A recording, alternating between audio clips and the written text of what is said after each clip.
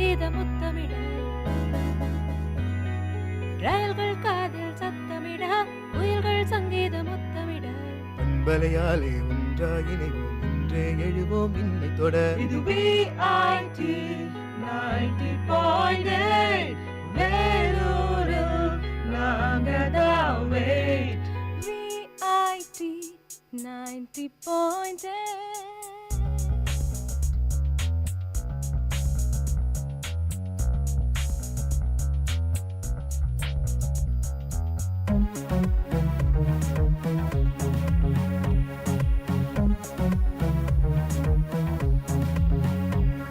இது VIT 90.8 வேலூரில் நாங்கதான் wait.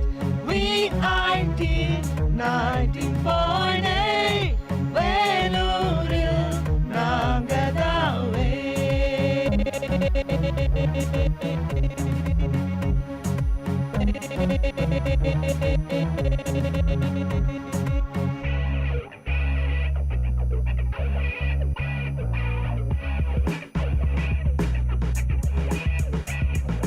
வேலும் உங்களை தாலாட்டும், வெள்ளை பனியும் நீராட்டும், தங்கக் கோயில் சிங்கக்கோட்டை ஊரும் உலகும் பாராட்டும். கல்விச் சாலைகள் ஏராளம், கனரக ஆலைகள் தாராளம், தீரா நோய்கள் ஆறா காயம், தீனி வேகம் தீராகும்.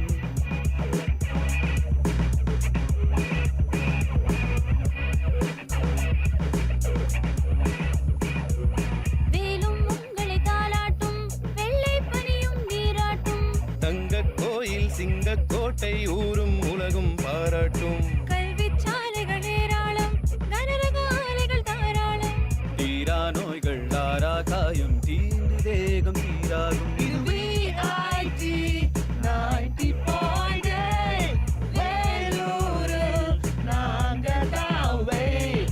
VIT 90.8 வேலூரில் நாங்கதான் wait.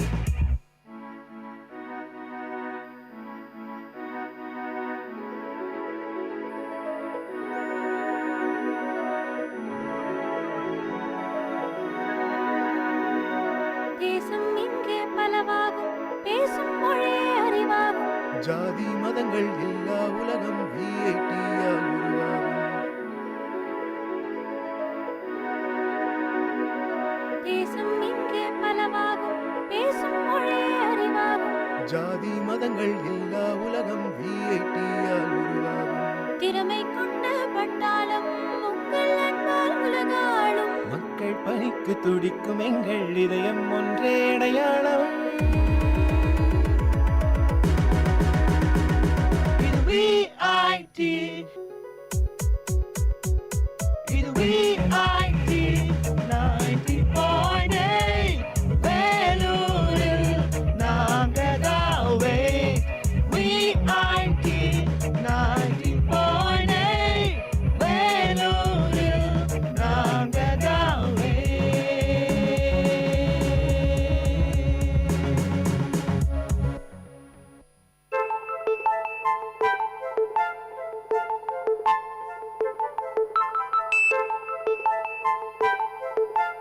வணக்கம் நேயர்களே, இது VIT பண்பலை 90.8 VIT பல்கலைக்கழகத்தின் சமுதாய வானொலியின் மகிழ்ச்சி நிறைந்த அறிவு சார்ந்த நிகழ்ச்சிகளின் இன்றைய ஒளிபரப்பிற்கு உங்களை அன்புடன் வரவேற்கின்றோம்.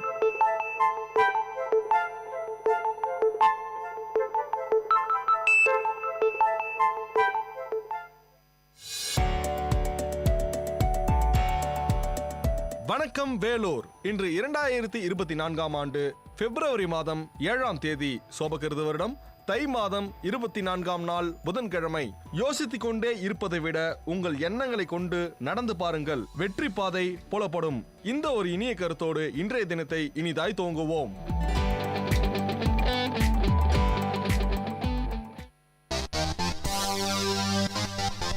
உங்கள் VIT பண்பலை 90.8 அன்று இன்று வரலாற்று பதிவுகளிலிருந்து சில துளிகள். பிப்ரவரி 7, 1914 ஆண்டு சார்லி சாப்ளினின் முதல் திரைப்படமான kid auto races of Venice வெளியானது. பிப்ரவரி 7, 1971 ஆண்டு சுவிட்சர்லாந்தில் பெண்களுக்கு வாக்குரிமை கிடைத்தது. பிப்ரவரி 7, 1974 ஆண்டு ஐக்கிய ராஜ்யத்திடமிருந்து கனடா விடுதலை பெற்றது.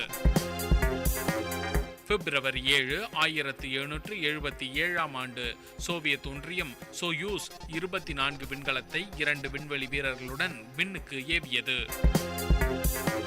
பிப்ரவரி 7, 1979 ஆண்டு புளூட்டோ நெப்டியூன் சுற்றுப்பாதைக்குள் நுழைந்தது. பிப்ரவரி 7, 1812 ஆண்டு ஆலிவர் ட்விஸ்ட் நாவலை எழுதிய சார்லஸ் டிக்கின்ஸ் பிறந்தார். பிப்ரவரி 7, 1999 ஆண்டு உலக தமிழ் இணைய மாநாடு சென்னையில் ஆரம்பமானது. பிப்ரவரி 7, 1824 ஆண்டு சூரியனில் உள்ளதைப் போலவே விண்மீன்களிலும் வேதியியல் தனிமங்கள் இருப்பதை கண்டறிந்த சர் வில்லியம் ஹக்கின்ஸ் பிறந்தார். பிப்ரவரி 7, 1877 ஆண்டு இந்திய கணித மேதை சீனிவாச ராமானுஜத்தின் ஆசானாகவும் வழிகாட்டியாகவும் திகழ்ந்த பேராசிரியர் G.H. ஹார்டி பிறந்தார். பிப்ரவரி 7, 1902 ஆண்டு தமிழறிஞரும் சொல்லாராய்ச்சி வல்லுநருமான தேவநேய பாவாணர் பிறந்தார். உங்கள் VIT பண்பலை 90.8 அன்று இன்று வரலாற்று பதிவுகளிலிருந்து சில துளிகள்.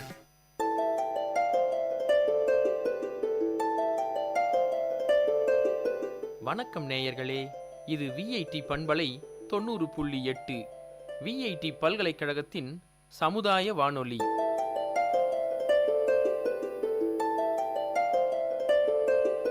இந்த நிகழ்ச்சி தினம் ஒரு திறவுகோல். விடியலின் வேளையில் சிந்தைக்கு கருத்துச் சிதறல்களோடு முனைவர் காத்தமிழ்ச்செல்வன். இன்றைய கருத்துச் சிதறலில் சிரிப்பு. சிரிப்பு மனிதனை மற்ற உயிர்களிடமிருந்து வேறுபடுத்துவது சிரிப்பு. சிரித்து வாழ வேண்டும், பிறர் சிரிக்க வாழ்ந்திடாதே என்பது திரைப்பட பாடல் காட்டும் உண்மை. வாய்விட்டு சிரித்தால் நோய் விட்டு போகும் என்பது பழமொழி. சிரிப்பால் மனசுமை குறையும், உடலும் உள்ளமும் நலமடையும். சிரிப்பு என்பது மனிதனுக்கு கிடைத்த மிக பெரிய பேறு. முகமலர்ச்சியை தருவது சிரிப்பு. சிரிக்க வைப்பதும் ஒரு கலை. சிரிக்க சிரிக்க ஆயுள் கூடும். சிரிக்க தெரியாதவர்களுக்கு பகல் பொழுதும் இருட்டே என்பது வள்ளுவர் வாக்கு. மனநோயை போக்கும் மாமருந்து இந்த சிரிப்பு. வாழ்க்கையில் நெருக்கடி தீர, இறுக்கம் தீர வழிவகுப்பது இந்த சிரிப்பு. ஒரு குழந்தை தூக்கத்தில் சிரித்தால் தேவதையோடு சிரிக்கிறது என்பது வழக்கு மொழி. சிரிக்கவில்லை எனில் ஆயுளில் ஒவ்வொரு நாளையும் குறைத்துக்கொள் என்கிறது சித்த மருத்துவம். நாம் வீணாக்கிய நாட்களில் எல்லாம் மிகவும் வீணானது நாம் சிரிக்காத நாட்களே. மூடன் அதிகமாக சிரிப்பான், வஞ்சகன் அதிகம் சிரிக்க மாட்டான். மனிதன் சிரிப்பது மற்றவர்களை பார்த்து, அவன் அழுவது தன்னை பார்த்து. நம்பிக்கையாளர்கள் மறதிக்கு சிரிக்கிறார்கள் என்பது உளவியல் கூறும் உண்மை. அவநம்பிக்கை உடையவர்கள் சிரிப்பதற்கு மறுக்கிறார்கள். ஏழையின் சிரிப்பில் இறைவனை காணலாம் என்பது அண்ணாவின் அமுதமொழி. ஆண்டவன் ஒருவன் இருக்கிறான், அவன் அன்பு மனங்களில் சிரிக்கிறான் என்பது முதுமொழி. ஒருவன் சிரிக்கும் போதெல்லாம் மரணம் தள்ளி போடப்படுகிறது. சிரித்த முகம் இல்லாதவன் சொந்தமாய் கடை வைக்க முடியாது என்பது மரபுமொழி. இறுதியில் சிரிப்பவனே இடையறாது சிரிப்பவன். அளவாக சிரிப்பவன் வளமான வாழ்வு வாழ்பவன். சிரிக்க தெரிந்தவனுக்கு சிந்திக்கும் ஆற்றல் அதிகம் என்கிறது சீன பழமொழி. சிரிப்பு உடலை உள்ளத்தை சீராக்குகிறது. இயல்பான சிரிப்பு இதயத்தை பண்படுத்தும்.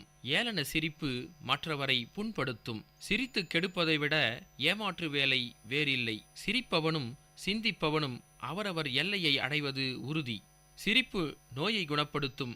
அளவுக்கு மீறிய சிரிப்பு நோயாளியாக்கும். புன்சிரிப்போடு பழகுங்கள். புன்சிரிப்போடு வரவேற்பு கொடுங்கள். புன்சிரிப்போடு விருந்து பரிமாறுங்கள். உங்களில் உயர்ந்தவன் வேறில்லை. நன்றி. இன்றைய கருத்துச் சிதறலில் சிந்தனை துளிகள் உங்களை சிந்திக்க வைத்திருக்கும் என்ற நம்பிக்கையோடு மற்றும் ஒரு தினம் ஒரு திறவுகோல் நிகழ்ச்சியில் சந்திக்கும் வரை உங்களிடமிருந்து விடைபெறுவது முனைவர் க. தமிழ்ச்செல்வன். இது விஐடி பண்பலை 90.8 விஐடி பல்கலைக்கழகத்தின் சமுதாய வானொலி. நன்றி.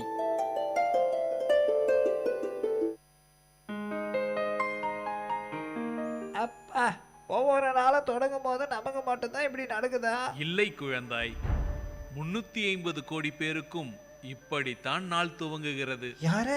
யார் பேசுறது?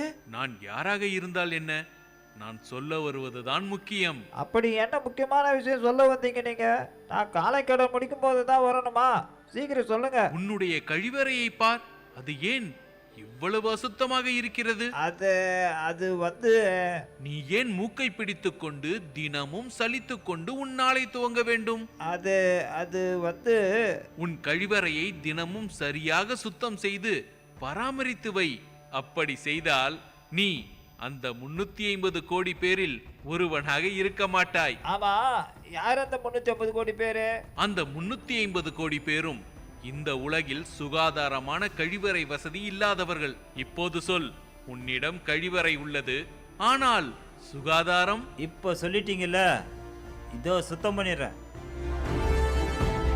இந்த உலகில் 3இல் ஒருவருக்கு சுகாதாரமான கழிவறை வசதி இல்லை என்று ஐக்கிய நாடுகள் கணக்கெடுப்பு கூறுகிறது. நம் வீட்டில் இருக்கும் கழிவறை சுகாதாரமாக உள்ளதா என நாம் கவனித்து சுத்தம் செய்வோம். சமுதாய நலன் கருதி வெளியிடுவோர் விஐடி பண்பலை 90.8.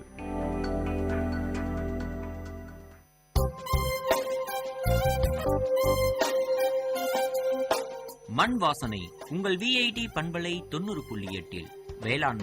வேளாண்மை சார்ந்த தொழில்நுட்பம், பசுமை படரும் விவசாய தொழில்கள், பண்ணை முறைகள் என மானுடம் காக்கும் உழவு சார்ந்த நிகழ்ச்சி.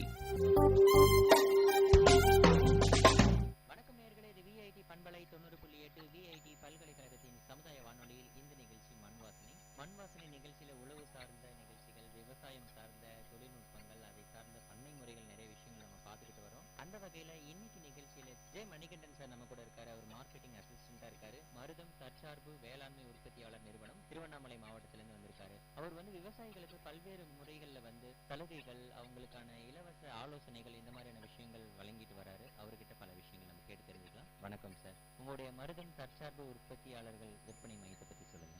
இப்போதைக்கு நம்ம மருதம் தற்சார்பு உற்பத்தியாளர் நிறுவனம்னு பார்த்தீங்கன்னா, நம்ம ஒரு விவசாயிகளுக்காக சர்வீஸ் மோட்டிவா துவங்கப்பட்ட நிறுவனம் சார். இது பார்த்தீங்கன்னா ஒரு 4000 சிறு குறு விவசாயிகளை வச்சு உருவாக்கின கம்பெனி சார். இந்த 4000 விவசாயிகள் இதனால என்ன பலன் பெறாங்கன்னு பார்த்தீங்கன்னா, நம்ம அவங்களுக்கு அவங்க நிலத்துல உழவு செய்யறதுலேருந்து அவங்க அறுவடை செய்யறதுல நம்ம கூட இருக்கணும் சார். என்னென்ன சர்வீஸ் போகும்னா, நம்ம உழவு செய்யறாங்கன்னா உழவுக்கு வெளியில ஓட்டுறதுன்னு பார்த்தீங்கன்னா ஒரு 1000 ரூபாய்க்கு ஒரு ஏக்கர் உழவு ஓட்டினாங்கன்னா நம்ம 800 ரூபாய்க்கு 200 ரூபா கம்மியாக ஓட்டணும். அதே மாதிரி நம்ம விதைநெல் இப்போ பார்த்தீங்கன்னா தரமான விதைநெல் ஒரு சில ஏரியாவில் பார்த்தீங்கன்னா இந்த சர்டிஃபிகேட் டிஎஃப்எல் அந்த மாதிரியான தரம் இல்லாமல் விதைகளை தருவாங்க. ஆனால் நம்ம என்ன பண்ணுறோம்னா, நம்ம விவசாயிகள் நல்ல பலன் பண்ணணும் சொல்லிட்டு ஃபவுண்டேஷன் ஸ்டேஜ் 2, ஃபவுண்டேஷன் 1ன்னு சொல்லிட்டு அவங்களே விதையும் கொடுப்போம். அடுத்து அவங்களே விதை உற்பத்தியாளராகவே மாற்றிடுவோம். நம்ம அவங்க கிட்ட இருந்து மறுபடியும் விதையை வாங்கிக்கிற மாதிரியும் பண்ணுவோம். ப்ளஸ் நம்ம பார்த்தீங்கன்னா அவங்க சாதா ரகம் மற்ற ஏடிசி 45 அந்த மாதிரி புள்ளி அந்த மாதிரியான ரகங்கள் விளைவிச்சாங்கன்னா அதே நம்ம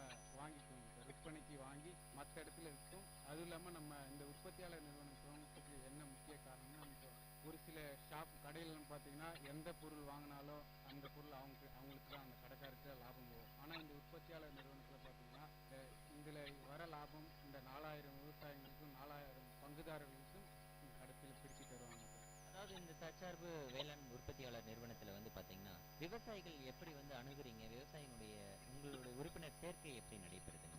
இப்போதைக்கு பார்த்தீங்கன்னா நாங்கள் ஒரு 36 பஞ்சாயத்தில் வேலை செய்கிறோங்க சார். இந்த 36 பஞ்சாயத்தில் என்னென்ன பண்ணியிருக்கோம்னா, ஒவ்வொரு ஊருக்கும் ஒரு 7-8 நம்ம செல்ஃப் ஹெல்ப் குரூப், சுய உதவிக்குழு, பெண்கள் சுய உதவிக்குழு, ஆண்கள் சுய உதவிக்குழு, அதுக்கடுத்தது உழவர் மன்றம், அந்த மாதிரியான நிறைய குரூப்லாம் நம்மளே ஸ்டார்ட் பண்ணி செட்டப் பண்ணி கொடுத்துருக்கோம் சார். இப்போ நம்ம என்னென்ன அவங்க விவசாயிகளுக்கு என்ன தேவைப்படுன்னு சொல்லிட்டு நம்ம போனோம்னா, அவங்க குரூப் மீட்டிங் நடக்குங்க சார். அந்த குரூப் மீட்டிங்கில் நம்ம போய் கலந்துக்கிட்டோம்னா அவங்களுக்கு என்னென்ன தேவைன்னு அவங்க சொல்லுவாங்க, நம்ம கிட்ட என்னென்ன பொருள் இருக்குன்னு நம்ம சொல்லுவோம் சார். அதோட இந்த தொழில்நுட்பத்தை பற்றியும் சொல்லிடலாம் சார். இதுலேயே நம்ம ஒரு 3 செட்டப்பாக வச்சுருக்கோங்க சார். நம்ம எப்படின்னு பார்த்தீங்கன்னா, கிராம லெவலில் நடக்கிறது பார்த்தீங்கன்னா குழு மீட்டிங் அதுக்கு மேலே அந்த 7 குழு வந்துச்சுன்னா 7 குழுவிலையும் தலைவர், செயலாளர், பொருளாளர் இருப்பாங்க.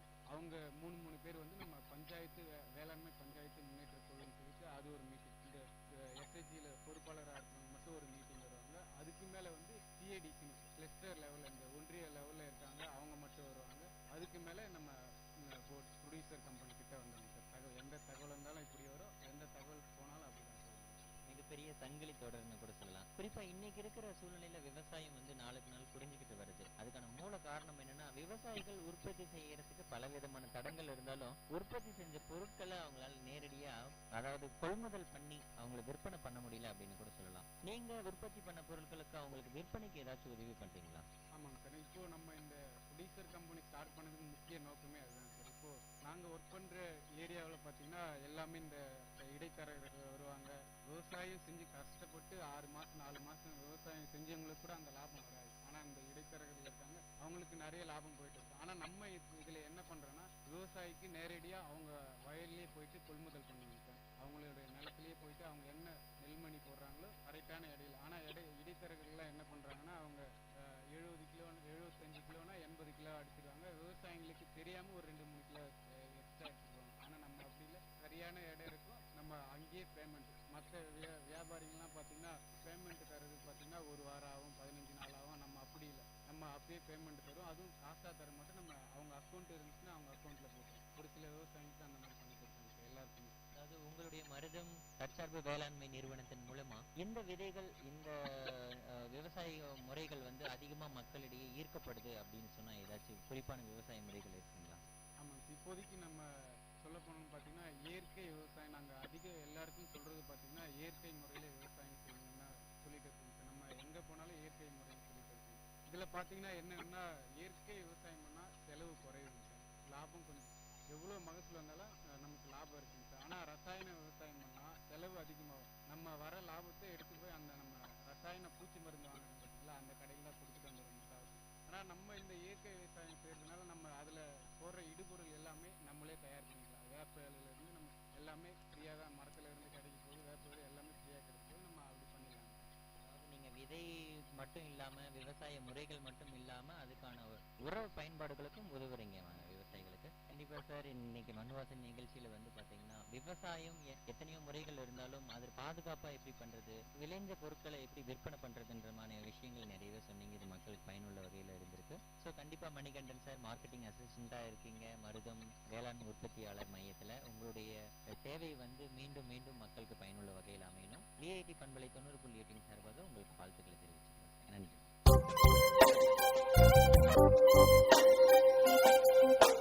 நேயர்கள் இதுவரை கேட்டது மண் வாசனை உங்கள் விஐடி பண்பலை 90.8 வேளாண்மை, வேளாண்மை சார்ந்த தொழில்நுட்பம், பசுமை படரும் விவசாய தொழில்கள், பண்ணை முறைகள் என மானுடம் காக்கும் உழவு சார்ந்த நிகழ்ச்சி.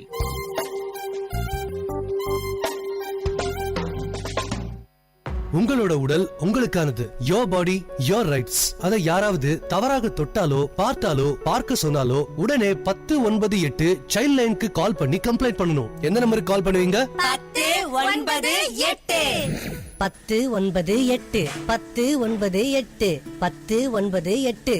அம்மா போன் கொடுங்கம்மா. என்னதான் இருக்கோ போன்ல? Hello child line. ஹலோ அக்கா, எங்க டீச்சர் என்கிட்ட தப்பான படம் காட்டினார் அக்கா. நான் கேம் விளையாட தான் கேட்டேன். அவரு என் மேலதான் தப்புன்னு சொல்றாங்க அக்கா. என் மேல தப்பா அக்கா? இல்லப்பா, உன் மேல எந்த தப்பும் இல்ல. உன் ஸ்கூல் நேம் அப்புறம் உன் அட்ரஸ் கொடு, அக்கா பாத்துக்கிறேன்.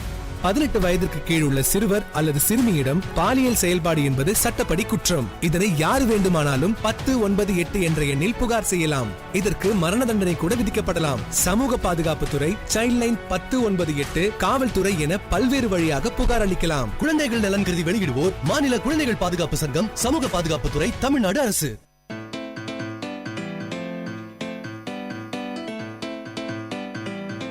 செவிச்செல்வம் விஐடி பண்பலையின் அறிவு களஞ்சியம். அகரம் முதல் ஆகாயம் வரை, தூரிகை முதல் தொழில்நுட்பம் வரை, அறிவுசார் தரவுகளின் பெட்டகம் செவிச்செல்வம்.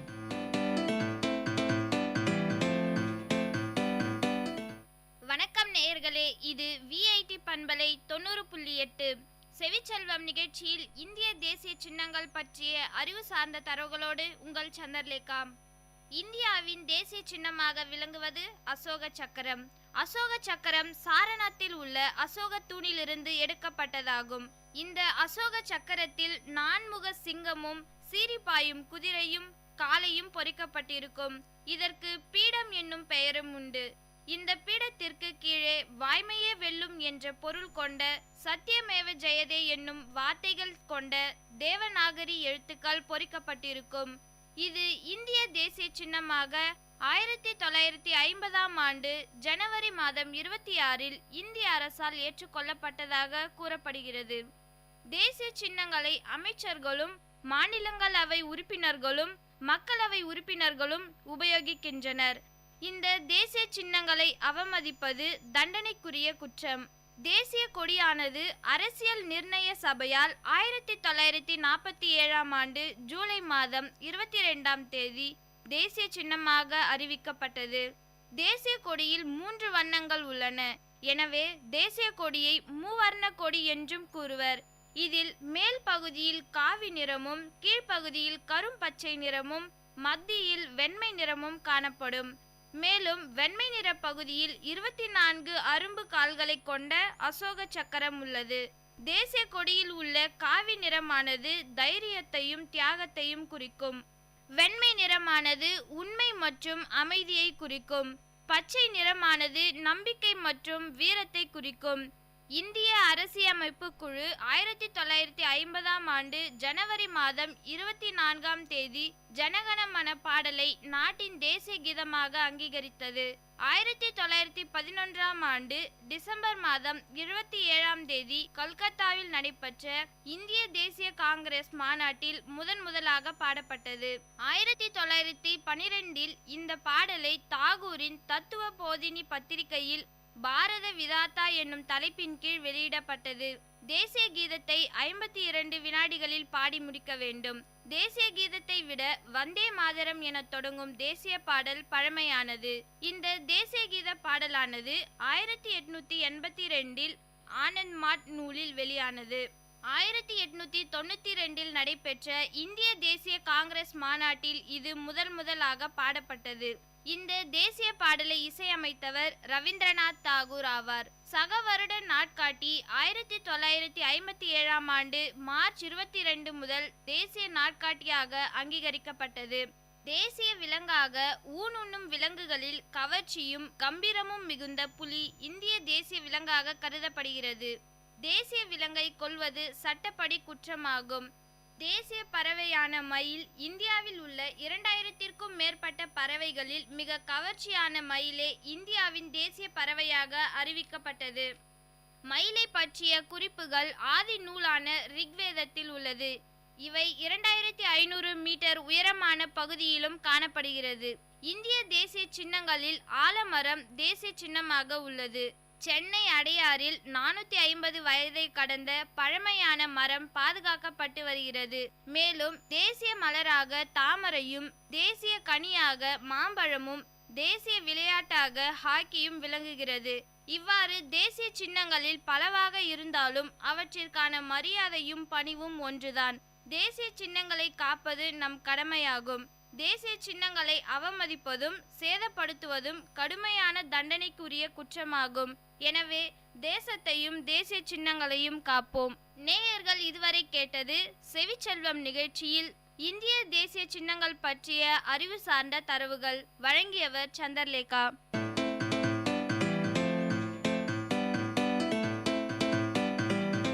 செவிச்செல்வம் VIT பண்பலையின் அறிவு களஞ்சியம்.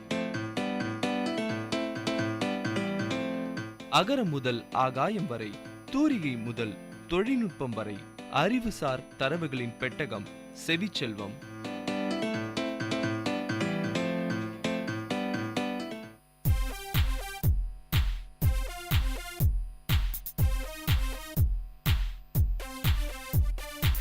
Mintu, I'm going to the market today. I have to get some vegetables. Are you coming? Wait, Chintu, I am coming. Hey, where is the carry bag? Carry bag? Huh? Why? Don't worry, we will get plastic bags there, no? Don't be so stupid. You know how much waste is generated every year by plastic bags. So please save your planet by carrying your own bags to the market. All right, I got it. Let's go now. Go green.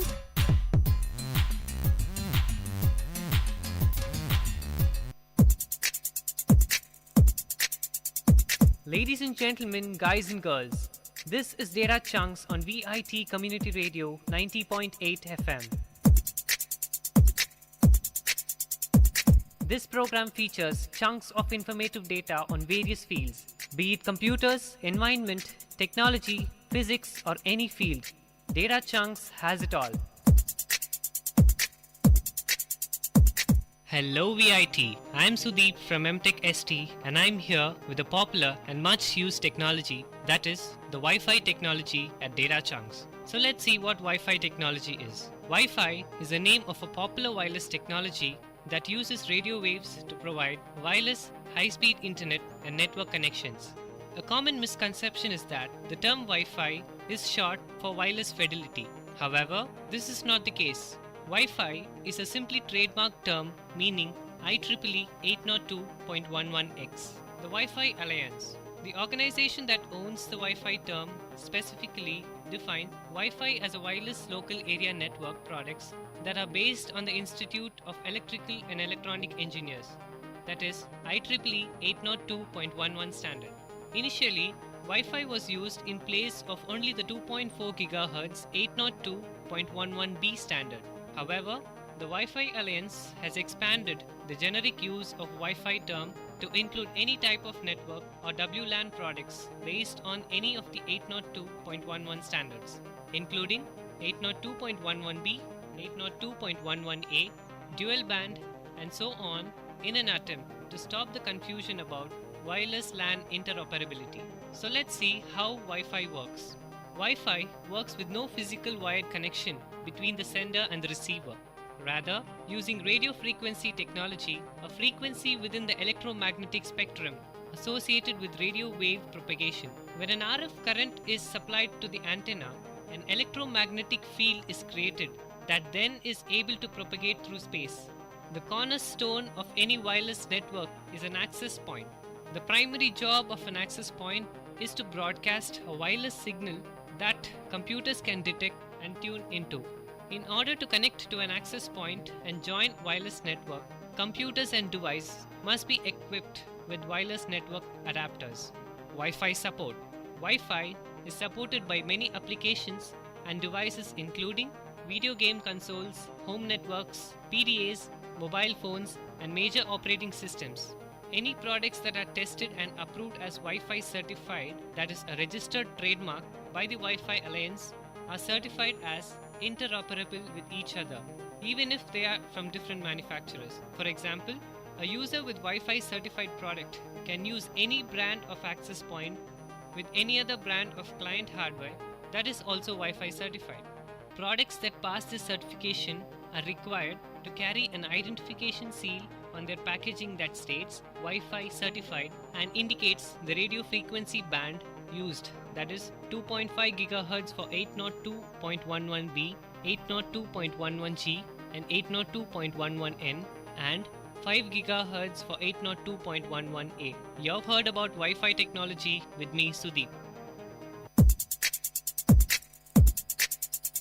Ladies and gentlemen, guys and girls, this is Data Chunks on VIT Community Radio 90.8 FM.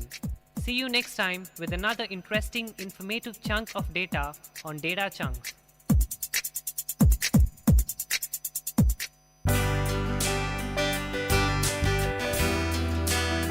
உங்கள் VIT பண்பலை 90.8 அனுபவ மேடை. மக்கள் தங்கள் வாழ்க்கை அனுபவங்களையும் முன்னேற்ற பாதைகளையும் விரிவாக கலந்துரையாடும் நிகழ்ச்சி.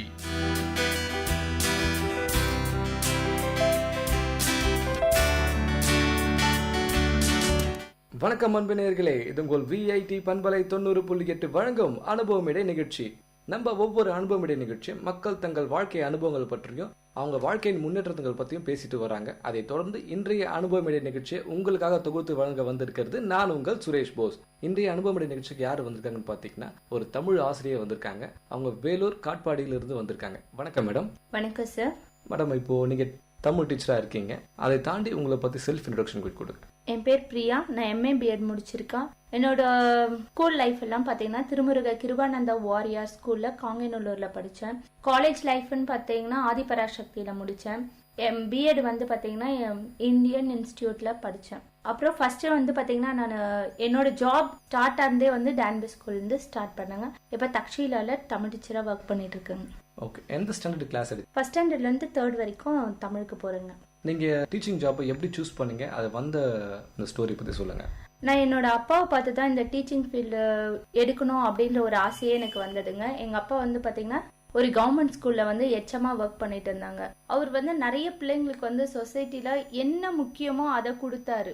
அதை நான் பார்த்தேன். ஸோ நம்மளும் இந்த சொசைட்டிக்கு எதனா செய்யணும் அப்படின்னா இந்த டீச்சிங் ஜாப் தான் பெஸ்ட் அப்படின்னு சொல்லிட்டு செலக்ட் பண்ணி ஏற்றிருக்கேன் சார். இப்போது டீச்சிங் ஜாப்னு சொல்லிட்டு நீங்கள் வந்துட்டீங்க.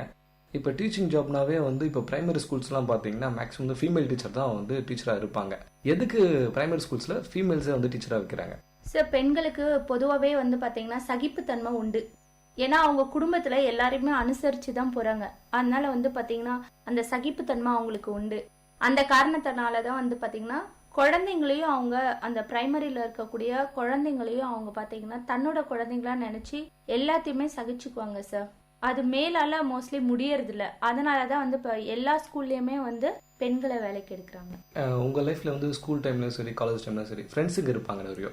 அந்த ஃப்ரெண்ட்ஸை பற்றி உங்கள் ஃப்ரெண்ட்ஸை பற்றி ஷேர் பண்ணிக்கங்க. அந்த ஃப்ரெண்ட்ஷிப்பை பற்றி ஒரு இம்பார்ட்டன்ஸ் சொல்லுங்கள். ஃப்ரெண்ட்ஸ் இல்லாமல் யாருமே இருக்க முடியாது சார். கண்டிப்பாக ஃப்ரெண்ட்ஸ் வேணும். எனக்கு ஸ்கூல் லைஃப்பில் சொல்கிற அளவுக்கு எதுவும் இல்லை. பட் காலேஜ் லெவல்ஸில் இருந்தோம். நாங்கள் 7 பேர் கேங் வரோம் அப்படின்னாவே வந்து பார்த்தீங்கன்னா யாருமே எங்கள் முன்னாடி வர மாட்டாங்க. அந்த அளவுக்கு நாங்கள் வந்து ரொம்ப சந்தோஷமான நாட்கள் ஃப்ரெண்ட்ஸோடு இருந்தது.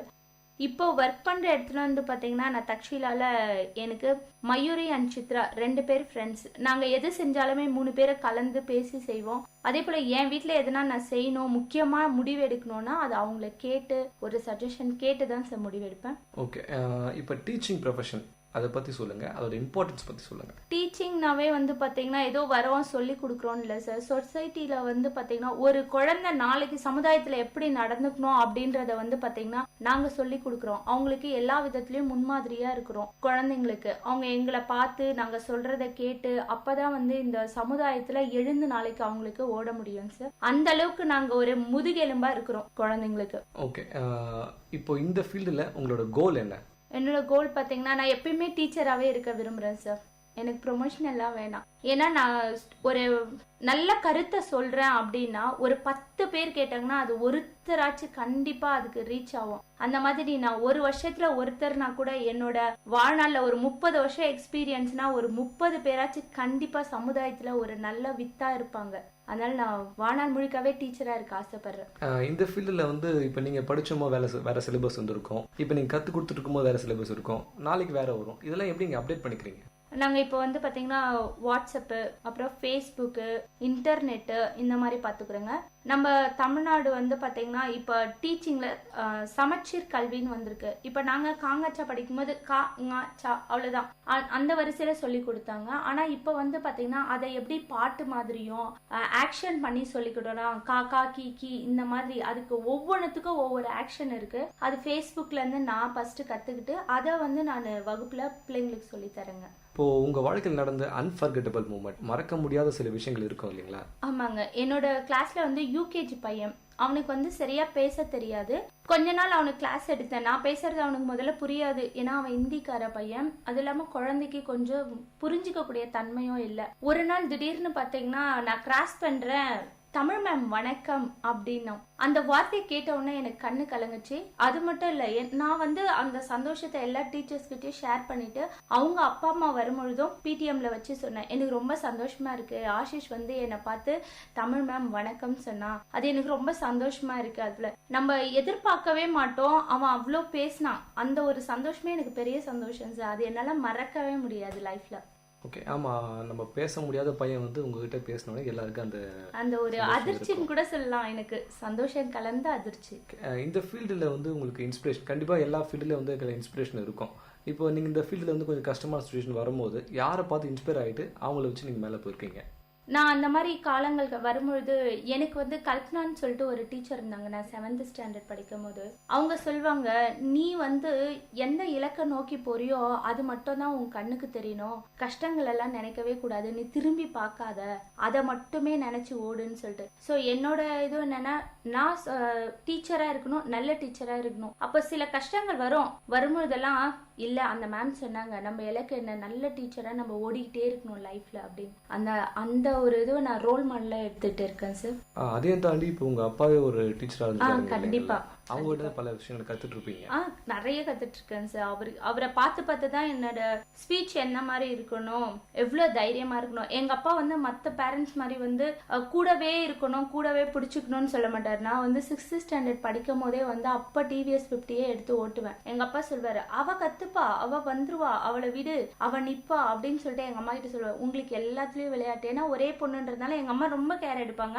எங்க அப்பா சொல்வாரு, எல்லாம் அவளால முடியும்னு. அப்போ எங்க அம்மா சொல்லுவாங்க, இப்படியே விடாதீங்க, குழந்தை விழுந்துரும்னு. அவர் கொடுத்த என் பொண்ணு நிப்பா ஓடுவான்னு இந்த மோட்டிவ் இருக்க பாருங்க, அதுதான் இன்னைக்கும் என் லைஃப்ல நிக்க வச்சிருக்கு, ஓட வச்சிருக்கு. ஓகே, டீச்சிங் ப்ரொஃபஷன்ல உங்க அப்பா அட்வைஸ் கொடுத்துருக்காருங்களா? கொடுத்துருக்காருங்க. இப்போ டீச்சர்ஸ்னாவே வந்து கண்டிப்பா இப்ப இருக்க LKG UKG கூட சம்டைம்ஸ்ல நம்மள கலாய்க்குவாங்க, அது இருக்கு. அது மூலம் நான் நண்பர் ஸ்கூல்ல ஒர்க் பண்ணும்போது ஒரு சின்ன இன்சிடென்ட் நடந்துச்சு. அப்ப நான் வீட்டுல வந்து ரொம்ப அழுது கூட அழுதேன், ஐயோ என்ன இப்படி கலாச்சிட்டாங்க நான் ஹைட்டா இருக்கிறதுனால அப்படின்ட்டு. எங்க அப்பா சொன்னாரு, அதெல்லாம் நீ நினைக்கவே கூடாது, உன்னோட அச்சு என்ன, நீ சொசைட்டிக்கு ஏதாச்சும் செஞ்சு ஆகணும்னு நினைச்சனா அதெல்லாம் பொருட்படுத்தாதமா. அவங்க நேர்ல சொன்னது உனக்கு வலிக்குது, உன்னை பத்தி பின்னாடி எவ்வளவு பேர் பேசுவாங்க அது உனக்கு தெரியுமா, தெரியாது இல்லையா? சோ நீ வந்து காது வாங்கினாலும் அதை மறந்து ஓடுற லைஃப்ல ஓடிக்கிட்டே இரு அப்படின்னு சொல்லியிருக்காங்க. ஆமா, இப்போ எல்லாருமே அப்படிதான். நம்ம அப்பா தான் நமக்கு எல்லா விஷயத்துல ரோல் மாடலா இருக்காங்க. அந்த ப்ரொஃபஷன்லயே வந்து அப்பா உங்களுக்கு வந்து எக்ஸ்பீரியன்ஸ் ஆளா நமக்கு உங்களுக்கு வந்து நல்ல விஷயம் இல்லைங்களா? ஆமாங்க. இப்போ இன்ஸ்பிரேஷன் பாத்தீங்கன்னா உங்க அப்பாவே இருக்காரு. அதை தாண்டி இப்போ இந்த ஃபீல்டுக்கு நீங்கள் என்ட்ரு ஆகும் போது அப்பா வந்து சில விஷயங்கள்லாம் சொல்லியிருப்பாரு, இதெல்லாம் பண்ணு இதெல்லாம் பண்ணாத, டீச்சருக்கு போ இல்லை போகாதுன்னு சொல்லியிருப்பாரு. அது மாதிரி வீட்டில் தடை ஏதாவது வந்துச்சுங்களா? அப்படி எதுவும் இல்லைங்க. எங்க அப்பா வந்து இந்த ஃபீல்டு நானா ஆசைப்பட்டேன், சரி ஓகேம்மா உனக்கு பிடிச்சிருக்கா செய், கண்டிப்பா உன்னால முடியும் அப்படின்னு சொன்னாருங்க. போகாதன்னு யாரும் என்ன சொல்லுங்க. அதுவும் இல்லாம ஒரு டீச்சிங் ஜாப்னாவே வந்து லேடிஸ்க்கு வந்து ஒரு பாதுகாப்பு அப்படின்னு நினைக்கிறாங்க. 9 o'clock போனாங்களா 5 o'clock வந்துருவாங்க ஈவினிங். ஸோ எந்த ப்ராப்ளமும் இருக்காதுன்ற மாதிரி ஃபீல் பண்ணாங்க. ஓகே, இப்போ டீச்சர் ஜாப்னு சொன்னால் பார்த்தீங்கன்னா இப்போ இன்னைக்கு கரண்ட் அஃபேர்ஸ் வந்து நம்ம வந்து கண்டிப்பாக வந்து அப்டேட்டில் இருக்கணும். ஏன் அப்படின்னா வந்து நம்ம பசங்க நம்மள ஏதாவது கேள்வி கேட்டாங்கன்னா நம்ம வந்து கண்டிப்பாக அது பதில் சொல்லணும். அதை எப்படி அப்டேட் பண்ணிக்கிறீங்க கரண்ட் அஃபேர்ஸ்? நாங்கள் ஸ்கூல்லேயே பார்த்தீங்கன்னா எங்களுக்கு ஒரு கிளாஸஸே இருக்குது, டேபு, அப்புறம் வந்து இந்த கிண்டல் அந்த மாதிரி யூஸ் பண்ணுற மாதிரி. ஸோ நான் தமிழ் டீச்சராக இருந்தாலும் எங்களுக்கு வந்து பார்த்தீங்கன்னா அந்த கேம்ப் எல்லாம் கூப்பிட்டு போவாங்க, கிளாஸஸ் எடுப்பாங்க. அப்போது நான் வந்து கற்றுப்பேங்க. சில விஷயங்கள் எனக்கு தெளிவாகாது, நான் உடனே என்னோட ஃப்ரெண்ட் சித்ரா மயூரி இருக்காங்க பார்த்தீங்களா, அவங்க கிட்ட கேட்டு தமிழில் எழுதி வச்சாச்சு கண்டிப்பாக படிச்சுட்டு தான் நான் கிளாஸுக்கு போய் அதை சொல்லி தருவேன். எங்களுக்கு கிரிட் நோட்டுன்னு ஒன்று இன்ட்ரோடியூஸ் பண்ணாங்க சார். ஆக்சுவலாக தமிழ் எனக்கு வந்து 2 lines தான் நம்ம எழுதுவோம். அது வந்து பார்த்தீங்கன்னா 5 lines இருக்கும், கிராஸில் கோடு இருக்கும். ஸோ எனக்கு தெரியல ஃபர்ஸ்ட். அப்புறம் எங்கள் பிரியங்கா மேம் நாங்கள் ஒர்க் பண்ணுறோம் பார்த்தீங்கன்னா, அவங்க வந்து எங்களுக்கு சொல்லி கொடுத்தாங்க எப்படியெல்லாம் ஃபாலோ பண்ணணும்னு சொல்லிட்டு. அதைப்படி நான் ஃபாலோ பண்ணி இன்னைக்கு நான் நல்லா எழுதுறேன், அதில் எப்படி எழுதணும். ஸோ இந்த மாதிரி வந்து தமிழாக இருந்தாலும் அதை எப்படி புதுசாக நம்ம இன்ட்ரடியூஸ் பண்ணணும்னு அவங்க எங்களுக்கு சொல்லித்தராங்க. ஓகே, இப்போ தமிழ் டீச்சராக இருக்கீங்க நீங்கள், தமிழில் எப்படி உங்களுக்கு ஆர்வம் வந்துச்சு? ஏன் இந்த தமிழ் டீச்சருக்காக போகணும்னு சொல்லி நினச்சிங்க? எனக்கு தமிழ் ரொம்பவே பிடிக்கும் சார். நான் ஆக்சுவலாக 9th ஸ்டாண்டர்ட் படிக்கும் போதே 6th பசங்களுக்கு போய் கிளாஸ் எடுத்துகிட்டு இருப்பேன். சார் எல்லாம் இல்லை, யாராச்சும் மீட்டிங்கில் இருக்காங்கன்னா பெரிய பசங்களை பார்த்துக்க சொல்லுவாங்களா, அப்போ பார்த்தீங்கன்னா நான் தமிழ் கிளாஸ் தான் எடுப்பேன். ஸோ அப்படியே வந்து பார்த்தீங்கன்னா அந்த பற்று வந்துருச்சு கூடவே. இப்போ தாய்மொழி கல்வின்றது எல்லாருக்கும் முக்கியம். கண்டிப்பாக தமிழ் தாய்மொழி கல்வின்னு சொன்ன உடனே பசங்களுக்கு வந்து எவ்வளோ இம்பார்ட்டன்ஸ் நினைக்கிறீங்க தமிழ் தாய்மொழி கல்வி? ரொம்ப முக்கியம் சார். நம்ம வந்து இங்கிலீஷ் படிக்கிறோம், ஹிந்தி படிக்கிறோம்னா முதல்ல நம்ம மொழியில ஒரு கருத்தை நல்லா உள்வாங்கினா தான் அதை மற்ற மொழியில வெளிப்படுத்த முடியும், சரிங்களா? ஸோ வந்து நான் ஒன்று சொல்றேன் அவங்களுக்கு ஏதாவதுன்னா அதை முதல் தமிழ்ல விளக்கிடணும். அதுக்கப்புறம் நீங்க இங்கிலீஷ்ல சொல்லும் போது அவங்க என்ன பண்ணுவாங்க, ரெண்டுத்தையும் வந்து வச்சு பார்ப்பாங்க, கருத்தை பார்த்துட்டு அது லாங்குவேஜ் வந்து கத்துக்க முடியும். அந்த மாதிரி தான். ஸோ வந்து நம்ம தமிழ் மொழி இம்பார்ட்டன்ஸ், அதை நம்ம நல்லா தெரிஞ்சுக்கிட்டா மற்ற மொழிகளை பேசவும் எழுதவும் கத்துக்கிறது ஈஸி.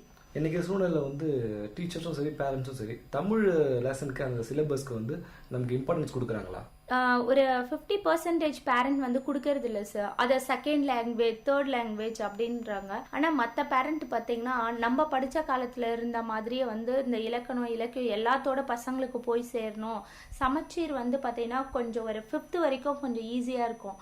ஆனால் சில பேரண்ட் கேட்பாங்க, மேம் ரொம்ப ஈஸியாக இருக்குது மேம் என் பசங்களுக்கு, இன்னும் கொஞ்சம் டஃப்பாக எதுனா சொல்லித்தாங்கன்னு. நான் சொல்வேன், அந்த மாதிரி கேட்குற ரொம்ப டேலண்டாக இருக்கிற பசங்களுக்கு நானே எக்ஸ்ட்ரா ஏதாச்சும் சொல்லி கொடுப்பேன். அவங்களுக்கு இந்த இலக்கணத்துலேருந்து பார்த்தீங்கன்னா கொஞ்சம் எக்ஸ்ட்ராவே சொல்லி கொடுப்பேன். மெல்லினம், இடையினம் அந்த மாதிரி எல்லாம் பார்த்தீங்கன்னா எக்ஸ்ட்ரா சொல்லி கொடுப்பேன்.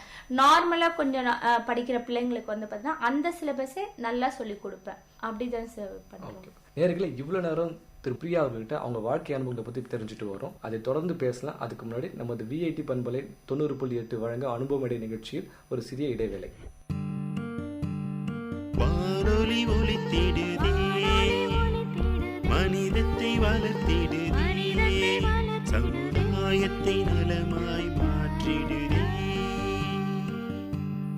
செவிகளை வருடுதே, கவிதைகள் வார்த்திடுதே, பண்பலைகளின் பயன்களை பரவிடுதே.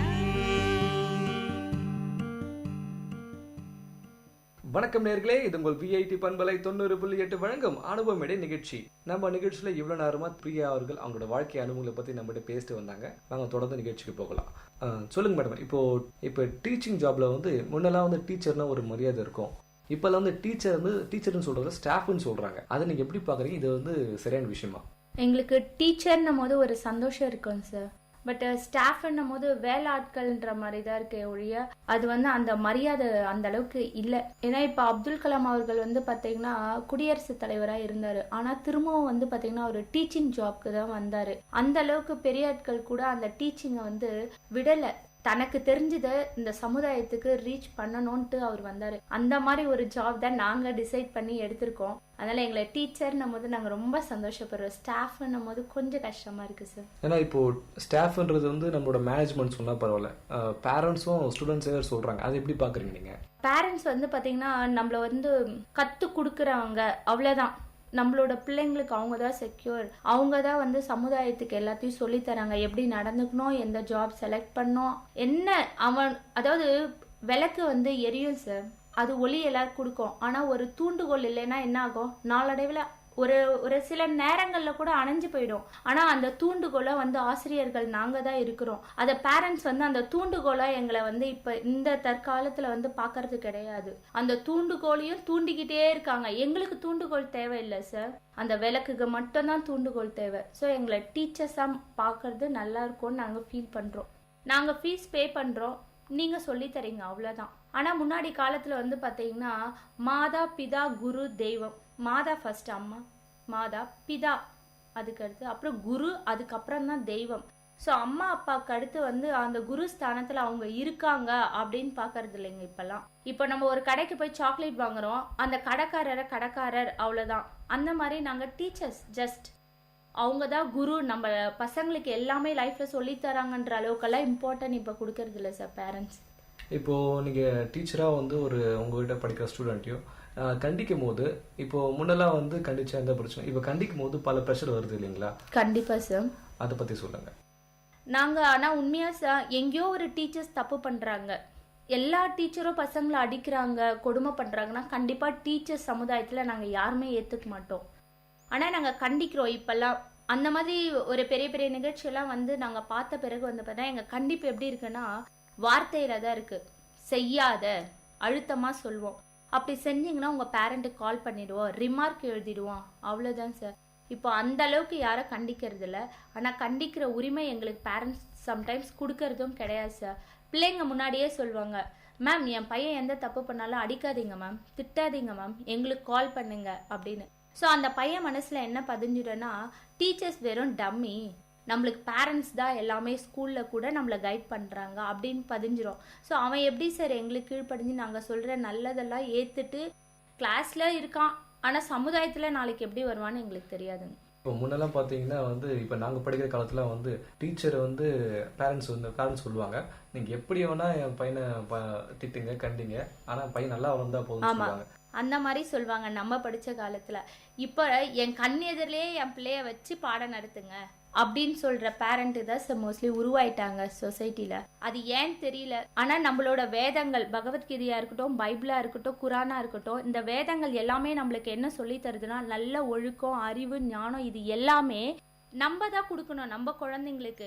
அதை நம்ம கொடுக்கணும்னா சில கண்டிப்பு தேவைன்னு தான் சார் சொல்லியிருக்கு. ஆனால் நம்ம எல்லா ஜாதி மதம் எதுவுமே பார்க்காத நம்ம பார்க்கணும் சார், பிள்ளைங்களுக்கு எது பெஸ்ட்டுன்னு கொடுக்கணும். அது ஏன் பேரண்ட்ஸ் தவறுறாங்கன்னு எனக்கு இன்னும் புரியலை. பட் அவங்க இன்னைக்கு கண்டிக்கலன்னு வச்சுக்கோங்களேன், நாளைக்கு சொசைட்டியில் அவங்கள நிறைய பேர் பசங்களை திட்டுவாங்க, கண்டிப்பாங்க. அப்போ அவங்களுக்கு கஷ்டமாயிடும். அது பேரண்ட்ஸ் வந்து யோசிக்கணும், நம்மளுக்கு எது நல்லதுன்ட்டு அவங்க யோசிச்சு முடிவெடுக்கணும் சார். ஓகே, இப்போது பொதுவாக வந்து இந்த காலத்து டீச்சரும் சரி, அந்த காலத்து டீச்சரும் சரி, எல்லாருமே வந்து கிளாஸ் பசங்கிட்ட சொல்லுவாங்க, இந்த பேட்ச் தான் வந்து ரொம்ப ஒஸ்டான பேட்ச்னு சொல்லுவாங்க. அது என்ன காரணம்? அதாவது போன பேட்ச்க்கு அதான் சொல்லுவாங்க, இந்த பேட்ச் தான் சொல்லுவாங்க. அது என்ன காரணம்? அது வந்து அவங்க செய்கிற அந்த குறும்புத்தனத்தை பார்த்து அந்த இரிட்டேட் ஆகி சொல்லுவாங்க சார். பட் எல்லாருமே ஒரே மாதிரி தான் பிள்ளைங்க.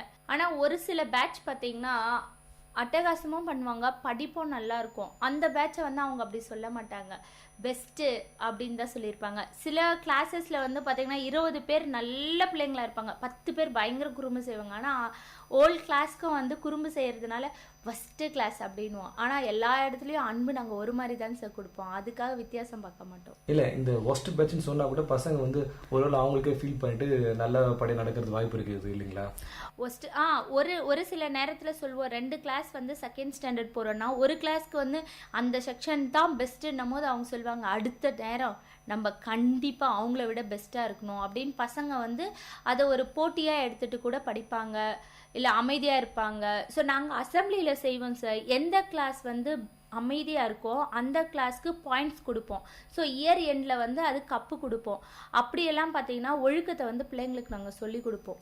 ஓகே, இப்போ டீச்சிங் தவிர்த்து ஒரு டீச்சர் வந்து பசங்களை சிலபஸ்லாம் தாண்டி என்ன சொல்லித்தரணும்னு நினைக்கிறீங்க? பிள்ளைங்களுக்கு வந்து பார்த்தீங்கன்னா என்ன தேவை, ஒழுக்கத்தில் எப்படியெல்லாம் இருக்கணும், உண்மை பேசணும், நேர்மையாக இருக்கணும், நம்ம வந்து யார் பேச்சுக்கோ போகக்கூடாது, மற்றவங்களுக்கு நம்மளால் முடிஞ்சால் நல்லது செய்யணும், இல்லைன்னா வந்து அமைதியாக இருக்கிறது எவ்வளவோ நல்லது. இந்த மாதிரி கருத்துக்களை வந்து நாங்கள் கதை மூலயமா சொல்வோம், ஸ்டோரிஸ் சொல்வோம். இப்போ வந்து பார்த்தீங்கன்னா நாங்கள் அதிகமாக வந்து ஸ்மார்ட் போர்டு யூஸ் பண்ணுறோம். அதில் வந்து ஸ்டோரிஸ் எல்லாம் வந்து ஸ்டோர் பண்ணிவிட்டு பிள்ளைங்களுக்கு போட்டு காட்டுறோம். அதில் இருக்க நன்னறி கதையெல்லாம் நாங்கள் சொல்லி தருவோம் சார். ஓகே, இந்த ஜாப்ல வந்து நீங்க என்ன கத்துக்கிட்டீங்க? இதை வந்து அடுத்த ஒரு டீச்சருக்கு வந்து எதை அட்வைஸ் பண்ண நீங்க விரும்புறீங்க? இந்த ஜாப்ல நாங்க கத்துக்கிட்டு வந்து சகிப்புத்தன்மை கத்துக்கிட்டேன் சார். பேரண்ட்ஸ் எந்த அளவுக்கு நம்மள வந்து பேசினாலும் சரி, சில நேரத்துல அவங்க சந்தோஷமா சொல்லுவாங்க, சில நேரத்துல நீங்க என் பிள்ளைய கண்டிக்கவே இல்லை, கண்டுக்கவும் இல்லை, சரியா சொல்லி தரல, அந்த மாதிரி குறைகளும் சொல்லும் போது எல்லாத்தையும் கேட்டுக்கிட்டு நம்ம ஒவ்வொரு ஸ்டூடெண்ட்டுக்கு எப்படி ரீச் பண்ணலாம் அப்படின்றத நாங்கள் கற்றுக்குறோம். மேலும் அது இல்லாமல் நான் தமிழ் டிபார்ட்மெண்ட்டுன்றதுனால வந்து பார்த்திங்கன்னா எனக்கு தமிழ் மட்டும் தான் நல்லா தெரியும், இங்கிலீஷ் ஹிந்தி எதுவும் தெரியாது. ஆனால் நான் இப்போ ஒர்க் பண்ணுற ஸ்கூல்லேருந்து பார்த்திங்கன்னா நாங்கள் தமிழ் டீச்சராக இருந்தாலும் நான் ஹேண்ட் ரைட்டிங் கிளாஸ்க்கு போகிறேன். இது காரணம் என்னென்னா இப்போ எப்படி என்ன மாதிரி மெத்தட்ஸ் வந்திருக்கோ அதை எங்களுக்கு வந்து ட்ரைனிங் கொடுக்குறாங்க, அதை கற்றுக்கிட்டு நாங்கள் பிள்ளைங்களுக்கு சொல்லித்தரோம் சார். ஓகே, இப்போ இன்னொரு டீச்சருக்கோ இல்லை டீச்சர் ப்ரொஃபஷன் வர இருக்கிற ஸ்டாஃப்ஸ்க்கோ நீங்கள் என்ன சொல்ல விரும்புகிறீங்க, என்ன அட்வைஸ் தர விரும்புகிறீங்க? அவங்களுக்கு நான் சொல்கிறதெல்லாம் ஒன்று சார், சகிப்புத்தன்மை இருக்கணும் ஃபஸ்ட்டு. எதுக்கும் வந்து இரிட்டேட் ஆகக்கூடாது, முடியாது, என்னால் முடியாது, நான் செய்ய மாட்டேன், இந்த ஃபீல்டுக்கு வந்ததே தப்பு, அந்த மாதிரி நினைக்காம நம்ம அன்பாக நடந்துக்கிட்டு அப்படியே என்ன சொல்கிறது, இதுதான் நம்மளுக்கு வேணும், இதுக்காக தான் நம்ம வந்திருக்கோன்னு சொல்லிட்டு ஒரு இலக்கோடு செல்லும்போது வந்து பார்த்திங்கன்னா வாழ்க்கையில் கஷ்டம் இருக்கலாம் சார், அந்த கஷ்டமே வாழ்க்கையாக இருக்கக்கூடாது. அது எல்லாத்தையுமே நம்ம மகிழ்ச்சியாக எடுத்துக்கிட்டோம், அப்போ தான் மகிழ்ச்சியாக இருக்கும் லைஃபு. கஷ்டத்துக்குள்ளே தான் சார் வாழ்க்கை இருக்குது, வாழ்க்கைக்குள்ளே கஷ்டம் கிடையாது. அதை தெளிவாக எடுத்துக்கிட்டோன்னா ஒவ்வொருத்தரும் சக்ஸஸ்ஃபுல்லாக வாழலாம். ஓகே, இப்போது இந்த ஜாப் நீங்கள் வந்துட்ட பிறகு வந்து இந்த ஜாபில் வந்து எது பண்ணால் உங்களுக்கு ஃபுல்ஃபில் ஆகும்? டீச்சிங்கிற ஜாப் வந்து எது உங்களுக்கு முழுமையடையும் உங்களுக்கு? நான் டீச் பண்ண ஒரு பையனை வந்து ஒரு 10 years பேக் நான் பின்னாடி பார்க்கும்போது வந்து பெரிய வேலையில் இருக்கான், வந்து செட்டில் ஆகிட்டான். அவன் சொல்லணும் வந்து, மேம் அன்னைக்கு என்ன தெரியுதா உங்களுக்கு, நான் உங்ககிட்ட தான் படித்தேன், இந்த ஜாபில் நான் இருக்கிறதுக்கு நீங்கள் சொன்ன அட்வைஸு, நீங்கள் நடத்தினது இதெல்லாம் என் முன்னேற்றத்துக்கு காரணமாக இருந்துச்சுன்னு ஒரே ஒருத்தர் என்கிட்ட வந்து சொன்னாலும் கண்டிப்பாக நான் இந்த டீச்சிங் ஜாப் எடுத்ததை பற்றி ரொம்ப சந்தோஷமாக ஃபீல் பண்ணுவேன் சார். ஓகே, இப்போது இந்த டீச்சிங்கில் வந்து அடுத்த ஒரு எவாலுவேஷன் எப்படி இருக்கும்னு நீங்கள் நினைக்கிறீங்க? இது அடுத்த தலைமுறைக்கு வந்து டீச்சிங் ஜாப் எப்படி இருக்கணும்னு நீங்கள் நினைக்கிறீங்க?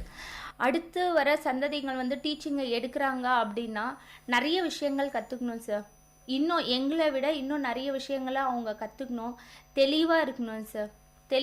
தெளிவானா என்னென்னா, பிள்ளைங்க கிட்ட எது பேசணும் பேசக்கூடாது, என்ன மாதிரி ட்ரெஸ்ஸிங் சென்ஸ் பண்ணணும் பண்ணக்கூடாது, அந்த மாதிரி வந்து ஏன்னா டீச்சர்ஸ் ஜாப்ன்றது வந்து நம்மளை பார்த்து தான் அந்த குழந்தைங்க வந்து சமுதாயத்தில் கண்ணாடி மாதிரி பிரதிபலிப்பாங்க. அதனால் டீச்சர்ஸ் ஜாப்னு எடுத்துட்டவங்க கண்டிப்பாக டைமிங்கு, ட்ரெஸ்ஸிங் சென்ஸு, அவங்களோட வந்து லாங்குவேஜ் இதெல்லாம் பர்ஃபெக்டாக இருக்கணும். அந்த மாதிரி இந்த 3மே கரெக்டாக இருக்கிற ஒருத்தரால் மட்டும்தான் சார் கரெக்டாக எல்லாத்தையுமே கொண்டு போக முடியும். ஸோ வரவங்க நிறைய கற்றுக்கிட்டு வரணும். இப்போ டீச்சிங் ஜாப்ல உங்களுக்கு பல அனுபவங்கள் கிடைச்சிருக்கும். இப்போ இதை வச்சு நீங்கள் வந்து ஃபியூச்சரில் தனியாக ஸ்கூல் ஆரம்பிக்கிற மாதிரியோ இல்லை ஏதாச்சும் ஐடியா இருக்குங்களா? இல்லை சார், அந்த மாதிரி எல்லாம் எதுவும் இல்லை. என்னால் முடிஞ்ச அளவுக்கு டீச்சராகவே இருக்கணும். ஒரு வருஷத்துக்கு ஒரு பிள்ளை நான் சொல்கிறத கேட்டு ஒரு நல்ல வழியில் போயிட்டாலே எனக்கு போதும் சார். இந்த மாதிரி என்னோட ஒரு 30 வருஷம் எனக்கு ஒரு சர்வீஸ் வருது ஃப்யூச்சர்லன்னா 30 வருஷத்தில் 30 மாணவன் நல்ல விஷயத்த கற்றுக்கிட்டாலே எனக்கு போதும் சார். அதுவே எனக்கு பெரிய சந்தோஷம்.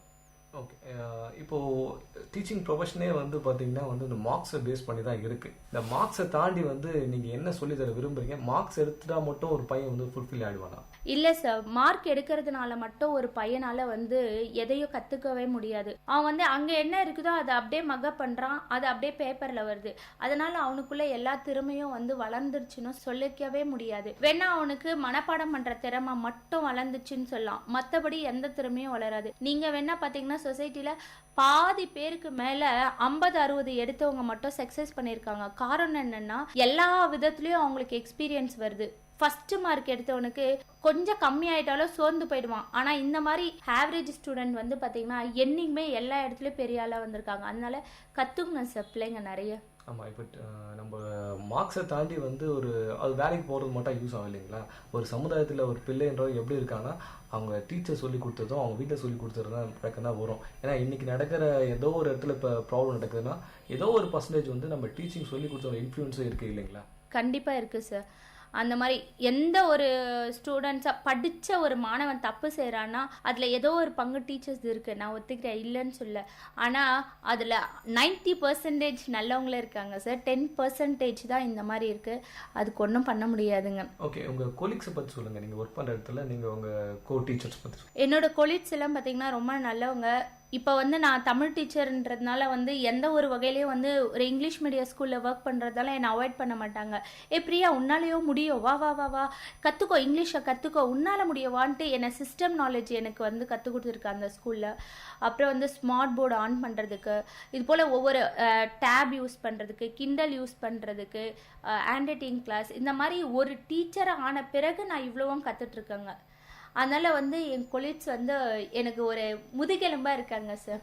ஓகே மேடம், இவ்வளோ நேரமாக வந்து நம்ம நிகழ்ச்சிக்கு வந்து ரொம்ப நல்ல விஷயம்லாம் சொன்னீங்க, உங்கள் எக்ஸ்பீரியன்ஸ்லாம் ஷேர் பண்ணிக்கிட்டீங்க. இந்த நிகழ்ச்சிக்கு வந்ததுக்கு உங்களுக்கு ரொம்ப நன்றி சொல்லிக்கிறேன். இந்த நிகழ்ச்சி பற்றி என்ன நினைக்கிறீங்க? இந்த மாதிரி நிகழ்ச்சி முக்கியமாக சமுதாயத்துக்கு தேவை சார். ஏன்னா இப்போ நான் பேசுனதை கேட்டு ஒரு 2-3 பேரண்ட் நினைக்கலாம், ஐயோ நம்ம வந்து இந்த மாதிரி கண்டிச்சதை வந்து மேம் வச்சுக்கிட்டே நம்ம பிள்ளைகிட்ட சொல்லிட்டோமேனு. கண்டிப்பாக ஒரு 2-3 பேரண்ட் இதை பார்த்து திருந்தலாம். அது மட்டும் இல்லாமல் முழு உரிமையும் வந்து ஆசிரியர்களுக்கு கொடுக்கணும் சார். முடியும், உங்கள் பிள்ளைங்களை நம்பி கொடுக்குறோம், நீங்கள் வந்து நல்லா ஒரு பையனாக உருவாக்குங்கன்னு சொல்லி கொடுங்க சார். கண்டிப்பாக நாங்கள் நல்ல வித்துக்களை தருவோம் உங்களுக்கு. ரொம்ப அருமையான கருத்து சொன்னீங்க, ரொம்ப நன்றி மேம். இவ்வளோ நேரம் நம்ம திருமதி பிரியா அவர்கள் நம்ம நிகழ்ச்சிக்கு வந்து இந்த டீச்சிங் ஜாப்ல இருக்க எக்ஸ்பீரியன்ஸ் பற்றி நம்மகிட்ட ஷேர் பண்ணிக்கினாங்க. இதிலிருந்து நமக்கு பல விஷயங்கள் நம்மளுக்கு கண்டிப்பாக தெரிஞ்சிருக்கோம். மீண்டும் இன்னொரு நிகழ்ச்சியில் உங்களை சந்திக்கும் வரை உங்களிடமிருந்து விடைபெறுவது உங்கள் சுரேஷ் போஸ். இது விஐடி பண்பலை 90.8 வழங்கும் அனுபவமிடை நிகழ்ச்சி. நன்றி நேயர்களே. நேர்கள் இதுவரை கேட்டது அனுபவ மேடை. மக்கள் தங்கள் வாழ்க்கை அனுபவங்களையும் முன்னேற்ற பாதைகளையும் விரிவாக கலந்துரையாடும் நிகழ்ச்சி. உங்கள் விஐடி பண்பலை 90.8 விஐடி பல்கலைக்கழகத்தின் சமுதாய வானொலி.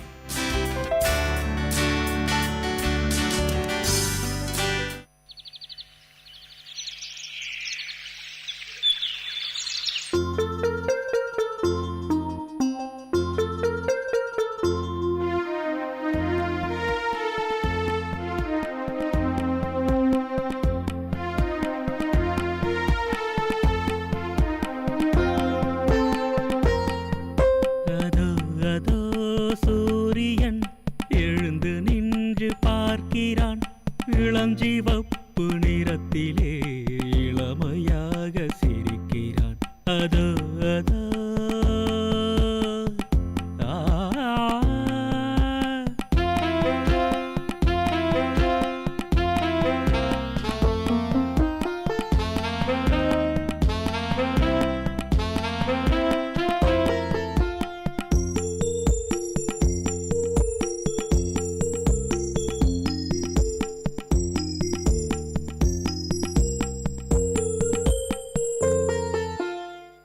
நில்லாதது ஒரு முடிவில்லாதது உன் உறுதி என்று முதிர்ந்திடாதது.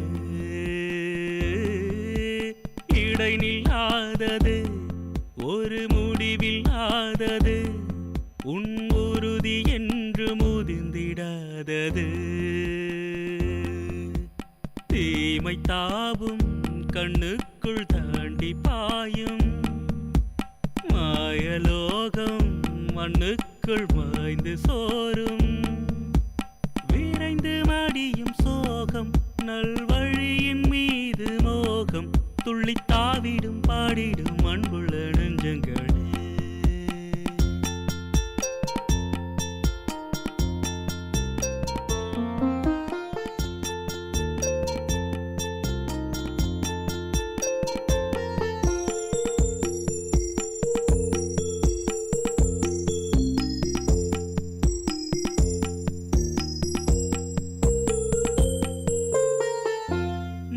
கொள்ளாதது பாசம் கரை நில்லாதது உன் மறதிக்குள்ளும் நின்று நிலைப்பது.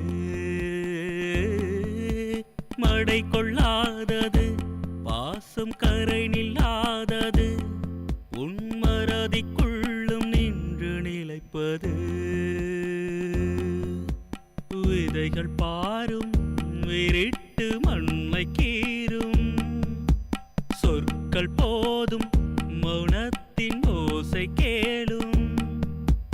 பரிவில் வாழும் கூட்டம் பூனை நிழலைப் போல காக்கும் பதில் கூறிட ஓடிடும் அகத எண்ணங்களே.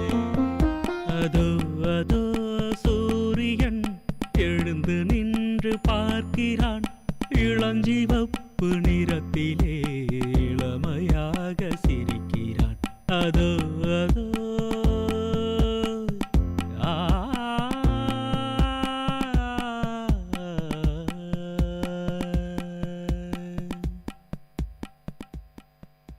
கேட்ட பாடலை இசையமைத்து பாடியவர் முருகானந்தம். பாடல் வரிகள் KP ஆனந்த். என்ன ரகு, ரொம்ப சந்தோஷமா இருக்க போல? ஆமாண்டா, ரொம்ப நாள் கழிச்சு வீட்டுக்கு போறேன் இல்லையா, அந்த சந்தோஷம் தான். எப்பவும் வீட்டுக்கு போறப்பெல்லாம் கடையே வாங்கிட்டு போவிய, இந்த தடவை எப்படி? இந்த தடவை தான் அம்மாவுக்கு புடவை, தம்பிங்களுக்கு Dress, அப்பாவுக்கு வேட்டி சட்டை, ஒஸ்தியான சுருட்டு, பாட்டிக்கு வெத்தலை பாக்கு, வாசனை சுண்ணாம்புன்னு புகையில கூட வாங்கிட்டு போறேன். அட பாவி, ஏண்டா உன் குடும்பம் இவ்வளவு நாள் சந்தோஷமா இருந்தது மட்டும் போதுமா உனக்கு? ஏன்டா இப்படி கேக்குற? ஆமா, உங்க அப்பா கேட்டாருன்னு சுருட்டு வாங்கிட்டு போற. அது அவரு வீட்டுல தான் பிடிப்பாரு. அவரோட உடல் நல்லா பாதிக்கும். வீட்டுல நல்ல காத்தே இருக்காது. பசங்களுக்கு சுவாசிக்கிறதுக்கு நல்ல காத்து இல்லைன்னா அவங்க எப்படி ஆரோக்கியமா வளருவாங்க? அது மட்டும் இல்லாம பாட்டிய கூட நீ விட்டு வைக்க மாட்டேன்ற. அவங்களுக்கும் கூட புயலைய வாங்கிட்டு போற. அது உயிரை கெடுக்கிறது இல்லையா? உங்க பாட்டி பசங்களை எடுத்து கொஞ்சும் போது அவங்க வாயில இருந்து தொற்று நோய் உண்டாக்கக்கூடிய கிருமிகள் பசங்களுக்கு போய் தோல் புற்றுநோய் ஏற்படுத்துறதுக்கான வாய்ப்பும் கூட இருக்கு. இப்ப சொல்லு, நீ செய்யறது சரிதானா? எப்பவோ ஒரு தடவை தான் வாங்கிட்டு போறேன், இதுக்கெல்லாமா நோய் வரும்?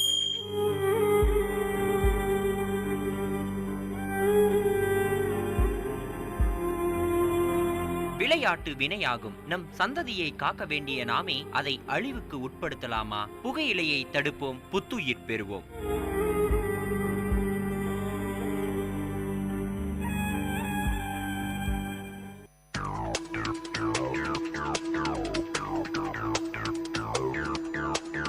நேர்களை, இது VIT பண்பலை 90.8.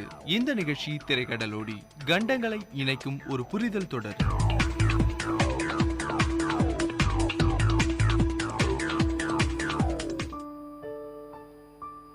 நீ ஹாவ் என்னங்க புரியலையா?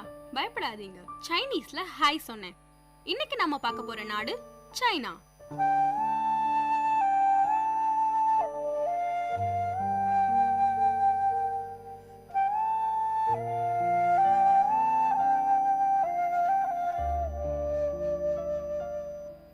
என்னங்க, சைனாவை பார்க்க போறன உடனே எப்ப பேக் பண்றது, எந்த ஃப்ளைட்டை பிடிக்கிறதுன்னு யோசிக்காதீங்க.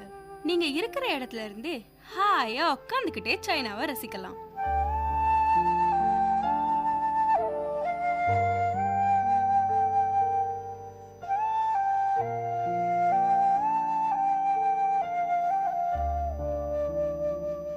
சரி வாங்க நிகழ்ச்சிக்கு போகலாம். முதல்ல சைனாவை பற்றின பொதுவான விஷயங்களை தெரிஞ்சுக்கலாம். சைனா தென்கிழக்கு ஆசியாவில் அமைந்திருக்கும் நாடு.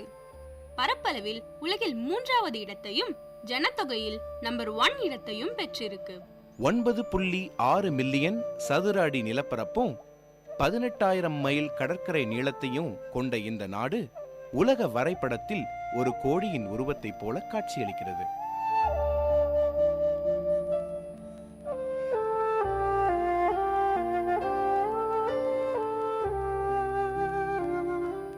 Korea, Vietnam, Laos, Burma, India, Bhutan, Nepal, Pakistan, Mongolia, Russia போன்ற நாடுகள் சைனாவை சுற்றியுள்ளன. சைனா அடர்ந்த காடுகள், மலைகள், குளிர்ந்த பாலைவனங்கள், சமவெளிகள் என பலவிதமான நிலப்பரப்புகளை கொண்ட நாடு. சீன மக்கள் சைனாவின் நிலப்பரப்பை 4 பகுதிகளாக பிரித்துள்ளனர். வடக்கு, தெற்கு, தென்மேற்கு மற்றும் குயிங்ஹாய் டிபெட்டியன். இப்பகுதிகளில் வாழும் மக்கள் அப்பகுதிகளுக்கேற்ப தங்கள் பழக்க வழக்கங்களில் மாறுபடுகிறார்கள். சைனாவின் மொத்த ஜனத்தொகையில் 95% பேர் வடக்கு மற்றும் தென் பகுதியில் தான் வாழ்றாங்க. இப்ப நாம சைனா போனா அங்க என்ன மொழி பேசுவாங்க? இதுல என்னங்க சந்தேகம், சைனீஸ் தானேன்னு கேப்பீங்க. ஆமாங்க, சைனீஸ் தான். ஆனா சைனீஸ் மொழி என்பது மண்டேரியன், கேண்டானீஸ்னு 2 வகையான வழக்கு மொழிகளா பேசப்படுது. ஆனா ஸ்டாண்டர்ட் சைனீஸ்னு மண்டேரியனையே உபயோகப்படுத்துறாங்க. மேலும் சிறிய அளவுல மாங்டியன், டிபெட்டியன், உய்ஹூர், சூவாங் போன்ற பிற மொழிகளும் பேசப்படுது. இங்க வாழற மக்கள்ல 91.5% பேர் ஹான் சைனீஸை சார்ந்தவங்க. மற்றபடி ஜூவாங், மஞ்சு, உய்ஹூர், ஹூய் என பலவிதமான மக்களும் வாழறாங்க. சைனா ஒரு சோசியலிஸ்ட் நாடு. ஜனத்தொகையில் முதலிடத்தில் இருக்கும் சைனா உலக பொருளாதாரத்தில் ஒரு பெரிய சக்தியா உருவாகிட்டு இருக்கு. சைனாவின் கரன்சி யுவானின் மதிப்பும் கூடிக்கிட்டே இருக்கு. சைனாவில் உள்ள முக்கியமான இடங்களை இப்ப பார்க்கலாம்.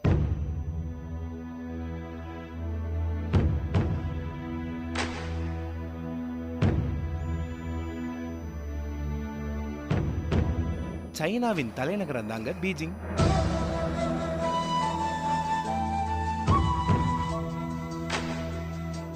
எங்கேயோ கேட்ட மாதிரி இருக்குல்ல.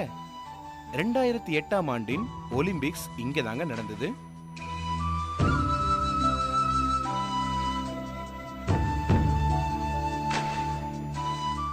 மிகவும் நேர்த்தியான நகரமைப்பை கொண்ட இந்த நகரம் நவீன காலத்திற்கேற்ப பல உருமாற்றங்களையும் கண்டு இப்போ எல்லா வசதிகளும் கொண்ட நகரமாகவும் பழமையான பாரம்பரிய சின்னங்களையும் கொண்டு கம்பீரமாக காட்சியளிக்கிறது. பீஜிங்கின் வானை முட்டும் கட்டிடங்கள், மேற்பாலங்கள் காண்போரை பிரமிக்க வைக்கும்.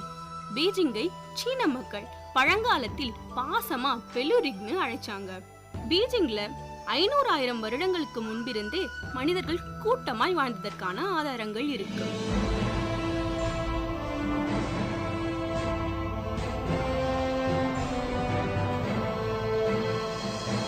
மங்கோலியர்கள் சைனாவை கைப்பற்றிய காலத்தில் தாது, அதாவது சிறந்த தலைநகரம் என்னும் பெயர் பெற்றது.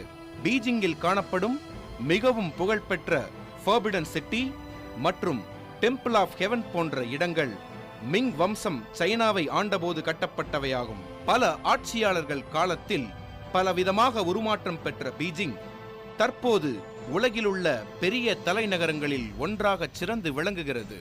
அதே சமயம் வளர்ந்து வரும் நாடுகள் சந்திக்கும் மிக முக்கியமான பிரச்சனையான சுற்றுச்சூழல் மாசுபாடு பிரச்சனை பீஜிங்கையும் விட்டு வைக்கவில்லை. அங்க போனா மிகவும் கவனமா வண்டி ஓட்டுங்க. பீஜிங்ல நீங்க முக்கியமா பார்க்க வேண்டிய இடங்கள் டெம்பிள் ஆஃப் ஹெவன், டியான்மென் சதுக்கம் மற்றும் ஃபார்பிடன் சிட்டி. அடடே, முக்கியமான ஒண்ணை விட்டுட்டோமே, அதாங்க கிரேட் வால் ஆஃப் சைனா. சீன பெருஞ்சுவர் உலக அதிசயங்கள்ல ஒண்ணு. இத பற்றி தெரியாதவங்க யாருமே இருக்க முடியாது. இது யுனெஸ்கோ ஒரு உலக புராதன சின்னமா அறிவிச்சிருக்கு.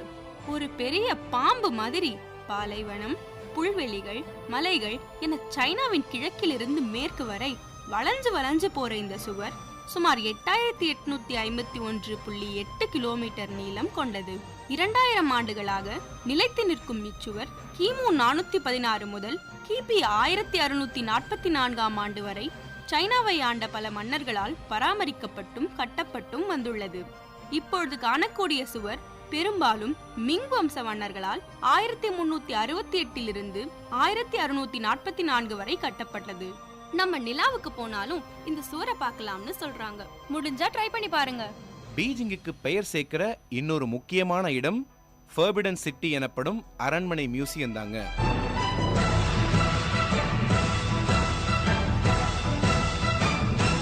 பொதுமக்கள் இதுக்குள்ள நுழைய முடியாத காரணத்தால் இதுக்கு ஃபர்பிடன் சிட்டின்னு பேர் வந்தது. செவ்வக வடிவத்தில் இருக்கும் இந்த பேலஸ் தான் உலகத்திலேயே பெரியது. இந்த அரண்மனையை கட்ட 14 வருடங்கள் ஆனதாம். இது கற்கள், வெள்ளை அரிசி, சுண்ணாம்பு, சிமெண்ட் மற்றும் முட்டையின் வெள்ளை கருவால கட்டப்பட்டதாம். பெரும்பாலும் மஞ்சள் நிற கற்களாலேயே இந்த அரண்மனை அலங்கரிக்கப்பட்டிருக்கிறது.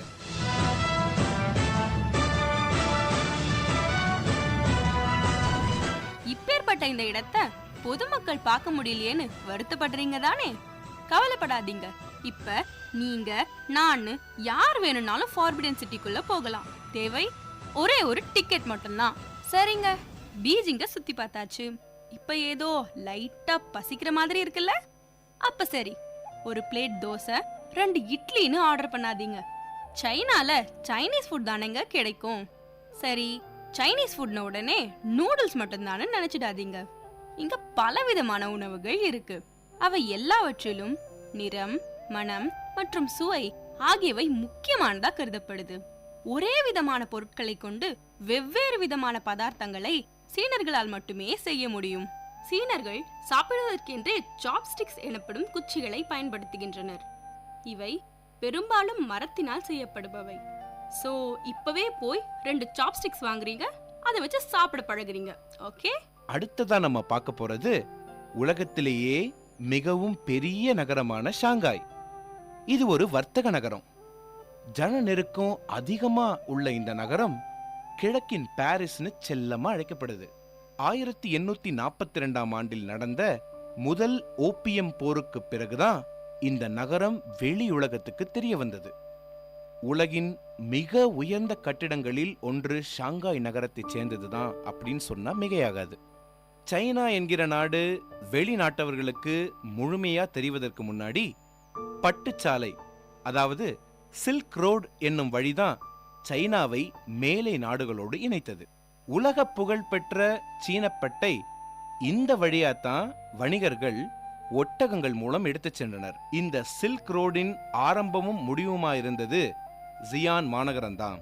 ஜியானில் பல பழங்கால அரண்மனைகள், பகோடாக்களை கொண்டது. இங்கே காணப்பட்ட ஒரு அரசரின் கல்லறையில் அவரை காக்க டெரகோட்டாவால் செய்யப்பட்ட ஒரு பெரிய சேனையே இருந்ததாம். இந்த டெரகோட்டா சிலைகள் ஒவ்வொன்றும் நிஜ மனிதர்களை மாதிரியா கொண்டு செய்யப்பட்டவையாம். மேலும் அவற்றோடு கூட விலை மதிப்பற்ற தங்கம், வைடூரியங்கள், பொக்கிஷங்களும் கிடைத்ததாம். இத்தகைய செல்வச் செழிப்பு வாய்ந்த நகரம் 10ஆம் நூற்றாண்டில் டாங் வம்சத்தினரின் ஆட்சியின் போது கலகங்களால் அழிந்துவிட்டது.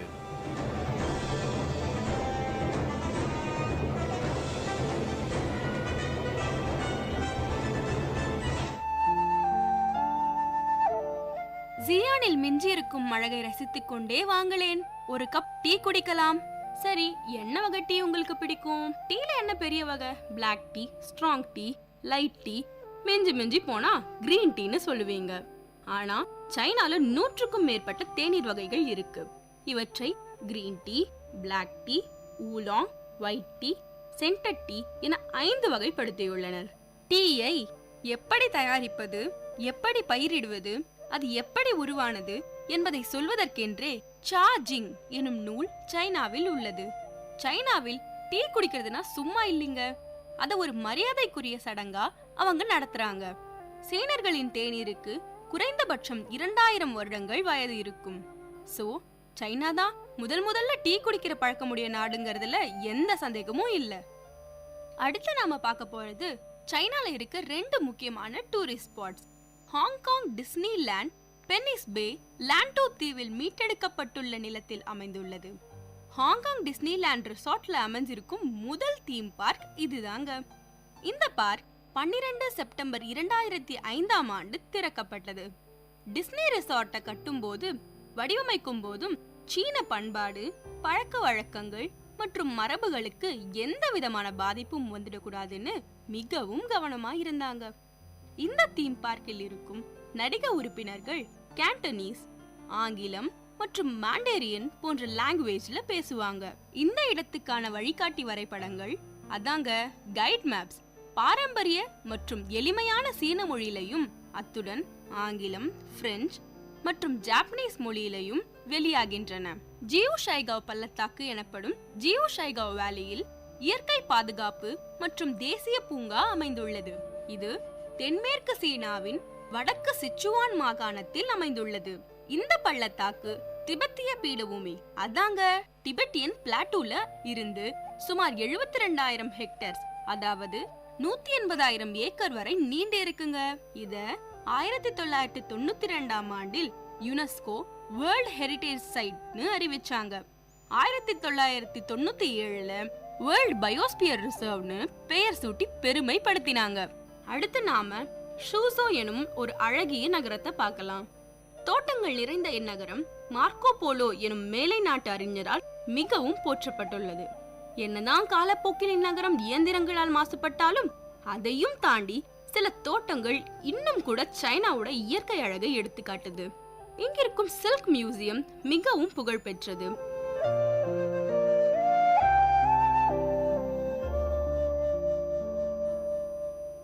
குங்சு எனப்படும் சீனர்களின் ஒரு வகையான இசை வழி நாடகம் இந்த நகரத்தில் தான் உருவானது. இந்த குங்சு தான் மற்ற பல கலைகளுக்கும் தாய் என்கிறார்கள் சீனர்கள். உலக புகழ் பெற்ற பெக்கிங் ஓபேராவும் இதிலிருந்து தான் உருவானதாம். ஷூசோவில் இருந்து வரும்போது மறக்காம ஷூசோ எம்ப்ராய்டரி துணிகளை வாங்கிட்டு வாங்க, சரியா? பட்டு நூலில் செய்யப்படும் இவ்வகை எம்ப்ராய்டரி மிகவும் அழகானது. அது மட்டும் இல்லைங்க, இரு பக்கமும் ஒரே மாதிரி தெரியக்கூடிய விசேஷமும் பெற்றது இது. சைனாவில் எம்ப்ராய்டரி மட்டும் இல்லைங்க, பலவிதமான கலைகளும் இருக்கு. இசை வழி நாடகங்கள் சீனர்களுக்கு மிகவும் பிடித்தமான ஒரு பொழுதுபோக்கு. ஓவியம், கேலிகிராஃபி போன்ற கலைகள் சைனாவில் பல வருடங்களா சிறப்புற்று இருக்கு. மேலும் போர்சிலைன் எனப்படும் வெள்ளை களிமண்ணால் செய்யப்பட்ட பாத்திரங்கள் சைனாவின் கலைத்திறமைக்கு சிறந்த எடுத்துக்காட்டுகள். இவை மிகவும் நேர்த்தியான முறையில் சீன குயவர்களால் செய்யப்படுகின்றன. பல்வேறு காலகட்டத்தில் செய்யப்பட்ட பழமை வாய்ந்த போர்சிலைன் பாத்திரங்கள் மிகவும் விலை மதிப்பு பெற்றவையாக கருதப்படுகின்றன. சைனாவின் கும்ஃபு அல்லது ஊஷுவின் மதிப்பு உலகத்துக்கே தெரியும். உங்களுக்கும் தெரியும்ல? சைனாவில் எம்ப்ராய்டரி மட்டும் இல்லைங்க, பலவித கலைகளும் இருக்கு. இசை வழி நாடகங்கள் சீனர்களுக்கு மிகவும் பிடித்த ஒரு பொழுதுபோக்கு. சீனர்கள் கலை மட்டுமல்லாது அறிவியலிலும் முன்னோடிகளாய் இருந்தனர். உலகின் முதல் வழிகாட்டும் காம்பஸ் சீனர்களால் உபயோகிக்கப்பட்டது. காகிதம், கன் பவுடர், பட்டாசு, கடிகாரம், அபாக்கஸ் முதலியவற்றை கண்டுபிடித்தவர்களும் சீனர்கள்தான். முதலில் அச்சிட்டு புத்தகங்களை படித்தவர்களும் சீனர்கள்தான். சீனர்களின் நாகரிகம் பல நூற்றாண்டுகளாக தொடர்ந்து செழிப்புற்று விளங்கியுள்ளது. அவர்களின் வரலாறு கிமு 21ஆம் நூற்றாண்டிலிருந்தே குறிக்கப்பட்டுள்ளது.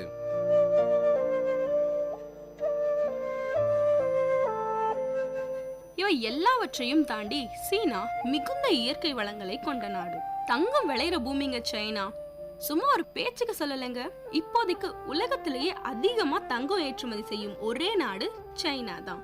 மேலும் பல வகையான தாது பொருட்கள், இரும்பு, நிலக்கரி என அனைத்தும் பெற்ற தன்னிகரான நாடா விளங்குது சைனா. சைனாவில் காணப்படும் இயற்கை அழகும் கொஞ்ச நஞ்சம் இல்லைங்க. இதன் மலைப்பகுதிகள் உயர்ந்தும் தாழ்ந்தும் பலவித உயிரினங்களுக்கு உறைவிடமாவும் இருக்கு. சைனாவில் மட்டுமே காணப்படுற பாண்டா கரடிகள் உலகத்துல அழியும் நிலையில் இருக்கிற விலங்குகளின் சின்னமா இருக்கு. இதே போன்று பலவிதமான விலங்குகள் பறவைகள், மரம், செடி கொடிகள்னு பலவற்றுக்கு சைனா தாய்நாடா விளங்குது. இப்படி பல சிறப்பம்சங்களை கொண்ட சீன நாட்டோட பெருமைகளை சொல்லிக்கிட்டே போகலாம். என்னங்க, வீட்ல இருந்தபடியே சைனாவை சுத்தி பார்த்துட்டீங்களா?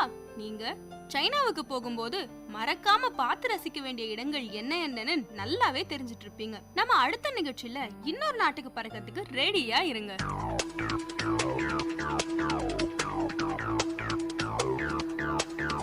நேயர்கள் இதுவரை கேட்டது திரைக்கடலோடி, கண்டங்களை இணைக்கும் ஒரு புரிதல் தொடர்.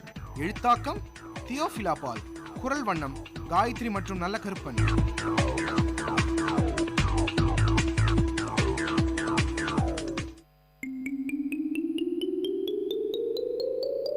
ஹாய் குட்டீஸ், இது விஐடி பண்பலை 90.8. விஐடி பல்கலைக்கழகத்தின் சமுதாய வானொலியில் கதை கேளு கதை கேளு. சின்ன கதை சொல்லி பெரிய கருத்தை சொல்ல வந்திருக்கோம். நான் உங்கள் லீஷு.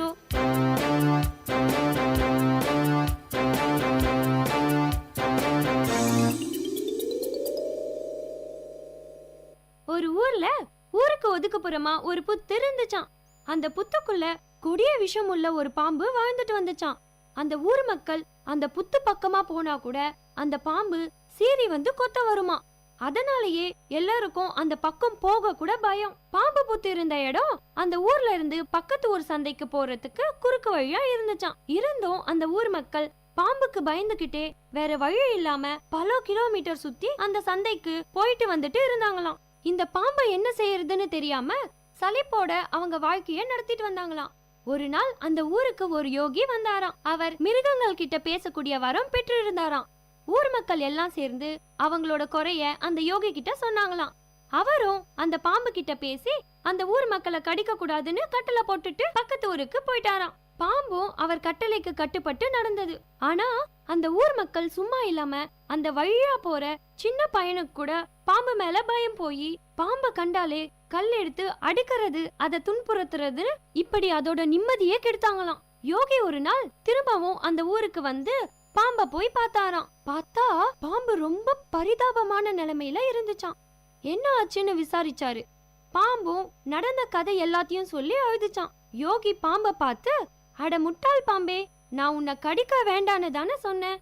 பக்கத்துல வரவங்கள பார்த்தா சீராதன்னு ஒருபோதும் சொல்லவே இல்லையேன்னு சொன்னாராம். இந்த கதையில என்ன தெரிஞ்சுக்கிட்டோம்?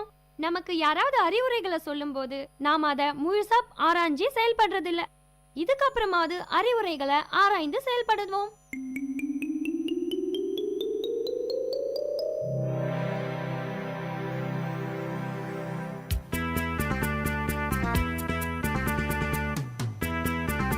இதே மாதிரி இன்னொரு கதையோடையும் கருத்தோடையும் அடுத்த கதை கேளு நிகழ்ச்சியில சந்திப்போம். அது வரைக்கும் உங்களிடமிருந்து விடை பெறுவது உங்கள் லீஷு.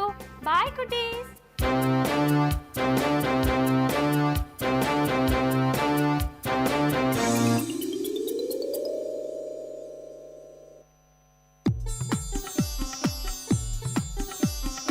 தமிழ்ச்சுடர், வாழ்வும் இலக்கியமும் சங்கமிக்கும் ஒளி ஓவியம் உங்கள் விஐடி பண்பலை 90.8.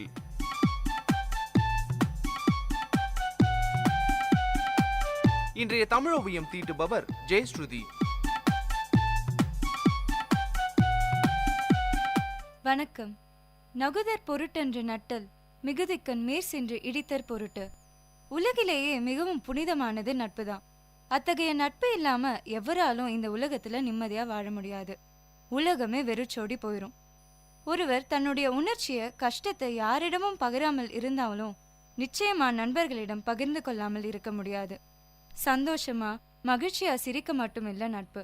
நண்பர் ஒரு தவறு செய்யும் போது, தப்புக்கு கண்ணுக்கு படும் போது அதை சுட்டி காட்டி நல்வழிப்படுத்துறதும் உண்மையான நட்புக்கு இலக்கணம். சும்மா 4 படத்துக்கு போனோமா, ஊரை சுத்தி பார்த்தோமா, வெளியில சாப்பிட்டோமா, பில்ல ஃப்ரெண்டு பே பண்ணினாங்களான்றது முக்கியம் இல்ல. நம்ம நண்பர் தப்பு பண்ணும்போது அதை திருத்தி நல்வழிப்படுத்துவதுதான் உண்மையான நட்பு. எந்த நேரத்திலும் இணை பிரியாத 2 நண்பர்கள் இருந்தாங்க. எந்த நேரத்திலும் தம்முடன் இருந்து சந்தோஷமா பேசிக்கொண்டிருப்பதை விரும்பிய அவர் திடீர்னு வேலை இருக்குன்னு அடிக்கடி சொல்லிட்டு போயிடுவாரு. இதுவரை நண்பனாக இருந்து எப்போதும் எந்த சூழ்நிலையிலும் தனக்கே முக்கியத்துவம் கொடுத்து பேசிய நண்பர் திடீர்னு அதை தவிர்த்து வேற ஒருவருக்கு சம்பந்தமே இல்லாம தம்மை தவிர்த்து முக்கியத்துவம் கொடுத்தார். இதுவரை எங்க போனாலும் அழைக்காம செல்லாத நண்பர் புது நண்பர்களுடன் தனியா போறதுன்னு அவரோட செயல்பாடுகள்ல மாற்றங்கள் தெரிந்தது. உறவுகள்ல சின்ன சின்ன பிரிவுகள், மனக்கசப்புகள் இருப்பது சாதாரணமான விஷயம் தானே. எந்த உறவுக்கும் பிரிவு இருந்தாலும் நட்புக்கு பிரிவு இருக்காதுன்னு அவர் நினைச்சாரு. கொஞ்ச நாட்கள் கடந்து போக அத்தகைய உறவிலும் பிரிவு என்று ஒன்று இருக்குன்னு உணர்ந்தாரு. ஆனா அது வெளிப்படையா தெரியாதுன்னு புரிஞ்சுக்கிட்டாரு. அப்புறம் அவரை கூப்பிட்டு பேசினதுல அவரு கூடா நட்புனால குடிப்பழக்கத்திற்கு ஆளாகி இருக்காருன்னு தெரிஞ்சுக்கிட்டாரு. தன் நண்பர் செய்வது தவறு என்று எண்ணி அதை திருத்த தன்னால் முடிஞ்ச எல்லாத்தையும் செஞ்சாரு. அப்பவும் அவர் திருந்துற மாதிரி தெரியல. சொல்லி பயனில்ல. இதுக்கு மேல நமக்கு என்ன வந்தது, இவன் கூட இருந்தா நாமளும் நாசமா தான் போவோம் அப்படின்னு சொல்லிட்டு அவரை பிரியல. அவர் மாறாக அவனை தக்க மருத்துவரிடம் அழைத்து சென்று கொஞ்சம் கொஞ்சமாக அந்த பழக்கத்திலிருந்து வெளிக்கொண்டு வந்தாரு. இயற்கையின் நியதி ஒன்றாக வாழ்தல் தான். ஒருமை நலத்துடன் வாழ்தல். வேறுபட்டவெல்லாம் ஒன்றுபட்ட நிலையிலே உலகம் இயங்கி வருது. ஒருவரிடம் ஒருவர் இல்லாத ஒருவரை பற்றி குறைகளை கூறாமல் குற்றங்கள் இழைக்கும் போது அதை சுட்டி காட்டுவதற்கும் ஈடான அறம் வேறு ஒன்றுமில்லை. ஒருவர் ஒருவருக்கு செய்யக்கூடிய உதவி என்பது அவர் பலரோடு நட்பாக இருப்பதற்குரிய வாயில்களை அமைத்து தரும். நல்ல நட்பை தேடி கண்டு கொள்ளாவிட்டால் திருந்த வேண்டியவர்களே இயல்பாக திருந்த மாட்டார்கள். மகிழ்ச்சி நிறைந்த நட்புறவை உண்டாக்கி வளர்க்க வேண்டும். குற்றங்கழிதலே நட்பை வளர்க்கும். இந்த இனிய அறத்தை அறிந்து செய்ய இயலாதவர் குறைகளை எடுத்து கூறி சமூகத்தில் பிரிவினையை ஏற்படுத்துவார்கள். இதை போன்றவர்கள் நம்மை நாடி வந்து வாய் திறந்தால் அமைதி காப்பது நல்லது. உலகில் உயர்ந்தது நட்பே. உலகில் உயர்ந்த அறம் ஒன்றி நின்று பழகுதலே. ஒன்றுதலுக்கு ஈடான அறம் இல்லை. இந்த அறம் நிகழ்ந்தாலே சமுதாயத்தில் திருத்தங்களும் கூட தோன்றும். தீமைகள் வேரோடு அழியும். இதைத்தான் வள்ளுவர் நகுதற் பொருட்டென்று நட்டல் மிகுதிக்கண் மேசென்று இடித்தற் பொருட்டு என்று சுட்டி காட்டுகிறார். ஒருவனோடு நட்பு கொள்வது சிரித்து மகிழ மட்டுமன்று. நண்பனிடம் வேண்டாத செயல் இருக்க கண்டபோது விரைந்து கண்டித்து புத்தி சொல்வதற்கே ஆகும். சிந்தியுங்கள், செயல்படுங்கள். நன்றி.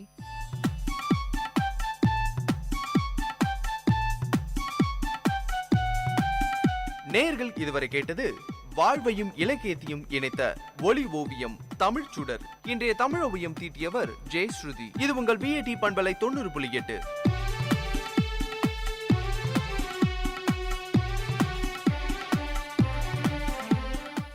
Bhuvana present miss. Priya absent miss. Bhuvana, Priya ஏன் ஸ்கூலுக்கு வர மாட்டேங்கிறா? மிஸ், அவளுக்கு அவங்க வீட்ல கல்யாணம் பண்ண போறாங்களாம், அதான் ஸ்கூலுக்கு வரல மிஸ். நீங்க தானே பிரியோட அப்பா அம்மா? சொல்லுங்க டீச்சர். ஸ்கூலுக்கு போகிற குழந்தைய கல்யாணம் பண்ணி வைக்கிறது சட்டப்படி தப்புன்னு தெரியாதா உங்களுக்கு? ஒழுங்கா அவளை ஸ்கூலுக்கு படிக்க அனுப்புங்க. இல்லனா நீங்க எல்லாரும் ஜெயிலுக்கு போக வேண்டியிருக்கும். சொல்லிட்டேன். உங்க ஊர்ல 18 வயசு பூர்த்தி அடையாத பெண் குழந்தைகளுக்கு திருமணம் பண்ணி வைக்க யாராவது முயற்சி பண்ணா அத பத்தி 1098க்கு புகார் கொடுங்க. அது அல்லாது குழந்தை திருமணத்திற்கு துணை போகும் அனைவரும் தண்டனைக்குரியவர்கள் தான். Bhuvana present miss. Priya present miss. Super. அப்போ இன்னைக்கு ஃபுல் அட்டெண்டன்ஸ். அதனால ரொம்ப முக்கியமான பாடம் சொல்லி தர போறேன். VLCPC சொல்லப்படுற கிராமங்கள் அளவிலான குழந்தை பாதுகாப்பு கூட்டத்துல ஒரு ஆசிரியரா நானும் ஒரு மெம்பர். சோ உங்களுக்கு ஏதாவது ப்ராப்ளம் இல்ல அன்சேஃபா ஏதாவது நடந்தா யார்கிட்ட சொல்லணும்? உங்க கிட்ட சொல்லணும் டீச்சர். சரியா கேக்கல. உங்க கிட்ட சொல்லணும் டீச்சர். குழந்தைகள் நலன் கருதி வெளியிடுவோர் மாநில குழந்தைகள் பாதுகாப்பு சங்கம், சமூக பாதுகாப்புத்துறை, தமிழ்நாடு அரசு.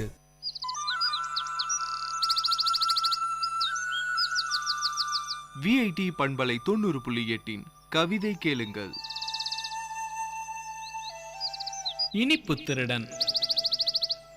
அன்பானவன், அனைவரின் நல்லன்பையும் பெற்றவன், இரக்க குணமுடையவன், பண்பானவன், இயல்பானவன் என்று பற்பல நற்பண்புகளை கொண்டவன்.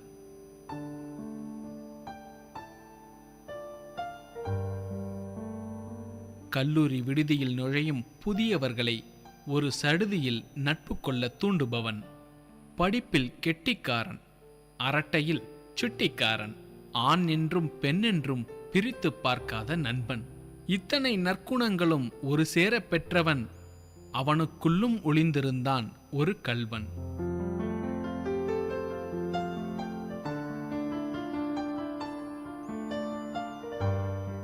உடலமைப்பை அரங்கேற்றினால் உயரம் மட்டும் பனையில் பாதி. உடலமைப்பை அரங்கேற்றினால் உயரம் மட்டும் பனையில் பாதி. புன்னகைக்கும் பற்கள் கொட்டும் வெள்ளியின் வெள்ளை. முருங்கைக்காய் பறிக்க துரட்டி தேடாத கைகள்.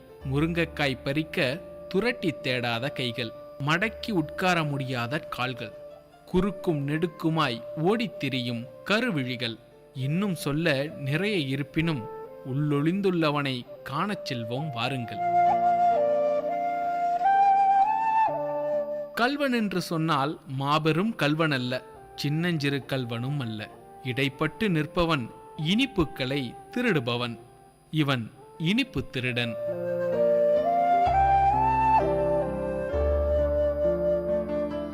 காலை உணவில் கலவரமின்றி அமர்ந்திருக்கும் இரு கண்கள். நண்பர்கள் கூட்டம் அருகே அமர சுற்றும் முற்றும் ஓடித் திரிந்து இனிப்பின் மீது ஈயென தொக்கி நிற்கும். எதிர்த்தட்டோ தற்காலிக எதிரியின் தட்டோ. இனிப்பிருந்தால் போதும் இன்பமாய் இவன் கண்கள் தேடும். இனிப்பிருந்தால் போதும் இன்பமாய் இவன் கண்கள் தேடும்.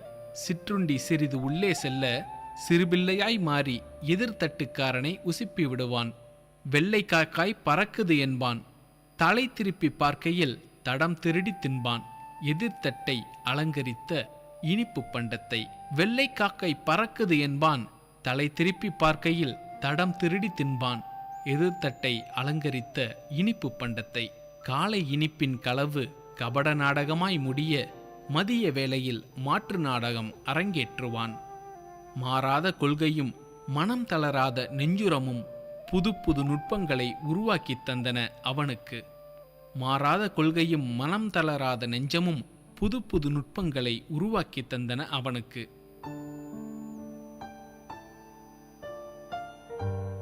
சாப்பாட்டு மேசையில் தண்ணீர் குவளைகளை காலி செய்வான்.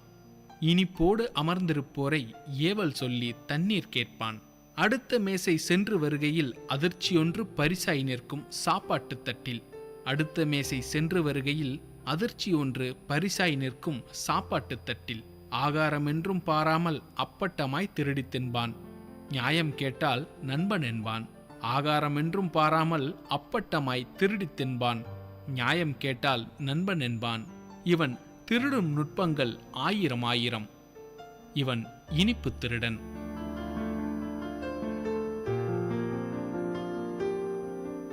இவன் திருடும் நுட்பங்கள் ஆயிரம் ஆயிரம். சட்டையில் யாரோ மைத்தளித்தார் என்பான். யாரோ உன்னை அழைத்தனர் என்பான். சட்டையில் யாரோ மைத்தளித்தனர் என்பான். யாரோ உன்னை அழைத்தனர் என்பான். விட்கல் என்று நீர் கேட்பான். ஒரு நொடி நகர்ந்தாலும் நகராவிட்டாலும், கண்கள் சிமிட்டினாலும் சிமிட்டாது வீழ்த்தாலும், கைகள் கொண்டு மறைத்தாலும் சோற்றில் ஒளித்து வைத்தாலும் நுட்பமாய் நுகர்வான். அனைத்தையும் கவர்வான். இவன் இனிப்பு திருடன்.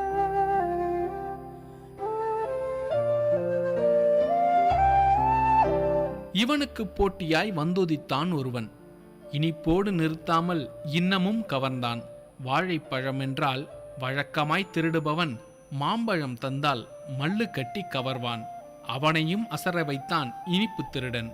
அன்று அறுவர் தட்டில் அரவமின்றி எடுக்கப்பட்ட இனிப்புகள் அனாயாசமாய் காணாமல் போனது இனிப்பு திருடனின் கைவரிசையோடு. பழம் பறித்தவன் தட்டும் சிதறி கிடந்தது. பார்த்தவர்கள் கண்கள் குளமாய் வழிந்தது. பழம் பறித்தவன் தட்டும் சிதறி கிடந்தது. பார்த்தவர்கள் கண்கள் குளமாய் வழிந்தது. இனிப்பு திருடன் தின்று தீர்த்தான் அனைவரின் இனிப்புக்களையும். இனிப்பு திருடன் தின்று தீர்த்தான் அனைவரின் இனிப்புக்களையும், நட்பில் இனித்தவைகளையும்.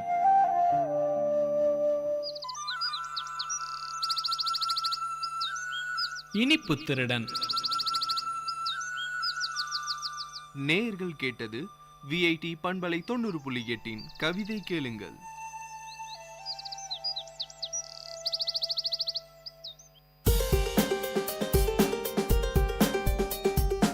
வல்லுனர் பார்வை. பல்துறை பகிர்வுகள், வல்லுனர் தரவுகள், மக்களின் சந்தேகங்களுக்கான சான்றுகளோடு விஐடி பண்பலை 90.8 வல்லுனர் பார்வை. வணக்கம் நேயர்களே, விஐடி பண்பலை 90.8 இது வல்லுனர் பார்வை. பல்வேறு துறைகளில் தேர்ச்சி பெற்ற வல்லுநர்களின் கலந்துரையாடல்கள், அவர்களின் கருத்துக்கள், எண்ணங்கள், பதில்களுக்கான கேள்விகளோடு முனைவர் கா. தமிழ்ச்செல்வன். இன்றைய வல்லுனர் பார்வையில் தமிழகத்தின் பாரம்பரிய கலையின் அடிப்படையான கூத்து பற்றி நம்முடன் கலந்துரையாட கூத்து கலைஞரும் கூத்து பற்றிய ஆராய்ச்சியாளரும் வேலூர் திருவள்ளுவர் பல்கலைக்கழக பேராசிரியருமான முனைவர் க ரமேஷ் ஐயா அவர்களை வரவேற்கிறோம். ஐயா வணக்கம். ஐயா வணக்கம். ஐயா, கூத்து ஆரம்பிக்கும் போது மங்களகரமா ஆரம்பிக்கிறது நம்ம வழக்கம். அது மாதிரி இந்த கூத்து சார்ந்த இந்த கலந்துரையாடல்லையும் மங்களகரமா ஆரம்பிக்கலாம். பாடலோட துவங்கலாங்க ஐயா. கட்டாயமாக பாடிடலாங்க. இப்போ தெருக்கூத்து ஆரம்பிக்கிறப்ப முதல்ல கணபதி துதி தான் பாடுவாங்க. அந்த துதி வந்து இப்போ பாடுவோம். கணபதி வந்தனா வந்தனா தந்தனா இஞ்ஞானா சுந்தர கணபதி வந்தனா.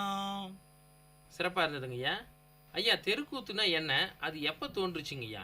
பொதுவாக நம்ம தமிழகத்தில் வந்து கலை வடிவங்கள்னு எடுத்துட்டாவே பெரும்பாலான கலை வடிவங்கள் வந்து சாமானிய மக்கள்கிட்ட தான் தோன்றுச்சு. அதே போல தான் இந்த தெருக்கூத்தும் தோன்றி இருக்கலாம். இப்போ மன்னராட்சி காலத்தில் பார்த்தீங்க அப்படின்னா மக்கள் வந்து நிறைய கடின உழைப்பு உழைச்சிருக்காங்க. அந்த உழைப்பின் காரணமாக அவங்க என்ன பண்ணுறாங்கன்னா பெரும்பாலான நேரம் வந்து அவங்களுக்கு உழைப்பிலே போயிடுது. அப்போ என்ன பண்ணுறாங்க, மாலை பொழுதுகளில் அவங்க என்ன பண்ணுறாங்க அப்படின்னா அவங்க கையில் இருக்கிற ஒரு பானை, சிறு சிறு கற்கள், இதை வச்சு அவங்க ஒரு இசை அமைக்கிறாங்க. அப்போ இசை அமைக்கிறப்ப என்ன ஆகுதுன்னா இதான் முதல்ல வந்து அடிப்படையாக நமக்கு இசையாக கிடைச்சிருக்கு. அதுக்கப்புறம் பார்த்தீங்க அப்படின்னா ஒப்பனைன்னு பார்த்தோன்னா அருகில் இருந்த கறிக்கொட்டை, சாம்பல் அந்த மாதிரி எடுத்து பூசிக்கிட்டு இந்த இசையும் இந்த ஒப்பனை அந்த இசைக்கேற்றவாறு ஆடல்கள் துவங்குறப்ப நமக்கு ஒரு கலை வடிவம் கிடைக்குது. அந்த மாதிரி தான் இந்த தெருக்கூத்தும் ஏற்பட்டுக்கலாம்ன்றது அறிஞர்களுடைய கருத்து. ஆனால் எந்த ஆண்டு தோன்றுச்சு, என்ன காலகட்டம்ன்றது நம்ம சரிவரையே நம்ம சொல்ல முடியாது. இந்த கூத்தோட சிறப்புன்னு ஒன்று பார்த்தீங்கன்னா இயல், இசை, நாடகம், இது மூணுமே இருக்கு. இயலும் இருக்கு, இசை இருக்கு, நாடகம் இருக்கு. இந்த கூத்து வடிவங்களில் பார்த்தீங்க அப்படின்னா பெரும்பாலும் வந்து ராமாயண மகாபாரத கதைகளை அடிப்படையாக வச்சு தான் இந்த கூத்து வந்து தமிழகத்தில் இன்றும் வந்து பண்டை காலம் தொட்டே வந்து இன்றைய வரைக்குமே வந்து மிகவும் சிறப்பாக நடைபெற்று கொண்டு இருக்கிறது. சரிங்கய்யா. ஐயா, இப்போ தெருக்கூத்து ஆடும் காலங்கள் அப்படின்னு எதனா இருக்குங்களா? கட்டாயம் இருக்குங்க. இப்போ தெருக்கூத்து வந்து பார்த்தீங்கன்னா ஆண்டுதோறுமே தமிழகத்தில் பெரும்பாலான இடங்கள் நடக்குது. இருந்த போதிலுமே கூட இப்போ இந்த வட்டாரங்களில் பார்த்தீங்க அப்படின்னா மாரியம்மன் கோயில் இல்லை திரௌபதி அம்மன் கோயில் முன்னாடி பார்த்தீங்கன்னா பங்குனி மாதத்துலேருந்து புரட்டாசி மாதம் வரைக்கும் அவங்க வந்து இந்த தெருக்கூத்துகள் நடக்குது. இந்த தெருக்கூத்து பெரும்பாலும் பார்த்தீங்கன்னா இரவு ஒரு 10 மணிக்கு ஆரம்பித்து விடியற் காலை தான் முடிப்பாங்க.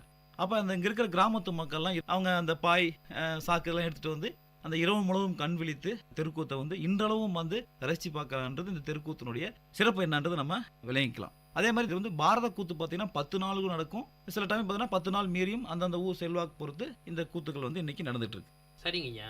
ஐயா, தெருக்கூத்துல களரி என்ற பதத்தை பயன்படுத்துறாங்க. களரின்னா என்னங்கய்யா? அது களரின்னா ஒன்றும் இல்லைங்க, கூத்தாடுகின்ற இடம். அந்த இடம் பார்த்தீங்க அப்படின்னா ஒரு 3 வகையாக நம்ம பிரிக்கலாம். அது சதுர வடிவம், முக்கோண வடிவம், வட்ட வடிவம் அப்படின்ற மாதிரி ஒரு 3 வடிவம் வந்து பிரிக்கிறாங்க.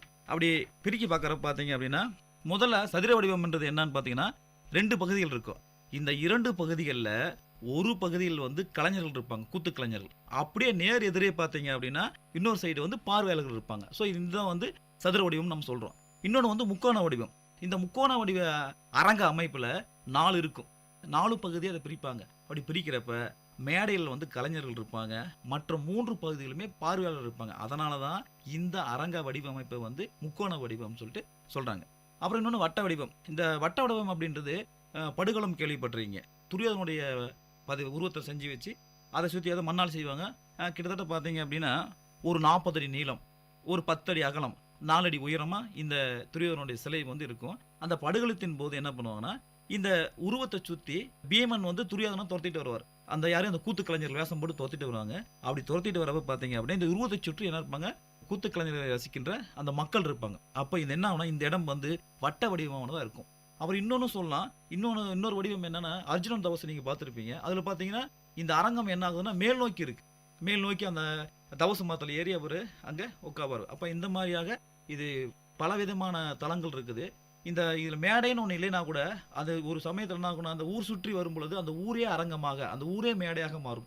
சில டைம் பார்த்தீங்கன்னா மக்கள் வந்து அவங்களும் ஒரு கதாபாத்திரமாக அதில் வந்துடுவாங்க. அவன் அந்த மாதிரியான ஒரு சிறப்பம்சம் கொண்டது இந்த களரி என்ற இந்த இடம். ஐயா, தெருக்கூத்துல பாத்திர பிரவேசம் அப்படின்னு சொல்றோம் இல்லைங்களா, அது எப்படி இருக்குங்க ஐயா? அது ஒன்றும் இல்லைங்க.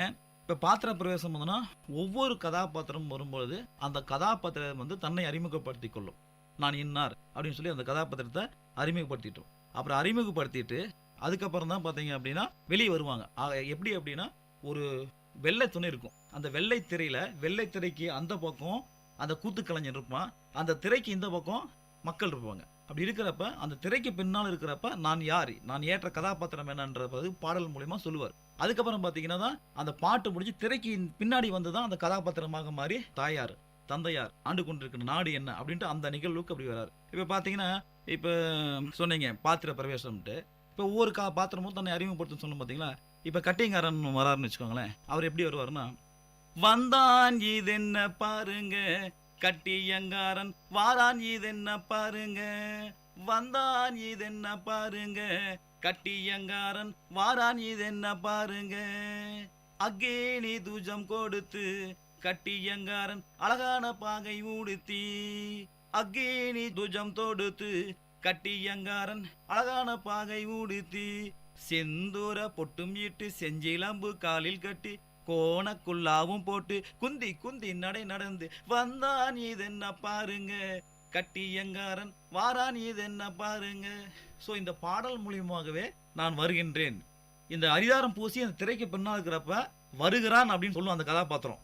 அந்த திரையை நீக்கினோடனே வந்தான் அப்படின்ற மாதிரி அந்த கதாபாத்திரங்கள் வந்து பாத்திர பிரவேசம் வந்து இப்படி ஒவ்வொரு கேரக்டருமே எல்லா கேரக்டருமே பார்த்தீங்கன்னா துரியோதனன் துச்சாதனன் பீமன் தர்மர் எல்லாத்துக்கும் இந்த பாத்திர பிரவேசம் பண்றது இந்த மாதிரி தான் வந்து தெருக்கூத்துல இருக்குங்க.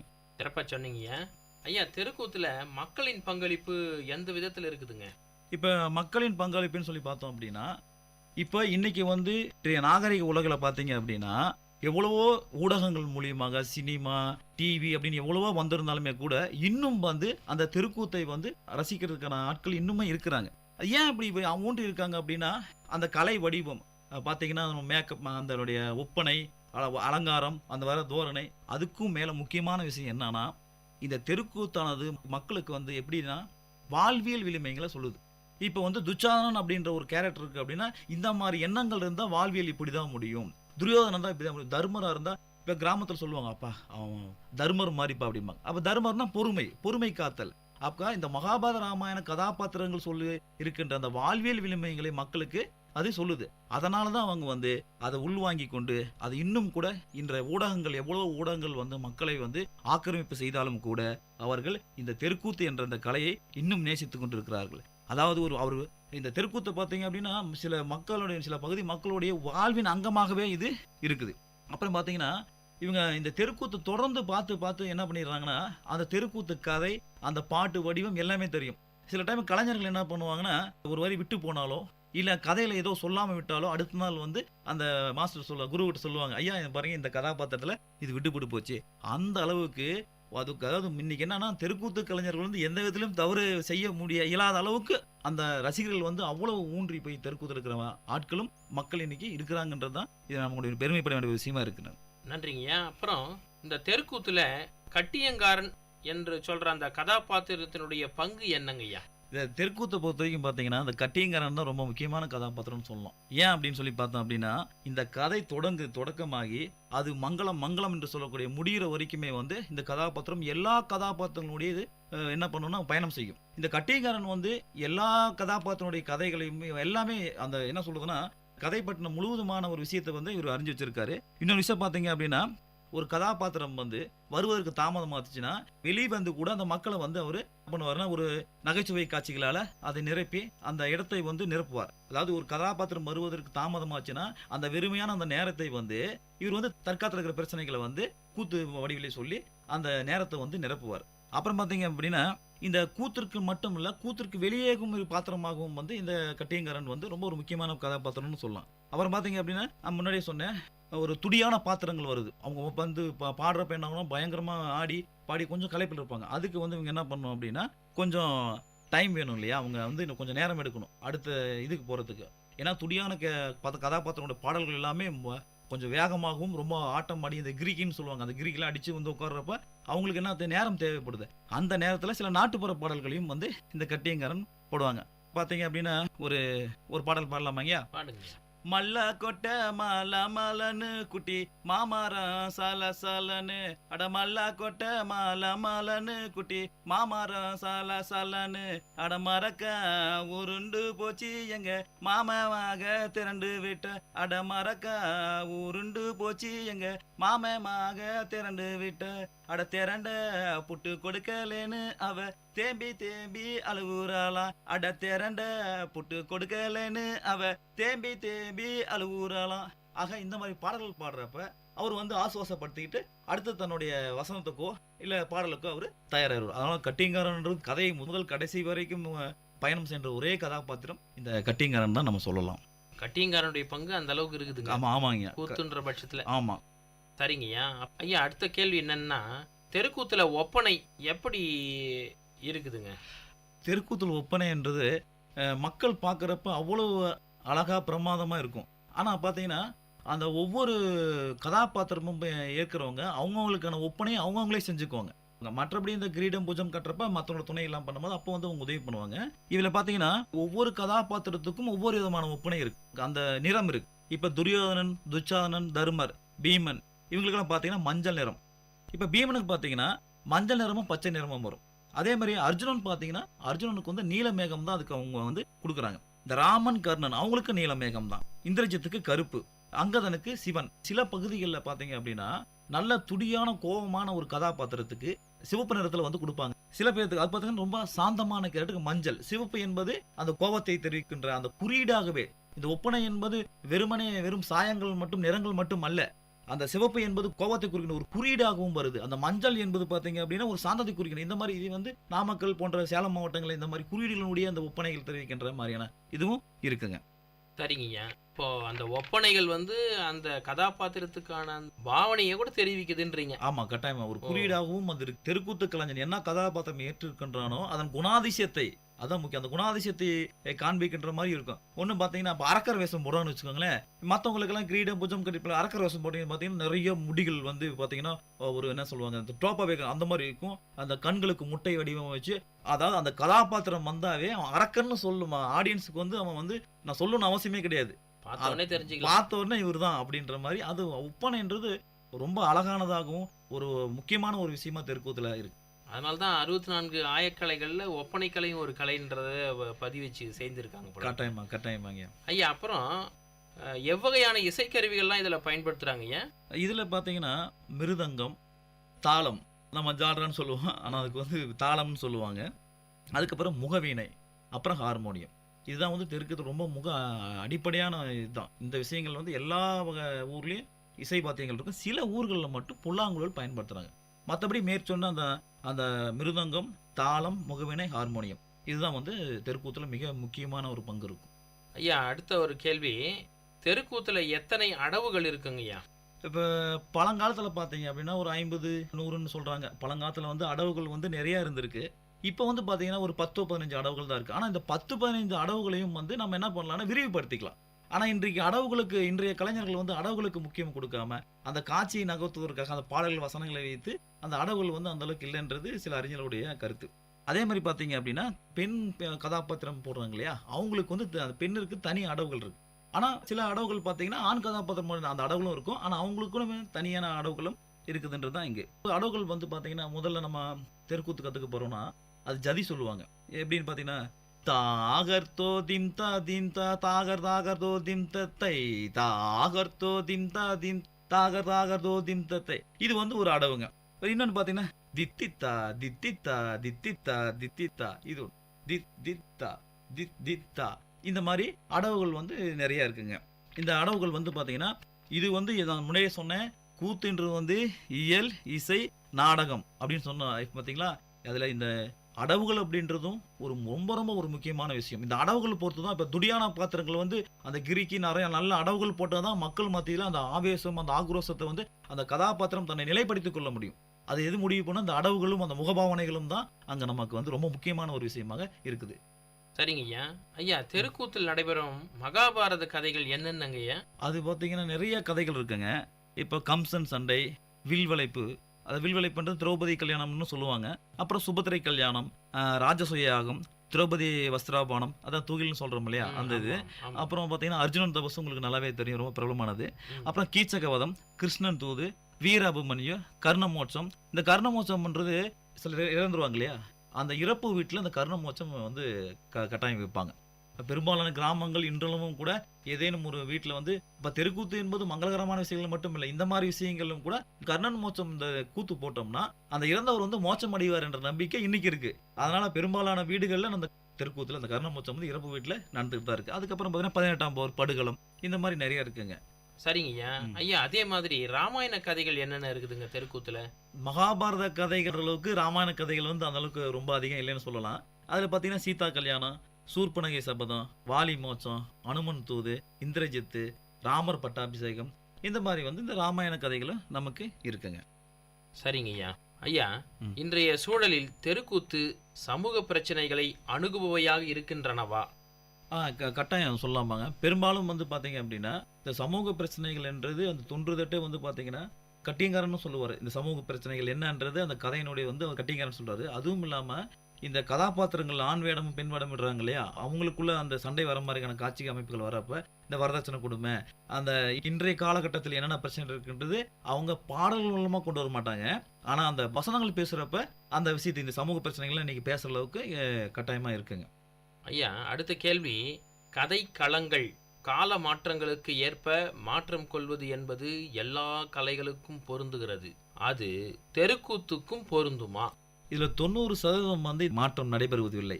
ஆனால் அந்த 51 பரம்பரை கூத்து மன்றம் மட்டும் நிறையா பண்ணிட்டு இருக்காங்க. அவங்க இப்போ பார்த்தீங்கன்னா இலங்கை பிரச்சனைக்காக ஒரு தனியாக களம் அமைச்சு கதை எழுதி அந்த கூத்து அடவுகள் வச்சு அவங்க பண்ணாங்க. அதுக்கப்புறம் பார்த்தீங்கன்னா நிறைய அவங்க வந்து இந்த மாதிரி புதுமையான விஷயங்கள் வந்து அந்த கண்ணப்ப தம்பிரான் அவங்க மட்டும் வந்து பண்ணிட்டு இருக்காங்க. இப்போ கூட அந்த ஒரு ஆங்கில நாவல் வயதோகிய மனிதன் சொல்லிட்டு அதை வந்து கூத்தோடி கொண்டு வந்திருக்காங்க. அதுக்கப்புறம் பார்த்தா மெக்பத் என்ற அந்த ஆங்கில நாவல் அது வந்து என்ன பண்ணியிருக்காங்கன்னா நம்ம தமிழகத்து அடவுகளை போட்டு இசை வச்சு கதை மட்டும் வந்து மெக்பத்துது. இது ரொம்ப பெரும் வரவேற்பை பெற்றது. சென்னையிலையும் நிறைய இடங்கள்ல இது அரங்கேற்றம் பெற்றது. இந்தமான புதுமைகள் வந்து எனக்கு தெரிந்த மட்டும் வந்து மரபுல இருந்து யாருமே இல்லை. நீங்க முன்னாடி கேட்ட கேள்விகள் போல சமூக பிரச்சனைகள் என்னன்றது அந்த கதைகளினுடைய அந்த கதாபாத்திரங்கள் பேசுது. ஆனா இந்த அப்படியே கதை கலந்துமே மாற்றம் என்பது எனக்கு தெரிந்த மட்டுமே இந்த கண்ணப்ப பரம்பரை மட்டும்தான். இவங்க அதை விட்டு வெளி வந்து இந்த இலங்கை பிரச்சனைக்கு இப்ப கூட ஒரு நாடகம் போட்டாங்க.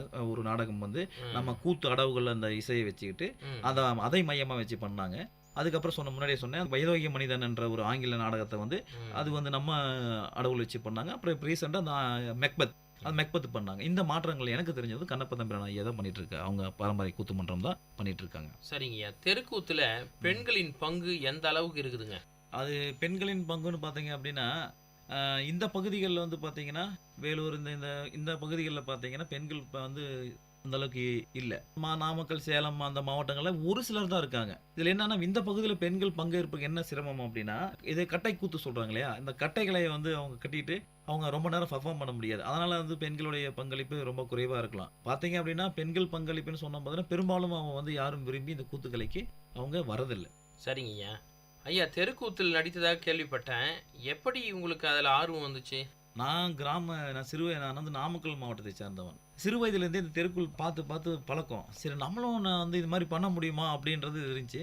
அதற்கான வாய்ப்பு வந்து இங்கே வேலூர் வந்ததுக்கப்புறம் தான் இந்த மாதிரி புருசையில் வந்து கண்ணப்ப தம்பிரான் பரம்பரை தெருக்கூத்து மன்றம் வந்து பயிற்சி தராங்க. நாங்கள் இதுவே எனக்கு பெரிய வியப்பான செய்தியாக இருந்துச்சு. என்னை பார்த்தீங்கன்னா இந்த பகுதிகள் தவிர வேறு எங்கேயுமே வந்து தெருக்கூத்துக்குன்னு ஒரு தனியாக ஒரு பயிற்சி பள்ளியை அமைச்சு நான் கேள்விப்படவே இல்லை. ரொம்ப ஆச்சரியமாக இருந்தது. அதுக்கப்புறம் நான் போய் சேர்ந்தேன். நான் அங்கே சேர்ந்ததுக்கப்புறம் பார்த்தீங்க அப்படின்னா ஒரு 3 மாதங்கள் பயிற்சி தராங்க. அந்த 3 மாதங்களில் வந்து சனி ஞாயிறு மட்டும்தான். சனி ஞாயிறு வந்தால் போதும். நம்ம சனிக்கிழமை காலையில் ஒரு 9 மணிக்கு ஆரம்பிச்சதுன்னா சனி அப்புறம் இரவு ஓய்வு, மறுபடியும் ஞாயிற்றுக்கிழமை சாயங்காலம் 6 மணி வரைக்கும் இருக்கணும். இந்த மாதிரி 3 மாதங்கள் பயிற்சி கொடுக்குறாங்க. அப்புறம் பயிற்சி கொடுத்துட்டு தொடர்ந்து 10 நாள் அங்கேயே தங்கணும். அதுக்கப்புறம் வந்து உள்ளூரில் ஒரு உள்ளே ஒரு அரங்கேற்றம் பயிற்சி பள்ளியில், அதுக்கப்புறம் மேடைக்கு அனுப்புவாங்க.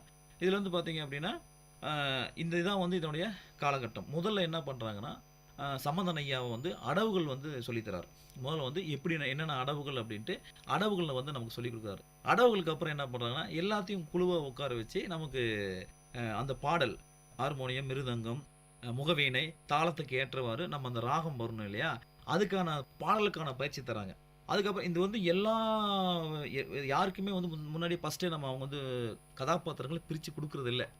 எல்லாருமே அந்த பணுவலையும் படிக்கணும். அந்த முழு பணுவில் இருக்கிற பாடல்கள், வசனங்கள் எல்லாமே அவங்களுக்கு எல்லாத்துக்கும் மனப்பாடம் ஆயிரும். அதுக்கப்புறம் தான் கதாபாத்திரம் பிரிப்பார். அதில் கதாபாத்திரம் பிரிக்கிறதுல கரெக்டாக தான் இருக்கும். அந்த கதாபாத்திரம் ஏற்ற உயரம், அதுக்கான சுறுசுறுப்பு இருந்தால் மட்டும்தான் கொடுப்பார். எவ்வளவு பழகை இருந்தால் கூட யாரும் அவர்கிட்ட கதாபாத்திரம் கேட்டு பெறவே முடியாது. நான் வந்து துரியோதனன் கேரக்டருக்கு ரொம்ப ஆசைப்பட்டேன். ரொம்ப நெருக்கமாயிட்டாரு. ரொம்ப நல்ல ஒரு குடும்பம் மாதிரி ஆயிட்டோம். அப்பவும் கூட ரமேஷ் உனக்கு தர்மர் தான்ப்பா கரெக்டாக இருக்குன்னு மறுத்துட்டார். அதாவது எனக்கு ரொம்ப பிடிச்சி போச்சு. ஒருவேளை கொடுத்துருந்தா எப்படின்னு தெரியல. ஆனால் அவர் வந்து எப்பவுமே அந்த கதாபாத்திரங்கள் பிரிக்கிறதுல யாரோட பேசியும் கேட்க மாட்டாங்க. அவர் குறிப்பிட்ட கதாபாத்திரம் நடிக்கல, அவர் சொல்லி நடிக்கலைன்னா அது வேறொருக்கு போயிடும். அந்த அதே தன்மை இல்லை. அதில் வந்து ஐயா வந்து சம்பந்தன் ஐயா வந்து ரொம்பவே ஸ்ட்ரிக்டாக இருப்பாருங்க. கதாபாத்திரம் சொன்னீங்க, உங்களுக்கு பிடித்த கதாபாத்திரத்திலிருந்து ஒரு பாடல் பாடுங்க ஐயா. பார்த்தீங்க அப்படின்னா, இப்போ தர்மர் வந்து நான் தர்மர் வேஷம் தான் போட்டு ரொம்ப பிடிக்கும். தர்மர் வந்து முதல்ல அந்த அரங்கில் வந்து அவர் தன்னை அறிமுகப்படுத்திக்கிறாரு. அப்போ ஒரு பாட்டு, ராஜாத்தி ராஜனாம் தர்மராஜனாம் சீமாச்சே நாமே, ராஜாத்தி ராஜனாம் தர்மராஜனாம் சீமாச்சே நாமே, நாகரிக நாகரிக நாகரிகமாகவேவை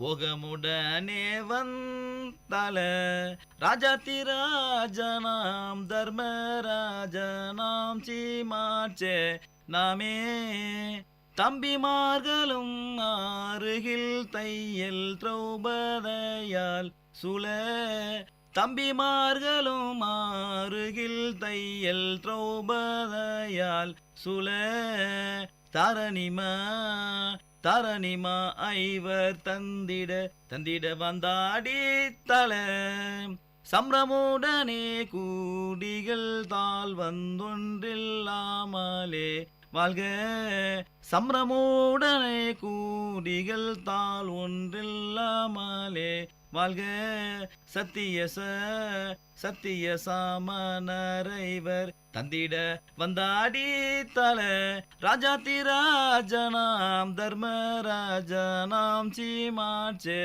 நாமே. ஐயா சிறப்பாக பாடி காட்டினீங்க. என்னுடைய இன்னொரு கேள்வி என்னன்னா, தெற்கத்திய கூத்திற்கும் வடக்கத்திய கூத்திற்கும் என்ன வேறுபாடு இருக்குன்னு நினைக்கிறீங்கய்யா? இதில் பார்த்தீங்க அப்படின்னா, இப்போ இந்த பகுதிகளில் பார்த்தீங்க நம்ம வாழ்ந்துருக்க இந்த வேலூர், காஞ்சிபுரம் இந்த மாவட்டங்களில் பார்த்தீங்கன்னா வந்து கட்டைகள் கட்டிட்டு ஆடுவாங்க. அங்கே வந்து அது இல்லை. அப்புறம் பார்த்தீங்கன்னா இங்கே வந்து அடவுகள், என்னை பொறுத்த வரைக்கும் அடவுகள் ரொம்ப கம்மியாக இருக்குது. அங்கே வந்து அடவுகள் வந்து எல்லா கதாபாத்திரங்களும் அடவுகளும் வேகமாக இருக்கும். இங்கே துடியான கதாபாத்திரங்கள் மட்டும்தான் அடவுகள் கொஞ்சம் வேகமாக இருக்கும்.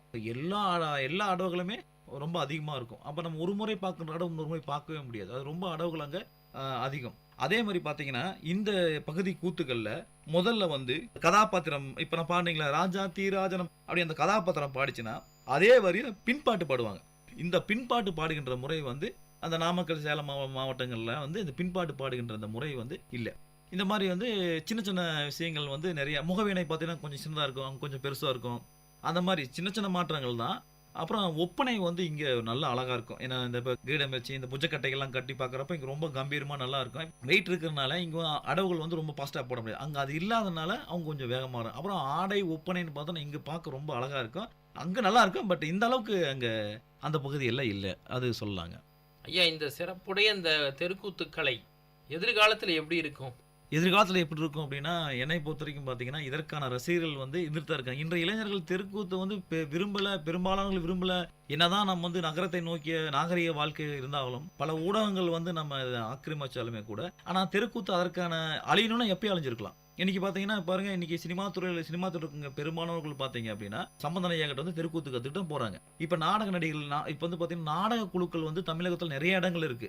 அந்த நாடக குழுக்கள் இருக்கிற மாணவர்கள் வந்து இங்கே தங்கி பயிற்சி பெற்று போறாங்க. அது மட்டும் இல்லை, அயல்நாட்டவர்களும் வந்து இங்கே என்ன பண்றாங்கன்னா வந்து இங்கே தங்கி இருந்து தெருக்கூத்தை கற்றுட்டு போறாங்க. ஸோ என்னை பொறுத்த வரைக்கும் எதிர்காலம் வந்து, அதாவது சடங்குகளோடு இயைந்த நிகழ்கலைகள் அழியாதம்பாங்க. அப்போ இது வந்து சடங்கோடு இயைந்த நிகழ்கலை, இந்த நிகழ்கலை அழிவதற்கான சாத்தியக்கூறுகள் ரொம்ப ரொம்ப கம்மி. இன்னும் நல்லா சிறப்பாக இருக்குன்றது தான் என்னுடைய கருத்துங்க. ஐயா சிறப்பாக சொன்னீங்க. உங்களை போன்ற ஆராய்ச்சியாளர்கள், உங்களை போன்ற நாடக கலைஞர்கள் தெருக்கூத்தினுடைய வளர்ச்சிக்கு என்ன திட்டம் இருக்குங்க ஐயா? வளர்ச்சிக்கு இப்போ என்ன வளர்ச்சி அப்படின்னா, இப்போ வந்து இது வரைக்கும் பார்த்தீங்கன்னா தெருக்கூத்து பணுவல்கள் இருக்குது பார்த்தீங்களா, அது இன்னும் நிறைய பண்ணலை. இப்போ முதல் முறையாக வந்து பார்த்தீங்கன்னா பாஞ்சாலி சபதம், வைதோகி மனிதன் தான் கண்ணப்பத்தம்பரன் ஐயா பண்ணியிருக்காங்க. இப்போ அவருடைய விழா ஒன்று வருதுங்க. அதில் வந்து மகாபாரதம், ராமாயணத்தில் என்னென்ன திருக்கூத்துகள் ஆடுங்களோ அதில் முடிஞ்ச அளவுக்கும் அதை வந்து பணுவலாக்கி பதிப்பிக்கலாம் அப்படின்ட்டு நான் முடிவு பண்ணியிருக்கேங்க. அப்புறம் இன்றைய ஆராய்ச்சி மாணவர்கள் வந்து பார்த்தீங்கன்னா இப்போ தஞ்சை பல்கலைக்கழகம், மதுரை பல்கலைக்கழகம், இப்போ திருவள்ளூர் பல்கலைக்கழகம் போன்ற பல்கலைக்கழகங்களில் நாட்டுப்புறவியலுக்கு முன்னுரிமை கொடுத்து பண்ணியிருக்காங்க. அந்த நாட்டுப்புறவியல் ஆய்வு செய்கிற மாணவர்கள் தெருக்கூத்தை நோக்கி நிறைய பேர் போயிட்டு இருக்காங்க. இப்போ பார்த்தீங்கன்னா தெருக்கூத்தில் வந்து நாமக்கல் வந்து மதுரை வீரன் என்ற தெருக்கூத்து ரொம்ப ரொம்ப ரொம்ப பிரபலமான கூத்து.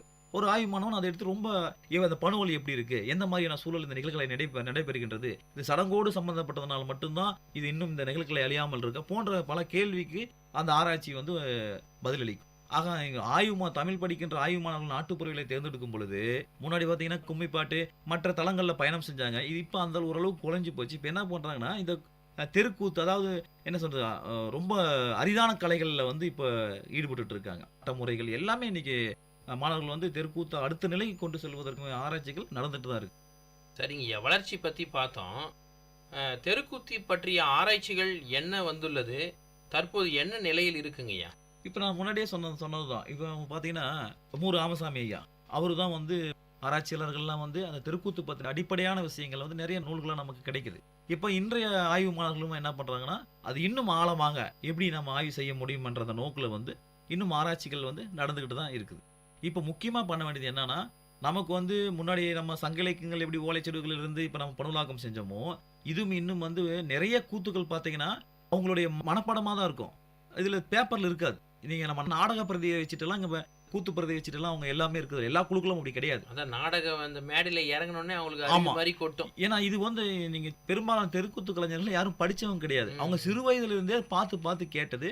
அப்போ தெருக்கூத்து பிடிச்சி போய் அங்கே போய் சேர்ந்தாங்கன்னா அவங்களுக்கு என்ன பண்ணுறாங்கன்னா அந்த கதாபாத்திரம் என்ன அவங்களுக்கு பிடிக்குதோ அந்த பாட்டை கேட்டு பாடி அந்த மாதிரி தான். அவங்களுக்கு தனியாக ஒரு டெக்ஸ்ட்லாம் வச்சு அவங்க ஃபாலோ பண்ணுறது கிடையாது. அதனால நான் என்ன சரி நம்ம இந்த தெருக்கூத்து பிடிச்சிருக்கு, நம்ம என்ன பண்ணலாம் நான் முடிவு பண்ணுறப்ப தான் ஐயாவுக்கு அந்த கண்ணபத்திரம் ஐயா எடுக்கின்ற விழாவில் வந்து நம்ம இந்த பணுலாக்கம் செஞ்சு ஒரு பதிப்பை கொடுக்கணும் அப்படின்றது தான் இந்த நிலையில தான் இப்போ நான் போயிட்டு இருக்குங்க. ரொம்ப நன்றிங்க ஐயா. தமிழகத்தின் பாரம்பரிய கலையின் அடிப்படையான கூத்து பற்றியும் அது வாழ்வியல் விழுமியங்களை உணர்த்துகின்ற முறை பற்றியும் தங்களுடைய பொன்னான நேரத்தை ஒதுக்கி கலந்துரையாடியதற்கு நன்றிங்க ஐயா. நன்றிங்க. நேயர்களே, அடுத்த வல்லுநர் பார்வை நிகழ்ச்சியில் வேறொரு துறை சார்ந்த வல்லுநருடன் அவருடைய கருத்துக்களை கேட்கும் வரை உங்களிடமிருந்து விடைபெறுவது முனைவர் கா. தமிழ்ச்செல்வன். நன்றி. நேயர்கள் இதுவரை கேட்டது பல்துறை பகிர்வுகள், வல்லுநர் தரவுகள், மக்களின் சந்தேகங்களுக்கான சான்றுகளோடு விஐடி பண்பலை 90.8 வல்லுநர் பார்வை. நன்றி, வணக்கம்.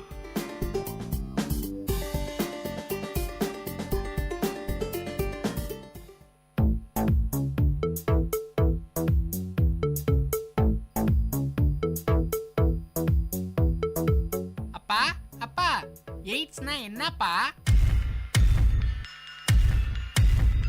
டேய், என்ன கேட்ட? எய்ட்ஸ்னா என்னன்னு கேட்டேன். படிச்சு ஃபர்ஸ்ட் ரேங்க் வாங்க முடியல, கண்ட கேள்வியெல்லாம் கேட்டுனாரு. போய் படிக்கிற வேலையை பாரு போ.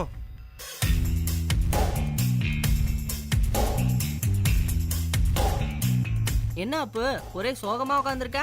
எங்க அப்பாவை நினைச்சுதான் சோகமா உட்காந்துருக்கேன். ஏன், அவருக்கு என்ன? இப்ப கூட தான் ரோட்ல கிரிக்கெட் விளையாடணுன்னு எங்க வீட்டுல என்ன மாட்டி விட்டுட்டு போயிருக்காரு. அது இல்லடா பப்பு, எங்க அப்பாவுக்கு எய்ட்ஸ்னா கூட என்னன்னு தெரியல. அட, அன்னைக்குதான் உன்னோட அண்ணன் புக்கில் நம்ம படிச்சோம்ல, நம்ம கிளாஸ் பசங்க எல்லாருக்குமே தெரியுமே. உனக்கு தான் எய்ட்ஸ்னா ஒரு கொடிய நோய் தெரியும்ல, அப்புறம் ஏன் உங்க அப்பா கிட்ட போய் கேட்ட? அது இல்லடா பப்பு, எங்க அப்பாவோட ஆபீஸ்ல ஒருத்தருக்கு எய்ட்ஸ் இருக்கான். அதுக்காக அவரை எப்படியாவது வேலையை விட்டு தூக்கிடணும்ட்டு கோவமா போன்ல பேசிட்டு இருந்தாரு. எங்க அப்பாவுக்கு எய்ட்ஸை பத்தி ஒண்ணுமே தெரியல. அது மற்றவங்களுக்கு சாதாரணமா பரவாதுன்னு சொல்லலான்னு தான் அவர்கிட்ட கேட்டேன். அதுக்கு அவரு என்ன லெஃப்ட் ரைட்டு வாங்கிட்டார் தெரியுமா? அப்போ நீ நல்லா தாண்டா நினைச்சிருக்க. இந்த உலகம் தான் உன்னை புரிஞ்சுக்கல. இந்த உலகம் நீ சொல்றதை ஏத்துக்கிற நாள் சீக்கிரமாவே வரும். உங்க அப்பாவும் புரிஞ்சுப்பாரு. இப்ப வா போய் கார்ட்டூன் பார்க்கலாம்.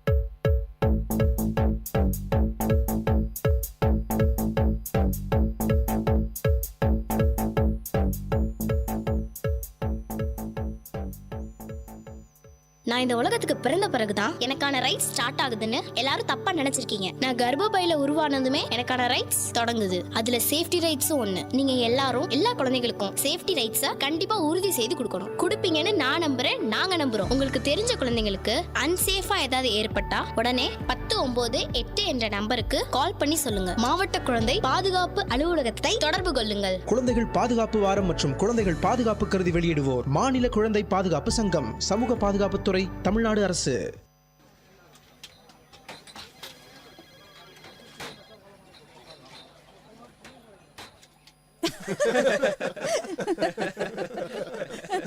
என்ன கேண்டீன் அண்ணா, இன்னைக்கு டீல இஞ்சி வாசனையே இல்லையே. ஐயா, இஞ்சி ரேட்டு அதிகமாக இருக்கு. ஆனால் நீங்கள் அதிக காசு கொடுத்து டீயை வாங்க மாட்டீங்க. அதனால தான் நானும் இஞ்சியை சேர்க்கல. என் நிலைமையையும் கொஞ்சம் யோசிச்சு பாருங்க. ஸ்ரீராம், இஞ்சி டீ குடிக்காம உன்னால வாழ முடியாதா? நீ என்னதான் செய்வியோ டீ குடிக்காம? ஜோக் நல்லா தான் இருக்கு. ஆனா அவங்க உண்மையிலே நல்லவங்கன்னா மற்றவங்கள பத்தியும் யோசிக்கணும்.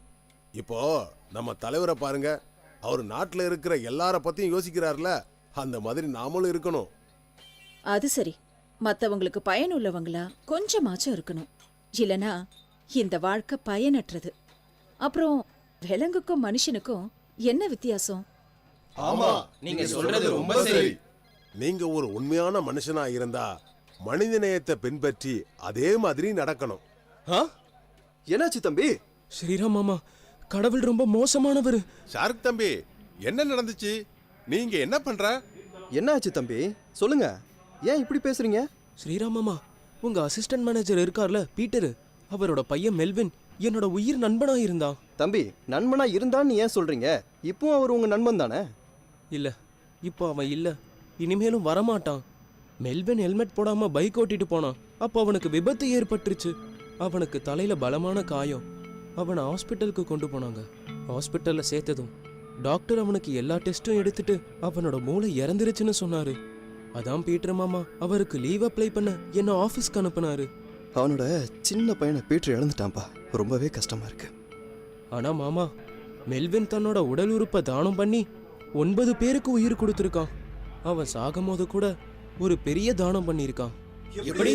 பீட்டர் மாமா குடும்பத்தை சேர்ந்தவங்க சரியான நேரத்துல மெல்வினோட உடல் உறுப்பை தானம் செஞ்சு ஒரு பெரிய உன்னதமான காரியம் செஞ்சாங்க. அப்படியா? உறுப்பு தானம்னா என்ன? நாங்க அத பத்தி கேள்விப்பட்டிருக்கோம். ஆனா என்ன நடக்குது எப்படிங்கறத பத்தி எங்க கிட்ட முழுமையான தகவல் இல்ல. இதோ உங்க பாஸ் வராரு, அவர்கிட்டயே கேளுங்க. ஏன்னா அவர்தான் உறுப்பு தானம் செய்ய பீட்டர் மாமாக்கு அறிவுறுத்தினாரு.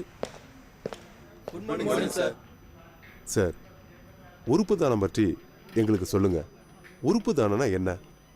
நீங்க உடல் உறுப்பு தானம் பத்தி கேட்கறது எனக்கு ரொம்ப சந்தோஷமாவும் பெருமையாவும் இருக்கு. இறந்த பிறகு நாம உடல் உறுப்பு தானம் செஞ்சு பிறருடைய வாழ்க்கையை காப்பாத்தலாம். அதோட ஒரு நபரோட வெவ்வேறு உறுப்புகள் மூலமா நீங்க 9 பேருக்கு வாழ்க்கை கொடுக்கலாம். 9 பேருக்கு வாழ்க்கையா? ஆமா, உடல் உறுப்பு தானங்கிறது மெல்வின் மாதிரியான ஒருத்தருடைய மூளைச்சாவை அடைஞ்சதுக்கு அப்புறம் தான் நடக்குது. உடல் உறுப்பு சேதமடைஞ்சு மாற்று அறுவை சிகிச்சை தேவைப்படுறவங்க இங்க நிறைய பேர் இருக்காங்க. இவங்களுக்கு உடல் உறுப்பு தேவை. அப்பதான் இவங்க உயிரோட வாழ முடியும். அதோட மூளை இறந்ததுக்கு அப்புறம் தான் உறுப்பு தானம் செய்ய முடியும்.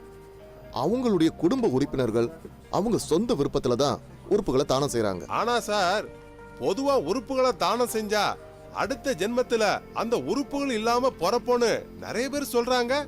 இப்படி யோசிச்சு பாருங்களேன். நீங்க இறந்ததுக்கு அப்புறம் உங்க இதயம் தானம் செய்யப்பட்டிருந்தா அடுத்த வாழ்க்கையில இதயம் இல்லாம ஒரு நபர் பிறக்க முடியுமா? இதெல்லாம் வெறும் மூட நம்பிக்கை தான். மூட நம்பிக்கையில இருந்து வெளியில வாங்க. ஜீவா, நீங்க உங்க இதயத்தை எத்தனை பேருக்கு கொடுத்திருக்கீங்கன்னு எனக்கு நல்லா தெரியும். நல்ல காமெடி. ஆனா சார், உடல் உறுப்பு தானம் நம்ம சாஸ்திர சம்பிரதாயத்துக்கு எதிரானது இல்லையா? மரணத்துக்கு அப்புறம் கடைசி காரியங்கள் செய்யறது நம்ம வழக்கம் இல்லையா? அதெல்லாம் எப்போ செய்ய? நம்மோட வேதங்கள் சொல்லி இருக்கிற மாதிரி கஷ்டப்படுறவங்களுக்கு உதவி செய்யறதும் மற்றவங்களுக்கு சேவை செய்யறதும் தான் உண்மையான பக்தி. அதோட உடல் தானம் செய்பவருடைய உடல் தானத்துக்கு அப்புறமா அது சிதைக்கப்படுறது இல்ல, உடல் ரொம்ப மரியாதையோட திருப்பி தரப்படுது. ரொம்ப சரியா சொன்னீங்க. ஒருத்தர் வாழும்போது நிறைய சேவைகள் செய்யலாம். ஆனா இறந்த பிறகும் நிறைய பேரை வாழ வைக்கிறவன் தான் உண்மையான மனுஷன். இந்த ஒரு உன்னதமான காரணத்துக்காகத்தான் உடல் உறுப்பு தானம் பத்தி நம்ம எல்லாருமே சிந்திக்கணும். முதலாளி சார், நான் என் உடல் உறுப்புகளை தானம் செய்ய விரும்பினா அதுக்கு நான் என்ன செய்யணும்? உண்மையிலேயே நீங்க ஒரு முக்கியமான கேள்வி கேட்டிருக்கீங்க. இது ரொம்ப சரியான ஒரு யோசனை. உடல் உறுப்பு தான சேவைக்காக மோகன் ஃபவுண்டேஷன் நிறைய வேலைகளை செஞ்சிருக்காங்க. அவங்கள நாம தொடர்பு கொண்டா உடல் உறுப்பு தானம் பத்தி எல்லா விஷயங்களையும் தெரிஞ்சுக்க முடியும். இந்த எண், அதாவது 1800-103-7100. இது புனித சேவைக்காக 24 மணி நேரமும் இயங்குது. இங்க நீங்க எல்லா தகவலையும் பெற முடியும். இங்க பாத்தீங்களா, இதுதாங்க என்னோட உடல் உறுப்பு தான அட்டை. இது கண்டிப்பா யாராவது ஒருத்தருக்கு பயனுள்ளதா இருக்கும். நீங்களும் உடல் உறுப்பு தானம் செய்ய ஆர்வமா இருந்தீங்கன்னா கண்டிப்பா இந்த உறுப்பு தான அட்டையை வாங்கிக்கோங்க. சார், நாங்களும் அந்த மாதிரி உறுப்பு தான அட்டையை பதிவு செய்ய விரும்புறோம். இந்த வாழ்க்கை யாருக்காவது பயனுள்ளதா இருந்தா அது மிகவும் நல்லதுதானே சார்? இதே மாதிரி எல்லாருமே ஒரு சிறந்த மனுஷனா மாறதுக்கு சபதம் எடுத்து நீங்க உறுப்புகளை தானம் செய்யுங்க. உடல் உறுப்பு தானம் பற்றி மேலும் விவரங்களுக்கு அழைக்கவும் 1800-103-7100. இந்த படைப்பு SBI ஃபவுண்டேஷன், SBI கார்ட்ஸின் ஆதரவால் மோகன் ஃபவுண்டேஷனால் வழங்கப்பட்டது.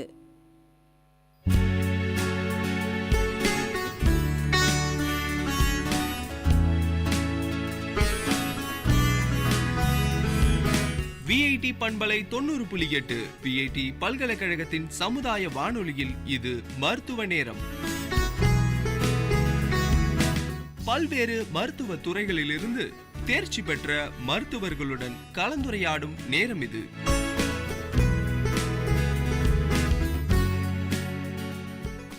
வணக்கம் நேயர்களே, இது விஐடி பண்பலை 90.8 விஐடி பல்கலைக்கழகத்தின் சமுதாய வானொலி.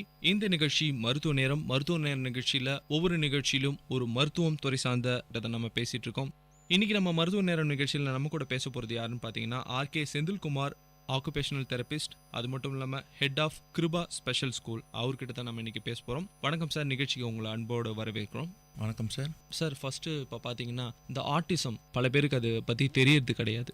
ஸோ அதை பற்றி ஒரு சின்ன ஒரு இன்ட்ரடக்ஷன் பற்றி கொடுக்க முடியுமா? இப்போ ஆட்டிசம்ன்ற வார்த்தை வந்து இப்போ ரொம்ப காமனாக வந்து பிரபலமாயிட்டு வந்துட்டு இருக்குது. இப்போ இது வந்து மெடிக்கல் ரீதியாக நாங்கள் சொல்லணும்னா அது பேர் வந்து பெர்வேசிவ் டெவலப்மெண்டல் டிசார்டர்ஸ் அப்படின்ற ஒரு விஷயத்த வந்து அதனுடைய காம்போனெண்ட்டில் வரது தான் இந்த ஆட்டிசம், ஆஸ்பர்ஜர் சிண்ட்ரோம் அப்படின்னு ஒரு விஷயம் இல்லை. இந்த ஆட்டிசம் அப்படின்னு சொன்னீங்கன்னா மேஜராக நாங்கள் பார்க்குறது வந்து பார்த்திங்கன்னா அவங்களுக்கு 3 ஏரியாஸ் ஆஃப் டெவலப்மெண்ட், அதில் வந்து குறைபாடுகள் இருக்கும். எந்தெந்த ஏரியாஸ் ஆஃப் குறைபாடுகள் அப்படின்னு பார்த்தீங்கன்னா அவங்களுடைய கம்யூனிகேஷனுக்கு, லாங்குவேஜ் அண்ட் கம்யூனிகேஷன் சொல்லுவோம். லாங்குவேஜ் அண்ட் கம்யூனிகேஷன்னா மற்றவங்களோட பேசுறது பழகிறது. அதில் அப்புறம் சோஷியல் ஸ்கில்ஸ் அப்படின்னு ஒரு டொமைனில், சோஷியல் ஸ்கில்ஸ்ன்னு பார்த்தீங்கன்னா அவங்களோட மற்றவங்க ஐ கான்டாக்ட் கொடுத்து பேசுறது, ஹலோ சொன்னால் ஹலோ சொல்லாமல் போகிறது, அவாய்ட் பண்ணுறது ஐ கான்டாக்டை, இந்த மாதிரி விஷயங்கள்லாம். அப்புறம் பார்த்தீங்கன்னா அவங்களோட பிஹேவியர் ரொம்ப ஒரு மாதிரி வித்தியாசமான பிஹேவியர்ஸ் எல்லாம் நீங்கள் வந்துட்டு அவங்கள அப்சர்வ் பண்ணுங்க. எப்படின்னா தனிமையை விரும்புறது, ஏதோ ஒரு இடத்துல வந்து தன்னுடைய விளையாட்டு பசங்களோட, ஏஜ் குரூப் பசங்களோட மிங்கிள் ஆகாமல் ஐசோலேட்டாக இருக்கிறது, யார் கூட வந்து பேசாமல் ஒதுங்கி இருத்தல், அப்புறம் வந்துட்டு எதுக்கு எடுத்தாலும் அடம் பிடிக்கிறது. ஸோ இந்த மாதிரி ஃபேக்டர்ஸ் எல்லாம் வந்து பிஹேவியர் கீழே வரும். ஸோ இந்த மாதிரி ஒரு சிம்டம்ஸ், சைன்ஸ் எல்லாம் இருக்கும்போது இந்த ஆட்டிசம்ன்றது வந்துட்டு புரிஞ்சிக்க வேண்டியது ஒரு டிசீஸ்ன்னு இல்லது, அது வந்து ஒரு டிஃபிகல்ட்டி. அந்த குழந்தைங்க வந்துட்டு ஏதோ ஒரு கஷ்டப்படுறாங்க. ஸோ இதுதான் ஆட்டிசம் என்ற ஒரு விஷயம் இப்போ ரொம்ப பிரபலமாயிட்டு வருது. இந்த ஆட்டிசம் பார்த்தீங்கன்னா மன இறுக்கம், அப்புறம் மதி இறக்க குறைபாடுகள்னு சொல்கிறாங்க. ஸோ இப்போ பார்த்தீங்கன்னா சார், அதாவது ஒரு தாய் வந்து கர்ப்பமாக இருக்காங்கன்னா அவங்க கருவிலே வந்து இப்போ ஸ்கேன் பண்ணி பார்த்துட்டு உடலில் ஏதாவது குறைபாடுகள் இருக்கான்னு நிறைய டெக்னாலஜி வந்துடுச்சு. இப்போ ஏதாவது உடலில் ஏதாவது வளர்ச்சி குறைபாடு இருந்தாக்கா அதுக்கு வந்து ட்ரீட்மெண்ட் வந்து அப்பயே எடுக்க ஆரம்பிச்சிடலாம். இல்லை குழந்தை பிறந்த உடனே அடுத்து வந்து ரெடியாகி அதுக்கான ட்ரீட்மெண்ட்லாம் எடுக்க ஆரம்பிச்சிடறாங்க. அதே மாதிரி இந்த ஆட்டிசம் வந்து எந்த வயசில் கண்டுபிடிக்க முடியும், இல்லை கருவிலே வந்து கண்டுபிடிக்கிறதுக்கான வாய்ப்புகள் ஏதாவது இருக்கா சார் இதில்? முதல் கேள்வி வந்து பார்த்தீங்கன்னா கருவிலேயே ஒரு குழந்தை வளரும் போது ஆட்டிசமா அப்படின்னு கண்டுபிடிக்கிறது வந்து பார்த்தீங்கன்னா இம்பாசிபிள். ஏன் இம்பாசிபிள் அப்படின்னு சொல்கிறோன்னா ஆட்டிசம் அப்படின்னு சொல்லும்போது நான் சொன்ன மாதிரி ஒரு 3 ஏரியாஸ் ஆஃப் டெவலப்மெண்ட் தான் வந்துட்டு ரொம்ப ரிமார்க்கபிள் டிஃப்ரென்ஸ் தெரியும். எப்படி சொன்னும்போது சோஷியல் ஸ்கில்ஸ், மற்றவங்களோட பழகிறது, அவங்களுடைய லாங்குவேஜ், அவங்களுடைய பேச்சு திறந்த லாங்குவேஜ், ப்ளஸ் வந்து அவங்களுடைய பிஹேவியர், இதெல்லாம் கருவில் தெரியாது. அந்த குழந்தை வளர்ந்து மற்றவங்களோட இன்ட்ராக்ட் பண்ணும்போது தெரிய வேண்டிய விஷயம். இப்போது கிராஜுவலாக பார்த்தீங்கன்னா நிறைய ரிசர்ச் பண்ணிட்டு இருக்காங்க. மூளையுடைய ஸ்ட்ரக்சரில் ஏதாவது சேஞ்சஸ் இருந்தால் அதெல்லாம் வச்சு இதெல்லாம் ஒரு பாசிபிள் ரீசன் ஆட்டிசம்க்கு வரலாம் அப்படின்னு சொல்லிட்டு ஒரு ரிசர்ச் போயிட்டு இருக்குது. பட் எதுவும் வந்து ப்ரூவன் ஆகலை இது வரைக்கும். பட் முன்னாடி ஒரு 10 வருஷம் 20 வருஷம் முன்னாடிக்கும் இப்பயும் பார்த்தீங்கன்னா நிறைய சேஞ்சஸ் இருக்குது. 20 வருஷம் முன்னாடி பார்த்தீங்கன்னா ஆட்டிசம் கண்டுபிடிக்கிறதே பார்த்தீங்கன்னா 4 வயசுல 5 வயசுல தெரிய வரும். அப்போ தான் வந்துட்டு ப்ராப்பர் டயக்னோசிஸே பண்ண முடியும். ஆனால் இப்போ இருக்கிற காலகட்டத்தில் ஜனங்கிட்ட கொஞ்சம் அவேர்னஸ் வந்துருக்குது. பெங்களூரு, மெட்ராஸ் மாதிரி சிட்டிஸில் பார்த்தீங்கன்னா எல்லா பேரண்ட்ஸ் எல்லாம் வந்துட்டு ஈஸியாக வந்துட்டு இந்த குழந்தை பேசலை, ஏன் 1 வயசு ஆச்சு ஒன்றும் பேசலை, ஏன் 2 வயசு ஆச்சு ஒன்றும் பேசலை, ஏன் மற்றவங்க ஒன்றும் பழகலை அப்படின்னு ஒரு அந்த ஆட்டிசம் தெரியாது. பட் இருந்தாலும் ஏன் பேசலைன்னு ஒரு மனசுக்குள்ள ஒரு சின்ன ஒரு கொஸ்டின் மார்க் வந்தாலே இப்போல்லாம் டாக்டர் கிட்ட போகிறாங்க. டாக்டர்கிட்ட வந்து நல்ல அவேர்னஸ் இருந்ததுன்னா ப்ராப்பர் டயக்னோசிஸ் பண்ணும்போது இப்போ குறைஞ்சது 1.5 years 2 yearsலேயே வந்துட்டு இதை ஐடென்டிஃபை பண்ணலாம். ஐடென்டிஃபை பண்ண அட்வான்டேஜ் என்னன்னா ஏர்லியாக வந்து தெரப்பிங்களை ஸ்டார்ட் பண்ணிடலாம். சரி சார், இப்போ நீங்கள் சொன்னீங்க அவேர்னஸ் பற்றி, அதை பற்றியான ஒரு கேள்வி தான். நீங்கள் வந்து ஒரு கிட்டத்தட்ட ஒரு 15 இயர்ஸ்க்கு மேலே ஒர்க் பண்ணிட்டு இருக்கீங்க இந்த ஃபீல்டில். ஸோ அப்போ வந்து 15 இயர்ஸ்க்கு பேக்குக்கும் இப்போக்கும் ஏதாவது வித்தியாசம் இருக்கா? பேரண்ட்ஸ் எப்படி இது பண்ணுறாங்க? ஏன்னா கிராமப்புறங்களே இதை பற்றி தெரிவதற்கான வாய்ப்பு இல்லை. ஆட்டிசம்னா என்னன்னு பல பேருக்கு தெரியாது. ஸோ மூளை வளர்ச்சி இல்லை, ஏதோ பிரச்சனை. ஸோ அப்படி இருக்கும்போது இப்போ எப்படி அவேர்னஸ் இருக்குது? சிட்டியாக இருக்கட்டும் இல்லை வந்து ரூரல் அந்த சைடாக இருக்கட்டும், எப்படி வந்து அவங்ககிட்ட அவேர்னஸ் இருக்குது சார் மக்கள்கிட்ட? இப்போ இதில் 2 விஷயம். ஒன்று வந்து ரூரல், இன்னொன்று வந்து அர்பன் பாப்புலேஷன். இப்போ அர்பன் பாப்புலேஷன் சொன்னீங்கன்னா இந்த மெட்ராஸ், பெங்களூர் மாதிரி இடத்துல எல்லாருமே வந்து பார்த்தீங்கன்னா most of the parents are well educated. அவங்களுக்கு வந்துட்டு இந்த ஆட்டிசமோட அவேர்னஸ் பார்த்தீங்கன்னா ரொம்ப அதிகமாக இருக்குது. சம்டைம்ஸ் இது ஆட்டிசம் இல்லாமல் கூட இருக்கலாம். பட் இருந்தாலும் அவங்களுடைய அந்த அவேர்னஸ்னால நான் சொன்ன மாதிரி ஏன் அந்த குழந்தை வந்துட்டு பேசலை, 1 வயசு ஆச்சு ஏன் பேசலை, 1.5 வயசு ஆயிடுச்சு ஏன் மற்ற பசங்களோட மிங்கிள் ஆகல அப்படின்னு ஒரு கொஸ்டின் மார்க் அவங்களுக்குள்ள ரைஸ் ஆகும்போது டாக்டர்கிட்ட அப்ரோச் பண்ணுறாங்க, ஏன் எதை நடக்குது. அப்போ அந்த டாக்டர் வந்து ரொம்ப வெல் வர்ஸ்டாக இருந்தாங்களாம், அந்த டெவலப்மெண்டல் ஏரியாஸை பிக்கப் பண்ணுறவங்களா இருந்தாங்களாம், இது ஆட்டிசம் சொல்லிட்டு ஈஸியாக டயக்னோசிஸ் பண்ணிடலாம். அதே ரூரல் சைடில் பார்த்தீங்கன்னா அந்த ஜனங்களுக்கு அவேர்னஸ் வந்து பார்த்தீங்கன்னா கம்பேரிட்டிவ்லி அர்பன் பாப்புலேஷன் கம்மியாக இருக்குது. ஆனால் முன்னாடிக்கன்னா இப்போ வந்து அதே ரூரல் பாப்புலேஷனில் அதுவும் அவேர்னஸ் ஆகிருக்குது. இப்போ வெள்ளூர் மாதிரி ஏரியா எடுத்து வச்சு செமி அர்பன் ஏரியா அப்படின்னு பார்த்தீங்கன்னா அவேர்னஸ் வந்து ரொம்ப அதிகமாக இருக்குது. எல்லாருக்குமே ஆல்மோஸ்ட் தெரிஞ்சிருக்கு இந்த விஷயத்தை பற்றி. ஸோ அதனால அந்த ரூரல் பாப்புலேஷன் அப்படின்னு இருக்கவங்களுக்கு வந்து நீங்கள் சொன்ன மாதிரி இப்போ அந்த மாதிரி விஷயங்கள்லாம் யாரும் யோசிக்கிறது இல்லை. அந்த குழந்தைக்கு ஏதோ ஒரு குறைபாடு இருக்குது, அந்த குறைபாடு எதனால வருது, ப்ராப்ளி வந்துட்டு ஆர்பனுக்கும் இதுக்கும் கம்பேர் பண்ணும்போது 1 வயசுக்கு அப்புறமா வரலாம். சாரி, ஒரு 3 வயசுல 4 வயசுல கொண்டு வராங்க. முன்னாடி இது பற்றின அவேர்னஸ் இல்லாமல் அப்படியே விட்டுடுவாங்க, ஐசோலேட் ஆகிட்டு லெஃப்ட் ஆகிடுவாங்க அந்த பசங்கள்லாம். இப்போ அவேர்னஸ் வந்துருக்குது, அந்த குழந்தைங்களை தெரப்பிக்குன்னு கூப்பிட்டு வராங்க. அதுவே வந்து ஒரு பெரிய சேஞ்ச் நம்ம வெள்ளூர் மாதிரி ஒரு செமி அர்பனில் நடக்கிற சேஞ்சஸ். ஓகே சார், அடுத்ததாக இது வந்து ஒரு பரம்பரை வியாதியா, இது வந்து ஹெரிடிட்ரி டிசீஸா, எப்படி வந்து என்ன சொல்கிறது, இப்போ வந்து ஒரு குடும்பத்தில் ஒருத்தருக்கு இருக்குது, ஒரு ரிலேஷனோட குழந்தைக்கு இருக்குன்னா அடுத்து அந்த குடும்பத்தில் வருவதற்கான வாய்ப்புகள் ஏதாவது இருக்கா? இல்லை, அது அந்த மாதிரி எதுவும் இது இருக்கும் எதுவுமே இல்லை. குடும்பத்தில் இருக்குது அப்படின்றதுக்காக ஆட்டிசம் வந்துடாது. ஆனால் இந்த கன்சாக்னஸ் மேரேஜ்னு சொல்கிறாங்க. கன்சாக்னஸ் மேரேஜ்னா first degree relative, second degree consanguineous மேரேஜ்னு சொல்கிறாங்க. அந்த மாதிரி ரத்த சொந்தத்தில் வந்து கல்யாணம் நடக்கும்போது யூஸ்வலாக கேட்குற கேள்வி வந்துட்டு இந்த ஆட்டிசம் அந்த ரீசனுக்கு எந்த ஒரு டெவலப்மெண்டல் டிசார்டர்ஸுமே ரத்த சொந்தத்துல வந்து நடந்ததுன்னா பாசிபிலிட்டிஸ் வந்து பாத்தீங்கன்னா அதிகமா இருக்குது. அதுல அதிகமா இருக்குது வாய்ப்புகள் ஜாஸ்தி இருக்கு. அதுல மத்ததுல வந்து வாய்ப்புகள் குறைவா இருக்குது. அதுக்காக வந்து இதுதான் காரணம் அப்படின்னு சொல்லிட முடியாது. பல காரணங்கள்னால இதுவும் ஒரு ஒன் ஆஃப் த ரீசன். இது இப்போ நார்மலாகவே வந்து கர்ப்பமாக இருக்கிற தாய்மார்கள் பார்த்தீங்கன்னா உணவு வகை வந்து நார்மலாக எடுத்துப்பாங்க, குழந்தை வந்து நல்லா வளரணும்னு சொல்லிட்டு இந்த சப்ளிமெண்ட்லாம் எடுத்துருப்பாங்க ஃபுட்டோட. சரி. ஸோ இப்போ அந்த ஆட்டிசம் குறைபாடு வரக்கூடாது, ஸோ இல்லை எந்த குறைபாடுமே இல்லாமல் தான் குழந்தை பிறக்கணும்னு ஆசைப்படுவாங்க. பர்டிகுலராக அந்த ஆட்டிசம் அந்த ரிலேட்டடான குறைபாடுகள் எதுவும் வரக்கூடாதுன்னு சொல்லிட்டு தாய்மார்கள் ஏதாவது ஸ்பெசிஃபிக்காக ஏதாவது ஃபுட் எடுக்கணும். அந்த ரீசனுக்காக பார்த்தீங்கன்னா ஆட்டிசம் அப்படின்னு விட்டுருங்க, எந்த ஒரு குறைபாடுமே இல்லாமல் ஒரு குழந்தை பிறக்கணும்னா அந்த குழந்தை வந்து பார்த்தீங்கன்னா ஆரோக்கியமான சூழ்நிலை வளரணும். ஆரோக்கியமான சூழ்நிலைனா டே 1 அந்த குழந்தை வந்து என்னைக்கு அந்த தாய்மார் வந்துட்டு கர்ப்பம் தரிக்கிறாங்களோ அன்னிலிருந்து அந்த குழந்தை வளர்ற வரைக்கும் அந்த குழந்தைக்கான நல்ல ஒரு பிளசன்ட் அட்மாஸ்பியர் வந்து ஏற்படுத்தி தரணும். அந்த அம்மா வந்து பார்த்தீங்கன்னா எந்த ஒரு ஸ்ட்ரெஸ் இல்லாமல் இருக்கணும், நல்ல சாப்பாடு உணவு முறைகள் சாப்பிடணும். அந்த ஒரு காரணத்தில் என்னென்னா நம்முடைய பழைய உணவு முறைகள், நிறைய கீரை வகைகள், இந்த மாதிரி விஷயங்கள்லாம் நிறையா வந்து எடுத்துக்கினாங்கன்னா ரொம்ப நல்லது. ரொம்ப இல்லை இப்போது இந்த சைனீஸ் ஃபுட்ஸ் மாதிரிலாம் சொல்கிறாங்க பார்த்தீங்களா, இந்த அஜினோமோட்டோ, இதெல்லாம் ப்ரிவென்ட் பண்ணலாம். அது ஒரு காரணியாக இருக்குது. சம்டைம்ஸ் குரோமோசோமல் அப்நார்மாலிட்டி வரத்துக்கு ஒரு காரணியாக இருக்குது. ஆட்டிசம்னு இல்லை, மற்ற எந்த ஒரு டெவலப்மெண்டல் டிசார்டர்ஸ் வராமல் இருக்கிறதுக்கு ஆரோக்கியமான ஒரு கீரை வகைகள் இல்லை நான்வெஜ்னா நல்ல ஒரு இரும்பு சத்து பொருள் இருக்கிற உணவு முறைகளை சாப்பிட்டா நல்லது. ஒரு சின்ன எக்ஸாம்பிள் எதுனா இந்த ஸ்பைனா பைஃபிடான்னு சொல்லிட்டு ஒரு கண்டிஷன், அதுவும் ஒரு டெவலப்மெண்டல் டிசார்டர்ஸ். அது என்னன்னா மூளை வெர்டிப்ரா சொல்லுவாங்க. வெர்டிப்ராஸ் வந்து ஸ்பிளிட் ஆகிருக்கும். ஸ்பிளிட் ஆகி வரும்போது அதுலேருந்து அந்த ஸ்பைனல் கார்டு வந்துட்டு வெளியே வரும். அதுக்கு முக்கியமான ரீசன் என்னன்னா அயன் சத்து வந்து அதிகமாக இல்லை அப்படின்னா அது எலும்பு பார்த்தீங்களா ஒன்றாகாது. அது வந்துட்டு ஒரு மாதிரி பைஃபர்கேட் ஆகிருக்கும். அது போய் ஸ்பைனா பைஃபிடான்னு சொல்லுவாங்க. ஸோ அந்த மாதிரி எல்லாம் வந்துட்டு தடுக்கிறதுக்காக தான் அந்த காலத்தில் வந்து நிறைய கீரை வகைகளை வந்து ஆட் பண்ணிக்க சொல்லியிருக்காங்க. ஸோ அந்த மாதிரி தாய்மார்கள் அது ஃபாலோ பண்ணாங்கன்னா அது ரொம்ப நல்லது. ஆக்சுவலாக ஆட்டிசம் இல்லை, ஜென்ரலாக குழந்தைங்களுக்கு வந்து நல்லது. சார், அடுத்த கேள்வி, நீங்கள் ஒரு கிட்டத்தட்ட ஒரு 15 வருஷத்துக்கு மேலே ஆக்குபேஷனல் தெரப்பியில் இருக்கீங்க.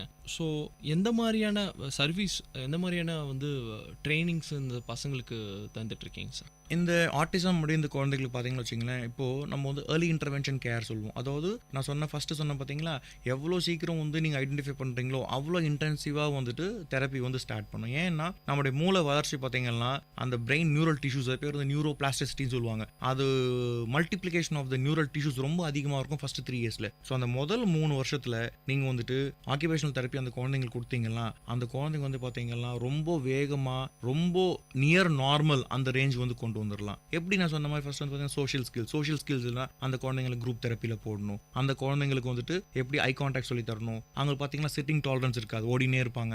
சிட்டிங் டாலரன்ஸ் வந்து கொண்டு வரணும். ஸோ இதெல்லாம் கொண்டு வர என்ன ஆகும்னா அந்த குழந்தைங்களுக்கு வந்து classroom behaviour, play behaviour எல்லாம் ரொம்ப அப்ராப்ரியேட்டாக வந்து டெவலப் ஆகும். அந்த குழந்தை இல்லைன்னு சொல்ல முடியாது, ஆனால் அந்த பிஹேவியர்ஸ் எல்லாம் இன்அப்ராப்ரியேட்டாக வளருது. எப்படி இன்அப்ராப்ரியேட்டானா அந்த குழந்தைகளுடைய புரிதல், தன்னுடைய உலகத்துடைய புரிதல் பார்த்தீங்கன்னா வேற மாதிரி இருக்கும். எக்ஸாம்பிள், ஒரு மொசைக் தரையில் வந்துட்டு நம்ம நடக்கும்போது உங்களுக்கு அந்த மொசைக் தரையாக நீங்கள் பார்க்குறீங்க, சின்ன சின்ன அந்த கிறிஸ்டல் பீசஸ் எல்லாம். ஆனால் ஒரு ஆட்டிசம் குழந்தைக்கு இப்போ அந்த ரூமில் ஒரு மொசைக் ரூமில் போகிறீங்க வச்சுங்களேன், அவங்க என்ன நினைப்பாங்க, அந்த பார்த்த உடனே அந்த மொசைக் இதெல்லாம் ஏதோ வந்து 3D பிக்சர் மாதிரி இருக்கும். அந்த மொசைக்ஸ்க்கு அந்த கிறிஸ்டல்ஸ் எல்லாம் சின்ன சின்ன கிளாஸ் பீசஸ் மாதிரி எழுந்து நிற்கிற மாதிரி இருக்கும். அந்த எழுந்து நிற்கும் போது அந்த பசங்க வந்து ரூம்குள்ளே போக மாட்டாங்க.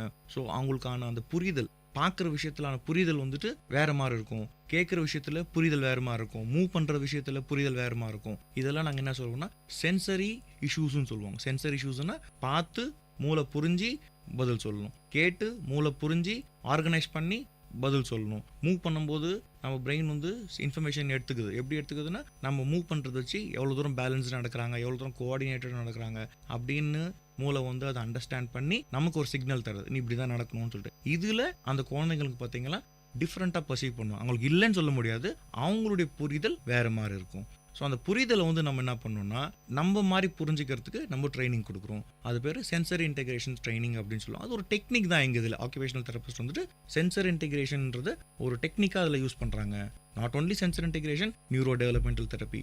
அவங்களுக்கு வந்துட்டு சின்ன சின்ன ஹேண்ட் ஃபங்க்ஷன்ஸ், சில பேர் பார்த்தீங்கன்னா அவங்களுக்கு அந்த ஜாயிண்ட் சென்ஸில் வந்துட்டு அதிகமாக அளவுக்கு பிடிமானம் இல்லாமல் இருக்கும்போது என்ன ஆகும்னா வீக்காக பிடிப்பாங்க. பென்சில் கிரிப்பு வீக்காக இருக்கும், ரொம்ப அழுத்தி பிடிப்பாங்க. ரொம்ப அழுத்தி பிடிச்சிங்கன்னா பேப்பர் கிழிச்சிடுவாங்க எழுதும்போது. வீக்காக பிடிக்கும்போது என்ன எழுதுறாங்கன்னு தெரியாது. ஸோ ஹேண்ட் ஃபங்க்ஷன்ஸை ட்ரெயின் பண்ணணும். ஸோ இந்த மாதிரி விஷயங்கள்லாம் பண்ணுறது தான் ஆக்குபேஷனல் தெரப்பியுடைய முக்கியமான வேலை. ப்ளஸ் அவங்களுடைய self care activity. Self care ஆக்டிவிட்டினா எப்படி அவங்கள பார்த்துக்கணும். இப்போ ஒரு 2-3 வயசு குழந்தை வந்து பார்த்தீங்கன்னா ஜட்டி போட்டுக்கும், ஷர்ட் போட்டுக்கும், சும்மா அட்லீஸ்ட் ஒரு பேசிக் இது மட்டும். அதெல்லாம் வந்து பசங்களுக்கு தெரியாத போது அதில் நம்ம ட்ரெயின் பண்ண வேண்டியதாக இருக்கும் அவங்களுக்கு. இதுதான் ஆக்குபேஷனல் தெரப்பி ரூல். சரி சார், அடுத்ததாக பார்த்தீங்கன்னா நார்மல் ஸ்கூலில் படிக்க வைக்க முடியாதுன்னு இல்லை, பேரண்ட்ஸ் வந்து ரொம்ப ஃபீல் பண்ணுவாங்க, இல்லை மற்ற ஸ்கூல்ஸ் வேணால் ஃபீல் பண்ணலாம். ஸோ இதில் வந்து இந்த ஸ்பெஷல் ஸ்கூலோட முக்கியமான ரோல் என்ன மாதிரியான விஷயங்கள் வந்து அந்த பிள்ளைகளுக்கு வந்து கிடைக்கும் சார்? இப்போ இதில் வந்து 2 விஷயம் நம்ம பார்க்கணும். ஒன்று வந்து நீங்கள் சொன்னீங்க வந்து நார்மல் ஸ்கூலில் ஒரு காலத்தில் இருந்து ஒரு மித் மாதிரி இருந்தது, நார்மல் ஸ்கூலில் வந்து படிக்க முடியாது அப்படின்னு சொல்லிட்டுங்க. இப்போல்லாம் என்னன்னா இன்க்ளூசிவ் எஜுகேஷனல் ப்ரோக்ராம் அப்படின்னு சொல்லிட்டு இருக்குது. அதில் என்னன்னா எல்லா நார்மல் ஸ்கூலுமே பார்த்தீங்கன்னா இந்த குறைபாடுகள் இருக்கிற குழந்தைங்களை வந்து பார்த்தீங்கன்னா எடுத்துக்கணும்.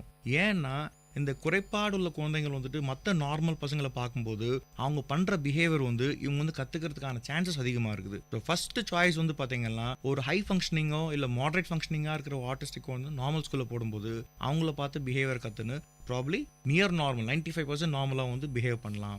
நீங்கள் சொன்ன மாதிரி ஸ்பெஷல் ஸ்கூல் அது ஒரு ஆப்ஷன். ஏன்னா வந்து இப்போ வந்துட்டு ரொம்ப மோசமாக இருக்கிற குழந்தை, ரொம்ப ஒன்றுமே முடியாத குழந்தை, எல்லாமே இண்டிபெண்டாக இருக்க குழந்தைங்க வந்து பார்த்தீங்கன்னா நீங்கள் நார்மல் ஸ்கூல் போக முடியாது. அப்போ அந்த ஸ்பெஷல் ஸ்கூல்ன்றது அவங்களுக்கு உதவி பண்ணணும். இப்போ எங்கள் வெள்ளூரில் வந்து பார்த்தீங்கன்னா நாங்கள் கிருப்பா ஸ்பெஷல் ஸ்கூல் வந்து வச்சுருக்கோம். அதனுடைய ரோல் பார்த்தீங்கன்னா அந்த பசங்களுக்கு வந்துட்டு நாங்கள் வந்துட்டு 3 ஏஜ் குரூப்பாக பிரிச்சிருக்கிறோம். ப்ரீ பிரைமரி பிரிச்சிருக்கிறோம், பிரைமரி ஸ்கூல் பிரிச்சிருக்கிறோம், கொஞ்சம் ஹையர் ஃபங்க்ஷனிங் பசங்களுக்கு பார்த்தீங்கன்னா செகண்டரி கிளாஸ்ன்னு பிரிச்சிருக்கோம். இந்த ப்ரீ பிரைமரி வந்து தான் நான் ரொம்ப இம்பார்ட்டண்டாக ஃபோக்கஸ் பண்ணுறேன். அந்த 3 to 7 years அப்படின்னு ஒரு விஷயம் தான் வந்து ப்ரீ பிரைமரி. அந்த பசங்க வந்து ஸ்கூல் போகிறதுக்கு முன்னாடி ஸ்கூலுக்கு தேவையான அத்தனை ஸ்கில்ஸுமே நாங்கள் வந்து ப்ரீ பிரைமரி ப்ரோக்ராமில் வந்துட்டு ஒர்க் பண்ணுறோம். என்னென்ன தேவைப்படுது, ஸ்கூல் போகிற பசங்களுக்கு வந்துட்டு எது தேவைப்படும், நல்லா உட்காரணும், டீச்சர் சொல்கிறத நல்லா கவனிக்கணும், போர்டில் எழுதி போட்டால் எழுதணும், மற்ற பசங்களோட வந்துட்டு பியர் குரூப் ப்ளே விளையாடணும், இமேஜினேட்டிவ் ப்ளே விளையாடணும், ரூல்ஸ் அண்ட் ரெகுலேஷன்ஸை ஃபாலோ பண்ணணும், அந்த குரூப்போடைய எத்திக்ஸை ஃபாலோ பண்ணணும்.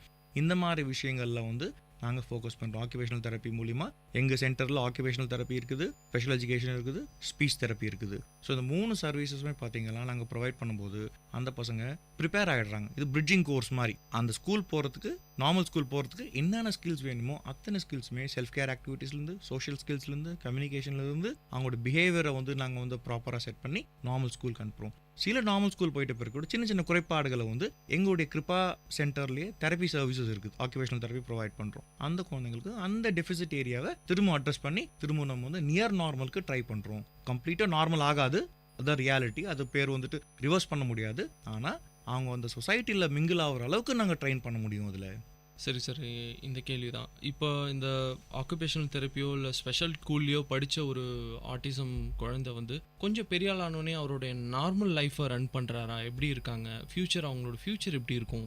ஸோ இது வந்து பார்த்தீங்கன்னா நம்ம வந்து அந்த ப்ரொக்னோசிஸ் அப்படின்னு நீங்கள் கேட்குறது ப்ரொக்னோசிஸில் வரும். எப்படின்னா ஒரு 5 வயசு குழந்தை வந்துட்டு என்ன ஆக போகுது 10 வயசுக்கு அப்புறமா இல்லை 15 வயசுக்கு அப்புறமா என்ன ஆக போகுது. ஸோ நம்ம என்ன பண்ணுவோம்னா high functioning, low functioning, moderate functioning சொல்லிட்டு நம்ம பிரிக்கிறோம். ஹை ஃபங்க்ஷனிங்காக இருக்கிற ஆட்டிஸ்டிக் குழந்தைங்க, ப்ராப்ளி ஐக்யூ வந்து 70 மேலே இருக்கிற குழந்தைங்களுக்கு ஹை ஃபங்க்ஷனிங் சைல்டு. அப்போ என்ன பண்ண போகிறோம் அவங்களுக்குன்னா நார்மல் ஸ்கூல் வந்துட்டு அங்கே படிச்சுட்டு இந்த ஓப்பன் சிஸ்டமில் வந்து பார்த்தீங்கன்னா 10th பாஸ் பண்ணலாம். அவங்களுக்குன்னு ஒரு தொழில் வந்து நம்ம வந்து கற்றுக் கொடுக்க போகிறோம். எந்த மாதிரி தொழில்னா சும்மா ஒரு ஆஃபீஸ் இது அவங்க வந்து பார்த்தீங்கன்னா அந்த எப்படி வந்து புரிதல் தான் ப்ராப்ளம் இருக்குது. அப்போ அதெல்லாம் டெவலப் ஆகிட்டு ஹை ஃபங்க்ஷனிங்காக வரும்போது அவங்களுக்கு என்னன்னா ஈஸியாக மற்றவங்களோட மிங்கில் ஆகும். சின்ன சின்ன குறைபாடுகள் தெரியும், ஆனால் சின்ன வேலை, ரொம்ப பேசிக், ரொம்ப ப்ரெஷர் இல்லாமல் வேலை, ஈஸியான முடிக்கிற வேலை, அந்த மாதிரி வேலைகளை வந்துட்டு போகிறதுக்கு அவங்க இண்டிபெண்டன்ட் லைஃப்பை லீட் பண்ணுற அளவுக்கு டெஃபினட்டாக வந்து அவங்களால முடியும். இந்த மாடரேட் ஃபங்க்ஷனிங்காக இருக்கும்போது என்ன பண்ணுவாங்கன்னா ப்ராப்ளம்னா ஐக்யூ வந்துட்டு மோர் ஆர் லெஸ் வந்துட்டு பார்த்தீங்கன்னா 60, 70 அந்த ரேஞ்சுக்குள்ளே இருக்கிறவங்க குழந்தைங்க பார்த்தீங்கன்னா தொழில் மேஜராக பார்த்தீங்கன்னா 15 வயசுக்கு அப்புறம் பார்த்தீங்கன்னா அந்த குழந்தை வந்து எப்படி ஃபோக்கஸ் பார்க்கணுன்னா எந்த மாதிரி தொழில் வந்து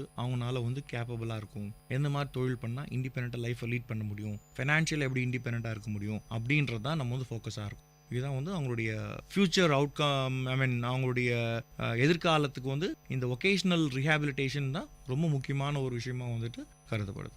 லாஸ்ட் ஒரு 20 இயர்ஸ் பேக் வந்து இதை பற்றி அவேர்னஸும் இல்லை பேரண்ட்ஸுக்கு. அதுக்கப்புறமா வந்து கொஞ்சம் ஸ்பெஷல் ஸ்கூல், இந்த ஆக்குபேஷனல் தெரப்பி, மற்ற ஸ்பெஷல் விஷயங்கள், ஸ்பீச் தெரப்பி, அந்த மாதிரியான விஷயங்கள் வளர ஆரம்பிச்சுது. ஸோ இப்போ இருக்கிற கரண்ட் ஸ்டேட்டஸில் வந்து நிறைய டெக்னாலஜி வளர்ந்துட்டு போச்சு, நிறைய விஷயங்கள் நமக்கு இன்ஸ்டண்ட்டாக கிடைக்க ஆரம்பிச்சிச்சு. ஸோ இந்த ஃபீல்டில் எப்படி டெக்னாலஜி எந்த அளவில் உங்களுக்கு யூஸ்ஃபுல்லாக இருக்குது, எந்த மாதிரியான விஷயங்கள்லாம் வளர்ந்துருக்கு சார்? இப்போது நான்லாம் ஃபஸ்ட்டு நாங்கள் வந்து இந்த தொழிலில் நாங்கள் வந்துட்டு ஸ்டூடெண்ட் பீரியட்லேருந்து ஃபஸ்ட் நாங்கள் வந்து இண்டிபெண்ட்டாக ப்ராக்டிஸ் பண்ணும்போது ஆரம்பிக்கும்போது டெக்னாலஜின்னு பார்த்தீங்கன்னா ஒன்றுமே ஆக்சுவலாக பெருசாக இல்லை. கன்வென்ஷனலாக வந்துட்டு சில விஷயங்கள் பண்ணிகிட்ருப்போம். இப்போது இந்த 15 வருஷத்தில் பார்த்தீங்கன்னா நிறைய சேஞ்சஸ். நீங்கள் கேட்ட மாதிரி டெக்னாலஜி ரீதியில் எங்களுக்கான சேஞ்சஸ் பார்த்தீங்கன்னா எங்கள் சென்டர்ஸில் நாங்கள் வந்து வர்ச்சுவல் ரீஹாபிலிட்டேஷன் சொல்லிட்டு ஒன்று வச்சுருக்கோம். வர்ச்சுவல் ரீஹாபிலிட்டேஷன் அப்படின்னா ஒரு வர்ச்சுவல் என்விரான்மெண்ட், அதாவது செயற்கையாக ஒரு ப்ரொஜெக்டரில் ஒரு என்விரான்மெண்ட்டை க்ரியேட் பண்ணுவோம். அந்த வர்ச்சுவல் என்விரான்மெண்ட்டில் ஒரு கேமரா வந்து வச்சுருப்போம் அந்த டிவி மேலே. அந்த கேமரா வந்து எங்கள் மூமெண்ட்ஸ் எல்லாம் எடுத்து அந்த குழந்தை இமேஜ் வந்து அந்த வர்ச்சுவல் என்விரான்மெண்ட்டில் வச்ச உடனே அந்த குழந்தைங்க என்னென்னலாம் இங்கே மூவ் பண்ணுறாங்களோ அந்த மூமெண்ட்லாம் அந்த குழந்தைங்க வந்துட்டு பார்க்குறாங்க. அது பார்க்கும்போது என்ன ஆகும்னா அவங்களுக்கான ஃபீட்பேக், நான் மூவ் பண்ணுறேன், ஒரு மாங்காய் மரம் இருக்கும், அந்த மாங்காய் மரத்தில் மாங்காங்கெல்லாம் பறிக்கிற மாதிரி ஒரு கேம் இருக்கும். ஸோ அவங்க கையை வச்சு இந்த ஆக்ஷன் சும்மா ஆக்ஷன் பண்ணும்போது அந்த மாங்காயெல்லாம் இவங்க கை வச்சோடனே மாங்காய் வந்துட்டு கையில் வந்துடும். அந்த ஃபீட்பேக்னால அவங்க திரும்ப விஷயத்த பண்ணும்போது அவங்களுக்கான சென்சரி மோட்டார் பிளேன்னு சொல்லுவோம். என்ன நான் மாங்காய் பாய்க்கிறேன், மாங்காய் என் கையில் வருது, அந்த மாதிரி விஷயம் காம்பனண்ட், அந்த ஒரு பிளே டெவலப்மெண்ட் வரும். இந்த மாதிரி நிறைய கேம்ஸ் இருக்குது. இந்த இன்டராக்டிவ் கேம்ஸ் இருக்குது பார்த்தீங்களா, இந்த இன்டராக்டிவ் கேம்ஸ் தான் வர்ச்சுவல் ரீஹாபிலிட்டேஷன். இந்த இன்டராக்டிவ் கேம்ஸ்லேருந்து அந்த குழந்தைங்களை ஸ்லோவாக ரியல் லைஃப் பிளேயில் வந்து நம்ம இன்கார்பரேட் பண்ணோம்னா அந்த குழந்தைங்களோட டெவலப்மெண்ட் பார்த்தீங்கன்னா ரொம்ப அதிகமாக இருக்கும். இதெல்லாம் இப்போ மாடர்ன் டெக்னாலஜி, இந்த இன்டராக்டிவ் மெட்ரோனாம், வர்ச்சுவல் ரீஹாபிலிட்டேஷன் அப்படின்ற விஷயங்கள்லாம் மாடர்ன் டெக்னாலஜி தெரப்பிஸ் இதெல்லாம் யூஸ்ஃபுல்லாக இருக்குது. கண்டிப்பாக ரொம்ப யூஸ்ஃபுல்லாக இருக்குது. சரி சார், அடுத்த கேள்வி பார்த்தீங்கன்னா இந்த ஆட்டிசம் வந்து ஒரு பரவக்கூடிய நோய் கிடையாது கண்டிப்பாக. ஸோ சொசைட்டி எந்த மாதிரியான இன்புட் கொடுக்கணும்? இப்போ வந்து ஒரு ஆட்டிசம் உள்ள குறைபாடு உள்ள குழந்தைகிட்ட போயிட்டு நார்மலாக இருக்கிற குழந்தைய வந்து அந்த பேரண்ட்ஸ் விளையாட வர்றதில்ல, நீ அவங்ககிட்ட போகாத, அவங்ககிட்ட விளையாடாதன்னு சொல்லிட்டு சொசைட்டியாக ஒரு மக்கள் வந்து எந்த மாதிரியான அவேர்னஸ் கொடுத்து ஒரு குழந்தைய அவனோட பழக விடணும், அந்த ஆட்டோமேட்டிக்காக வந்து அவன் நார்மலுக்கான வருவதற்கான வாய்ப்புகள் அதிகம். ஸோ அந்த மக்கள்கிட்ட அந்த மாதிரி அவேர்னஸ் எப்படி இருக்கணும், உங்கள் பாயிண்ட் ஆஃப் வியூவில் பற்றி சொல்லுங்கள் சார். நீங்கள் கேட்டது பார்த்தீங்கன்னா ரொம்ப ரொம்ப ரொம்ப வேலிட். இப்போ நாங்கள் என்ன தான் தெரப்பி வந்து பண்ணி கொடுத்தாலுமே, என்ன தான் நாங்கள் எங்ககிட்ட தெரப்பி சென்டர்ஸ்க்கு வரும்போது பார்த்தீங்கன்னா ஒரு 3/4 மணி நேரம் 1 மணி நேரம் தான் நம்ம தெரப்பி கொடுக்க முடியும். ஸ்கூல்னு வரும்போது ஒரு 5 hours 3 to 5 hours தான் குழந்தைங்க வந்து ஸ்கூலில் இருக்க முடியும். ரெஸ்ட் ஆஃப் த டைம் பார்த்தீங்கன்னா அந்த குழந்தைங்க ஃபேமிலியில் இருக்கணும், அப்புறம் சொசைட்டியில் இருக்கணும். இந்த சோஷியல் ஸ்டிக்மானுக்கு பார்த்தீங்கன்னா அது ரொம்ப ரொம்ப ஒரு மோசமான விஷயம் அது. பட் ஆனால் எல்லா கண்டிஷனில் ஆட்டிசம் இல்லை, எல்லா விதமான கண்டிஷன்லையும் பார்த்தீங்கன்னா இந்த சோஷியல் ஸ்டிக்மா வந்து எல்லாருக்குமே இருக்குது. ஸோ ஜனங்களுக்கு வந்துட்டு இந்த அவேர்னஸ், ஆட்டிசம்ன்றது தொட்டா வந்துடாது, எப்படி வந்து ஹெச்ஐவிக்கு வந்துட்டு எவ்வளோ அதிகமாக வந்து டிவியில் வந்துட்டு ஆட் கொடுக்குறாங்க, தொட்டா வந்துடாது, அந்த மாதிரி விஷயங்கள்லாம் அந்த மாதிரி விஷயங்கள் ஆட்டிசம்க்கும் வரணும். இந்த ஆட்டிசம் பாதித்த குழந்தைங்க வந்துட்டு நார்மல் ஸ்கூலில் வந்து படிக்கும்போது மற்ற பசங்க இந்த பசங்க பிஹேவியர் பார்த்து எடுத்துக்க மாட்டாங்க. அவங்கள பேரண்ட்ஸ் நார்மல் ஸ்கூலில் படிக்கிற நார்மல் பேரண்ட்ஸுடைய பேரண்ட்ஸ்க்கு வந்துட்டு நம்ம வந்து ஸ்கூலோ இல்லை வந்துட்டு ஒரு தன்னார்வ தொண்டு நிறுவனமோ ஒரு கேம்ப் மாதிரி கண்டக்ட் பண்ணி இவங்களுக்கு வந்து அவேர்னஸை கொண்டு போகணும். அதாவது நார்மல் குழந்தைங்க கிட்ட இருந்து ஆட்டிசம் பாதித்த குழந்தைங்க வந்துட்டு நல்ல விஷயங்கள் வந்து கிரகிச்சுப்பாங்க. கிரகிக்கும் போது உங்களுக்கு தெரியாம உங்களுடைய கான்ட்ரிபியூஷன் அந்த குழந்தைங்களுக்கு வந்துட்டு ரொம்ப உதவியா இருக்கும். ஸோ அந்த குழந்தை வெளியே வரத்துக்கு அவங்களுடைய கான்ட்ரிபியூஷன் எவ்வளோ இருக்குது அப்படின்னு அவங்களை என்கரேஜ் பண்ணணும். அது வந்து பார்த்தீங்கன்னா எங்களை மாதிரி இண்டிபெண்ட்டாக வந்துட்டு ஒரு தெரப்பி சென்டர் வச்சுன்னா யாரும் வந்து கேட்க மாட்டாங்க. ஏன் கேட்க மாட்டாங்கன்னா நாங்கள் தெரப்பி சென்டர் பண்ணுறோம். ஆனால் ஒரு தன்னார்வத்தோன் பெரிய லெவலில் இந்த அவேர்னஸ் ப்ரோக்ராம் வந்து கொண்டு போனாங்கன்னா ரொம்ப நல்லா இருக்கும் அந்த சோஷியல் ஸ்டிக்மாவை பிரேக் பண்ணுறது. அந்த குழந்தைகளை ஒதுக்கி வைக்காம இருந்தாலே அதுவே அதுவே இன்க்ளூசிவ். அந்த இன்க்ளூசிவ்னஸ் தான் வந்து நான் வந்துட்டு கடந்த ஒரு 10 வருஷமா அந்த இன்க்ளூசிவ்னஸ் பற்றி தான் நிறைய பேர்கிட்ட பேசுகிறேன். என்னோட ஸ்கூல் கூட பார்த்தீங்கன்னா இந்த குழந்தைக்கு அந்த ப்ரீ பிரைமரிலாம் ஹெல்ப் பண்ணுறேன். அதனால செகண்டரி போகல. ஏன்னா ஸ்பெஷல் ஸ்கூலில் ரெஸ்ட்ரிக்ட் ஆகக்கூடாது. அவங்க வந்து நார்மல் ஸ்கூல் போகணும். நார்மல் ஸ்கூல் போகிறதுக்கு எதெல்லாம் நம்ம ஸ்கில்ஸ் ஒர்க் பண்ணுமோ அந்த ஸ்கில்ஸ் எல்லாம் எங்கள் சென்டரில் வந்து அந்த ப்ரீ பிரைமரி ப்ரோக்ராம்லையோ தெரப்பி சென்டர்ஸ்லையோ நாங்கள் வந்து ஃபோக்கஸ் பண்ணுறோம் ஜாஸ்தி. ரொம்ப நல்ல விஷயம் பண்ணுறீங்க.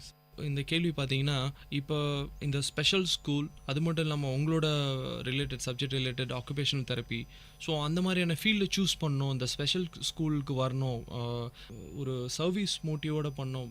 ஜாப் ஃபீல்டு வேறு ஆஸ் வெல் அஸ் இதில் வந்து ஒரு சர்வீஸ் கண்டிப்பாக இருக்குது இதில். ஸோ இந்த ஃபீல்டுக்கு வரணும், தெரப்பி அந்த மாதிரியான விஷயங்களை கற்றுக்கணும். ஸோ இதில் இருக்கிற ஃபியூச்சர் பற்றி கொஞ்சம் சொல்ல முடியுமா சார்? இந்த ஃபீல்டை பற்றி கொஞ்சம் சொல்ல முடியுமா? இப்போ நாங்கள் பண்ணது இந்த கோர்ஸ் பேர் பார்த்தீங்கன்னா ஆக்குபேஷனல் தெரப்பி டிசிப்ளின்.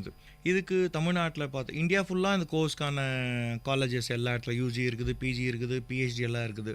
தமிழ்நாடை பொறுத்த வரைக்கும் government Tamil Nadu MGR medical university கீழே வந்துட்டு பிஓடி அப்படின்னு சொல்லிட்டு ஒரு கோர்ஸ் இருக்குது யூஜியில், பேச்சுலர்ஸ் இன் ஆக்குபேஷனல் தெரப்பி.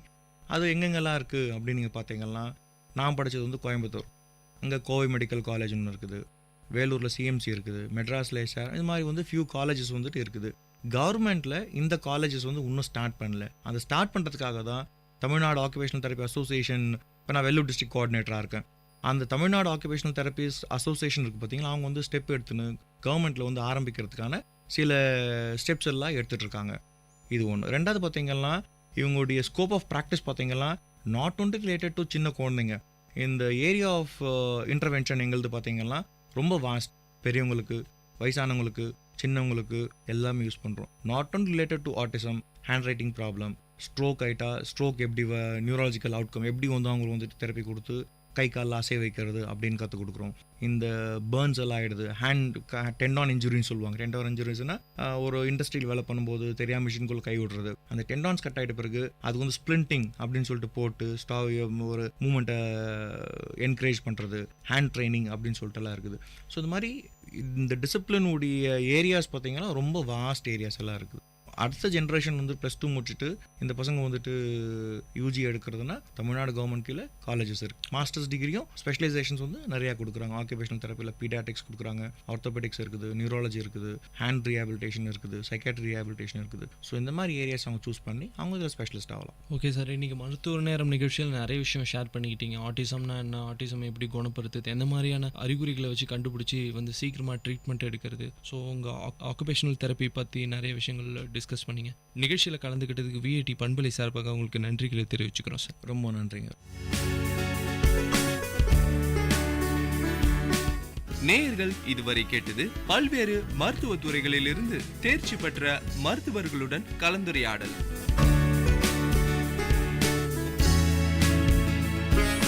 மருத்துவ நேரம் விஐடி பண்பலை 90.8. நன்றி, வணக்கம்.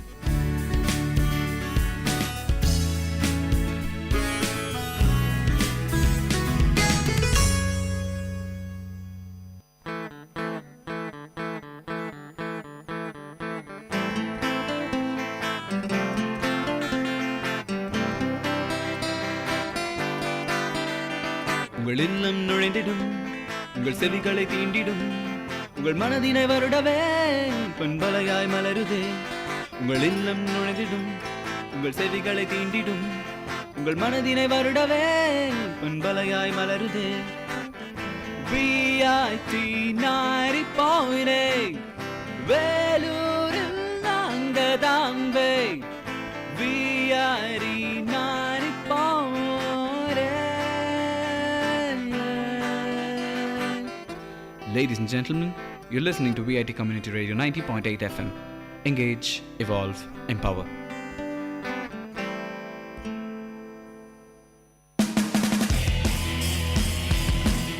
உங்கள் விஐடி பண்பலை 90.8 வழங்கும் கருத்துக்களம். மக்கள் கருத்துக்கள் அரங்கேறும் ஒளித்தளம், உங்கள் குரல்களில் ஒருங்கிணையும் கருத்துக்களம். விஐடி பல்கலைக்கழகத்தின் சமுதாய வானொலியில்.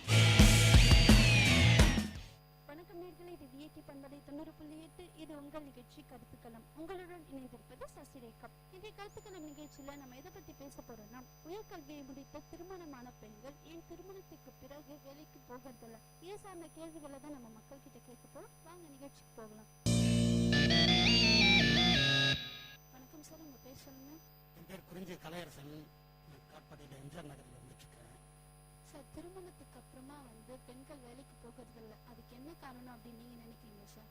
பெண்கள் படிப்பு ரொம்ப முக்கியம். படித்த பிறகு வீட்டிலே இருக்கிறத காட்டிலும் வேலைக்கு போனாக்கா அந்த குடும்பத்தினுடைய பொருளாதார நிலையம் மேம்படும். அதே நேரத்தில் குழந்தைங்க இருக்கும்போது அந்த குழந்தையுடைய வளர்ச்சியை முக்கியமாக கவனம் செலுத்துவது பெண்கள் தான். ஆண்கள் வெளியில் வேலைக்கு போயிடும்போது வீட்டில் இருக்கிறது பெண்கள் தான். பெண்கள் படித்த பெண்களாக இருக்கும்போது உயர்கல்வி படித்தது மட்டும் இல்லாமல் அவங்க அந்த உயர்கல்வித்தினுடைய பலன் குழந்தைங்களுக்கு நல்ல பொது அறிவையும் அதனுடைய வளர்ச்சியில் கவனம் செலுத்தி வளர வேண்டிய சூழ்நிலை நல்லா அமைக்கலாம். நாம் கல்வி கற்ற முறையிட்டு குழந்தைகளுடைய எதிர்காலத்தில் நல்ல முறையில் வளர்க்கறதுக்கு அந்த சூழ்நிலை, கல்வியினுடைய நிலை, குழந்தைகளுடைய பராமரிப்பு, சுகாதாரம் இவற்றையெல்லாம் பார்ப்பதற்கு பெண்களுக்கு அனுபவ அறிவு அதிகமாக கிடைக்கிறது. படித்த பெண்களுக்கு, குறிப்பாக படிக்காத பெண்களுக்காக படித்தவர்களுக்கு உலக அனுபவம் அதிகம் தெரிந்திருக்கிற காரணத்தினால இந்த குழந்தைகளை எப்படி வளர்த்தா அதனுடைய எதிர்காலம் எப்படி இருக்கும் என்ற ஒரு அனுமானம் அந்த குழந்தைகளுக்கு வளர்க்க வேண்டிய சூழ்நிலையை அந்த பெண் தான் நிர்ணயிக்க முடியும். பெண் குடும்பத்தில் தனிமைப்படுத்தப்படுகின்ற நேரத்தில் அவளுக்கு வீட்டு வேலையும் கவனிக்க வேண்டிய சூழ்நிலை அதே நேரத்தில் குழந்தைகளுடைய கல்வி, அதனுடைய பராமரிப்பு, வளர்ப்பு முறை இதெல்லாம் பார்க்க வேண்டிய சூழ்நிலை ஏற்படுகிறது. இதுக்கு வேற எதனா காரணங்கள் இருக்கு அப்படின்னு நீங்க நினைக்கிறீங்களா சார்?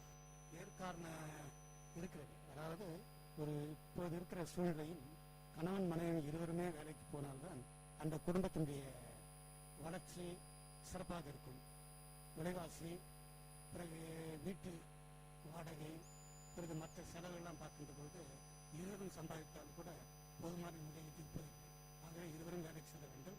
அதே நேரத்தில் கணவன் சம்பாதியத்தில் கூடுமானவருக்கு பெண்கள் சிக்கனமாக இருந்து மற்ற சூழ்நிலையெல்லாம் கவனிப்பதற்கான அந்த குடும்பம் மிகவும் சிறப்பாக இருக்கும். சிக்கனமாகவும் சேமிப்பாகவும் வாழ்க்கையை எப்படி நடத்த வேண்டும் என்ற நிலையில் பெண்கள் தான் திறமைசாலிகள்.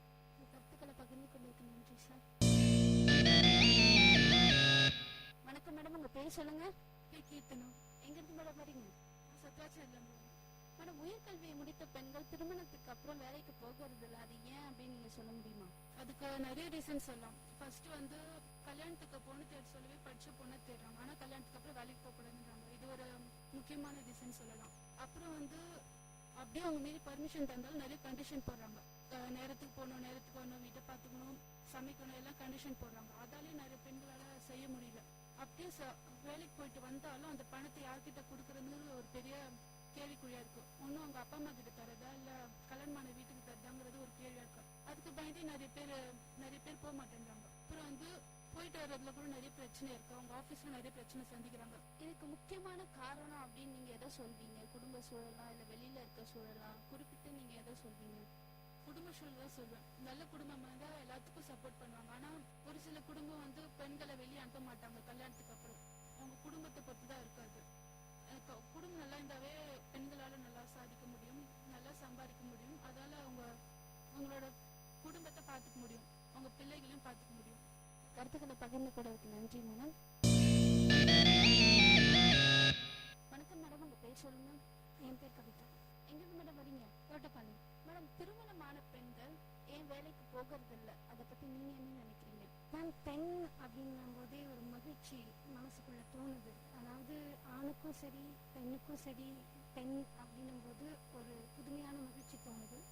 அப்படிப்பட்ட பெண் தான் பிறந்ததுல இருந்து தான் புதுவானதுல இருந்து பல்வேறு கஷ்டங்களை சந்திச்சுட்டு தான் சந்திச்சிருந்தோம். அப்படிப்பட்ட கஷ்டங்களுக்கு இடையில தான் படிச்சு பல்வேறு இக்கட்டான சூழ்நிலையிலும் மாட்டி அதுல இருந்து தப்பித்து இளங்கலை, அந்த மாதிரி முதுகலை போன்ற பல்வேறு பட்டங்களை வாங்குறோம். வேலைக்கு போகலான்னு வச்சுக்கோங்களேன். வேலைக்கு வேலைக்கு போன பிறகு அவன் வந்து சந்தோஷமா தான் இருப்பான். சரி வீட்டுல அப்புறமா வேலைக்கு போயாச்சுன்னா கல்யாணம் பண்ணிக்க அப்படின்னு சொல்லிட்டு கல்யாண பேச்சு ஆரம்பிச்சு கல்யாணம் பண்ணி வைக்கிறாங்கன்னு வச்சுக்கோங்க. அப்பா அம்மா மாதிரியே இருக்க மாட்டாங்க. மாமனாரு மாமியாரு நாத்தனாருன்னு சொல்லிட்டு சில பல நார்கள் இருக்காங்க இல்லையா, அவங்க வந்து பெண்ணுடைய இஷ்டங்களை மறைச்சி பெண்ணுக்கான உரிமையை வந்து எல்லாருமே அதே மாதிரி இருப்பாங்கன்னு நான் சொல்ல வரல. சில பல இடங்கள்ல வந்து அது கட்டுப்படுத்தப்படுது. வேலைக்கு போகக்கூடாது, நீ வந்து வீட்டுலதான் இருக்கணும், வேலைக்கு போனீங்கன்னா உனக்கான திமிரு அதிகமாயிடும், கையில பணம் வந்துருச்சுன்னா வந்து நீ எங்க பேச்சு கேட்க மாட்ட, வீட்டு வேலைகளை பார்க்க மாட்ட. சில கணவன்மார்கள் மட்டும் இப்படி, நான் எல்லாரையுமே சொல்ல வரல, பொதுவா சில பலர் இருக்காங்க இல்லையா. நம்ம நாடு எப்படிதான் நம்ம நாடு இண்டிபெண்டா இருந்தாலுமே இப்படிப்பட்ட கருத்துக்கள் இருக்கதான் செய்யுது. அதே போல நம்ம காந்தி சொன்னது போல ஒரு பெண் நகைகளை போட்டுட்டு நடுராத்திரி 12 மணிக்கு அவ வந்தா அவ வந்து யாராலையுமே வந்து துன்புறுத்தப்படல, யாராலையுமே வந்து கொடுமைக்கு உள்ளாக்கப்படல அப்படின்னு இருந்தா மட்டுமே அந்த நாள் மட்டுமே வந்து சுதந்திரம் அடைஞ்சதா, நம்ம இந்தியா சுதந்திரம் அடைஞ்சதா அவர் சொன்னாரு. ஸோ அந்த கருத்துப்படி பார்த்தா இன்னும் நம்ம நாடு சுதந்திரம் அடையலன்னு தான் நான் சொல்லுவேன். ஆனா 68 69ன்னு சொல்லிட்டு சுதந்திர நாளை வந்து நம்ம கொண்டாடிட்டு தான் வரும். இந்தியா இன்னும் முழுமையான சுதந்திரத்தை அடையவில்லை அப்படின்னு தான் நான் சொல்லுவேன். அந்த வரிசையில தான் பெண் வேலைக்கு போறதும் போகாததும்.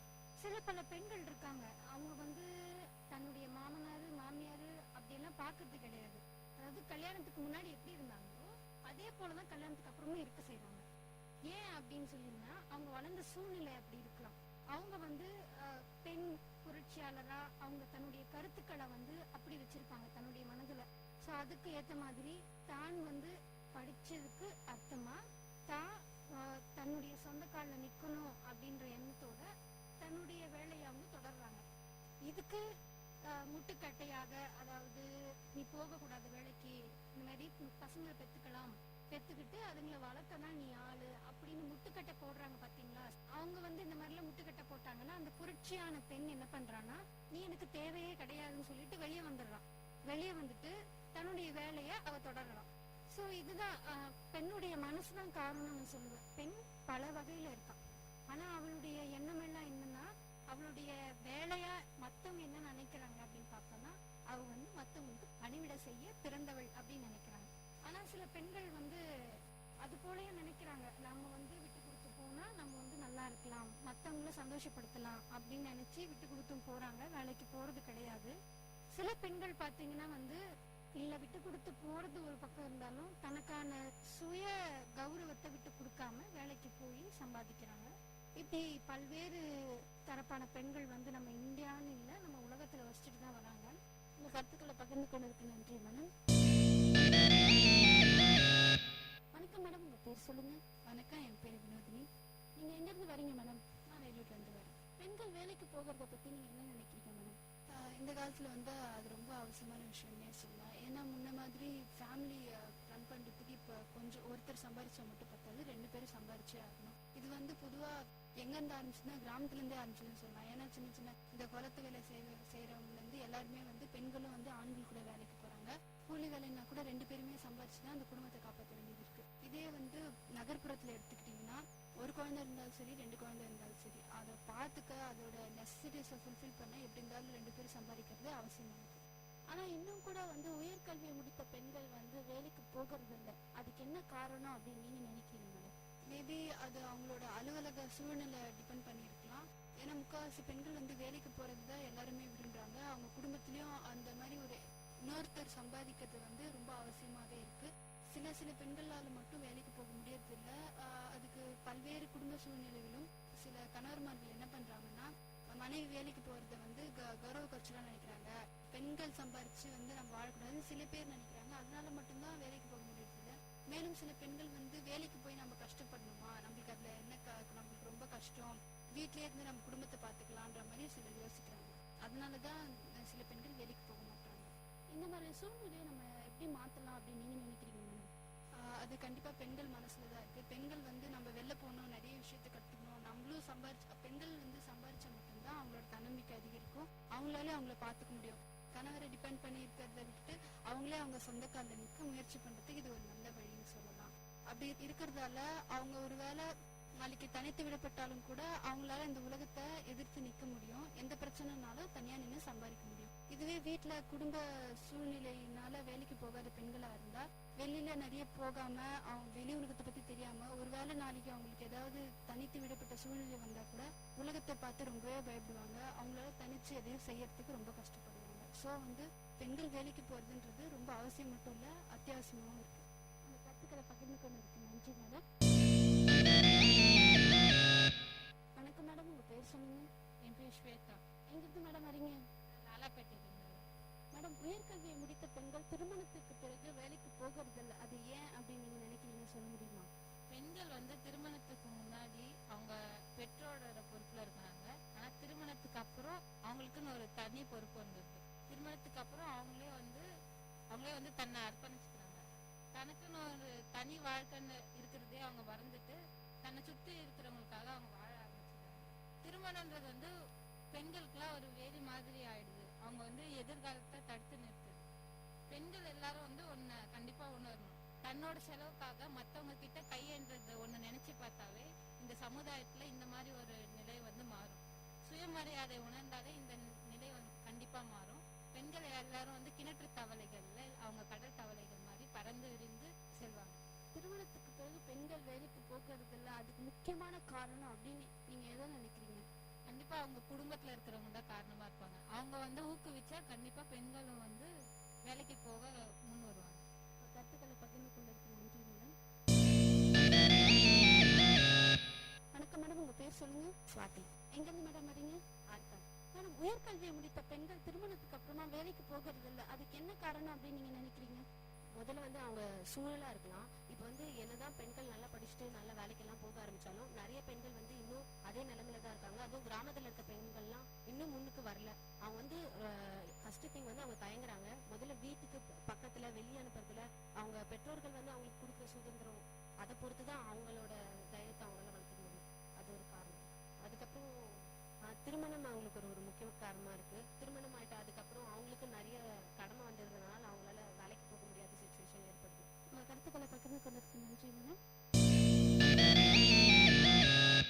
வணக்கம் மேடம், உங்க பேர் சொல்லுங்க. சிவப்பிரியா. எங்கிருந்து மேடம் நீங்க வரீங்க? காந்திநகர். மேடம், உயர்கல்வியை முடித்த பெண்கள் திருமணத்துக்கு அப்புறம் வேலைக்கு போகிறது இல்லை, அதுக்கு என்ன காரணம் அப்படின்னு நீங்க நினைக்கிறீங்க? திருமணம் ஒரு முக்கியமான காரணம். வேற ஏதாவது காரணங்கள் சொல்ல முடியுமா மேடம்? ஆண்களோட ஆதிக்கம், சொசைட்டில இருக்க சில சிச்சுவேஷன்ஸ்னால அவங்களால வேலைக்கு போக முடியாத சூழ்நிலைகள், குழந்தைகளை வளர்க்கணுன்றதுக்காக போகாம இருக்கலாம். இதுல பெண்களை எப்படி நம்ம வீட்டுக்கு கொண்டு வரலாம்? அவங்களோட தைரியத்தை வளர்த்துக்கணும். அவங்களுக்காக அவங்க வாழ ஆரம்பிக்கணும். உங்க கருத்துக்களை பகிர்ந்து கொண்டு இருக்கு. நன்றி மேடம். நேர்களை இது விஐடி பண்பலை 90.8. இது உங்கள் நிகழ்ச்சி கருத்துக்களம். உங்களுடன் இணைந்திருப்பது சசிரேகா. இன்றைய கருத்துக்களம் நிகழ்ச்சியில் நம்ம எதை பத்தி பேசிட்டு இருக்கோம்னா, உயர்கல்வியை முடித்த திருமணமான பெண்கள் ஏன் திருமணத்துக்கு அப்புறமா வேலைக்கு போகிறது இல்லை, ஏன் சார்ந்த கேள்விகளை தான் நம்ம மக்கள் கிட்ட கேட்டுட்டு இருக்கோம். வாங்க நிகழ்ச்சியை தொடரலாம்.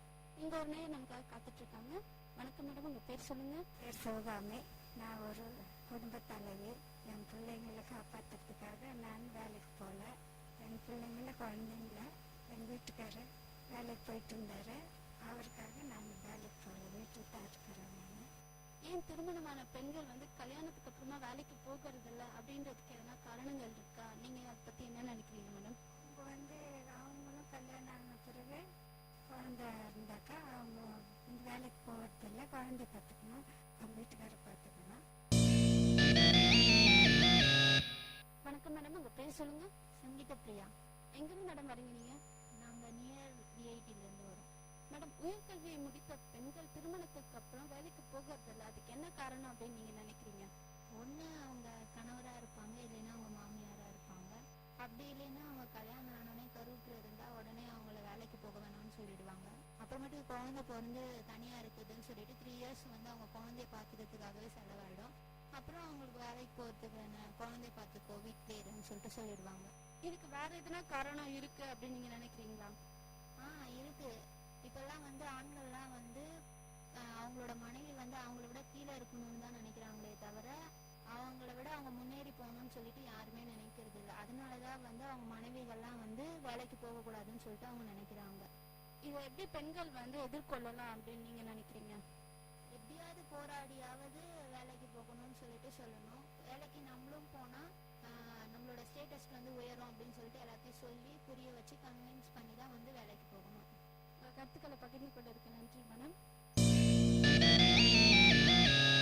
அன்றைய காலகட்டத்தில் பெண்களுக்கு கல்வின்றது ஒரு எட்டாத கனியாக இருந்துட்டு இருந்தது. ஆனால் அந்த நிலக்கால மாற்றத்தாலும் சமுதாய வளர்ச்சியிலாம் மாறிச்சுன்னு சொல்லலாம். இன்றைய காலகட்டத்தில் பெண்களுக்கு கல்வி அவசியம் அப்படின்னு சொல்றாங்க. ஆனால் அதே நேரத்தில் வேலை வாய்ப்புன்றது பெண்களுக்கு ரொம்பவே குறைவாக இருக்கு.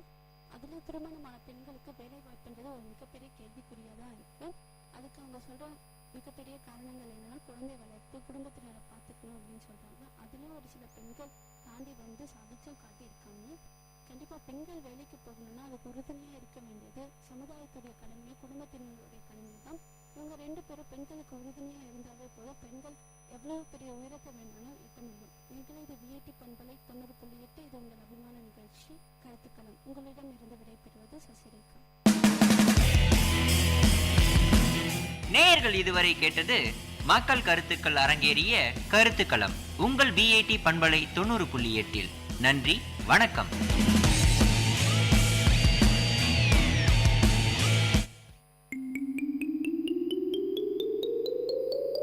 ஹாய் குட்டீஸ், இது விஐடி பண்பலை 90.8.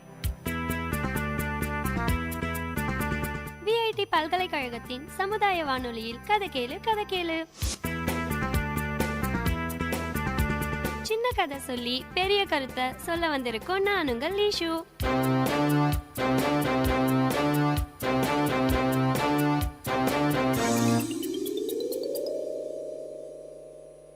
அந்த காலத்துல மகாபாரத போர் நடந்துட்டு இருந்தப்ப போர்க்களத்துக்கு ஒரு மாவீரன் வந்துட்டு இருந்தான்.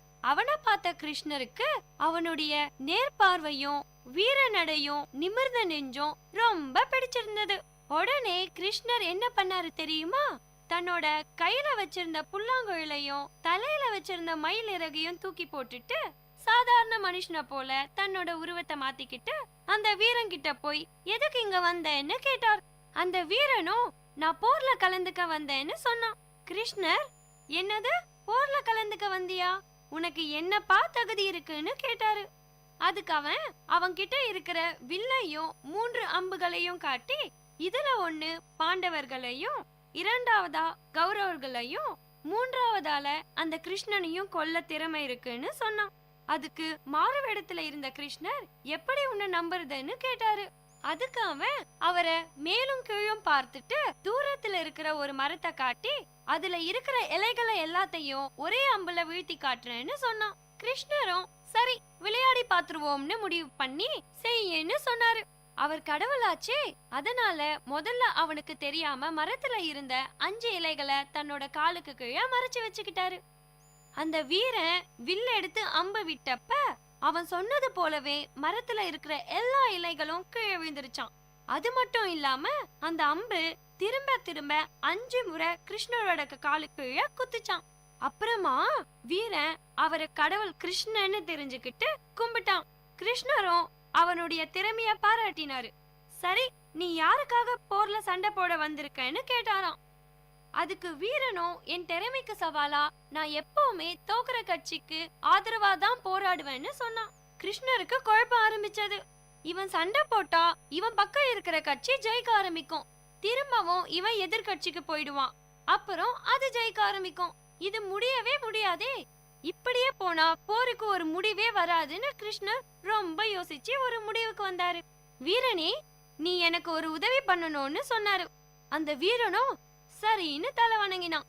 இந்த போருடைய முடிவை பாதிக்கிற மாதிரி சக்தியுள்ள ஒரு வீரன் இருக்கான், அவனுடைய தலை எனக்கு வேணும்னு கேட்டாராம். அதுக்கு அந்த வீரனும் யார் சொல்லுங்க, இப்பவே அவன் தலைய வெட்டி உங்க காலடியில வைக்கிறேன்னு சொன்னான்.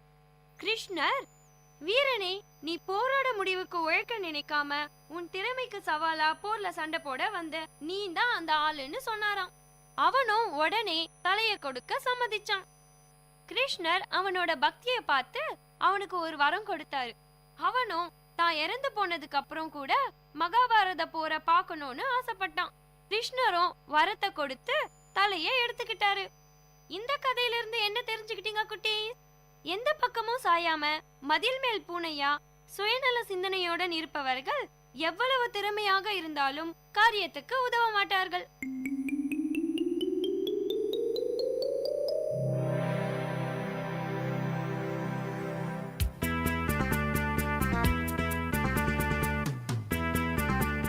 மாதிரி இன்னொரு கதையோடையும் கருத்தோடையும் அடுத்த கதை கேளு நிகழ்ச்சியில சந்திப்போம்.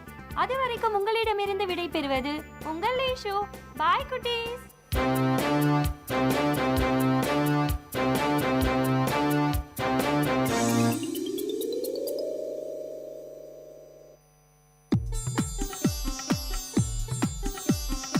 தமிழ்ச்சுடர், வாழ்வும் இலக்கியமும் சங்கமிக்கும் ஒலி ஓவியம். உங்கள் விஐடி பண்பலை 90.8.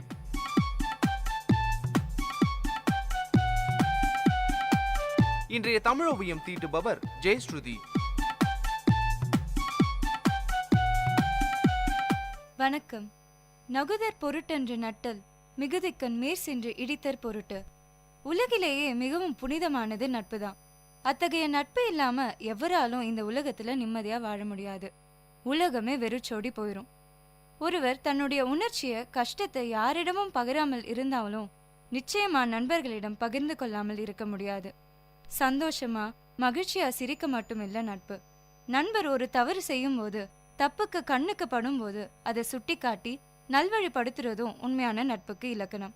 சும்மா 4 படத்துக்கு போனோமா, ஊரை சுத்தி பார்த்தோமா, வெளியில சாப்பிட்டோமா, பில்ல ஃப்ரெண்டு பே பண்ணினாங்களான்றது முக்கியம் இல்லை. நம்ம நண்பர் தப்பு பண்ணும்போது அதை திருத்தி நல்வழிப்படுத்துவது தான் உண்மையான நட்பு. எந்த நேரத்திலும் இணை பிரியாத 2 நண்பர்கள் இருந்தாங்க.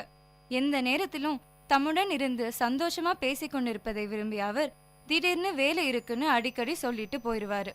இதுவரை நண்பனாக இருந்து எப்போதும் எந்த சூழ்நிலையிலும் தனக்கே முக்கியத்துவம் கொடுத்து பேசிய நண்பர் திடீர்னு அதை தவிர்த்து வேற ஒருவருக்கு சம்பந்தமே இல்லாம தம்மை தவிர்த்து முக்கியத்துவம் கொடுத்தார். இதுவரை எங்க போனாலும் அழைக்காம செல்லாத நண்பர் புது நண்பர்களுடன் தனியா போறதுன்னு அவரோட செயல்பாடுகள்ல மாற்றங்கள் தெரிந்தது. உறவுகள்ல சின்ன சின்ன பிரிவுகள், மனக்கசப்புகள் இருப்பது சாதாரணமான விஷயம் தானே. எந்த உறவுக்கும் பிரிவு இருந்தாலும் நட்புக்கு பிரிவு இருக்காதுன்னு அவர் நினைச்சாரு. கொஞ்ச நாட்கள் கடந்து போக அத்தகைய உறவிலும் பிரிவு என்று ஒன்று இருக்குன்னு உணர்ந்தாரு. ஆனா அது வெளிப்படையா தெரியாதுன்னு புரிஞ்சுக்கிட்டாரு. அப்புறம் அவரு கூப்பிட்டு பேசினதுல அவரு கூட நட்புனால குடிப்பழக்கத்திற்கு ஆளாகி இருக்காருன்னு தெரிஞ்சுக்கிட்டாரு. தன் நண்பர் செய்வது தவறு என்று எண்ணி அதை திருத்த தன்னால் முடிஞ்ச எல்லாத்தையும் செஞ்சாரு. அப்பவும் அவரு திருந்துற மாதிரி தெரியல. சொல்லி பயனில்ல. இதுக்கு மேல நமக்கு என்ன வந்தது, இவன் கூட இருந்தா நாமளும் நாசமா தான் போவோம் அப்படின்னு சொல்லிட்டு அவரை பிரியல. அவர் மாறாக அவனை தக்க மருத்துவரிடம் அழைத்து சென்று கொஞ்சம் கொஞ்சமாக அந்த பழக்கத்திலிருந்து வெளிக்கொண்டு வந்தாரு. இயற்கையின் நியதி ஒன்றாக வாழ்தல் தான். ஒருமை நலத்துடன் வாழ்தல். வேறுபட்டவெல்லாம் ஒன்றுபட்ட நிலையிலே உலகம் இயங்கி வருது. ஒருவரிடம் ஒருவர் இல்லாத ஒருவரை பற்றி குறைகளை கூறாமல் குற்றங்கள் இழைக்கும் போது அதை சுட்டி காட்டுவதற்கும் ஈடான அறம் வேறு ஒன்றுமில்லை. ஒருவர் ஒருவருக்கு செய்யக்கூடிய உதவி என்பது அவர் பலரோடு நட்பாக இருப்பதற்குரிய வாயில்களை அமைத்து தரும். நல்ல நட்பை தேடி கண்டு கொள்ளாவிட்டால் திருந்த வேண்டியவர்களே இயல்பாக திருந்த மாட்டார்கள். மகிழ்ச்சி நிறைந்த நட்புறவை உண்டாக்கி வளர்க்க வேண்டும்.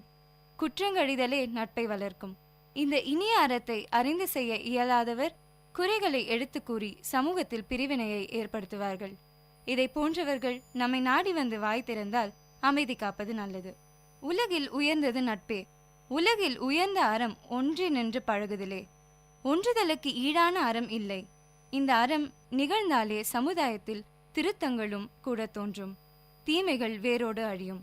இதைத்தான் வள்ளுவர் நகுதற் பொருட்டென்று நட்டல் மிகுதிக்கண் மேற் சென்று இடித்தற் பொருட்டு என்று சுட்டி காட்டுகிறார். ஒருவனோடு நட்பு கொள்வது சிரித்து மகிழ மட்டுமன்று. நண்பனிடம் வேண்டாத செயல் இருக்க கண்டபோது விரைந்து கண்டித்து புத்தி சொல்வதற்கே ஆகும். சிந்தியுங்கள், செயல்படுங்கள். நன்றி.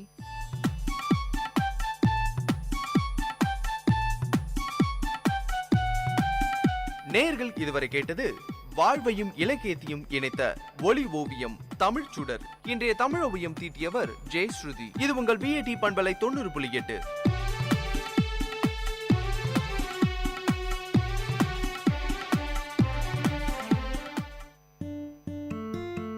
மெல்லிய நிகழ்வுகளில் தொடங்கி நெஞ்சை கசக்கும் நிகழ்வுகள் வரை நீளும் நம் வாழ்க்கையின் பிரதிபலிப்பு.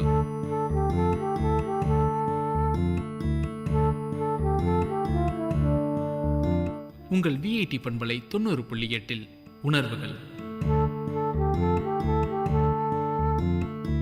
உணர்வுகள் இது எதை குறிக்குது? நம்மோட அன்றாட வாழ்க்கையில நடக்கிற சின்ன சின்ன நிகழ்வுகளால நம்மோட மனசுல ஏற்படுற அழுத்தம், அந்த அழுத்தத்தால நகர்த்தப்படக்கூடிய நம்மளோட வாழ்க்கை உணர்வுகளும் நிகழ்வுகளுமா மாறி மாறி நம்மளோட வாழ்க்கையை உந்தி தள்ளிக்கிட்டே இருக்கிற ஒரு நிலை. இந்த நிலையை நம்ம மனசு திரும்ப திரும்ப அலசி பார்த்துக்கிட்டே இருக்கிறது தான் உணர்வுகள். உங்க மனசு என்ன உணர்தோ அதுதான் உங்களோட நடவடிக்கையா பிரதிபலிக்குது. அப்படி பிரதிபலிக்கிற விஷயங்களை தான் விஐடி பண்பலையில இப்ப கேட்க போறீங்க.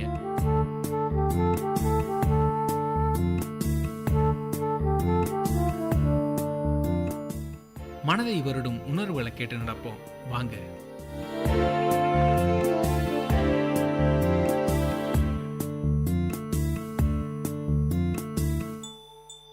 நம்ம ஊர்ல பல உறவுகள் நமக்கு இருக்கும். சில பேருக்கு எக்கச்சக்கமான உறவுகள் என்ன கூட முடியாத அளவுக்கு இருக்கும். சில உறவுகள் மறந்து போன நிலையில இருக்கும். அந்த மறந்து போன உறவுகள் நம்ம நினைச்சு பார்க்கும்போது அந்த உணர்வு இருக்கே ரொம்ப அற்புதமானதுங்க. அது மாதிரி தான் எனக்கும் என்னோட சின்ன தாத்தாவை பார்க்கணும்னு தோணுச்சு. ஊருக்கு போயிருந்தப்போ ஒரு தடவை எங்க சின்ன தாத்தாவை போய் பார்த்துட்டு வந்துடலாம் அப்படின்னு அவரோட வீட்டுக்கு கிளம்புனேன். அந்த வீட்டுக்கு போன பிறகு தான் எனக்கு ஒரு சின்ன வருத்தம். 2.5 வருஷமா படுத்த படுக்கையா இருக்கக்கூடிய எங்க சின்ன தாத்தாவை நான் பார்க்கும்போது அவர் ரொம்பவும் மாறி இருந்தாரு. நல்ல அழகா இருப்பார் அவரு. ஆனா இந்த 2.5 வருஷம் படுத்த படுக்கையா இருந்த காலத்துல அவரு ரொம்பவும் மாறிட்டாரு. கிட்டத்தட்ட முடி வெட்டுறதும் கூட 2 மாசத்துக்கு ஒரு தடவை தான். அப்படி இருந்த மனுஷன் இப்ப எப்படி ஆயிட்டாரு? ஜெமீன் குடும்பத்துல இருந்து இங்க வந்து இவ்வளோ கஷ்டப்பட்டு எல்லாத்தையும் இழந்து கடைசியில சுருட்டு சுத்தி தன்னோட வாழ்க்கையை நடத்திட்டு இருந்தாரு. அப்போ அவர் சந்தோஷமா தான் இருந்தாரு. ஆனா ஒரு பெரிய பிரச்சனை, அது என்னன்னா குடி. குடியை கெடுக்கும்னு சும்மாவா சொன்னாங்க? அது உண்மைதாங்க. என்னோட கண்ணுக்கு நேராவே நான் பார்த்த விஷயம். என்னோட சின்ன தாத்தா கல்யாணம் பண்ணிட்டு வந்தப்போ ரொம்ப சந்தோஷமா இருந்தாராம். அதாவது அவரோட வாழ்க்கையில எல்லாமே கிடைச்சிச்சு. நல்ல சம்பளம், நல்ல வேலை, எல்லாமே கிடைச்சிருந்திருக்கு. ஆனா அவருடைய பிரச்சனையே அவருடைய குடிதான். நண்பர்கள் வட்டாரம் அவரை கொஞ்சமா குடிக்கலாம் அப்படின்னு சொல்லி கொஞ்சம் கொஞ்சமா பழக்கி அந்த பழக்கத்துக்கு அடிமையாக்கிட்டாங்க. அவர் அந்த குடிக்கு அடிமையான பிறகு அவருடைய குடும்பம் ரொம்ப கஷ்டப்பட்டுச்சு. ஆனா பின்னாடி அவங்களுடைய குடும்பத்துடைய அடுத்த தலைமுறை நல்லபடியா இருந்தாங்கன்றது வேற கதை. அந்த கதை ரொம்ப சுகமான கதை தான். ஆனா இந்த 2.5 வருஷத்துக்கு அப்புறமா எங்க சின்ன தாத்தாவை பார்க்கும்போது எனக்கு ரொம்ப கஷ்டமா இருந்தது. ஏன்னா அவர் இந்த 2 வருஷத்துல அவருடைய மனைவி, அதாவது எங்க சின்னாத்தா, அவங்க மட்டும்தான் அவர் கூட இருந்திருக்காங்க. 2.5 வருஷமா அவருக்கு பணிவிட பண்ணிட்டு இருந்த எங்க சின்னாத்தாவுக்கு என்னதான் சந்தோஷம்? நான் போன அன்னைக்கு எங்க சின்ன தாத்தாவுக்கு ரொம்பவும் முடியாம இருந்துச்சு. அவருக்கு கிட்டத்தட்ட நினைவே தப்பிடுச்சுன்னு தான் சொல்லணும். எங்க சின்னாத்தா எவ்வளவோ நினைவுபடுத்தி பார்த்தாங்க. என்னோட பேர் அவர் வாயில வரவே இல்லை. வாயில என்னங்க, அவருடைய நினைவுல கூட என்னோட பேர் வரலன்றது தான் கொஞ்சம் வருத்தமான விஷயம். எனக்கு கொஞ்சம் சங்கடமாக தான் இருந்தது. என்னடா நம்மளுடைய பேரே இவருக்கு மறந்து போச்சே அப்படின்னு. இருந்தாலும் வயசாயிடுச்சு அப்படின்ற ஒரு விஷயம் இருக்கு. அதுவும் இல்லாமல் இப்போ அவர் இருக்கிறதுன்றதே பெரிய விஷயம்தான். அதில் என்னோட பேரை அவர் சொல்லணும்னு எதிர்பார்க்கறது கொஞ்சம் பேராசைன்னு நினச்சி நானே என்னை சமாதானப்படுத்திக்கிட்டேன். ஆனால் நடுவில் யார் யார் பேரையோ சொல்லி கூப்பிட்டாரு. அதுதான் எனக்கு ரொம்ப சங்கடமாக போயிடுச்சு. ஆனால் எங்கள் சின்னாத்தா நடுவில் ஏதேதோ மழுப்பி என்னோட பேரை அவர் வாயிலேருந்து கொண்டு வந்துடணும்னு எவ்வளவோ முயற்சி பண்ணாங்க. ஆனால் கடைசி வரைக்கும் அவர் வாயில என்னோட பேர் வரவே இல்லை. ஆனால் எங்கள் அம்மாவோட பேரை தப்பாமல் சொன்னார். ஆனால் என் பேர் ஞாபகம் இல்லை. இதுக்கு நடுவில் எங்கள் சின்னாத்தா பண்ண சிரிப்பு. ஆனால் எங்கள் சின்னாத்தாவையும் குறை சொல்ல முடியாது. இத்தனை வருஷத்தில் எங்கள் சின்ன தாத்தாவை எந்த குறையும் இல்லாமல் நல்லா பார்த்துக்கிட்டு இருக்காங்க. அதே நேரத்தில் சிரிச்ச முகத்தோட ரொம்ப அன்பாக இருப்பாங்க. அவங்களுக்கு இப்படியே பழகி போன வாழ்க்கையில் சின்ன தாத்தா கிட்டேருந்து என்னதான் எதிர்பார்த்தாங்க? ஒன்றுமே இல்லையா என்ன? கடைசியாக நான் கிளம்பணும் அப்படின்ற ஒரு நிலை. அந்த நிலையில் நான் சம்பிரதாயமாக ஒரு 100 ரூபாயை எடுத்து எங்கள் தாத்தா கையில் வச்சேன். சரி ஆசீர்வாதம் வாங்கிக்கலாம் அப்படின்னு தாத்தா காலை தொட்டு ஆசீர்வாதம் பண்ணுங்க தாத்தா அப்படின்னு கேட்டேன். அவரோட கண்ணில் தண்ணியாக நின்றுச்சு. அதை தொடச்சி விட்டு சின்னாத்தா இந்தாப்பா இந்த துண்ணூறு பூசிக்கோ அப்படின்னு எங்கள் சின்ன தாத்தாட்ட கொடுத்தாங்க. இதை பூசி விட்டுட்டு எங்கள் சின்ன தாத்தா ஆசீர்வாதம் பண்ணார். அப்புறம் எங்கள் சின்னாத்தாவோட ஆசீர்வாதத்தையும் வாங்கிட்டு வீட்டை விட்டு வெளியில் வரணும்னு முயற்சி பண்ணேன். ஆனால் என்னோட கால்கள் நகர மறுத்துடுச்சு. அவரோட கண்ணில் இருந்த அந்த கண்ணீர் கொஞ்சம் ஒட்டிக்கிட்டு என்னோட கண்ணில் வழிஞ்சு ஓடுறதுக்கு வழி இல்லாமல் அப்படியே திரும்பவும் உள்ளே போச்சு. என்னோட உணர்வுகள் எல்லாம் ஒரு உருப்பெற்று கால்களில் நட போட்டுச்சு. இந்த மாதிரி மறந்து போன பல உறவுகள் நம்மளோட வாழ்க்கையில் அன்றாட நிகழ்வுகளில் அப்பப்போ வந்து போயிட்டுருக்கு. இந்த உறவுகள் எல்லாத்தையும் மதிக்கணும். அதே நேரத்தில் இந்த உறவுகள் எல்லாத்தையும் மறக்காமல் மனசில் வச்சிருக்கணும். இந்த ஒரே ஒரு விஷயத்தோட தான் இந்த நிகழ்வை நான் அணுகுனேன். உணர்வுகள் உங்கள் மனதை வருடும் நிகழ்வுகளின் பிரதிபலிப்பு உங்கள் விஐடி பண்பலை 90.8.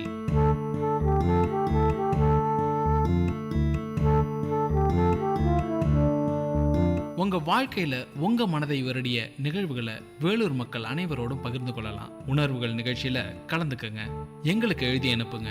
உங்கள் உணர்வுகளை எழுதி அனுப்ப வேண்டிய முகவரி: இயக்குனர், விஐடி பண்பலை 90.8, விஐடி பல்கலைக்கழகம், வேலூர் 14. உணர்வுகள், மனதை வருடும் நிகழ்வுகளின் பிரதிபலிப்பு உங்கள் விஐடி பண்பலை 90.8.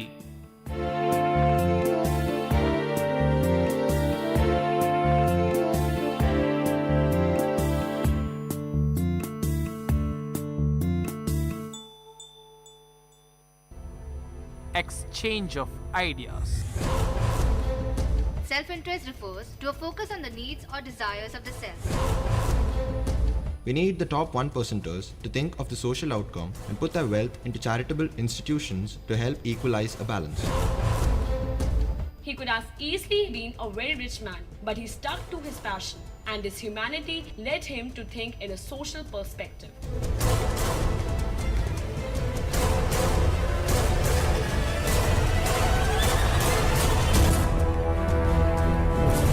Hello and welcome listeners. This is Exchange of Ideas on Vit Community Radio 90.8 FM.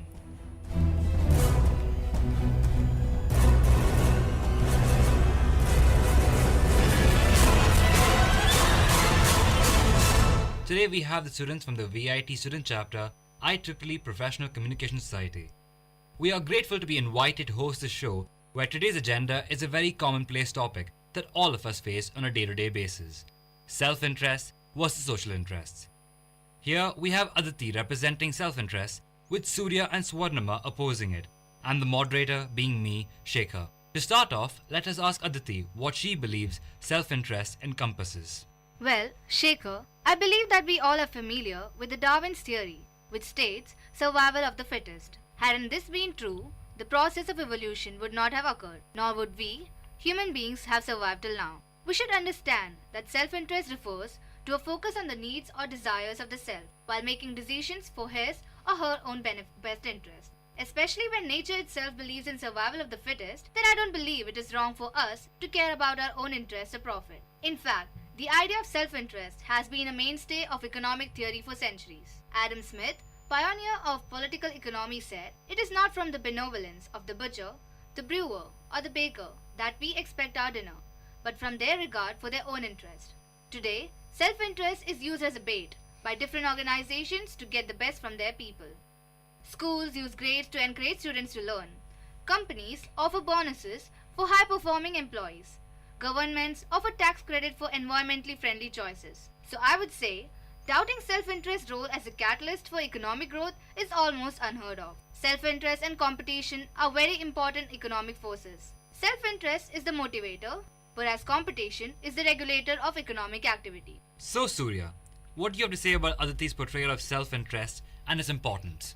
Well, if one does not have social interest, then one is self-absorbed and is concerned only with oneself. Such a style of life is useless. Let me define what self and social interests are. Self-interest is when individuals make decisions that are in their own best interest that solely benefit the individuals only. Such as when a politician in his self-interest allows a certain crime to go unnoticed for his financial gain. But social interest is when choices are made that benefit society as a whole. The cool thing about social interest is that it can also be attained by individual decision makers acting in their own self-interest. Such as Aditi said, a butcher cutting meat for his gain or a baker making bread inadvertently end up doing society a boon by the professions. Exactly, Surya. This process is what Adam Smith called the invisible hand. Generally, there can be a good amount of disagreement on what exactly this means, depending on views on society role. For example, people who think society should make it easier for people to maximize their own self-interest will not agree with others who believes steps taken towards egalitarianism are beneficial to society. And some might even debate that this might force us to become communist in nature, but that's widely debatable. Think about the creators of Facebook. They acted in their own self-interest, creating it for profit. However, in the process, we all ended up being benefited from the increased networking it has brought. It has brought the world into a new era of social networking. Or think about people like Kumar Das from IIT Kanpur and the Super 30, who gives IIT tuitions to poor and unfortunate children who cannot afford the expensive luxuries of mainstream coaching centers.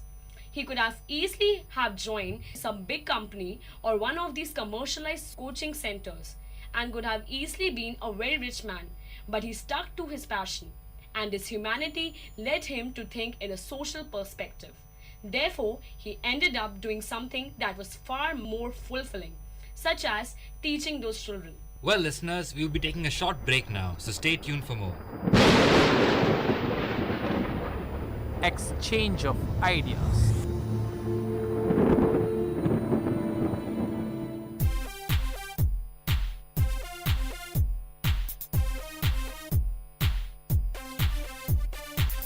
Mintu, why are you making paper balls and throwing it here and there? Chintu, I am trying to write something. Please don't disturb me. Okay, carry on with your writing, but at least don't waste paper like this.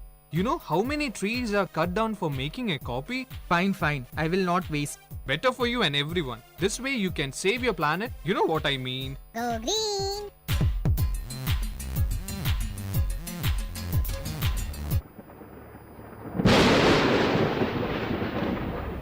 Exchange of ideas. Welcome back to the Exchange of Ideas on VIT Community Radio 90.8 FM. Before we left off for the break, we had begun the debate on self versus social interest, where Aditi had given us an in-detail description of economic ethics about self-interest, and Surya and Swarnama had reiterated their stance on social interest, with examples about the creators of Facebook to Kumar Das and his Super 30. Now, moving ahead, let us once again move to Aditi to ask her what she thinks. Shekhar, today my opposition imagines a utopian world where everyone is willing to sacrifice the luxuries of life for something spiritually fulfilling. The world is a cruel and unfair place. The criteria for success these days is defined by how much money or how high up a position you have earned. And that can only be achieved through a self-interested outlook of life.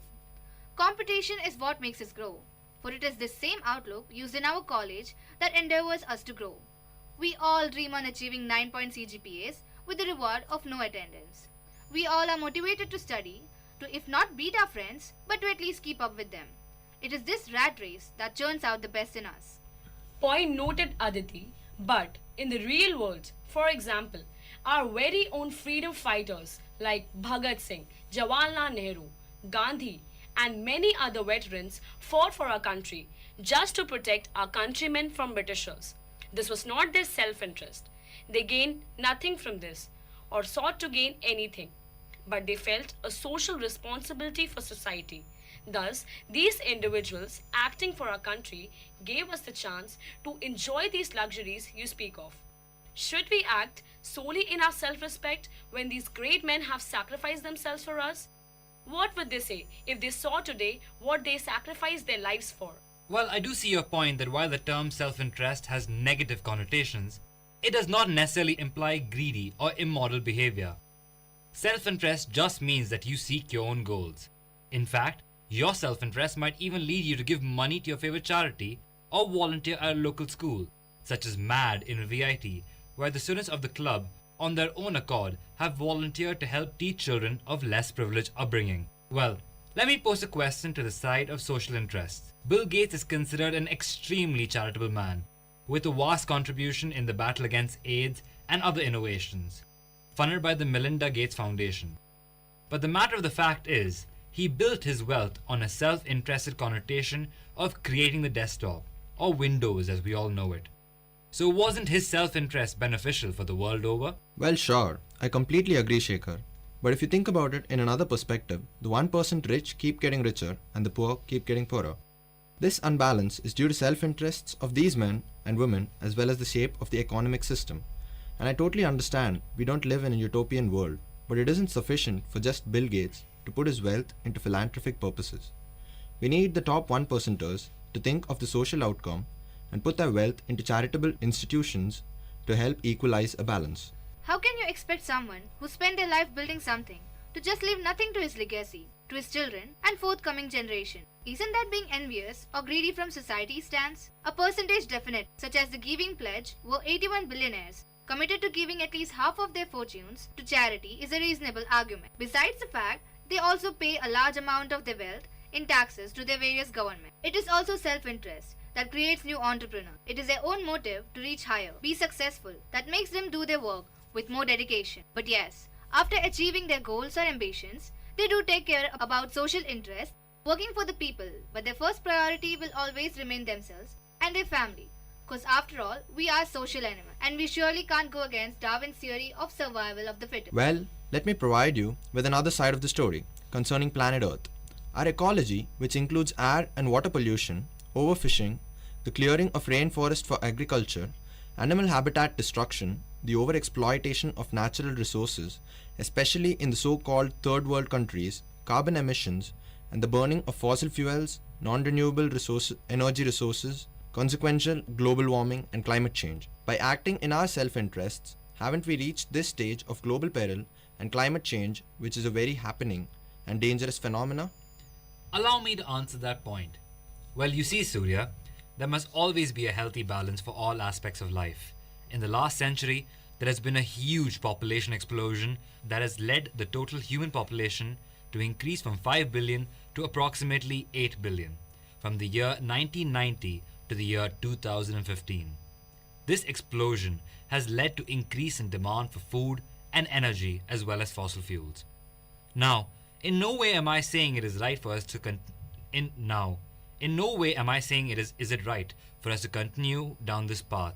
This is where our government should come in to help curb the population explosion, but more importantly, as engineers, this is where we come in to help bring new innovative cheaper technologies to reduce dependence on fossil fuels and increase the yield of crops so that in lesser area more food might be grown, and as well as a way to reverse climate change and new technologies for garbage disposal. It all depends on us. Exactly.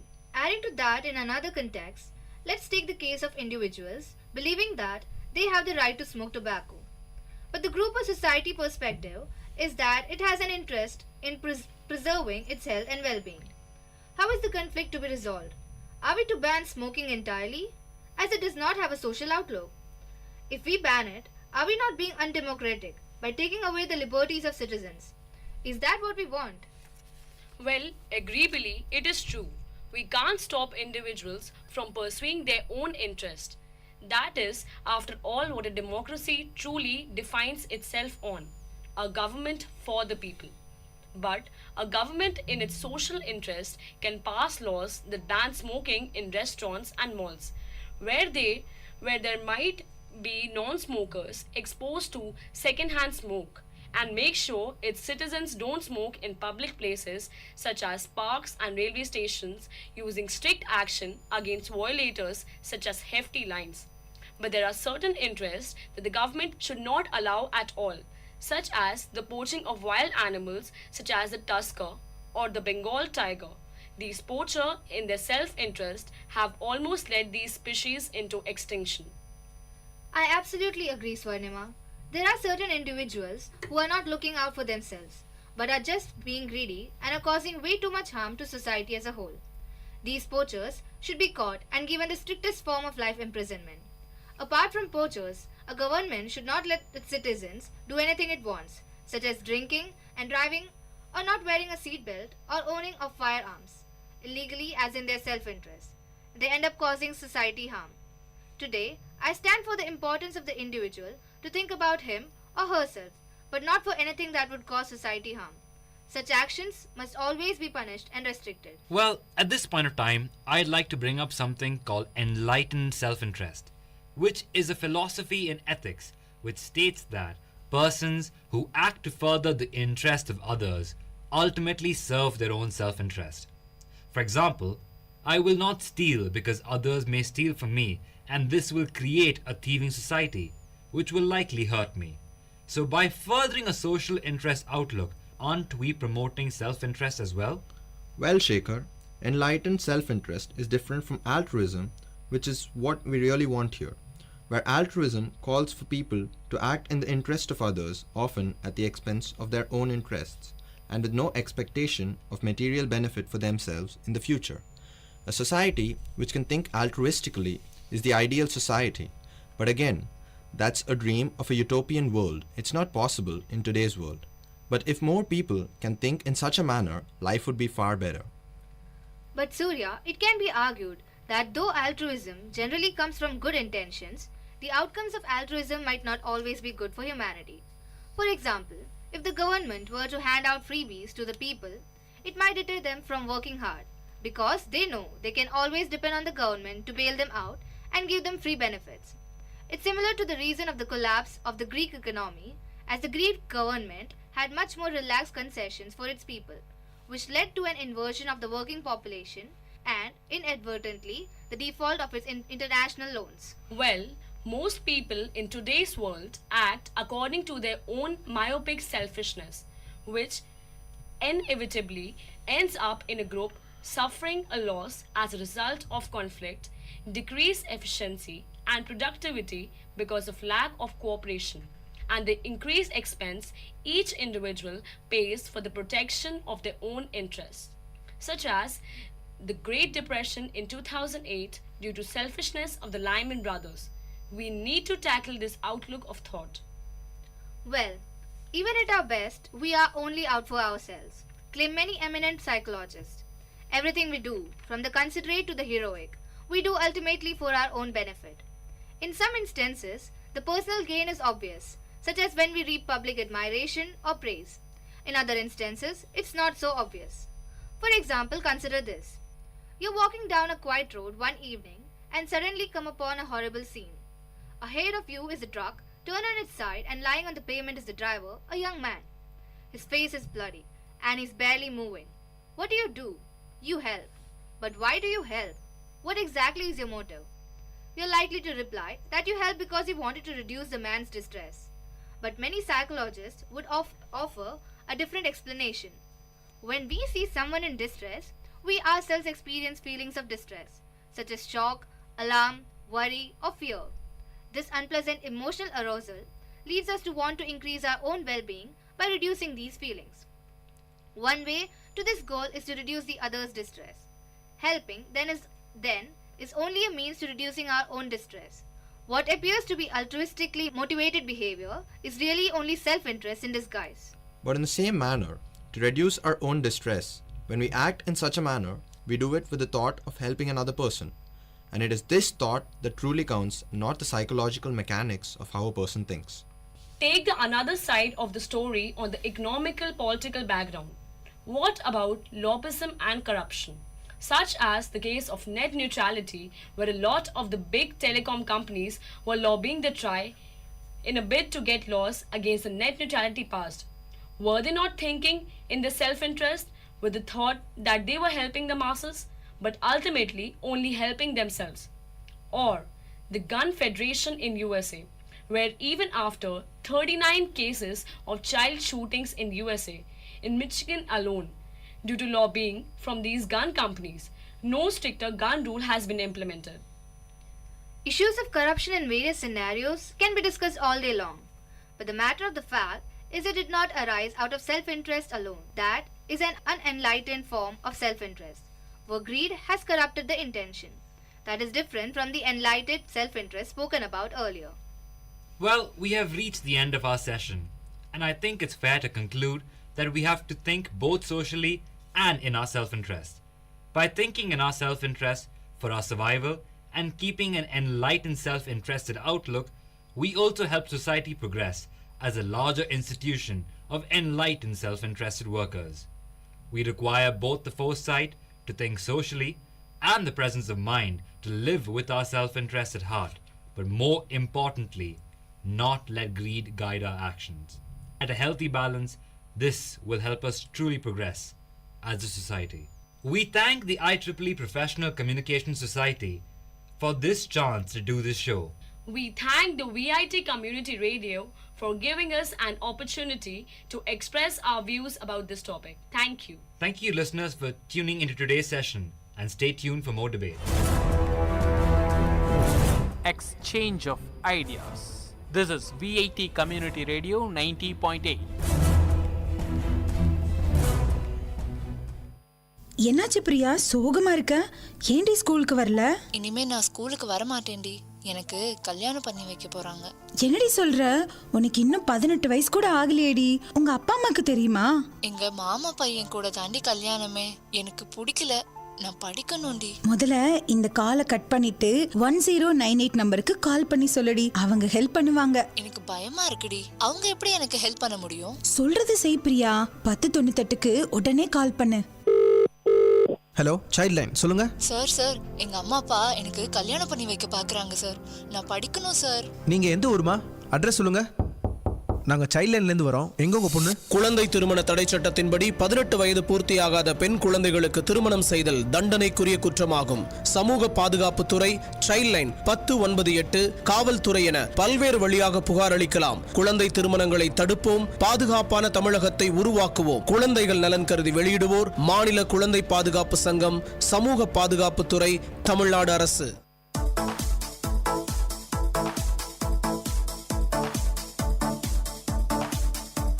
Welcome to the Noble Lectures, an audio lecture series of VIT Community Radio 90.8 FM.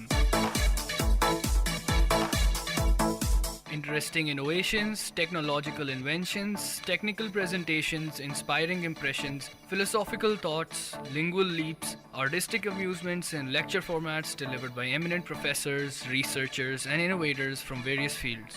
Let the talks touch your thoughts with our noble notions.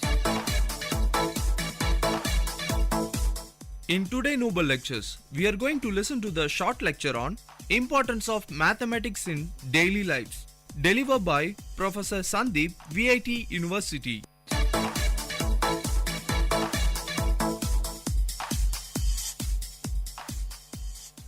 I'm Dr. Sandeep from Department of Mathematics, VIT University, Vellore.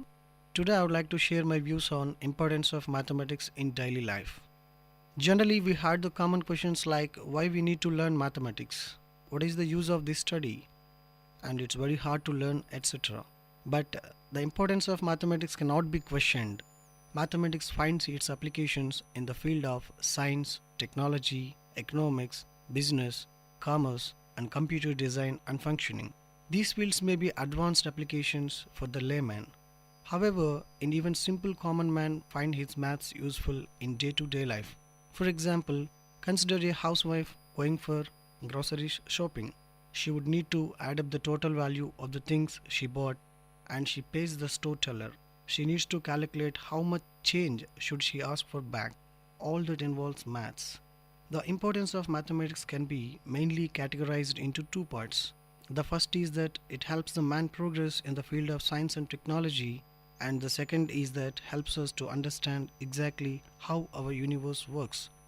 For the common man, knowledge of mathematics helps him in his personal development, not just at his workplace, but also enhancing his mental abilities. The mathematics helps the common man to understand how the world around him functions. It also helps him realize how the things can be changed for his betterment. The mathematical tools that he use in purpose could logical reasoning, problem solving ability, basic arithmetic, etc. Basically, it is the ability to think from various viewpoints that helps him the most, and that itself a part of mathematics. Mathematics is related to understanding structure and pattern. It is used to logical analysis, make the relevant calculations, and eventually to deduce conclusions. Practicing mathematics helps a person to able develop the ability to imagine various situations. Since it helps our imagination, it helps get rid of factors that are less relevant or irrelevant to situations. So we can think more clearly and our thought process become more logic based rather than intuition based. In simple words, in our day-to-day life, we need to think more with our mind than with our heart, and mathematics helps us to do just that. All the great civilizations of the past rose because of mathematics. Every great scientific discovery was preceded by a corresponding breakthrough in mathematics. Look up the history of Einstein's theory of relativity, the Lorentz transformation, and Minkowski's unified space-time model. Many discoveries in physics were predicted by mathematics before they were observed experimentally. If we've seen some applications like computer games, many computer games use 3D graphics, moving animating these on a two-dimensional screen, as well as rendering colors, light and shadows. All this requires vectors, matrices, and many other concepts from linear algebra and 3D geometry. Computer games also have to create realistic water and animate moving and colliding physical objects. They often use numerical solutions to the appropriate partial differential equations such as Navier-Stokes equations, which model the fluids. Generally, computer games have to generate random numbers to make the game more interesting and model the artificial intelligence of virtual players. This would not be possible without advanced mathematics. If you observe the reading CDs and DVDs, data on CDs and DVDs is stored in the surface of the discs, is more than 10 times smaller than the width of the human hair. Scratches and dust on the surface of the disc can destroy the information they encode. This should mean that DVD or CD should not play correctly or not at all. Mathematics can help to solve this problem. Data stored on disks is encoding using Reed-Solomon codes. These are designed in a way that even if parts of the data is missing or incorrect, computers can use the remaining data to find the correct errors to fill the gaps. In this case, cross-interleaved Reed-Solomon codes used for CDs and DVDs are based on the polynomials or finite fields. If we take search engines, nowadays billions of people use internet every day. One of the reasons is that the internet makes it so easy to find information quickly. For example, using search engines like Google, in order to find the most useful websites and display them at the top, Google represents all pages in the internet in gigantic matrix. The matrix knows about how the various websites are linked, and you can use linear algebra, probability, and graph theory to find the most popular sites. Google uses mathematics for many other of its services also. Finding direction in maps, spam detection in Gmail, voice recognition in Android, text recognition when scanning books, compressing YouTube videos, detecting faces in images, or translating text also. If you take robotics, like groups can be used to find the most efficient way to maneuver a robotic arm. Coming to satellite navigation. To determine any location on Earth, satellite navigation system like GPS use signals from satellites. These signals are extremely accurate times. By finding their delay, a computer can calculate how far away the satellites are. If you know the distance from the least 3 different satellites and the position of the satellites, we can find the unique and exact position of the receiver on Earth. For accuracy, we have to take account of numerous physical issues. According to special relativity, time moves faster for the satellite because it's moving so fast, and slower because it is further from the Earth's gravitational field. Both effects are tiny and understandable in everyday life. But without taking these effects into account, GPS receivers would accumulate an error of 10 kilometers per day. Metrics are the mathematical generation of measuring distance. Because of the general relativity, GPS receivers have to use the Kerr metrics to calculate distances rather than the usual Euclidean metric. And we are all well known about the MRI scanners. Generally, MRI scanners can create 3-dimensional images of the human body by taking countless 2-dimensional snapshots from different directions. The process of recovering the original 3-dimensional model using these snapshots is called tomography, and it won't work without advanced mathematics, such as random transforms. We have to agree that mathematics is quite literally saving our lives. Coming to finance and banking, in financial mathematics, traders can buy or sell stocks in a company. Commodities like oil and gold, overdrives, which are virtual goods whose practices are derived from the change of order things. For example, you can buy options which could allow you to buy or sell a stock at a particular price at some point in future if you still want to at that time. Financial analysts have too many different mathematical tools to help them to make better decisions. For example, statistical models to analyze historic economic data, or probability and stochastic calculus to predict the behavior of the financial markets. Particularly famous is the Black-Scholes equation, a partial differential equation used to find the correct value of derivatives. Unfortunately, mathematics is often used unwisely in finance. If you're coming to predicting the weather is fantastically complex system with billions of molecules interacting. This makes predicting the weather an incredibly difficult task, even using the expensive works of weather stations, satellites, and the world's largest supercomputers. But even tiny differences in measurements and simulation parameters can have great effect on these predictions. Therefore, it is still impossible to accurately predict the weather more than a few weeks in advance. But the accuracy of mathematics models and speed of computers will only improve in the future. Coming to measuring climate change. Climate change may be one of the great challenges which humanity have facing nowadays. Particularly important is the melting of polar ice caps, which has significant impact upon the global sea level and climate. Unfortunately, satellite images from above give limited information regarding the state of the entire ice shield or process underlying their melting. Probability and statistics can be used to analyze environmental data, for example, ice thickness and composition. At the time, complex mathematical models using differential equations and thermodynamics can help scientists to understand the interaction of wind, sea ice, ocean currents, and heat transfer. If we take a design of roller coaster, designing roller coaster is not easy. They have to be exciting but not jerky, fast but able to brake quickly, and most importantly, they have to be safe.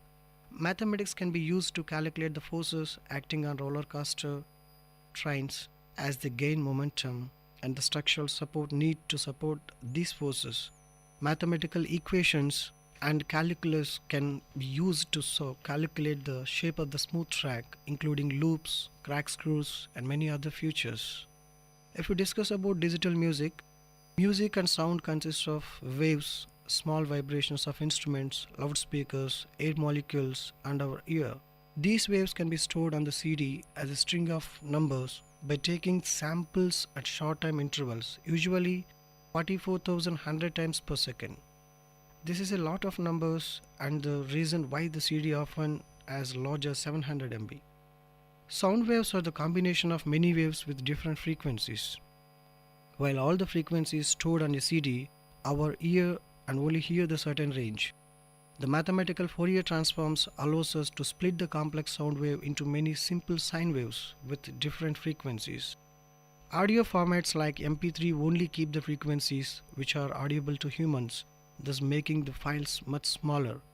To reduce the file size even further, you can use Huffman codes which analyze the digital content of music and make sure that common parts encoded using less space than rare parts.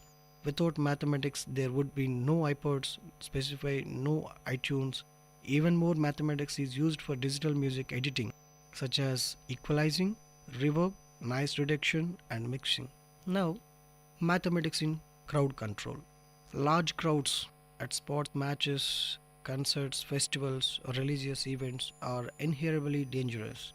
There are countless examples of tragic accidents in the past, and it is extremely difficult to predict the behavior of crowds in these cases. The moments of every human depends upon the moment of all the others in their immediate surrounding. This is similar to the way in which the motion of water and air molecules depends on the motion of surrounding molecules. It is completely fluid dynamics. Analyzing the complex behavior of crowd dynamics using mathematics and computer simulations has the potential to reduce the likelihood of accidents in the future. If we understand how the local changes in human behavior and architecture affect on crowd as a whole. If we take a rocket and satellites, before a rocket reaches space, it has to overcome the enormous gravitational pull of the Earth. This is only possible with sufficient speed and fuel. More fuel makes the rocket heavier and harder to accelerate, but the weight of the fuel also decreases during the flight. These and many other factors have to be taken into account when designing the rocket and modeling their flight path. It's not rocket science, it's mathematics. In space, the motion of rockets and satellites is still governed by gravity. In order for space shuttles to meet up with ISS, GPS, and television satellites to be in the right place at the right time, and for lunar models to be able to land on the motion, we need to differential equation and spherical geometry. Once a rocket or satellite is launched, scientists on Earth have to communicate with it. But the long distance means that received signals contain noise, many small errors, which makes data unreliable or even unusable.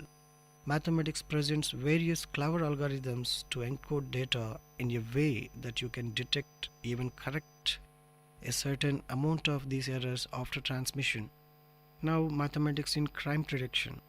If you have seen the TV series Numbers, you will remember many ways in which mathematics was used by the FBI.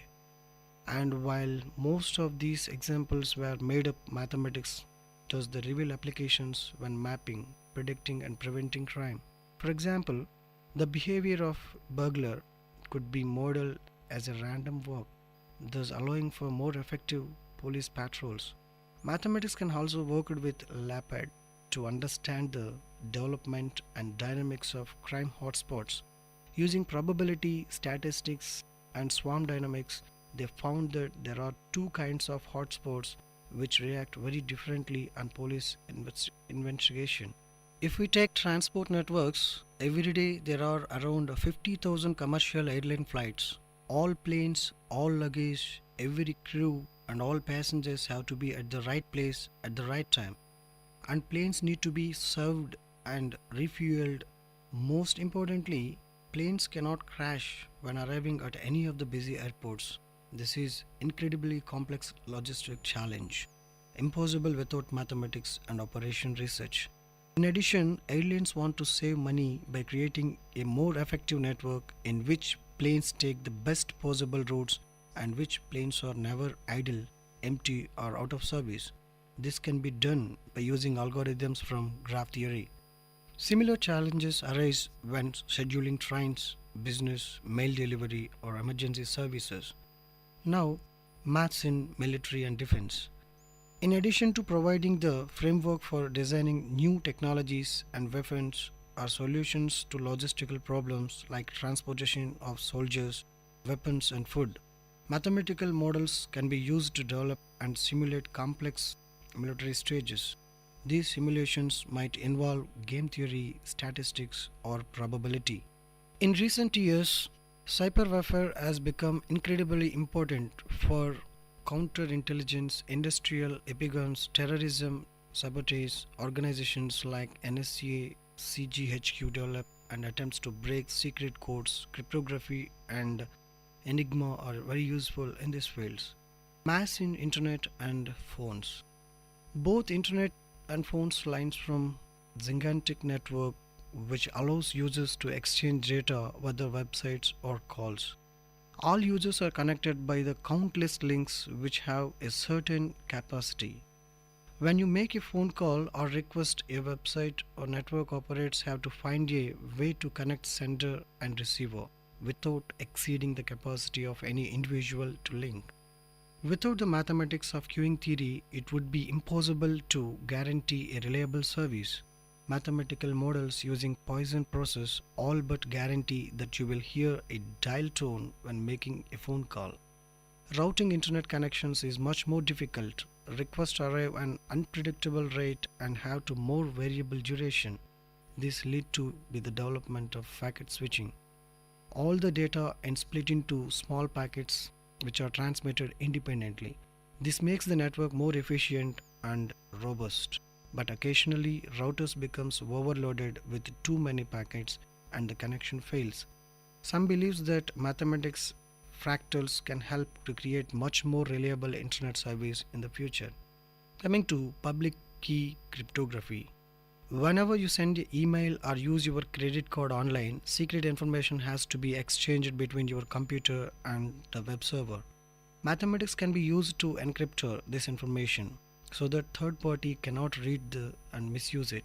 The receiving computer thinks of two very large prime numbers, usually it is more than 100 digits, and publishes their product. The sending computer uses this product to encrypt the message and sends to its receiver. However, to go backwards and decrypt the message, you not only need to know the product but also original primes. It is extremely hard to factorize numbers of the size, which means that to read the message you must already know the original primes, and only receiving computer does it.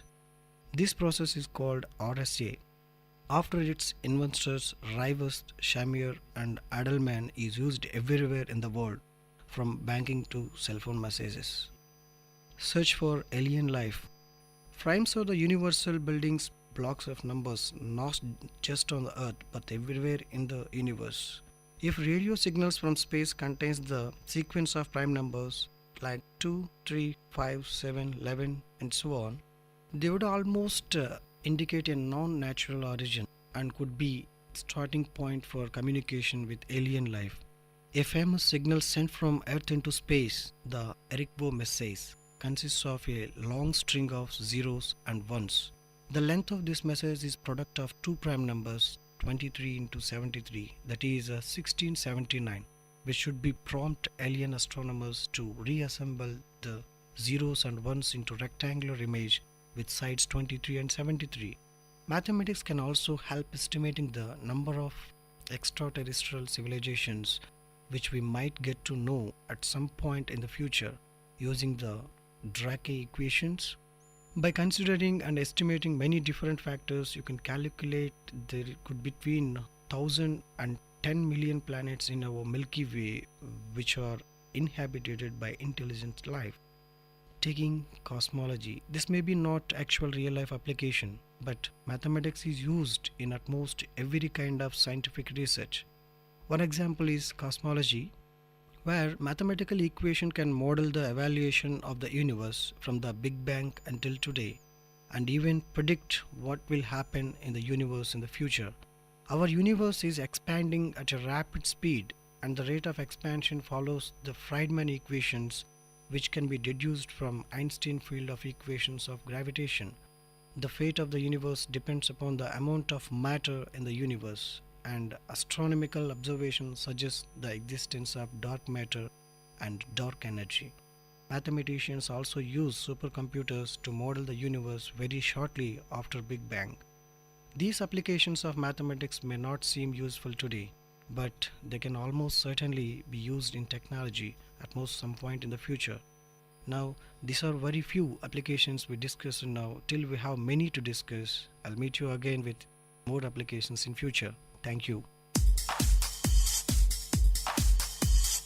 You are listening to the Noble Lectures, an audio lecture series of VIT Community Radio, innovative talks from intellectuals.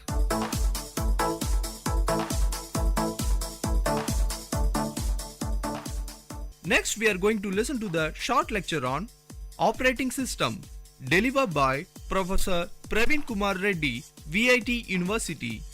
I am Professor Praveen Kumar Reddy from VIT University. Today, we are going to discuss the topic called as an operating system. In operating system, we are going to discuss about the memory management techniques. Okay, before going to the memory management, first of all, we are going to discuss about the definition of operating system. Operating system is nothing but it acts as an interface between the user and hardware.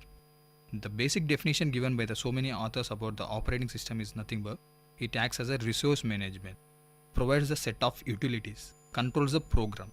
Why it is called as a resource management? Resource manager is nothing but for every program, suppose if you want to execute anything, or you want some resources like CPU, memory, like that. So operating system is the one who will provide the resources for you to execute the program. This is the definition of operating system. Now coming to the memory management. First of all, what is meant by memory? Memory is nothing but a storage. There are two types of memories. One is primary memory, another is secondary memory. The examples of primary memory are nothing but main memory, RAM, ROM, cache and registers. Whereas for the secondary memory, the examples are hard drive, pen drive, like that. For example, in order to execute any instruction in a program, the program must be brought into the main memory. This is the basic first step that should be done in order to execute one program. operating system will check whether the main memory is free or not. If the main memory is free, then only it will allows the programs to execute. Now you should know the difference between the what is the program and a process. Process is nothing but a program under execution, whereas the process will be in active state, whereas the program is in passive state. Coming to the memory management, operating system is a memory manager. Memory manager is nothing but checks whether main memory is free or not. If the main memory is free, then only it will allocate some memory to the process. The abstract view of the memory will be like this. The memory will be organized in the form of words. The total capacity of the memory will be given to the 2 to the power of n bits. Why I have called as n bits is nothing but, for example, if you take the address in bits, suppose it is a 16-bit address, then the total memory locations will be 2 to the power of 16 memory locations will be there. Means that is 2 to the power of 16 address locations will be there. That is the total capacity of the memory. Operating system is the memory management right side. What are the functions and goals of the operating system? The first of all, the functions we are going to discuss. The operating system allocates the memory for the program. It will protect the program. Means nothing but there are operating main memory will be divided in the two forms. One is user area and another is operating system area. There are some restrictions that the user area should not enter into the operating system area, and operating system area program should not enter into the user area. So operating system functions like that in protecting the user area should not enter into the main operating system area. The another function is nothing but free space management. Another function is nothing but deallocation of memory. Coming to the goals, first goal of the operating system is to effectively utilize the space. Then another goal is run large programs in a small memory. Then there are different memory management techniques. We are going to discuss different memory management techniques. There are two types of memory management techniques. One is contiguous memory allocation and another is a non-contiguous memory allocation. Here in contiguous memory allocation, the entire program is stored in the contiguous memory locations. Means, for example, if you want to execute one program, the entire program must be brought up into the main memory. That too, the memory location, free location should be in continuous. Otherwise, the program will not be allowed to enter into the main memory. This is one of the drawbacks. There are different types of contiguous memory management techniques. I will give you the examples. One is overlays, another one is partitioning. Because there are so many drawbacks of continuous memory allocations, then we are going to the non-contiguous memory allocation. What is meant by non-contiguous memory allocation? Here in non-contiguous memory allocation, the program is partitioned and distributed in the memory. For example, the program is of large size, but the memory is not in a contiguous. So the program will be partitioned and the program will be allocated wherever the free space is there. For example, there are different types of examples of non-continuous. One is paging, segmentation and virtual memory. Coming to the contiguous memory, the partitioning will be of two types. One is fixed partition, another is the variable partition. Here, previously I discussed that the main memory will be divided into two parts. One is operating system area and another is the user area.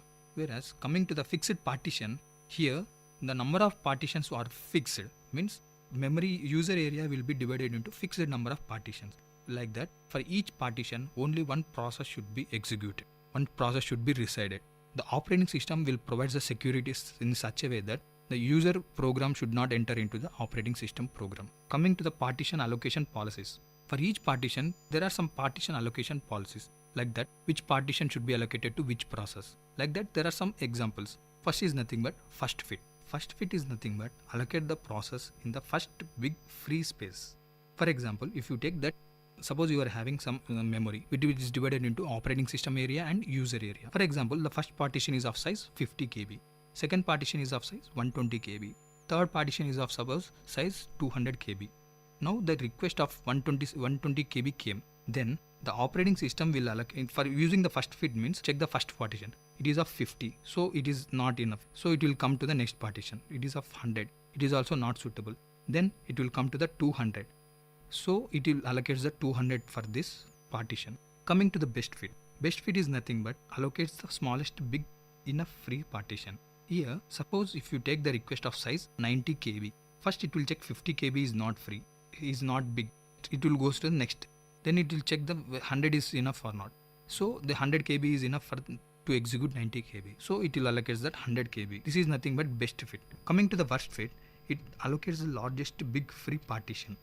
So there are so many drawbacks of this fixed partition. What are the drawbacks is nothing but here loss of memory will be more. There are two types of loss of wastage of memory. One is internal fragmentation and external fragmentation. What is meant by internal fragmentation? Internal fragmentation is nothing but suppose one program is allocated to one area, one partition. If suppose one partition is of size 50 KB, the program size is of 40 KB. So the remaining 10 KB will not be allocated to other partitions. Because we have mentioned here in partition, for one partition only one program should be there. So this is one of the drawback. Here internal fragmentation is more when compared to the external fragmentation. What is meant by external fragmentation? External fragmentation is nothing but having sufficient memory but not able to execute.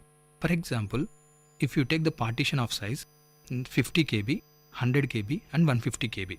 Suppose 50 KB and 150 KB is free. Now total free space is of 200 KB. A program of size 130 KB came, but you are not able to execute because the memory is not in contiguous manner. So the drawback is nothing but here having sufficient memory, but I am not able to execute. This is one of the drawback of external fragmentation. This is nothing but external fragmentation.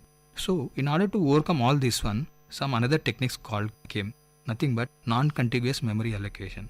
The architecture of non-contiguous memory allocation will be like this. First of all, the CPU will be there. The CPU will generate the logical address. Then it will maps to the memory management unit will be there. From the memory management unit, it will go to the physical address. From the physical address, it defines to the physical address space. There are some techniques are there for non-contiguous memory allocation like paging, segmentation and virtual memory. Come to the paging concept, how it is reduced some of the drawbacks of contiguous memory allocations we are going to see. The main purpose of paging is nothing but to overcome the external fragmentation. The architecture of non-continuous memory allocations will be of like this. First of all, the CPU will be there. Then it will goes to the memory management unit. This memory management unit is nothing but some paging techniques will be applied here. From memory management unit, we will get some physical address. With the help of the physical address, we are going to find the particular physical address location. Then we are going to execute the program. Now coming to the paging concept. Before going to the paging concept, you must know how to organize the logical address space and physical address space. The logical address space is divided into equal size pages, whereas the page size is given in the power of 2. The number of pages can be found out by logical address space divided by the page size. Then we can find the how many number of pages are there. Suppose the logical address space is of 2 MB and the page size is of suppose 2 KB. Then we can find the number of pages are. Now we are going to organize the physical address space. The physical address space is divided into equal size frames. The frame size and the page size should be of equal. Now number of frames can be given as physical address space divided by the page size. Now I am going to explain how we are going to implement the paging concept. First of all, the CPU will be there. The CPU will generate one logical address. The logical address consists of page number and offset. Offset is nothing but the page size. We must know the page number. Page number is nothing but suppose you are having 3 bits. Page number is of 3 bits. Means like that we are having 8 pages.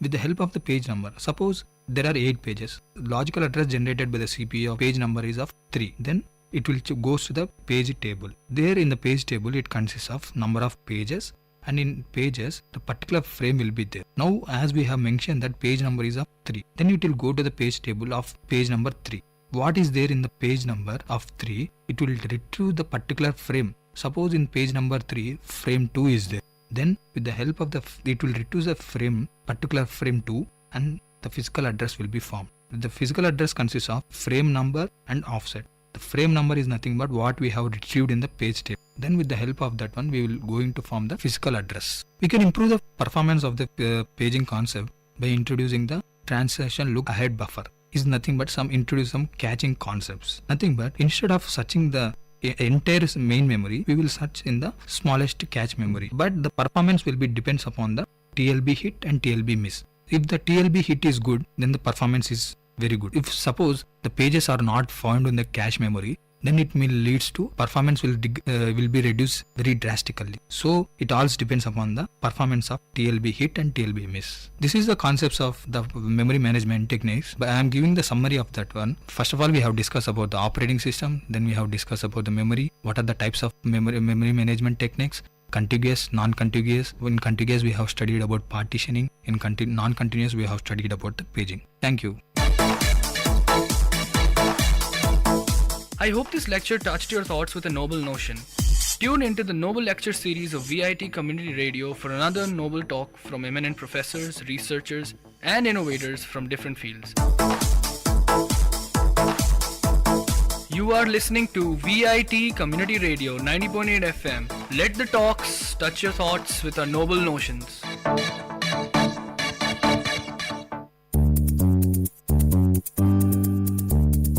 மழலைகளின் மொழிகளோடும் மாணவர்களின் திறன்களோடும் வாராவாரம் ஆர்ப்பாட்டம், பள்ளி பிள்ளைகளின் கொண்டாட்டம். உங்கள் VIT பண்பலை 90.8 பள்ளிக்கூடம், வேலூர் நகரின் பள்ளிகளில் இருந்து மாணவர்களின் பல்சுவை நிகழ்ச்சி.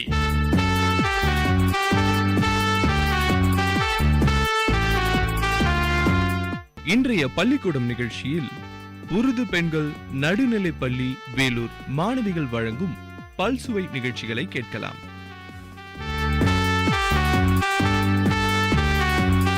நிகழ்ச்சியின் தொடக்கமாக ஆங்கில உரை நிகழ்த்த இருக்கிறார் சல்மா. My hobby.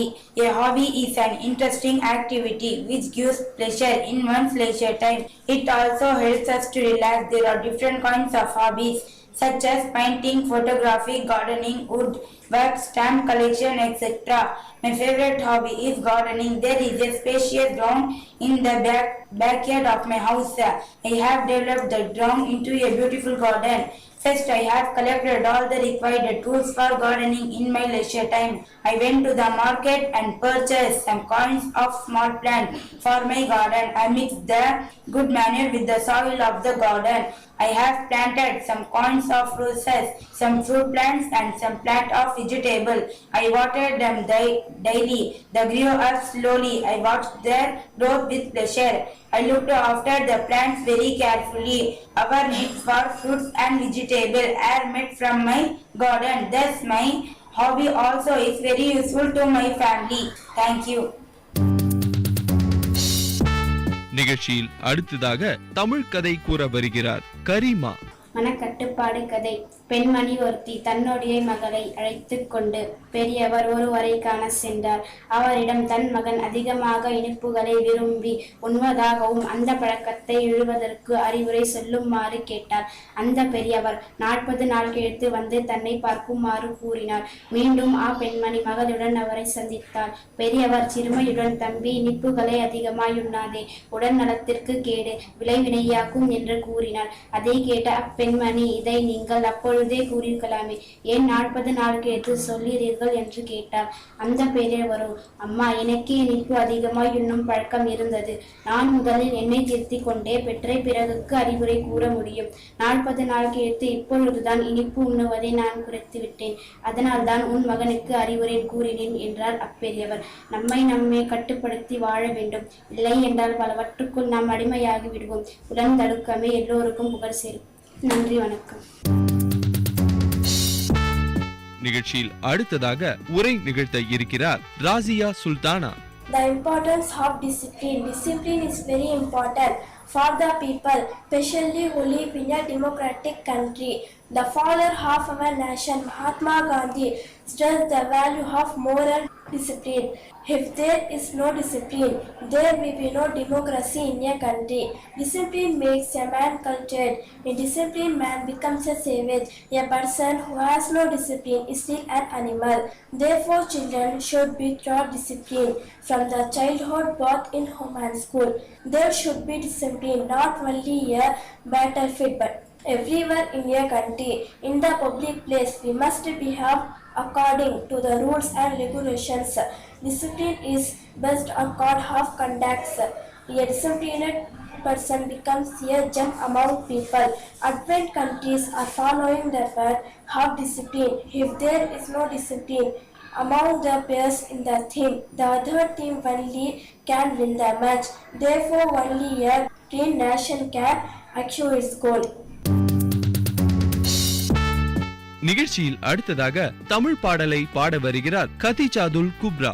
நீதி நெறி வாழ்வமால் இருக்க வேண்டும், நெஞ்சார உன்மதனை பேச வேண்டும், ஓதிமறை உயர்ந்தவரை மதிக்க வேண்டும், ஒப்பற்ற ஆசார் சொல் கேட்க வேண்டும், ஆதியிலே வாழ்ந்த முறை நினைக்க வேண்டும், ஆபத்தில் உற்றவர்க்கு உதவ வேண்டும், ரோதி வழி வனவைக்கு சொல்ல வேண்டும், சுகம் பெறவே வாயார வாழ்த்த வேண்டும். நன்றி, வணக்கம். நிகழ்ச்சியில் அடுத்ததாக ஆங்கில உரையாடலை நிகழ்த்த இருக்கிறார் ஹம்ரீன் மற்றும் Gousia. Excuse me ma'am, may I come in? Good morning ma'am. Yes, good morning Amreen. How are you Amreen? How is your practice? Day is just really tough ma'am. What's the matter Michael? Why do you look so dull? Ma'am, I am defied. My mother is not very happy about my missing classes for 1 week. She feels my study will suffer. I am confused ma'am. What do you advise me to do? Well, what do you propose to do? Ma'am, you cannot have hunger. I am to play in such an important tournament. In that case, I think you should tell to your subject teacher, request them to teach in advance what they are going to teach the class during their absence. Ask them if they can teach when both of you are free, then talk it with your mother. Will have any objection then? How thank you, ma'am. I feel great to receive. I am a sad that teachers will not say until request. Thank you, ma'am. நிகழ்ச்சியில் அடுத்ததாக தமிழ் உரையாடலை நிகழ்த்த இருக்கிறார் கௌசியா மற்றும் சல்மா. தங்கச்சி சல்மா, நேற்று உன்னை விளையாட்டத்தில் பார்க்க முடியலையே. ஆமாம் அக்கா, நேற்று எங்கள் வீட்டை சுற்றி தோட்டம் அமைத்தோம், அதனால் விளையாட வர இயலவில்லை. உங்கள் ஊரில் உள்ள அனைத்து வீடுகளின் தோட்டம் உண்டா? எங்கள் ஊரில் தோட்டம் இல்லாத வீடுகளே இல்லை. இப்பொழுது எங்கள் ஊரே மாறிவிட்டது. சரி, எங்கள் தோட்டத்தை என்ன விதைத்துள்ளீர்கள்? கீரை விதைக்கிறோம். நீ என்ன நட்டுள்ளாய்? நான் ரோசா நட்டுள்ளேன். நானும் உங்களை போன்ற எங்கள் வீட்டு தோட்டம் அமைக்க போகிறேன். மகிழ்ச்சி அக்கா. இன்று நீங்கள் பட்டு அணைத்திருக்கிறீர்களே, காரணம் என்ன? இன்று எனக்கு பிறந்த நாள் சல்மா. வாழ்த்துக்கள் அக்கா. நன்றி. நன்றி. நிகழ்ச்சியில் அடுத்ததாக ஆங்கில பாடலை பாட வருகிறார்கள் ஹம்ரீன் மற்றும் Gousia. Up in the blue sky, what do you see? Star and star twinkling at me. Twinkling, twinkling, la la la la. Twinkling, twinkling, la la la la. Inside the classroom, what do you see? Teacher and children are singing like cuckoos. Singing, singing, la la la la. Singing, singing, la la la la. Up in the blue sky, what do you see? Star and star twinkling at me. Twinkling, twinkling, la la la la. Outside the classroom, what do you see? Boys and girls are playing like kittens. Playing, playing, la la la la. Playing, playing, la la la la. Up in the blue sky, what do you see? Star and star twinkling at me. Twinkling, twinkling, la la la la. Twinkling, twinkling, la la la la. நிகழ்ச்சியில் அடுத்ததாக தமிழ் பாடலை பாட வருகிறார்கள் ஹுஸ்னா பேகம் மற்றும் நஸ்ரீன். நூலைப்படி பாடல். நூலைப்படி சங்க தமிழ் நூலைப்படி. முறைப்படி நூலைப்படி. காலையில் படி கரும்பகல் படி. மாலை இரவு பொருள் படும் படி. கற்பவை கற்கும் படி. வள்ளுவர் சொன்னபடி. கற்கத்தான் வேண்டும் அப்படி. கல்லாதவர் வாழ்வது எப்படி? அறம்படி பொருளை படி. அப்படியே இன்பம் படி. இறந்த தமிழ்நான் வரை பிறந்ததென்று சொல்லும்படி. சாதி என்னும் தாழ்ந்தபடி. நமக்கெல்லாம் தள்ளுபடி. சேதி அப்படி தெரிந்தபடி. தீமை வந்துடுமே மறுபடி. பாரதிதாசன். நன்றி, வணக்கம். நிகழ்ச்சியில் அடுத்ததாக ஆங்கில உரையாடலை நிகழ்த்த இருக்கிறார் சாதியா மற்றும் Yasmin. Hi Raju. Hi Rani. Could you please help me to solve the sum? Sure, certainly. Come, let us solve together. Okay, I don't get answer to this sum at all. Come on, we will go step by step. Yes, you are correct. The first step is this. Is this the first step? Yesterday our teacher explained this is in our class. Sorry, I don't remember. It is we know to remember this step. Yes, you are suddenly right. It is we shall we go to the next step. Oh sure, this step is also very easy to solve. Friends, shall we discuss the practice swims? It is very easy to solve. Okay, bye Raju. Okay, bye Rani. Thank you. நிகழ்ச்சியில் அடுத்ததாக தமிழ் பாடலை பாட வருகிறார் ஃபிசா. கிளையினில் பாம்பு தொங்க விழுதொன்று குரங்கு தொட்டு விளக்கென்ன தொட்ட பிள்ளை வெடுக்கேட்ட குதித்து போல் கிளைதோறும் குதித்து தாவி கிழிவுள்ள விழுதையெல்லாம் ஒலிபாம்பாய் எண்ணி எண்ணி உச்சை போல் தன் வால் பார்க்கும். இந்த பாடலியை எழுதியவர் பாரதிதாசன். அழகின் சிரிப்பு. நிகழ்ச்சியில் அடுத்ததாக ஆங்கில உரையாடலை நிகழ்த்த இருக்கிறார்கள் சபிஹா மற்றும் Taslim Begum. Our state Tamil Nadu is a beautiful state. Has a language on the eastern side. We have many temples, big temple. Yes, I have visited hill station like Ooty, Kodaikanal, you know. Have you visited any of this place? Yes, I have visited Ooty once. Nice different types of flowers are there. It was wonderful. Green hills, waterfall, beautiful garden with tubes of roses. Thank you, very nice. Thank you. நிகழ்ச்சியில் அடுத்ததாக தமிழ் உரையை கூற வருகிறார்கள் ஹப்சா மற்றும் சாதியா. தன்மதிப்பை பேணுதல். நம் நாட்டின் புகழ்பெற்ற நாட்டுப்பாடல் வந்தே மாதரம். இப்பாடல் தோன்றியது எப்படி என்று தெரியுமா? பக்கிம் சந்திரர் என்பவர் வங்காளத்தில் மாவட்ட துணை ஆட்சியாளராக இருந்தார். ஒருமுறை ராமகிருஷ்ணரிடம் வாழ்த்து பெற சென்றார். ராமகிருஷ்ணர் அவரிடம் உன் பெயர் என்ன என்று வினவினார். என் பெயர் பக்கிம் சந்திரர் என்றார் அவர். அப்படி என்றால் நீ வளைந்த சந்திரனா, அதாவது தேய்பிரையா? ஒருவேளை ஆங்கிலேயரிடம் வேலை செய்து இப்படி வளைந்து போய்விட்டாயா என்று கேலியாக கேட்டார். வங்காள மொழியில் பக்கிம் என்றால் வளைந்த என்பது பொருள். அப்போதுதான் தன்மதிப்பை இழந்து அடிமையாக வேலை செய்கின்றோம் என்ற உணர்வு பக்கிம் சந்திரருக்கு ஏற்பட்டது. உடனே அந்த வேலையை விட்டுவிட்டார். நாட்டு விடுதலைக்காக பாடுபட்டார். அப்போது எழுதிய நூல்தான் ஆனந்த மடம். அந்த நூலில் இடம்பெற்ற புகழ்பெற்ற பாடல்தான் வந்தே மாதரம். எப்போதும் நாம் நம் மதிப்பை காத்து கொள்ளுதல் வேண்டும். ஒருபோதும் விட்டு தரக்கூடாது. பலவற்றை விட்டு தரலாம், சிலவற்றை விட்டு தரவே கூடாது. நன்றி, வணக்கம். நிகழ்ச்சியில் அடுத்ததாக ஆங்கில பாடலை பாட இருக்கிறார் Niha Fathima. Incy spider, rain of the water spout, down come the rain and rise up all the rain, out come the sun and rise up all the rain. So incy spider, rain of the water spout. நிகழ்ச்சியில் அடுத்ததாக தமிழ் உரை நிகழ்த்த இருக்கிறார் முஃபிசா. விவேகானந்தர் ஒரு முறை பசியால் வாடியிருந்தார். அவர் வாடியிருப்பதனை ஒருவர் பார்த்தார். அவரது பசியை போக்க விரும்பினார். ஐயா, நீங்கள் மிகவும் களைப்பாக இருக்கிறீர்களே, உங்களை பார்த்தால் உணவு உண்ணாத போல் தெரிகிறது. சப்பாத்தி சுடுவதற்கு தேவையான அனைத்து பொருட்களையும் உங்களுக்கு கொடுக்கின்றேன். நீங்களே சப்பாத்தி சுட்டுக் கொள்ளுங்கள் என்று கூறினார். விவேகானந்தர், ஏன் நீ எனக்கு சுட்டுக் கொடுக்க மாட்டியா என்று வினவினார். ஐயா, நானே ஒரு ஏழை, என் கையால் உங்களுக்கு உணவு கொடுக்க கூடாது என்றார். மற்றவர்கள் சொல்லுவதை பற்றி எல்லாம் எனக்கு கவலையே இல்லை. நீயே சப்பாத்தி சுட்டுக் கொடு என்று கூறி அவர் சுட்டுக் கொடுத்து சப்பாத்தியை உண்டார். நிகழ்ச்சியில் அடுத்ததாக ஆங்கில பாடலை பாட இருக்கிறார் ஜுவரியா தபுசும். When you are happy and you know it, clap your hands, clap your hands. When you are happy and you know it, and you really want to show it, tap your feet, tap your feet. When you are happy and you know it, and you really want to show it, turn around, turn around. நிகழ்ச்சியில் அடுத்ததாக ஆங்கில உரையாடலை நிகழ்த்த இருக்கிறார்கள் சாஃபியா மற்றும் Harshiya Banu. Good morning, teacher. Good morning, Shafia. What do you do after you wake up? Say, I brush my teeth. Say, I brush my teeth. Teacher, I brush my teeth. Shafia, what do you do with your pencil?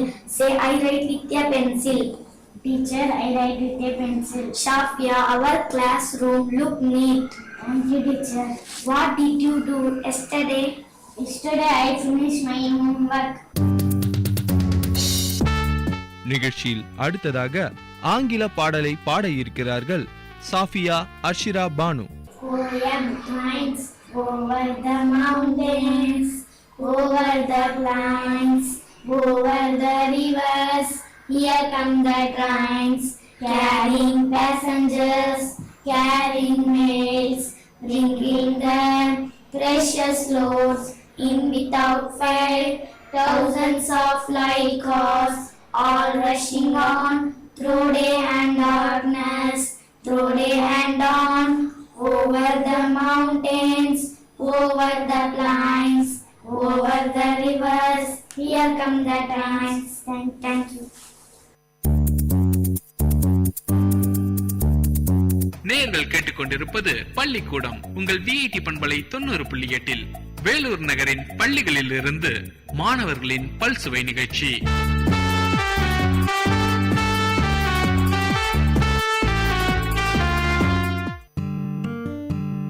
வானொலி ஒலித்திடுதே, மனிதத்தை வளர்த்திடுதே, சமுதாயத்தை நலமாய் மாற்றிடுதே, செவிகளை வருடுதே, கவிதைகள் வார்த்திடுதே, பண்பலைகளின் பயன்களை பரவிடுதே.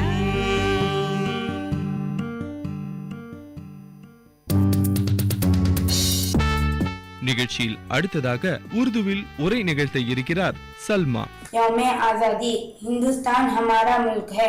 इस मुल्क पर पहले अंग्रेजों की हुकूमत थी। अंग्रेज तिजारत करने के लिए हिंदुस्तान आए थे। रफ्ता रफ्ता इन्होंने सारे मुल्क पर कब्जा कर लिया। ये बात यहाँ के लोगों को पसंद न आई। जिन लोगों ने अंग्रेजों के खिलाफ आवाज उठाई उनमें गांधी जी, जवाहरलाल नेहरू और मौलाना अबुल कलाम आजाद शामिल हैं। अंग्रेजों ने आजादी के मुजाहिदों को कैद किया, गोलियां बरसाए, लेकिन उनके दिलों से आजादी की लड़ाई खत्म ना हुई। वो बराबर अंग्रेजों से लड़ते रहे। आखिर मजबूर होकर 15 अगस्त 1940 को अंग्रेजों ने हमारे मुल्क को आजादी दे दी। जवाहरलाल नेहरू हिंदुस्तान के पहले वजीर आजम बनाए गए। நிகழ்ச்சியில் அடுத்ததாக தமிழ் பாடலை பாட இருக்கிறார்கள் ஹும்மி, குல்சும் மற்றும் ரிஸ்வானா. மழையே மழையே வா வா வா, நலவான புனலே வா வா வா, இவயத்தமுதே வா வா வா, தகர பந்தல் தன தனவென, தானும் கூரை சலசலவென, நகர பெண்கள் செப்பு குழங்கள் நன்றெங்கும் கன கன கனவென, மழையே மழையே வா வா வா, நலவான புனலே வா வா வா, ஏரி குளங்கள் வழியும்படி, நாடு எங்கும் இன்பம் பொழியும்படி, பொடிவாரி தூவும் பூவும் காயும் மரமும் தழையும் நனைந்திடும்படி, மழையே மழையே வா வா வா, நலவான புனலே வா வா வா, தழையா வெப்பம் தழைக்கவும், மெய் தாங்க வெப்பம் நீங்கவும், ஒருவார் எல்லாம் மழை போலே எல்கை ஓட்டி பொன்னே பூட்டவும், மழையே மழையே வா வா வா, நலவான புனலே வா வா வா. நிகழ்ச்சியில் அடுத்ததாக உருது பாடலை பாட வருகிறார் ஹஃபீஸா. जब तू पैदा हुआ कितना मजबूर था, है जहाँ तेरी सोचों से भी दूर था, हाथ पाँव भी तब तेरे अपने न थे, तेरी आँखों में दुनिया के सपने न थे, तुझको आता था जो सिर्फ रोना ही था, तुझको आता था जो सिर्फ रोना ही था, दूध पी के तेरा काम सोना ही था, दूध पी के तेरा काम सोना ही था, तुझको चलना सिखाया था माँ ने तेरी, तुझको दिल में बसाया था माँ ने तेरी, माँ के साए में परवान चढ़ने लगा, वक्त के साथ खद तेरा बढ़ने लगा, धीरे धीरे तू कल जवा हो गया, तुझ पे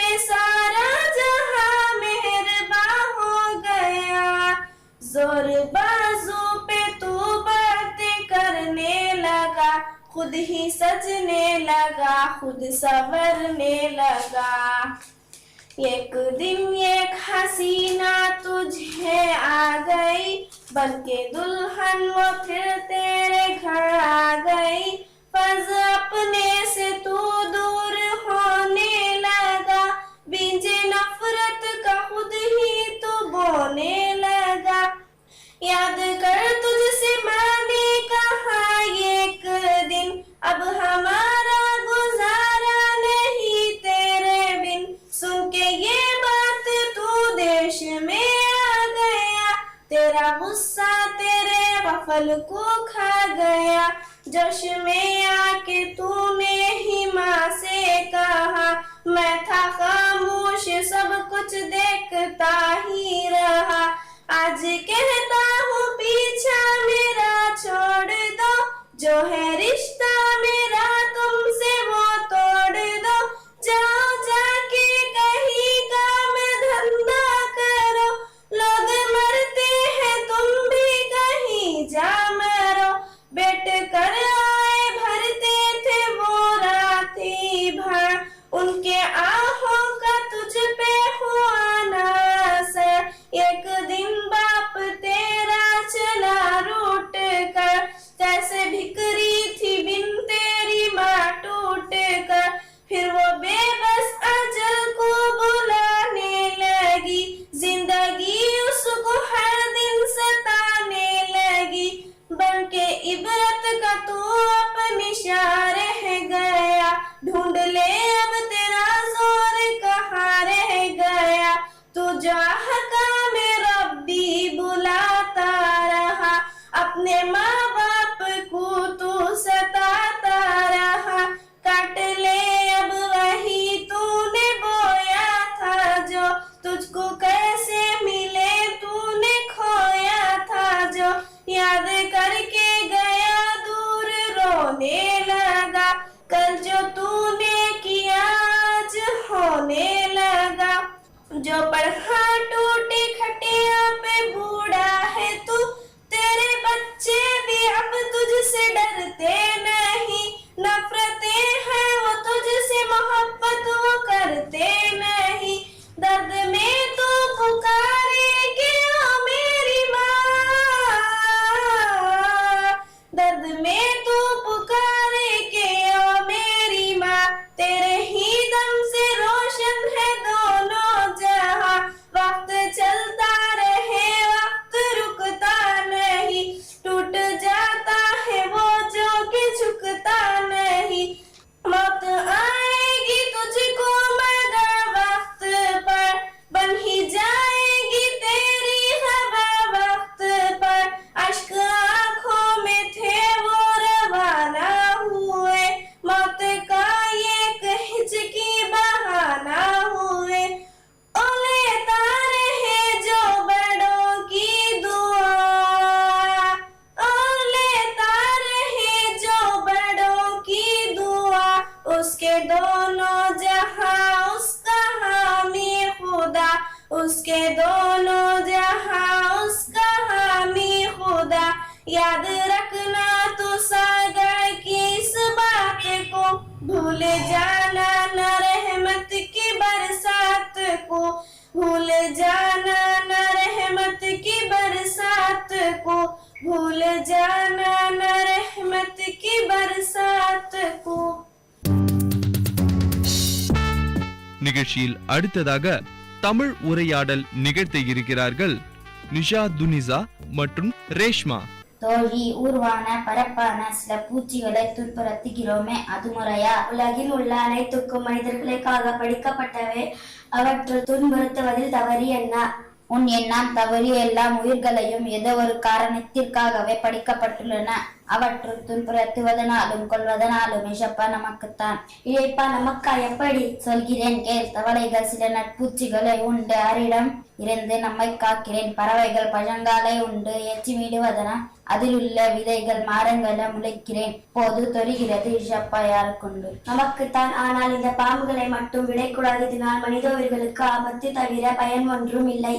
பாம்புகள் பயன் இல்லையா? பாம்புகள் எலிகளை உணவாக உண்ணவில்லை. என்றால் எலிகள் பெருக்கி அவை பெயர்களை அல்லாஹ் அழித்துவிடும். அட ஆமா, இனி எந்த உயிர்களையும் துன்புறுத்தவும் மாட்டேன், கொல்லவும் மாட்டேன். நன்றி நண்பா ரேஷ்மா. மிக்க மகிழ்ச்சி நிஷாத். நிகழ்ச்சியில் அடுத்ததாக உருது பாடலை பாட வருகிறார் மரியம். जब मेरे मुस्तफा मुस्कुराने लगे, चांद तारे सभी झिलमिलाने लगे, जिस तरफ से भी गुजरे मेरे मुस्तफा, जिस तरफ से भी गुजरे मेरे मुस्तफा, रहमतों के खजाने लुटाने लगे, रहमतों के खजाने लुटाने लगे, जब मेरे मुस्तफा मुस्कुराने लगे, पत्थरों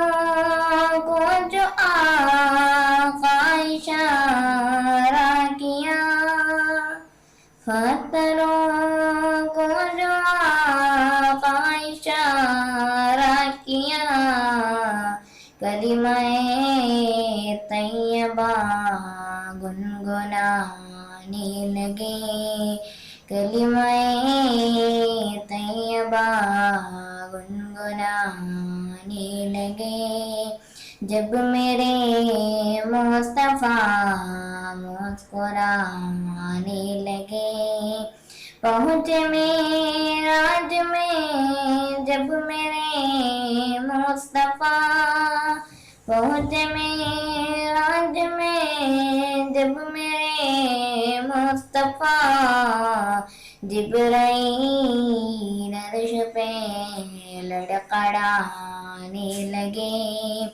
जिब्राईल अर्श पे लड़खड़ाने लगे, जब मेरे मुस्तफा मुस्कुराने लगे, जब अमामा हिटाया मेरे मुस्तफा, जब अमामा हिटाया मेरे मुस्तफा, जिब्राईल अर्श पे शर्म खाने लगे, जिब्राईल अर्श पे शर्म खाने लगे, जब मेरे मुस्तफा मुस्कुराने लगे, चांद तारे सभी झिलमिलाने लगे.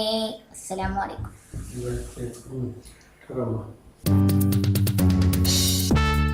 நிகழ்ச்சியில் அடுத்ததாக ஆங்கில பாடலை பாட இருக்கிறார் Nafeesa. What trees are for? Some trees are for playing, hide and seek with a friend. Some trees are for charting, as if each day has no end. Some trees are for dreaming, at times I cease to think. Some trees are for watching, at times without a blink.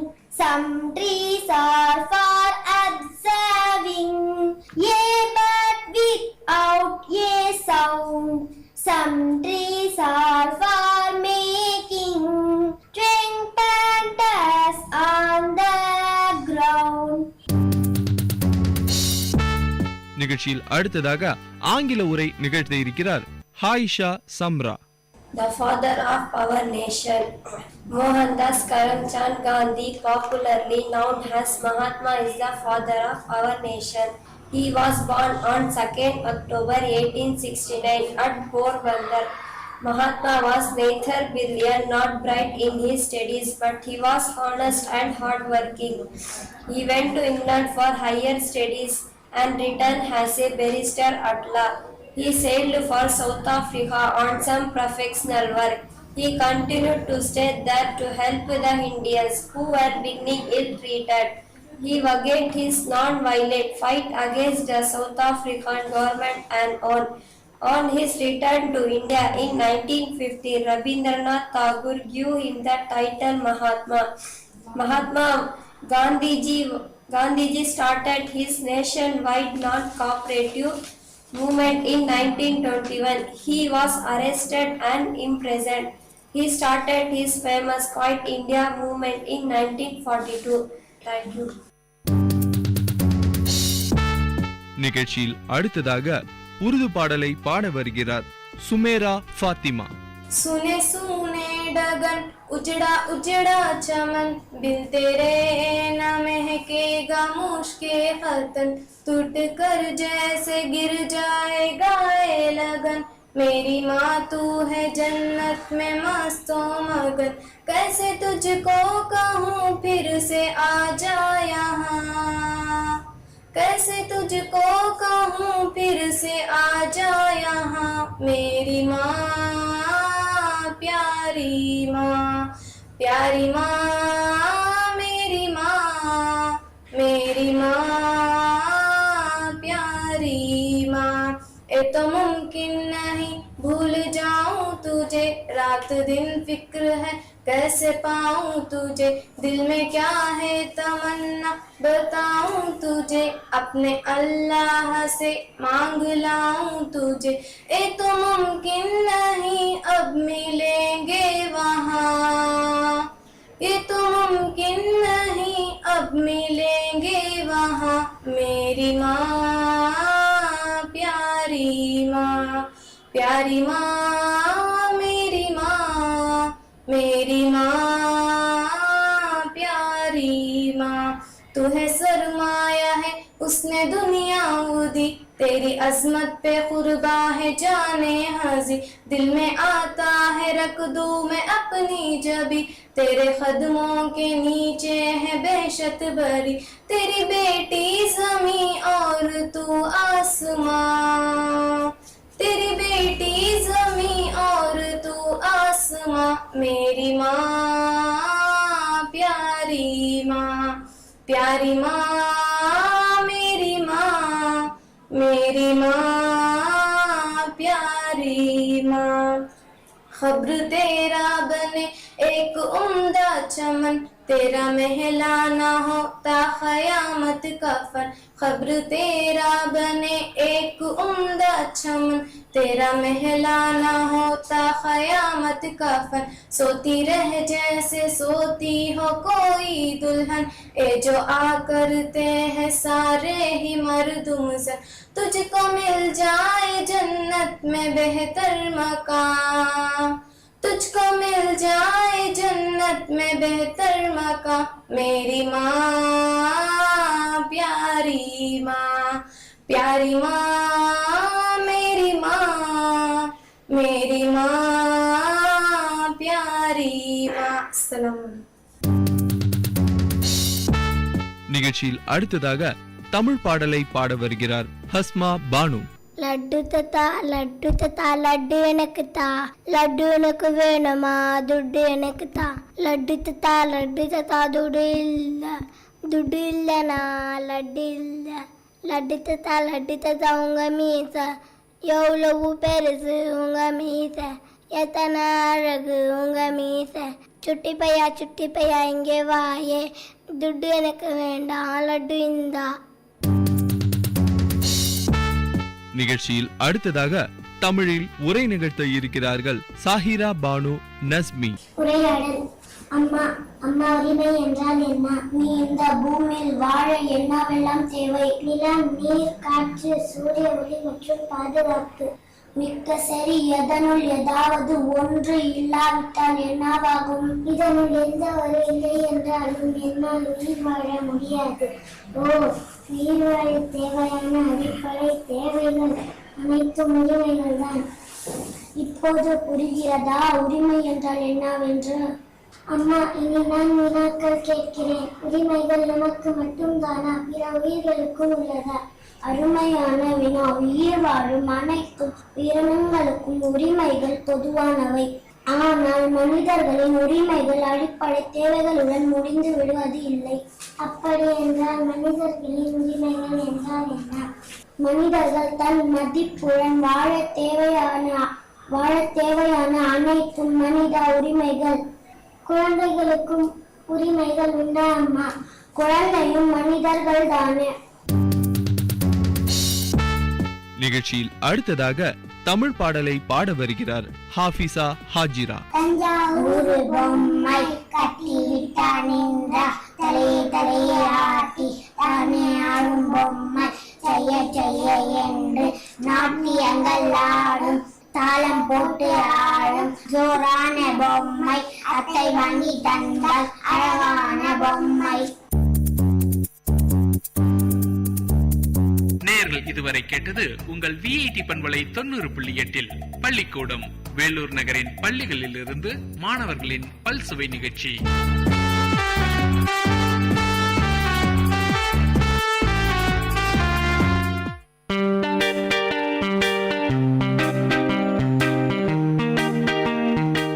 Dear listeners, for the next hour, you are going to listen to the program Team Speak Time in VIT Community Radio 90.8 FM.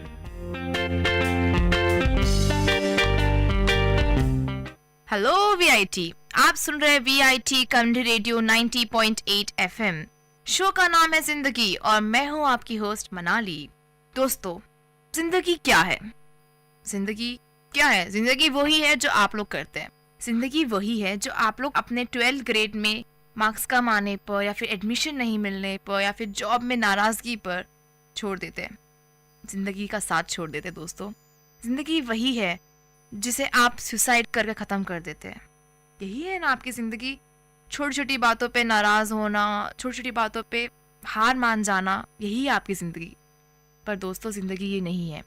आंखें खोलिए, ज़िंदगी एक खुला मैदान है।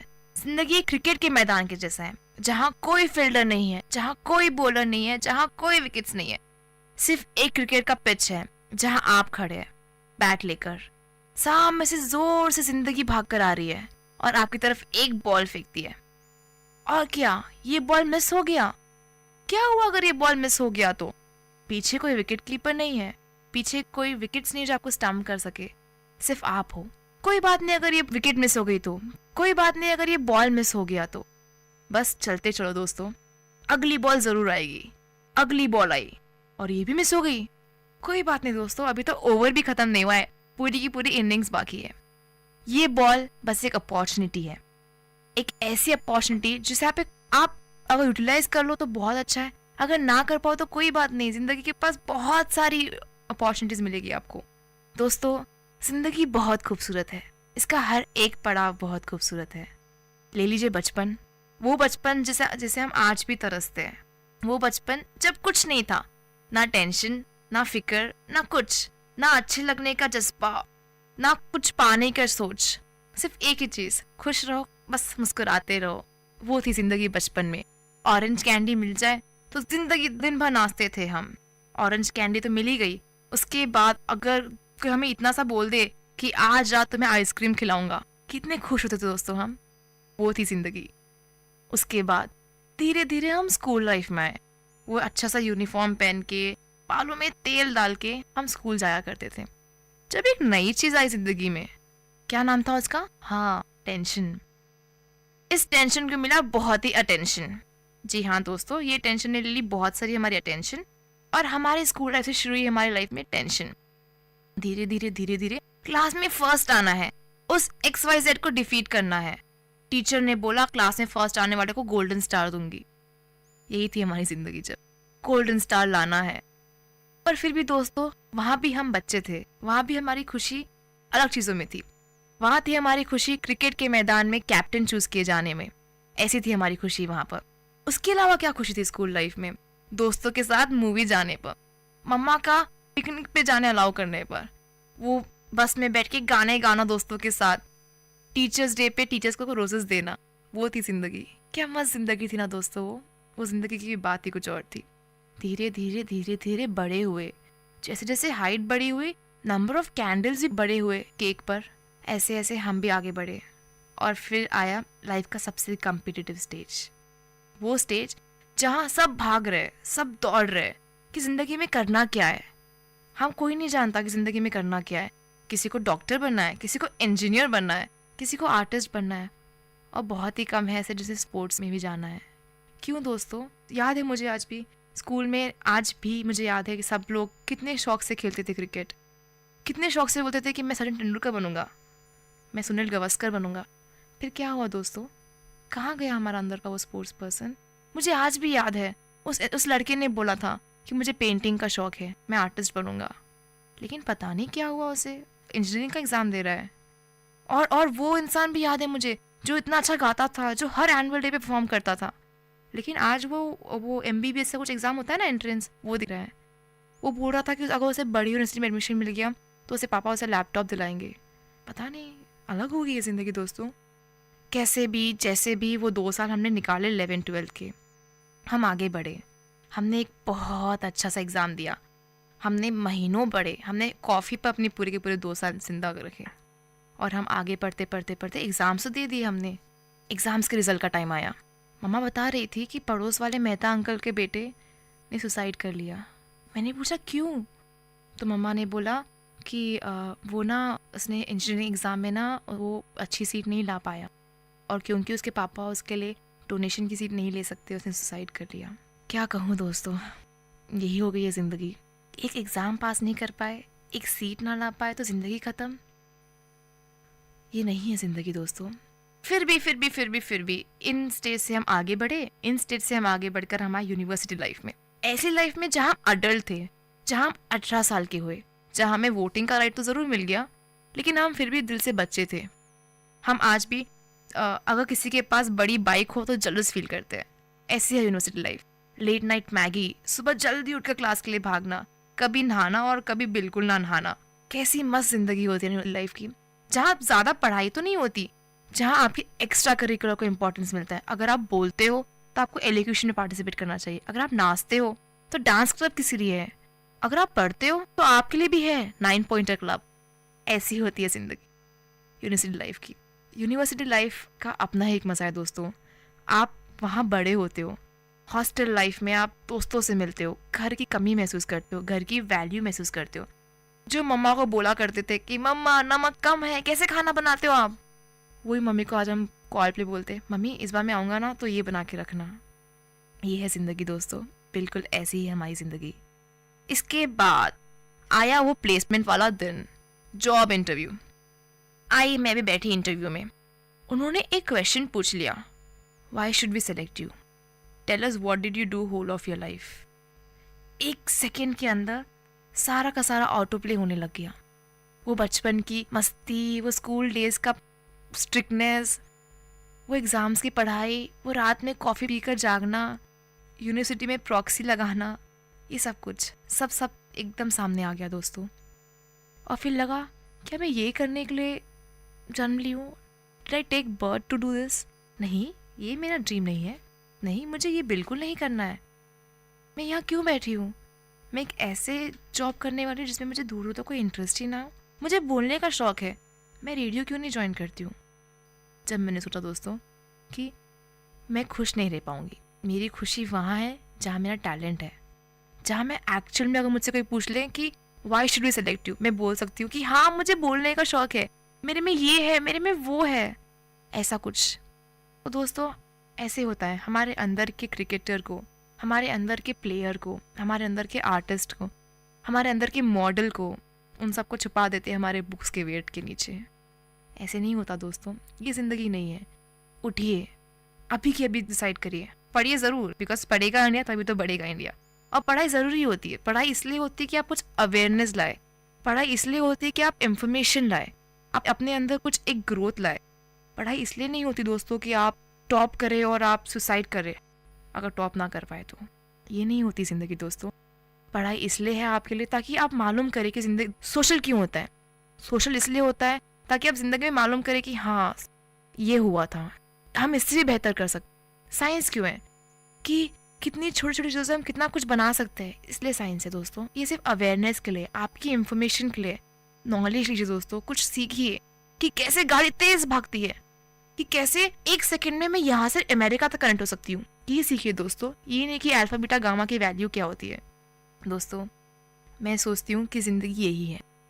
हाँ, पढ़िए ज़रूर, सीखिए ज़रूर, कुछ ज़रूर जानिए ज़िंदगी में, लेकिन जब आप इस दुनिया से जाओगे आपकी आखिरी स्टेज जीकर, तो जब आप आखिरी सांस लेते समय जो आपके पूरा रिवाइंड होगा, जब आपके सामने आपकी पूरी की पूरी ज़िंदगी रिवाइंड कर दी जाएगी दोस्तों, जब आपके दिमाग में आना चाहिए कि हाँ मैंने वो किया जिसमें मुझे शौक़ था, मैंने उस रात क्रिकेट खेलने का शौक़ था, मैंने क्रिकेट खेला अपना बचपन में, फिर उसके बाद मेरा बोलने में शौक़ आया, मैंने रेडियो ज्वाइन करा, उसके बाद मेरा लिखने में शौक़ आया तो मैं अपने मैगज़ीन के लिखने लगा, और धीरे धीरे धीरे मैंने बहुत सारे दोस्त बनाए, मैंने अपनी ज़िंदगी में कुछ इफेक्टिव किया, वो किया जिससे मुझे खुशी मिली।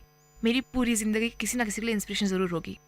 दोस्तों मैंने कहीं पढ़ा था, जब आप पैदा होते हो तो आपके पास कुछ नहीं होता, और जब आप मरते हो तो आप खाली हाथ नहीं जाते। सब बोलते हैं कि जब आप मरते हो जब आप खाली हाथ जाते हो, लेकिन नहीं, जब आप मरते हो तो आपके पास होता है एक चीज़ जिसे बोलते हैं नाम। इस नाम को लेके जाते हो आपके साथ। जब आपकी होस्ट मनाली मरेगी तो उसका साथ में होगा उसका नाम, मनाली। क्या किया इस नाम ने, क्या दिया इस नाम ने, वो देखा जाएगा। तो दोस्तों मैं उम्मीद करती हूँ कि आज का शो आपको ये बताने में हेल्प कर चुका है कि ज़िंदगी वो है जिसे आप चुनते हो। अगर आप चाहो तो आपकी ज़िंदगी वही हो सकती है जो आप चाहो। अगर आप चाहो तो आप अपनी ज़िंदगी को अपने तरीके से मॉड्यूलेट कर सकते हो, मोल्ड कर सकते हो। दोस्तों बहुत खूबसूरत होती है ज़िंदगी। क्रिकेट, मैं हमेशा पता है क्रिकेट का नाम क्यों लेती हूँ, क्योंकि मुझे आज भी याद है जब मैं छोटी थी, मैं पापा को बोलती थी पापा मुझे क्रिकेटर बनना है, तो वो बोलते थे कि नहीं लड़कियाँ क्रिकेट में क्या करेगी, वैसे भी लड़कों का स्कोप नहीं होता। पर मुझे आज भी याद है कि आज भी अगर जब मैं वो क्रिकेट के बैट को हाथ में पकड़ती हूँ तो अपने आप को मिथाली राज समझने लग जाती हूँ। क्या अजीब होती ना ज़िंदगी दोस्तों। आधी ज़िंदगी तो हमारी हमें क्या करना है उसमें सोचने में निकल जाती है, और उसके बाद इंडिया में कुछ नहीं रखा है, इंडिया छोड़ के चलते हैं, ये सोचने लग जाते हैं। और क्या छोड़ भी देते हैं इंडिया, पर क्या मिलता है दोस्तों इंडिया छोड़कर, अपने रूट्स छोड़कर। हाँ इंडिया में बहुत कुछ कमी है, मैं मानती हूँ, लेकिन आप जब बाहर जाके दूसरी कंट्री के लिए कुछ कमाते हो, वो भी जैसे आप चाहते ही नहीं हो, वो करो जिसमें आप बेस्ट हो। अगर लता मंगेशकर के पिताजी उन्हें बोलते कि बेटा बॉलिंग कर ले, तो वो क्या कर पाती? और अगर सचिन तेंदुलकर पापा बोल देते कि बेटा प्लीज़ जा और पढ़ाई कर, तो वो कर पाते? नहीं। और तेंदुलकर से मुझे याद है एक और स्टोरी दोस्तों। मैंने कहीं पढ़ा था कि तेंदुलकर सर जो है ना वो 10th स्टैंडर्ड फेल हैं, और वो अपने हिंदी के एग्ज़ाम में फेल हुए थे शायद, if I am not wrong. जी हाँ दोस्तों, अपने हिंदी के एग्ज़ाम में फेल हुए थे। और आप जानते हो क्या, आज, जी हाँ आज 10th स्टैंडर्ड का फर्स्ट चैप्टर हिंदी का सचिन तेंदुलकर के ऊपर है। ये होती है ज़िंदगी दोस्तों। वो करो जिसमें आप माहिर हो, वही आप बेस्ट कर सकते हो। यही ज़िंदगी है, आप वही करो जिसमें आप माहिर हो। अगर आप कुछ ऐसा करो जो आपके लोग चाहते हैं आप करो, तो वो नहीं होगा। हाँ ऐसे ज़रूर होगा कि शायद आप कमाओ कम, शायद आपको स्टार्टिंग में बहुत हर्डल्स फेस करने पड़ेंगे, लेकिन दोस्तों that is not the end, that is just the beginning. क्योंकि ज़िंदगी के बहुत सारे स्टेटस बाकी है अभी तो 3 टेंशन के स्टेज खत्म हुए। अगर वो करोगे जो आपको पसंद है ना दोस्तों, तो ज़िंदगी बहुत हसीन हो जाएगी, बहुत मस्त हो जाएगी, बिल्कुल मस्त। आपको पता है हर टाइम जब मैं रिकॉर्ड करके स्टूडियो से बाहर निकलती हूँ तो मेरे चेहरे पे एक मुस्कान होती है जो दिन भर रहती है, क्योंकि मुझे पता है, मुझे शौक है, मुझे अपनी आवाज़ से प्यार है, मुझे प्यार है अपने आइडिया शेयर करने से। और जब मुझे कभी किसी का कॉल आ जाता है कि चल बास्केटबॉल खेल कर आते हैं, मैं खुशी खुशी हाँ बोल देती हूँ। और वही अगर किसी का कॉल आ जाए कि चल लाइब्रेरी चलते हैं, तो नहीं होगा मुझसे, क्योंकि दोस्तों मेरा शौक कुछ और है। लेकिन वही मेरी एक रूममेट है, वो इतनी खुशी से पढ़ती है क्योंकि उसे पढ़ने का शौक है, क्योंकि उसे एक्चुअल में वो बनना है जो वो पढ़ रही है। हम वो कर रहे जो हमें पसंद ही नहीं है। पापा ने बोला था इंजीनियर बनेगा, इसलिए हम इंजीनियर बन रहे हैं। पापा ने बोला था कि doctor is a noble profession, इसलिए मैं डॉक्टर बन रहा हूँ। ये नहीं होती दोस्तों ज़िंदगी। मॉडलिंग में करियर नहीं है, किसने कहा मॉडलिंग में करियर नहीं है? किसने कहा ज़िंदगी में कहीं भी करियर नहीं है दोस्तों? If you are the best in your field you actually have a career. और मैं एक्सपीरियंस से बोल सकती हूँ दोस्तों, मानिए मेरी बात। जी हाँ दोस्तों, एक बार बस अंदर जाके पूछिए अपने आप से कि am I happy in what I am doing, या मुझे कुछ और करना चाहिए? क्या कभी आपने बारिश की बूंदों में अपने आप को नाचते हुए देखा? वो था बचपन। कहाँ गए वो दिन जब हम बारिश में नाचते थे, जब हम ना 2-2 रुपए के लिए लड़ते थे, जब हम दोस्तों को बोलते थे चल पिज़्ज़ा खाकर आते हैं। लेकिन नहीं दोस्तों, अब हम वो नहीं रहे। अब हम सिर्फ लड़ना जानते हैं। अब हमें सिर्फ उसको बीट करना है, इससे आगे पहुंचना है, इतना कमाना है, इतना करना है। अब यही हो गई हमारी ज़िंदगी दोस्तों। बहुत गलत जा रहे हैं हम दोस्तों। वही करिए जिसमें आपको शौक है, वही करिए जो आपको खुशी देता है। इमेजिन करिए कि कितना मज़ा आएगा अगर आप वो करोगे जिसे आपको खुशी देती है। वो मज़ा ही कुछ और है दोस्तों, वो ज़िंदगी ही कुछ और है। मुझे जो चीज़ पसंद है मैं वही करूँगी, ऐसे सोचिए और आज से अपना दिन शुरू करिए। एंड यस, भूलिए मत कि एक और बॉल ज़रूर आएगी। क्या हुआ अगर ये बॉल मिस हो गई? क्योंकि ज़िंदगी के इस खेल में आप कभी आउट नहीं होंगे। आप जब तक आउट नहीं होंगे, जब तक आप मैदान छोड़कर नहीं जाएंगे। बिकॉज इसमें कोई बॉलर नहीं है, कोई फील्डर नहीं है, सिर्फ आप हो। तो दोस्तों, आज के इस शो ज़िंदगी को समाप्त करती है आपकी होस्ट मनाली, और आप सुन रहे VIT कम्युनिटी रेडियो 90.8 FM।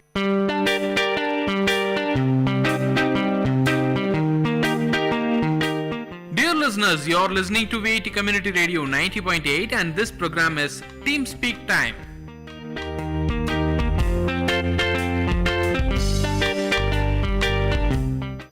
नमस्कार, VIT कम्युनिटी रेडियो 90.8 FM में आपका स्वागत है।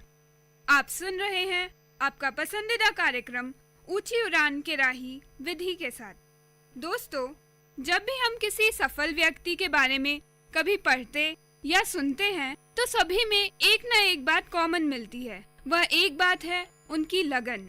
जी हाँ, उन लोगों को किसी एक चीज की ऐसी लगन हो जाती है कि उन्हें फिर दुनिया में और कुछ नहीं सूझता, और अपनी उस लगन और मेहनत के बल पर वो कुछ ऐसा कर जाते हैं जिसे दुनिया उन्हें कभी भुला नहीं सकती। आज मैं आपको एक ऐसे ही व्यक्ति के बारे में बताने जा रही हूँ। वर्ष 1883 इंजीनियर जॉन रॉबलिंग के जीवन में एक महत्वपूर्ण वर्ष था। क्यों न हो, इसी वर्ष उन्हें न्यूयॉर्क से लॉन्ग आइलैंड को जोड़ने के लिए एक शानदार पुल का निर्माण करने का विचार आया था।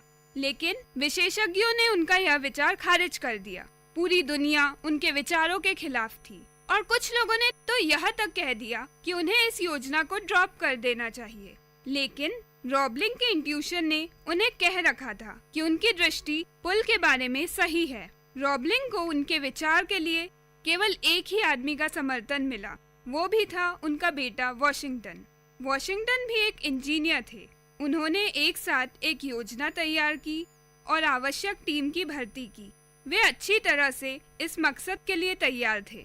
पुल निर्माण का काम शुरू किया गया, परंतु कार्यस्थल पर हुई एक दुर्घटना में रॉबलिंग की मृत्यु हो गई। आमतौर पर कोई और होता तो इस कार्य को छोड़ देता, लेकिन वॉशिंगटन जानते थे कि उनके पिता का सपना पूरा हो सकता है। पर किस्मत तो देखिए, वॉशिंगटन को मस्तिष्क क्षति का सामना करना पड़ा और वह स्थिर हो गए। वह इस हद तक घायल हो गए कि ना तो वे चल सकते थे और ना ही बात कर सकते थे, यहाँ तक कि वे हिल भी नहीं सकते थे। एज यूजुअल, विशेषज्ञों जिन्होंने पुल का निर्माण नहीं करने की सलाह दी थी, उन्होंने दोनों को पागल और मूर्ख करार दिया। वॉशिंगटन अपनी सेवाओं का विस्तार करने की स्थिति में नहीं थे, पर निर्माण परियोजना को समाप्त करने के बारे में वे कभी सोच भी नहीं सकते थे। वह अपने उद्देश्य के बारे में स्पष्ट थे। अब वॉशिंगटन बातचीत करने के लिए अपनी पत्नी पर पूरी तरीके से निर्भर थे। उन्होंने बातचीत करने के लिए अपनी एक चलती उंगली का इस्तेमाल किया और अपनी बात समझाने की एक कोड प्रणाली विकसित की। शुरू में हर किसी को वह मूर्ख लगे, पर वॉशिंगटन ने हार नहीं मानी। अगले 13 सालों तक उनकी पत्नी ने उनके निर्देशों की व्याख्या की और इंजीनियर्स को समझाया। इंजीनियर उनके निर्देश पर काम करते गए और आखिरकार ब्रुकलिन ब्रिज हकीकत में बनकर तैयार हो गया। आज वह ब्रिज एक शानदार स्पेक्टेक्युलर लैंडमार्क के रूप में बाधाओं का सामना करने वाले लोगों के लिए एक प्रेरणादायक ट्रू लाइफ स्टोरी के रूप में खड़ा है। तो दोस्तों, हमने इस कहानी से सीखा कि परिस्थितियों को अपनी शक्ति खत्म करने की अनुमति कभी मत दीजिए। हमें हमेशा याद रखना चाहिए कि लहरों से डरकर नौका पार नहीं होती और कोशिश करने वालों की कभी हार नहीं होती। इसी के साथ आपकी होस्ट विधि को दीजिए इजाजत। और सुनते रहिए आपका पसंदीदा शो ऊंची उड़ान के राही सिर्फ वीआईटी कम्युनिटी रेडियो 90.8 एफएम पर।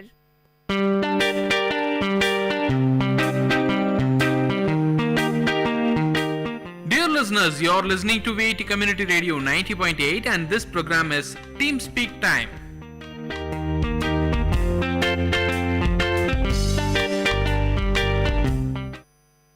హలో విఐటి, మీరు వింటున్నారు విఐటి కమ్యూనిటీ రేడియో 90.8 ఎఫ్ఎం. గుర్తుకొస్తున్నాయి అనే ఈ కార్యక్రమానికి స్వాగతం. అండ్ మీతో మాట్లాడుతుంది ఆర్జే దుర్గా. మెమరీస్ అనేవి ఎప్పటికీ చాలా చాలా స్వీట్ అండి. ఎప్పుడైనా మనల్ని నవ్వించి, మన ఫ్రెండ్స్ గురించి ఇంకా దేని గురించి అయినా గుర్తు తెంచుకోవాలంటే మన మెమరీస్ని నెమరు వేసుకుంటే చాలు. జ్ఞాపకాలు అనేవి ఎప్పటికీ మన గుండెల్లోనే పదిలంగా ఉంటాయి. అందుకే అవే మన బెస్ట్ ఫ్రెండ్స్. ఇంకా కాలేజ్ లైఫ్ గురించి అస్సలే చెప్పాల్సిన అవసరం లేదు, ఎందుకంటే మనం దాచుకోలేనన్ని జ్ఞాపకాలని కాలేజ్ మనకు అందిస్తుంది. మొదట కాలేజ్కి వచ్చినప్పుడు ఏదో తెలియని భయం ఉంటుందండి, కానీ అదే కాలేజ్ని విడిచి వెళ్ళేటప్పుడు ఏదో తెలియని చాలా బాధేస్తుంది. అదే కాలేజ్ చేసే మాయ. మరి ఈ 4 yearsలో ఏ అల్లర్లు చేశామో, ఫ్రెండ్స్తో ఏ కబుర్లు చెప్పామో, హాస్టల్లో గోలా, సినిమాలు, classes, exams, placements, what not అండి, అన్నీ చేశామనే చెప్పుకోవాలి. అసలు కొన్నిసార్లు క్యాంపస్ వదిలి వెళ్ళాలనే ఆలోచన కూడా చాలా భయం కలిగిస్తుంది. అంతగా తనలో మనల్ని కలిపేసుకుంటుంది మన కాలేజ్. అలాంటి జ్ఞాపకాల్ని మరొకసారి గుర్తు చేసుకుంటే ఎలా ఉంటుందో అన్న ఆలోచన నుంచి పుట్టిందే ఈ గుర్తుకొస్తున్నాయి అనే కార్యక్రమం. ఈ కార్యక్రమం మనకు కాలేజ్ వదిలి వెళ్ళిపోయే స్టూడెంట్స్కి వాళ్ళ మెమరీస్, ఎక్స్పీరియన్సెస్ షేర్ చేసుకునే అవకాశంతో పాటు మనకు వాళ్ళ గురించి మరింత తెలుసుకునే అవకాశాన్ని కల్పిస్తుంది. సో ఇవాళ ఈ షోలో తన మెమరీస్ని షేర్ చేసుకోవడానికి మనతో ఉన్నారు Nikhita from 4th year IT. Hello Nikhita. Hi Durga. So Nikhita, నీకు ఇవాళ ఇక్కడ ఇలాంటి షోలో మాట్లాడుతున్నావు, ఎలా అనిపిస్తుంది నిఖిత? ఇది చాలా న్యూ ఎక్స్పీరియన్స్ నాకు. అండ్ నేను ఇప్పుడు ఫైనల్ ఇయర్, సో నా కాలేజ్ ఆల్మోస్ట్ అయిపోయింది. సో చాలా మెమరీస్ ఉన్నాయి అండ్ చాలా థింగ్స్ ఉన్నాయి ఏవైతే షేర్ చేసుకోవచ్చు. సో ఫస్ట్ ఆఫ్ ఆల్, నువ్వు ఏ మాత్రం మాట్లాడడానికి ముందు నీకు చాలా పెద్ద కంగ్రాట్స్. నువ్వు సిస్కోలో ప్లేస్ అయ్యావు and it's a very big company యాక్చువల్గా. సో చాలా చాలా కంగ్రాట్స్ విఐటి అందరి తరపున. Thank you so much. And so నీకు చాలా క్వశ్చన్స్ అడగాలి ఇక్కడ. సో ఫస్ట్ క్వశ్చన్ చెప్పు, నువ్వు విఐటికి రాకముందు ఎలా ఉండేదాన్ని అండ్ విఐటికి వచ్చిన తర్వాత నీలో ఎలాంటి చేంజెస్ వచ్చాయి?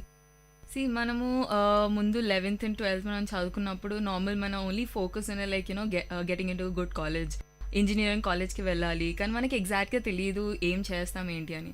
తర్వాత ఇంజనీరింగ్ కాలేజ్ వచ్చిన తర్వాత మనము చదివే కాకుండా ఎన్నో థింగ్స్ నేర్చుకుంటాం. చదువు అనేది ఉంటుంది, కానీ అది కాకుండా ఇక్కడ మనం ఇండిపెండెంట్ ఉండటం, లైక్ అందరం మనము హాస్టల్లో ఉంటాము, ఫ్రెండ్స్తో ఇంటరాక్ట్ అవుతాము. సో మనం ఒక మనిషిలా కూడా డెవలప్ అవుతాం ఇక్కడ. విఐటీలో నేను చాలా నేర్చుకున్నాను అండ్ నేను ఒక మనిషిలా కూడా చాలా బెటర్ పర్సన్ అయ్యాను. అండ్ విఐటీలో ఉన్న ఆపర్చునిటీస్ మేబీ నాకు వేరే కాలేజ్లో వచ్చేదో లేదో నాకు తెలియదు. సో చాలా గ్రేట్ ఎక్స్పీరియన్స్. ఈ 3 yearsలో చాలా నేర్చుకున్నాను. సో బేసిక్గా నువ్వు ఎక్కడి నుంచి, అంటే ఆంధ్ర నుంచి వస్తున్నావు? నేను హైదరాబాద్ నుంచి. నేను పుట్టి పెరిగింది మొత్తం హైదరాబాద్లో. సో మొత్తం జీవితం అంతా హైదరాబాద్. సో ఇప్పుడు ఇక్కడ రావడం వెల్లోర్, తమిళనాడు, ఇక్కడ completely different experience. So Nikhita, విఐటికి ఎలా రావాలనుకున్నావు? అంటే ముందే కలలు కన్నావా విఐటిలో చదవాలి, లేకపోతే లక్ వల్ల ఇక్కడికి వచ్చావా? మనం అందరికీ ఉంటుంది ఐఐటీలో వెళ్ళాలి, ఎన్ఐటీస్లో వెళ్ళాలి. సో నా దగ్గర ఉండే ఒక లిస్ట్, లైక్ ఈ కాలేజ్లో వెళ్ళాలి. అండ్ నేను విఐటీకి వచ్చినప్పుడు నాకు అంత సరిగ్గా తెలియదు విఐటీ ఎలా ఉండేది నాకు, ఎందుకంటే నాకు ఏం వేరేది ఉండే. బట్ స్టిల్ విఐటీకి వచ్చిన తర్వాత అండ్ నేను యాక్చువల్లీ సిఎస్ అనుకున్నాను, ఐటీ బ్రాంచ్ తీసుకున్నాను. అండ్ ఇనిషియలీ నేను జాయిన్ అప్పుడు నాకు అనిపించింది, అరే ఏమవుతుందో ఏంటో, నాకు నచ్చుతుందో లేదో, ఇక్కడ కాలేజ్ ఎలా ఉంటుందో, అదొక కొత్త ఎక్స్పీరియన్స్. యాక్చువల్గా మా అన్నయ్య ఉన్నాడు అనమాట, కజిన్. సో తను ఇక్కడ విఐటీలో చదివాడు. సో తన వల్ల నాకు విఐటీ గురించి తెలుసు, మంచి కాలేజ్ అని, కొంచెం భయం ఉంటుంది కదా. సో జాయిన్ అయినప్పుడు అలా అనిపించింది. బట్ ఇప్పుడు చూస్తే నా దగ్గర అన్నీ ఉన్నాయి, లైక్ ఒక మంచి కంపెనీ అండ్ ఇంతమంది చాలా మంచి ఫ్రెండ్స్, ఇంత మంచి environment. So I don't regret అనమాట. సో విఐటీ గురించి చాలా మంచిగా చెప్పావు అండ్ విఐటీ నేను చాలా మంచి హ్యూమన్ బీయింగ్గా మార్చిందని కూడా చెప్పావు. సో విఐటీ నీకు బేసిక్గా ఎలాంటి ప్లాట్ఫామ్ని ప్రొవైడ్ చేసింది నీ డ్రీమ్స్ని అచీవ్ చేయడానికి? నాకు 24/7 కూర్చొని చదువు అంటే నా వల్ల అవ్వదు. సో నాకు కొంచెం ఎంటర్టైన్మెంట్ కావాలి, ఫ్రెండ్స్తో బయటికి వెళ్ళటం అది ఇది. అండ్ మన దగ్గర ఫెస్ట్ ఉన్నాయి, ఎన్నో క్లబ్స్ ఉన్నాయి, చాప్టర్స్ ఉన్నాయి. ఎన్నో చాప్టర్స్లో జాయిన్ అవ్వాలి ఉండే, నాకు మళ్ళీ టెక్నికల్ వెళ్ళాలని ఇంట్రెస్ట్ లేదు. సో అందుకోసం నేను ఎన్జిఓలో జాయిన్ అయ్యాను. అలా కాకుండా ఇలాగే ఫ్రెండ్స్తో ఇంటరాక్ట్ చేయడము, నువ్వు ఎంత అండ్ ఫెస్ట్లలో పార్టిసిపేట్ అవ్వడం, దీంతో నువ్వు ఎంతోమంది ఫ్రెండ్స్ చేస్తావు, ఎంతోమందిని చూస్తావు, ఎన్నో నేర్చుకుంటావు. ఎంత ఇంటరాక్ట్ అవుతే అంత మంచిది అనమాట. సో అలా నేను చాలా ఇంటరాక్టివ్ పర్సన్, అందరితో ఇంటరాక్ట్ అవుతాను.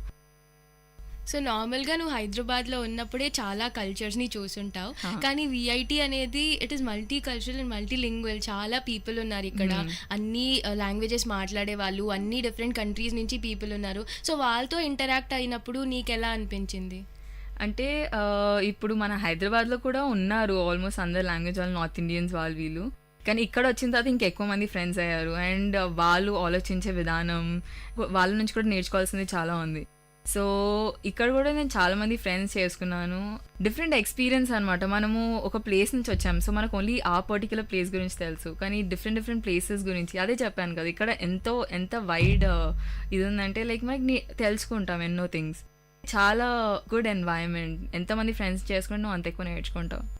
సో ఇంకా నువ్వు ఎన్జిఓలో వర్క్ చేస్తున్నాను అని చెప్పావు, సో దాని గురించి ఏదైనా చెప్తావా? నేను ఎన్జిఓలో పనిచేస్తున్నాను, ఎడ్ ఫర్ ఆల్ అని. ఆల్మోస్ట్ నేను సెకండ్ సెమిస్టర్ నుంచి చేస్తున్నాను. ఇంగ్లీష్ నేర్పించడంలో ఫోకస్ చేస్తాము. సో ఇక్కడే మేము ఆర్ఫనేజ్కి అండ్ స్కూల్స్కి వెళ్తాము. సో ఇనిషియలీ నేను ఆర్ఫనేజ్ వెళ్ళేదాన్ని. ఆల్మోస్ట్ 1 year నేను ఓన్లీ ఆర్ఫనేజ్కి వెళ్ళాను. పిల్లలకి నార్మల్ ఇంగ్లీష్ నేర్పించడం అండ్ వాళ్ళకి బేసిక్ థింగ్స్ లైక్ క్లెన్లీనెస్ గురించి, అలాంటి దాని గురించి చెప్పేవాళ్ళము. తర్వాత నెక్స్ట్ ఇయర్ నుంచి నేను స్కూల్ వెళ్ళడం స్టార్ట్ చేశాను. అంటే నేను వైస్ ప్రెసిడెంట్ కూడా అయ్యాను అనమాట. అంటే చాలా మంచి ఫీలింగ్ ఇక్కడ నువ్వు వెళ్ళి కిడ్స్కి నేర్పించడము. అండ్ మాకు ఎన్నో క్యాంప్స్ కూడా ఉండే, ఇక్కడికి మేము తీసుకొచ్చాం విఐటీలో. వాళ్ళకి ఎంత ఆశ్చర్యంగా ఉంటుందో, ఈ క్యాంపస్ తీసుకొద్దామంటేనే వాళ్ళకి చెప్తాము ఒక 1 month ముందు ప్లాన్ చేసి, మీరు రావడానికి ఓకేనా అంటే వాళ్ళు వచ్చే వరకు ఎంత ఎక్సైటెడ్ ఉంటారో. సో అలా వాళ్ళ స్మైల్స్ అండ్ వాళ్ళ ఆనందం, చిన్న వాటిల్లో మనం ఎన్నో నేర్చుకోవచ్చు యాక్చువల్గా. ఇక్కడ ఆల్మోస్ట్ 2-3 times తీసుకొచ్చాం మేము క్యాంప్ అని అలా. సో యాక్చువల్గా బేసిక్గా ఎడ్ ఫర్ ఆల్ అనేది స్టార్ట్ అయింది పాండిచ్చేరి. మా హెడ్ ఎవరైతే ఉన్నారో ఆనంద్ అని, తను యాక్చువల్లీ స్టార్ట్ చేశాడు. తనే యాక్చువల్లీ విఐటియన్, తను ఇక్కడ మ్యాడ్లో పనిచేశాడు. సో తర్వాత పాండిచ్చేరిలో తన ఓన్ ఎడ్ ఫర్ ఆల్ అని స్టార్ట్ చేశాడు. సో తర్వాత విఐటీలో కూడా ఒక క్లబ్ ఓపెన్ చేస్తారు. ఇదైతే ఎడ్ ఫర్ ఆల్ మేము నడిపిస్తున్నాం. మేము బేసిక్గా ఫోకస్ చేసేది ఇంగ్లీష్ అండ్ ఎందుకంటే ఇంగ్లీష్ చాలా ఇంపార్టెంట్ ఈ మధ్య, నువ్వు ఎక్కడికి వెళ్ళినా అని. per week 2 hours per person అంతే. సో క్లాసెస్ అలా వెళ్తాం వస్తాం.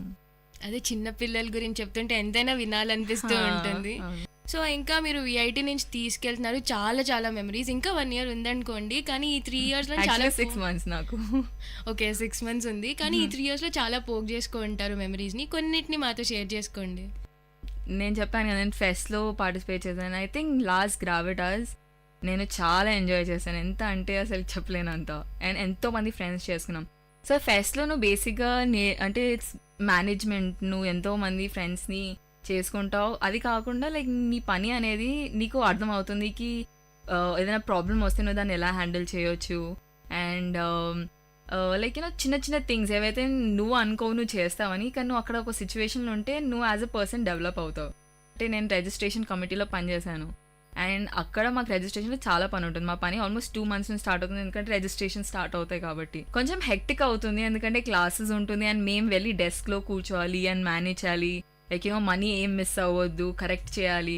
సో ఇలాంటి అన్ని చిన్న థింగ్స్ ఓకే మనము చేస్తాము. అండ్ అదే కాకుండా లైక్ నైట్ టైమ్స్లో మేము కంట్రోల్ రూమ్లో కూర్చొని ఏవో చేసాము. ఒక్కొక్కసారి ఇలాగే మేము పని చేసి బోర్ అవుతే అక్కడ ఏదో ఒక బాల్ చేసి ఒకరినొకరు కొట్టుకుంటూ, అండ్ నైట్కి ఆకలేసిన మాకు నైట్ స్లిప్స్ దొరికేటి, సో వెళ్ళి ఫుడ్ తీసుకొచ్చేవాళ్ళము. ఆ ఎంజాయ్మెంటే డిఫరెంట్.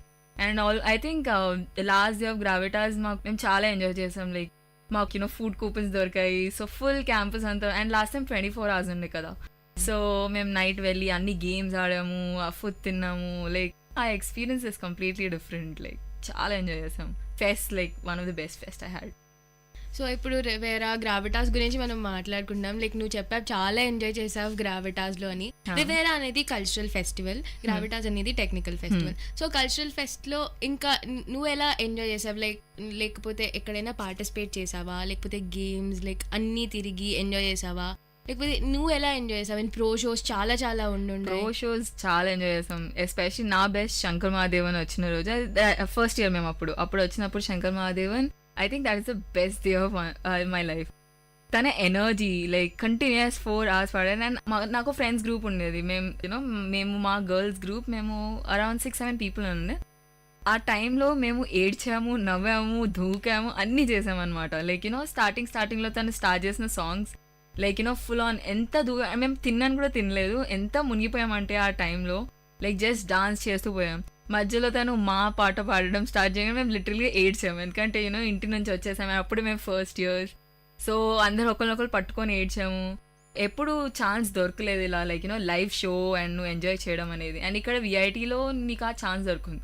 శంకర్ మహాదేవన్ నా ఫేవరెట్. ఓకే, అండ్ తను లైవ్లో చూసి ఇలా తను ఇంత ఎనర్జెటిక్ ఉంటాడంటే లైక్ ఇంకా పెద్ద ఫ్యాన్ అయిపోయాను. లాస్ట్ రివర్ కూడా చాలా ఎంజాయ్ చేస్తాను, లైక్ బెనీ డయాల్ లైక్ 2 కూడా అనమాట. సో అలా చాలా మంది ఉన్నారు. And like Riviera is good, like నువ్వు ఎంజాయ్ చేస్తావు. ఆ విఐటీ అనేది ఫోకస్ చేయలేదు ఓన్లీ నువ్వు చదువు అని. లైక్ మధ్యలో ఒక బ్రేక్ ఉంటుంది, నువ్వు ఒక 4 days ఎంజాయ్ చేయి, ఏమన్నా చేయి, మొత్తం ఒక పండగలా ఉంటుంది, మొత్తం మంచి ఫీలింగ్ అనమాట. సో ఫెస్ ఒక బ్రేక్లా, అది టెక్నికల్ ఉండని, కల్చరల్ ఉండని, నీకు ఒక break from your normal schedule. నిజంగా పండగ అన్నావు, అది మాత్రం చాలా యాప్ట్ వర్డ్ దానికి. అండ్ రివేరా, గ్రావిటాస్ ఇలాంటి ఫెస్ట్ అనగానే ఫ్రెండ్స్, సీరియస్ గా వాళ్ళు పక్క లేకపోతే ఇంకా మనం ఏం చేయలేము. సో నీ ఫ్రెండ్స్ గురించి నీకు వాళ్ళతో షేర్ చేసుకున్న మెమరీస్ చాలా ఉండనే ఉంటాయి. సో ఏదైనా కొన్ని షేర్ చేసుకో. ఫ్రెండ్స్ నాకు చాలా మంది ఉన్నారు. నాకు చాలా ఫ్రెండ్స్ చేసుకోవడం అంటే ఇష్టం. సో బేసిక్గా నాకు ఇది మా డాడీ నుంచి వచ్చింది. చాలా ఫ్రెండ్స్ చేసుకుంటే ఎవరు అంటే వాళ్ళు. నాకు బేసిక్గా ఫస్ట్ ఇయర్లో మా రూమ్మేట్స్ ఉండే లైక్ మేము 6 members. సో చాలా మంచి బాండ్ అయ్యాము ఆ టైంలో. లైక్ దమ్షరాట్స్ ఆడటం, ఒక టైం అయితే ఎంత సీరియస్గా గేమ్ ఆడమని ఒకరినొకరు లైక్ తిట్టుకుంటున్నాం, లైక్ ఇది కాదు, ఇలా చీటింగ్ అది ఇది అని. అండ్ నైట్ టైంలో మ్యాగీ చేసుకొని తినడం అదైతే ఆబ్వియస్లీ ఉంటుంది. మ్యాగీ కోసం కొట్టుకునే వాళ్ళం, లైక్ లిటరల్ ఒక ప్యాక్ తెచ్చుకునే వాళ్ళము, 1 లేదా 2. సో 2 కుక్ చేసి తీసుకురాగానే లైక్ మేము ఉన్నాం 4-5 members, ఇలా పెట్టంగానే ఇలా అయిపోయేది. ఆ ఎక్స్పీరియన్స్ చాలా బాగుండే.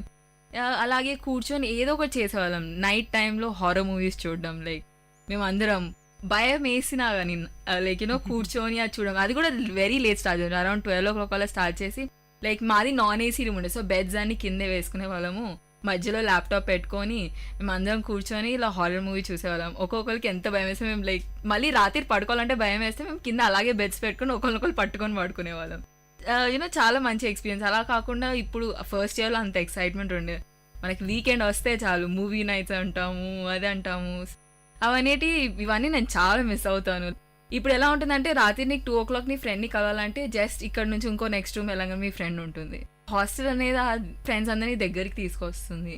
నువ్వు వెళ్ళి మీ ఫ్రెండ్స్ దగ్గర పడుకుంటావు, ఎప్పుడైనా నువ్వు వెళ్ళి నీకు అసలుకి ఏం అనిపించదు, రేపు తను డిస్టర్బ్ అవుతుందేమో అని.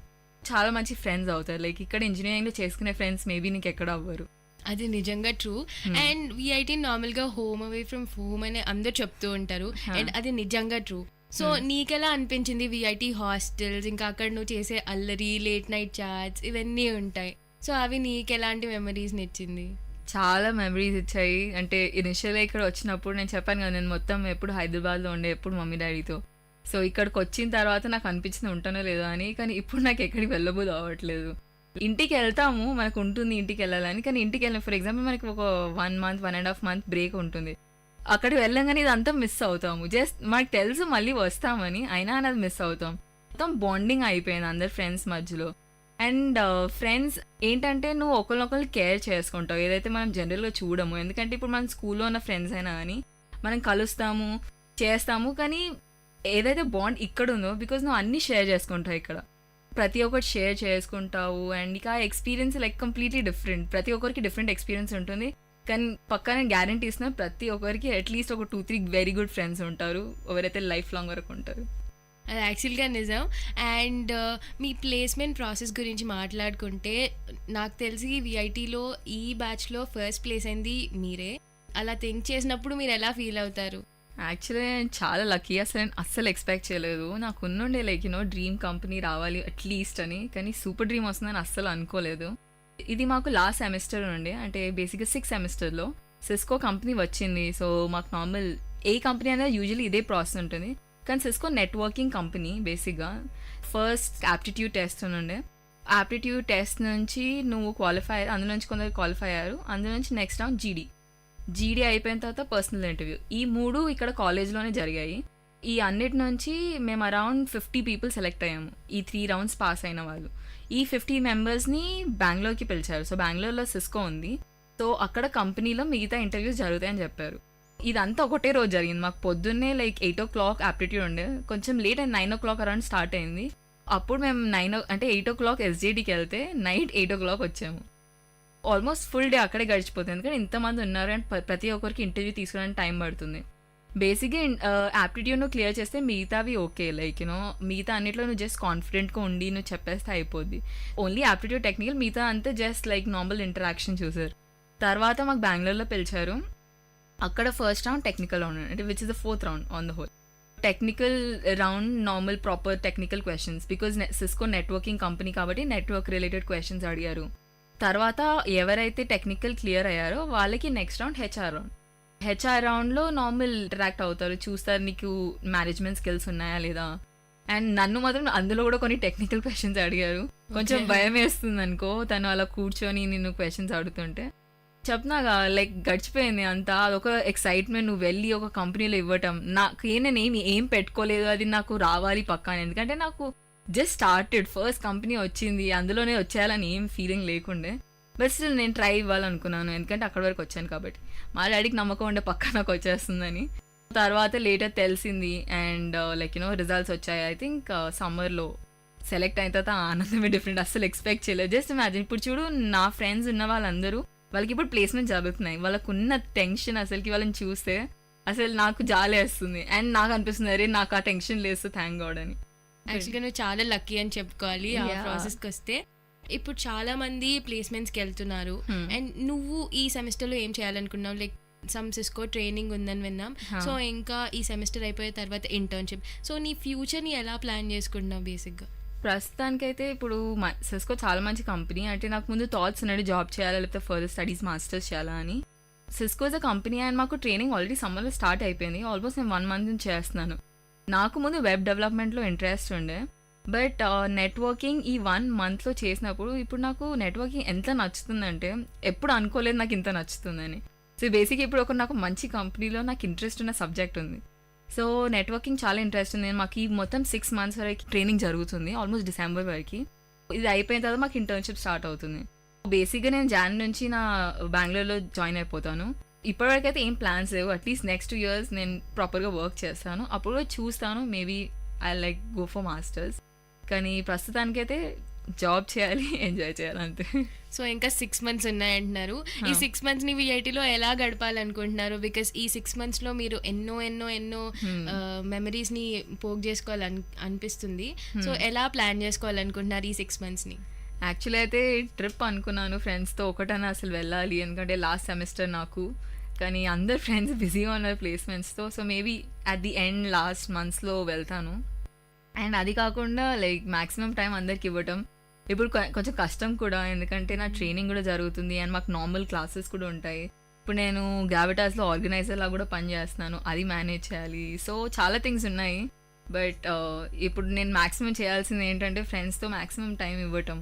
చాలా మంది బెంగళూరులో ప్లేస్ అవుతారు కాబట్టి హోప్ చేస్తున్నాను మా సగం ఫ్రెండ్స్ అందరూ అక్కడికి వస్తే మేము అందరం అక్కడ కూడా కలవచ్చు అని. చూద్దాం ఎలా అవుతుందో. ఫైనల్గా విఐటి వాళ్ళు వింటున్నారు, నీ జూనియర్స్ వింటున్నారు, వాళ్ళకి ఏదైనా సజెషన్స్ ఇవ్వాలనుకుంటున్నావా ఈ ప్లేస్మెంట్స్ పరంగా? లేకపోతే కాలేజ్ లైఫ్ ఎలా ఎంజాయ్ చేయాలి? వాళ్ళు ఇంకా ఫస్ట్ ఇయర్స్ ఇప్పుడే వచ్చారు, సో వాళ్ళు చాలా బిజీగా ఇటు క్లాసులకి తిరుగుకుంటున్నారు. సో వాళ్ళకి ఏదైనా అడ్వైస్ ఆర్ సజెషన్ లాంటిది ఇవ్వాలనుకుంటే ప్లీజ్. నేను చెప్పాలి అనుకుంటుంది ఒకటే, విఐటీలో నీకు చాలా ఆపర్చునిటీస్ ఉంటాయి, కానీ అది నీ మీద డిపెండ్ అవుతుంది నువ్వు ఎలా దాన్ని యూస్ చేసుకుంటావు, ఎలా నువ్వు అప్రోచ్ అవుతావు అని. చాలామంది ఫ్రెండ్స్ చేసుకోండి, మీకు ఇష్టమున్న క్లబ్స్లో అన్నిట్లో జాయిన్ అవ్వండి, ఇక్కడే మీకు ఛాన్స్ దొరుకుతుంది, ఫ్యూచర్లో తెలియదు దొరుకుతుందో లేదో. సో చాలా ఇంటరాక్టివ్గా ఉండండి, అన్నిట్లో జాయిన్ అవ్వండి అండ్ ఎక్కడ ఛాన్స్ దొరుకుతా నేర్చుకోండి. ఎప్పుడైనా అని అనుకోకండి లైక్ అవుతుందో లేదో అని. ఏదైనా అవుతుంది, ఇక్కడ ఏమైనా జరగవచ్చు. ఎప్పుడైనా అని డిగ్రేడ్ చేసుకోకండి మిమ్మల్ని అండ్ ఎంజాయ్ చేయండి, చదవండి, అన్నిటి కష్టపడండి. అండ్ ప్లేస్మెంట్స్ గురించి ఎక్కువ టెన్షన్ తీసుకోకండి. చాలా కంపెనీస్ వస్తాయి ఇక్కడ, అసలు చెప్పలేనని companies. Like day by day companies రావటం ఇంక ఎక్కువే అవుతున్నాయి కానీ తక్కువ అవ్వట్లేదు. అండ్ విఐటీలో మనకు తెలిసిందే ప్లేస్మెంట్స్ చాలా బాగుంటాయని. సో మంచి ప్రిపేర్ అవ్వండి అండ్ ప్లేస్మెంట్స్కి వెళ్ళినప్పుడు కాన్ఫిడెంట్గా ఇవ్వండి అండ్ అయిపోద్ది. లైక్ 4 ఇయర్స్ మీకు గుర్తుండిపోతాయి ఎప్పటికీ. సో ఎంజాయ్ చేయండి, చదవండి and always keep smiling. So thank you so much Nikhita, మీ వాల్యుబుల్ టైంని ఇక్కడ మాతో స్పెండ్ చేశారు. అండ్ జూనియర్స్కి ఇంకా మిగతా మీ ఫ్రెండ్స్ అందరికి కూడా మంచి సజెషన్ ఇచ్చారు. బికాస్ చదవాలి and at the same time enjoy చేయాలి అండ్ మెమరీస్ని కూడా తీసుకురావాలి అండ్ వాళ్ళు మా షోలో మీలా వచ్చి మాట్లాడాలి. మేము అదే ఆశిస్తున్నాం. అండ్ మీ లైఫ్లో మీరు ఇంకా చాలా చాలా హైట్స్కి వెళ్ళాలని మేము కోరుకుంటున్నాం. అండ్ ఫైనల్గా మీరు విఐటీలో ఈ 6 monthsలో చాలా జ్ఞాపకాలని అండ్ మెమరీస్ని బ్యాక్ చేసుకోవాలని ఆశిస్తున్నాం సీరియస్గా. అండ్ సో విఐటీ మీరు కూడా విన్నారు కదండి, నిఖిత ఎలా తన సక్సెస్ స్టోరీని పంచుకుంది అండ్ తన మెమరీస్ కూడా చాలా ఉన్నాయి. సో మీరు కూడా ఏమాత్రం ఆలస్యం చేయకండి, మీ మెమరీస్ని గుర్తు తెచ్చుకోండి. ఇంకా అందరికీ చాలా మెమరీస్ ఉంటాయి అండ్ మీకు చాలా టైం ఉంది విఐటీలో. సో తను చెప్పినట్టు చాలా ఆపర్చునిటీస్ని ఇస్తుంది విఐటీ. సో దాన్ని మీరు ప్లస్ చేసుకోండి. అండ్ ఫైనల్గా మీ మెమరీస్ని నెమరు వేసుకోవడంతో పాటు మీరు వింటూనే ఉండండి VIT community radio 90.8 FM.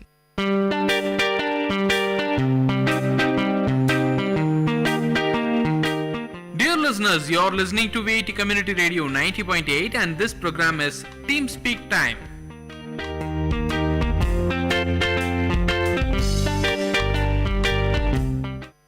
Hi everyone, you're listening to VIT Community Radio 90.8 FM. Welcome to the most amazing and wonderful show NRI TYA DICT B Nirityadik, because addiction is a good thing. And I'm your RJ Nirityadik Uma. You know guys, yesterday I was watching a performance and that dance performance was so wonderful.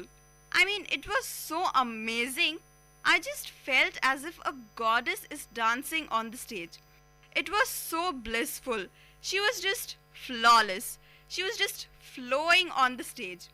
Can you guys guess which dance style was it? I think you probably guessed it. It is contemporary. Yes, contemporary is one such style which gives you immense pleasure. I mean, when the dancer performs it, it is just beautiful. So, today I will be telling you about the very famous dance form, contemporary. Contemporary dance was a dance genre which developed during the mid-20th century. In the olden days, it became very popular only in US and Europe. But today, as you know, contemporary dance has become famous all over the world. And even in India, the popularity is just soaring high. Even there are people in India who just love contemporary, and we have many wonderful and excellent contemporary dancers in our country. Isn't that really a thing to feel proud about?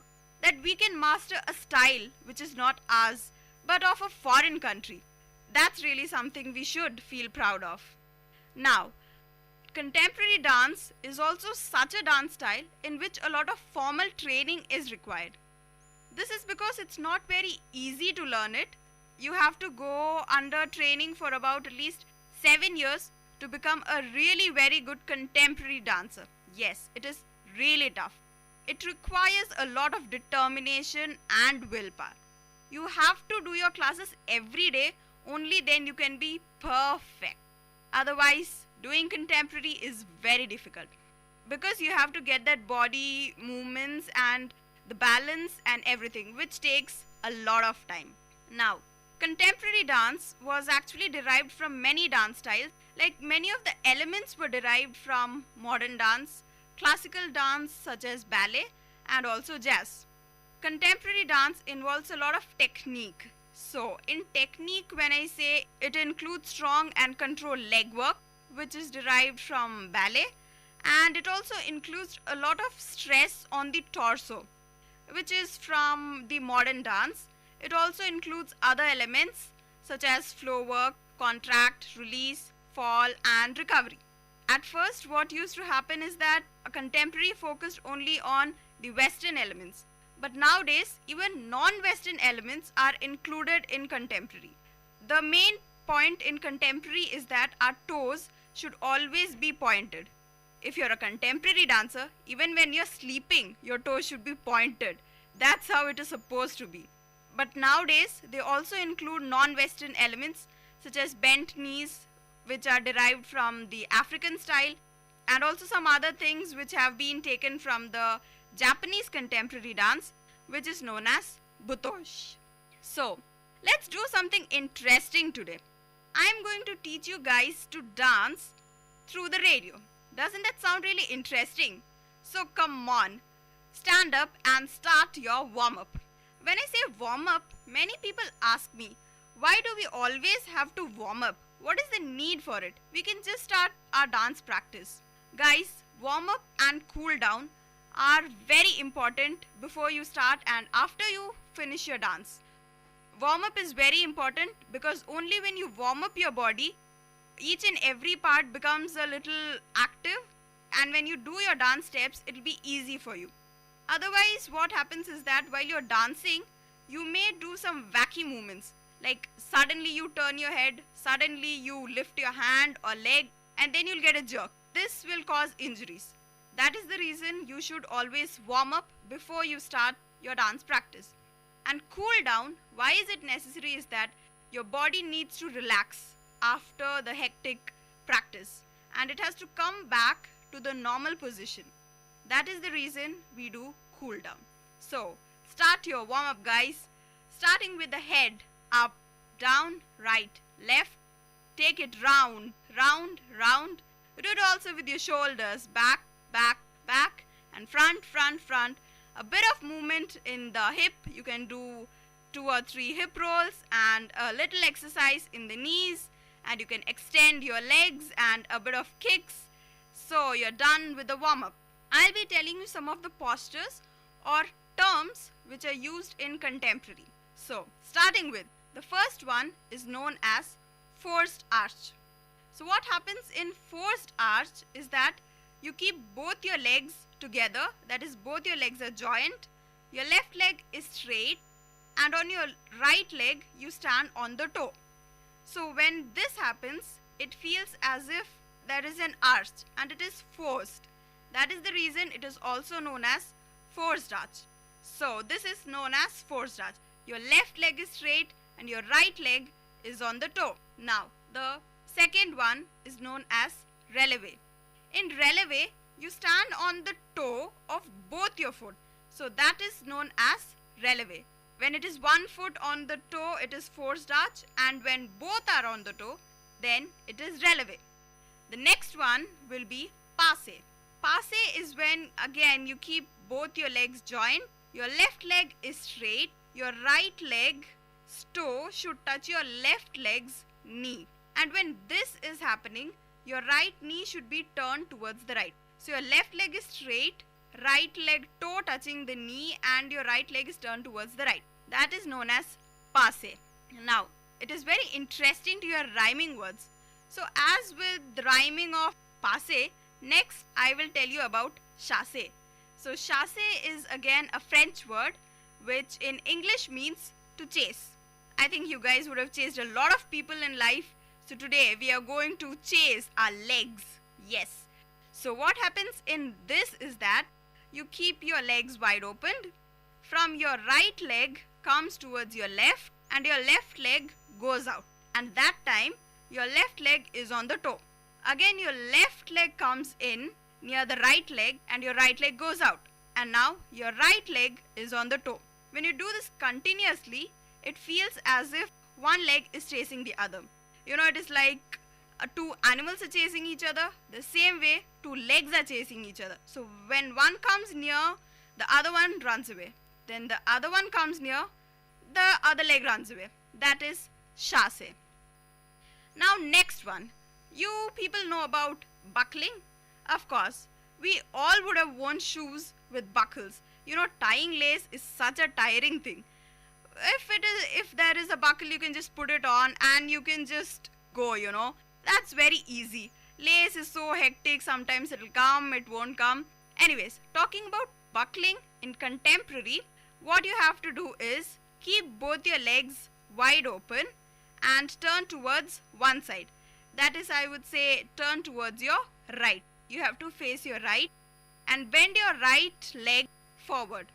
When you bend your right leg forward, your left leg is on the toe.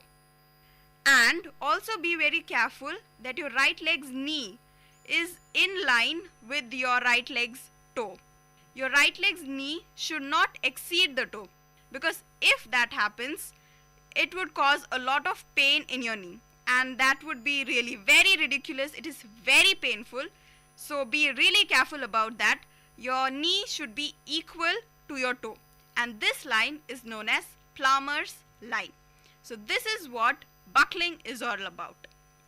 Now, you all would have seen tops, right? I'm not talking about the tops we wear for the jeans, but the spinning tops with which we used to play when we were kids, long back of course, because nowadays we just play on the internet. Nobody even knows what is a top. Okay, so even in dance, you have to spin like a top. The first spin is known as spinta. When you take a round on both your legs, it is known as spinta. And when you take a round on only one leg, then it is known as pirouette. Pirouette is again a French word which in English means spinning top. And pirouette is one of the most famous steps in contemporary. I guess you would have heard, but at the same time it is also the most difficult thing to do. I mean, one pirouette is fine, you can do it. But when you have to do many pirouettes, it's very difficult. Only professionals can do.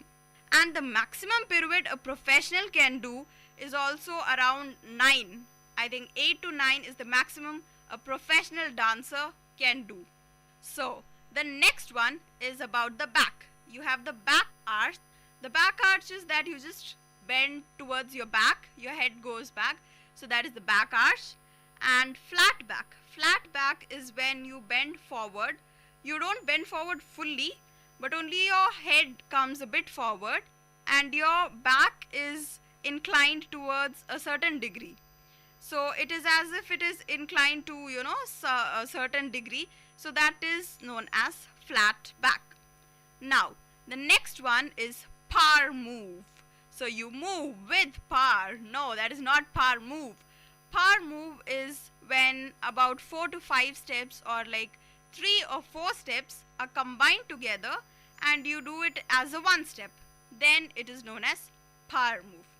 So guys, I just hope you enjoy doing all these postures and steps in contemporary. Now since we have finished it, it's very important to cool down. So just take long breaths, go on releve, come down, and when you do this, breathe in, and when you come down, you breathe out. So this will be the basic cool down that you can follow every time you dance.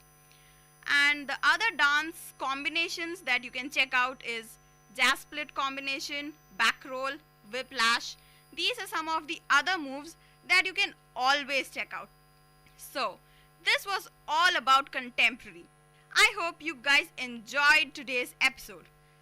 Now it's time for Nritya Quote. So today's Nritya Quote is by the very famous contemporary dancer Terence Lewis.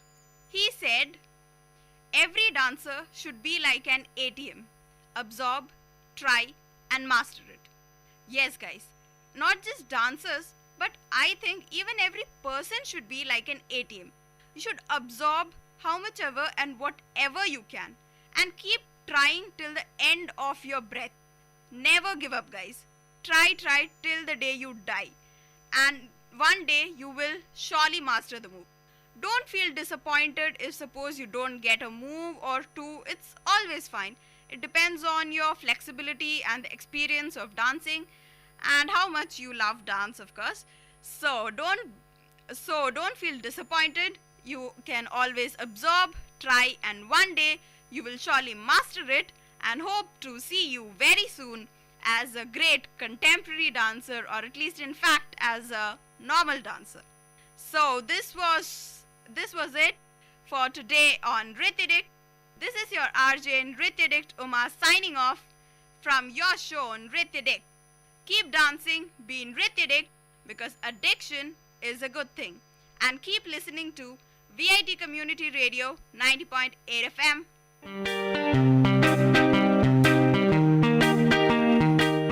Dear listeners, you had listened to the program Team Speak Time in VIT Community Radio 90.8. Thank you for listening.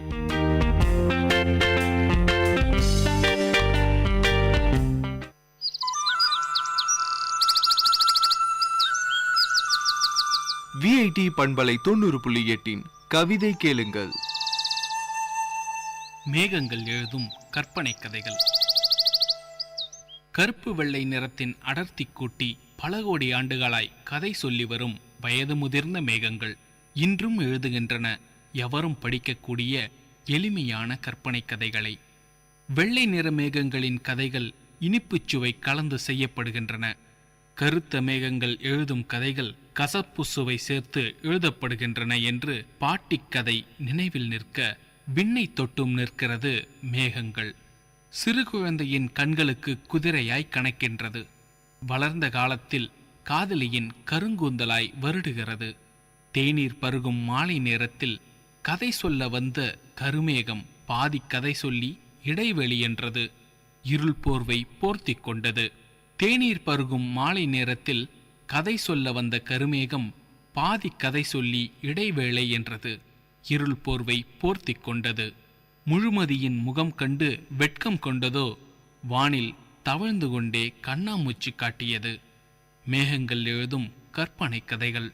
காலை விடிந்தபோது கதைகளை களைத்து போட்டு நேற்றைய கதையின் நீட்சியை காணாமல் செய்தது குறும்புக்கார மேகம். சிறுவர்களின் கதைக்களங்களில் எந்த மாற்றமுமின்றி கதைகள் தொடர்ந்தன. குதிரைகள் கனைத்தன, யானைகள் பிளிரின, வண்டுகள் பறந்தன, நண்டுகள் நடந்தன. தனிமரம் ஒன்று வளர்ந்து நின்று 2 நிமிடத்தில் இல்லாமல் போனது. தனிமரம் ஒன்று வளர்ந்து நின்று 2 நிமிடத்தில் இல்லாமல் போனது. மரத்தை தேடி கண்டுபிடிக்க மான் கூட்டம் துள்ளித் தாவின. விடியல் முடிந்து பரிதி எழுந்து நிற்க வீட்டு வேலைகளில் மூழ்கி நீந்தினாள் அம்மா. அவளுக்கான கதைகளை எழுதிக்கொண்டே இருந்தன கருமேகங்கள். கதைகள் படிக்கும் நிலையில் இல்லாது காலத்தின் ஓட்டத்தில் வீட்டு வேலையும் காட்டு வேலையுமாய் உழைப்பாளி உருகொண்டாள் அம்மா. காலத்தின் ஓட்டத்தில் வீட்டு வேலையும் காட்டு வேலையுமாய் உழைப்பாளி உருகொண்டாள் அம்மா. 11 மணிக்கெல்லாம் பாதி வேலை பதுக்கப்பட்டது. மீதி வேலை கையில் தட்டுப்பட்டது. அம்மாவின் கண்கள் மட்டும் கலக்கமாய் நின்றது, நில்லாது ஓடும் நெடுந்தொடர்களோடு. அம்மாவின் கண்கள் மட்டும் கலக்கமாய் நின்றது, நில்லாது ஓடும் நெடுந்தொடர்களோடு. மேகங்களின் கதைகள் படிக்க அம்மாவுக்கு நேரமில்லை. விளம்பர இடைவெளியில்தான் வீட்டு வேலை என்றான போது. மேகங்களின் கதைகள் படிக்க அம்மாவுக்கு நேரமில்லை. விளம்பர இடைவெளியில்தான் வீட்டு வேலை என்றான போது. அப்பாவின் இலக்கிய ரசனை இன்னும் சிறப்பு. கடுகெடுத்து போன அலுவல் பணியில் கருமேகம் கதைகள் சொல்ல காத்திருப்பாரோ அவர். கணக்கும் கையுமாய் அலுவல் அவசரம், கோப்புகளும் கையுமாய் அன்றாடம் அபஸ்வரம். அப்பாவின் கண்கள் மேகங்களின் கதைகளுக்கு எதிர்முனை பயணம் ஏற்ற காலம் அது. மேகங்கள் எழுதும் கற்பனை கதைகள். அப்பா என்ற கதாபாத்திரம் ஆகாயத்தை பார்த்ததே இல்லையோ, அப்பா என்ற கதாபாத்திரம் ஆகாயத்தை பார்த்ததே இல்லையோ. கதைகள் சொல்லும் மேகங்களின் கற்பனைகள் அவருக்கு புரியவே புரியாதோ. நீல காகிதத்தில் எழுதப்படும் கருப்பு வெள்ளை கற்பனை கதைகள் நீண்டு கொண்டே போவது அப்பா தாத்தா ஆவதற்குத்தானா என்ன? அலுவல் பயணம் முற்றி முடிந்த பிறகு சிறுவர்களோடு கைகோர்க்கிறார் அப்பா. மீண்டும் கற்றுக்கொள்கிறார் மேகங்கள் எழுதும் கற்பனை கதைகளை படிக்க. நீட்டி முழக்கி எழுதப்படுகின்றன கதைகள். ஆனால் எப்போதும் ஓடிக்கொண்டே இருக்கிறாள் அம்மா, மேல் நோக்கி பார்க்காமலேயே. ஆனால் எப்பொழுதும் ஓடிக்கொண்டே இருக்கிறாள் அம்மா, மேல் நோக்கி பார்க்காமலேயே. மேகங்கள் எழுதும் கற்பனை கதைகள்.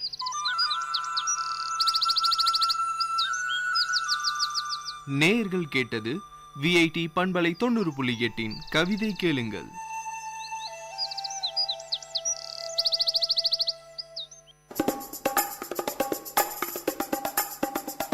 நேயர்கள் இதுவரை கேட்டது விஐடி பண்பலை 90.8 காரசாரம், மக்களின் குரல்கள் ஒன்றிணைந்த கருத்துக்களம்.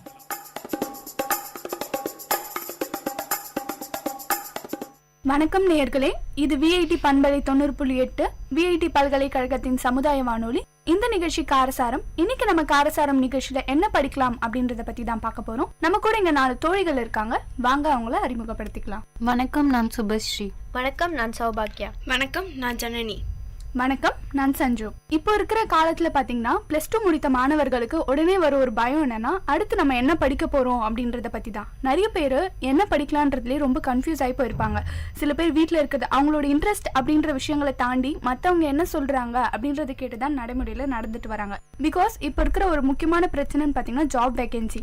அதை தேடிதான் எல்லாரும் பின்னாடி ஓடிட்டு இருக்காங்க. ஸோ இன்னைக்கு நம்ம என்ன படிக்கலாம், எந்தெந்த கோர்ஸ் எந்த அளவுக்கு நமக்கு யூஸ்ஃபுல்லா இருக்கும், எதிரெல்லாம் ஜாப் வேகன்சி நிறைய இருக்கு, இன்ட்ரெஸ்ட் எடுத்து இந்த கோர்ஸ் படிச்சோம்னா ஒரு லெவல் ஆஃப் டெவலப்மெண்ட் நமக்குள்ள இருக்கும், நம்ம டேலண்ட்டை காட்டலாம் அப்படின்ற மாதிரி நிறைய விஷயங்களை பேசலாம். இப்போ நம்ம ஃபர்ஸ்ட் எந்த மாதிரி கோர்சஸ் படிக்கலாம், அது என்ன, அதுல நம்ம என்னென்னலாம் கத்துக்கலாம் அப்படின்றத பத்தி பேசலாம். இப்போ இருக்க காலகட்டத்தில் எல்லா கோர்ஸ்லயுமே நமக்கு தெரியாமலே நிறைய விஷயங்கள் வந்துருச்சு. இப்போ காமர்ஸ் அப்படின்னு ஒரு டிபார்ட்மெண்ட் எடுத்தோம்னா நமக்கு தெரிஞ்சது பிகாம், MBA அப்படின்னு இருந்துச்சு. பட் இப்போ அதை தவிர்த்து நிறைய இருக்கு. சார்ட்டர்ட் அக்கௌண்டன்ட் வந்துச்சு, ICWA வந்துச்சு, காஸ்ட் அக்கௌண்டிங், இது மாதிரி தனித்தனியா வர ஆரம்பிச்சிருச்சு.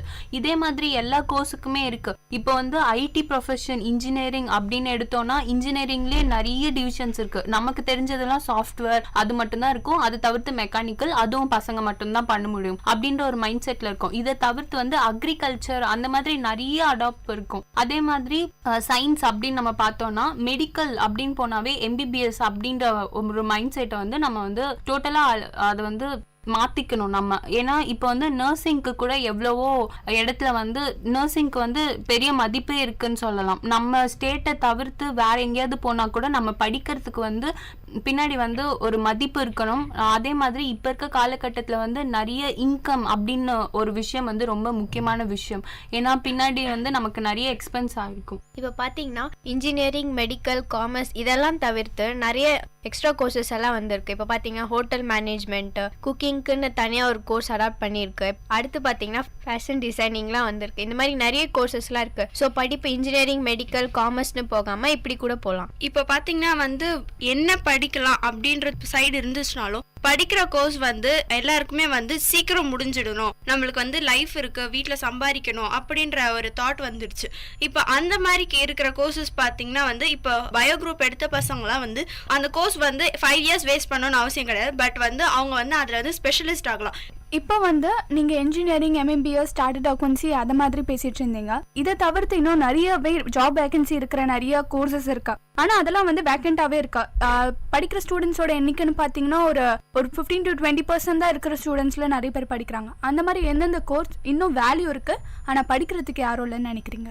என்ன கேட்டோம்னா அந்த மாதிரி விட்டு போன கோர்ஸ்ன்னு பார்த்தா எக்ஸ்பெஷலா பேங்கிங் சைடு. ஏன்னா இப்போ பரவாயில்ல, இதுக்கு முன்னாடி நடுவில் ஒரு கேப்பே வந்துச்சு. காமர்ஸ் சைடு யாருக்குமே ஒரு அட்டென்ஷனே இல்லை. எல்லாரும் போய் IT ப்ரொஃபஷன் வேணும்னு இன்ஜினியரிங்லேயே போய் எடுத்தாங்க. ஏன்னா இப்போ எனக்கே எக்ஸ்பீரியன்ஸ் இருக்கு. நம்ம ஸ்கூல்லே A பயோக்கு, A கம்ப்யூட்டர் சயின்ஸ்க்கு இருக்க ஸ்ட்ரென்த் காமர்ஸ்ல இருக்காது. மொத்தமாவே டபுள் டிஜிட் வரதே ரொம்ப பெரிய விஷயம்ன்ற மாதிரி தான் இருந்துச்சு. காமர்ஸ் அப்படின்னு எடுக்கும் போது நிறைய டிவிஷன்ஸ் இருக்கு. அதை பத்தி நிறைய பேருக்கு நாலேஜே இருக்கிறது இல்ல. அவங்களுக்கு தெரிஞ்சதுலாம் பிகாம், அந்த UG படிச்சுட்டு அவங்க என்ன பண்ண போறாங்க அப்படின்ற ஒரு தாட்லயே இருக்காங்க. பேங்கிங்ல எல்லாம் எவ்வளவு வேகன்சி இருக்குன்னு இப்ப கூட ரீசெண்டா பேங்கிங் எக்ஸாம் எழுதின அத்தனை பேருக்கும் ஜாப் கிடைச்சிச்சு. அதுக்கு முக்கியமான விஷயம் அவ்வளவு வேகன்சி இருக்கு. அதை பத்தி யாருமே யோசிக்கிறது இல்ல. போக போக இன்னொரு ஜென்ரேஷன் உள்ள வந்தாதான் அந்த வேலைக்கு ஆட்கள் இருப்பாங்க. அதை பத்தி யாரும் யோசிக்கிறதே இல்ல. பேங்கிங் அப்படின்ற ஒரு ஃபீல்டு அழிஞ்சிட்டே போகுது. இப்போ பாத்தீங்கன்னா சுபஸ்ரீ சொன்ன மாதிரி பேங்கிங்ன்ற ஃபீல்டு முன்னதான் அப்படியே அழிஞ்சிட்டு வருது அப்படின்னு நினைச்சிட்டு இருந்தோம். படிச்சுட்டு வேலை கிடைக்குமா அப்படின்ற சந்தேகத்தோடவே படிக்கிற பசங்க இருக்கிறாங்க.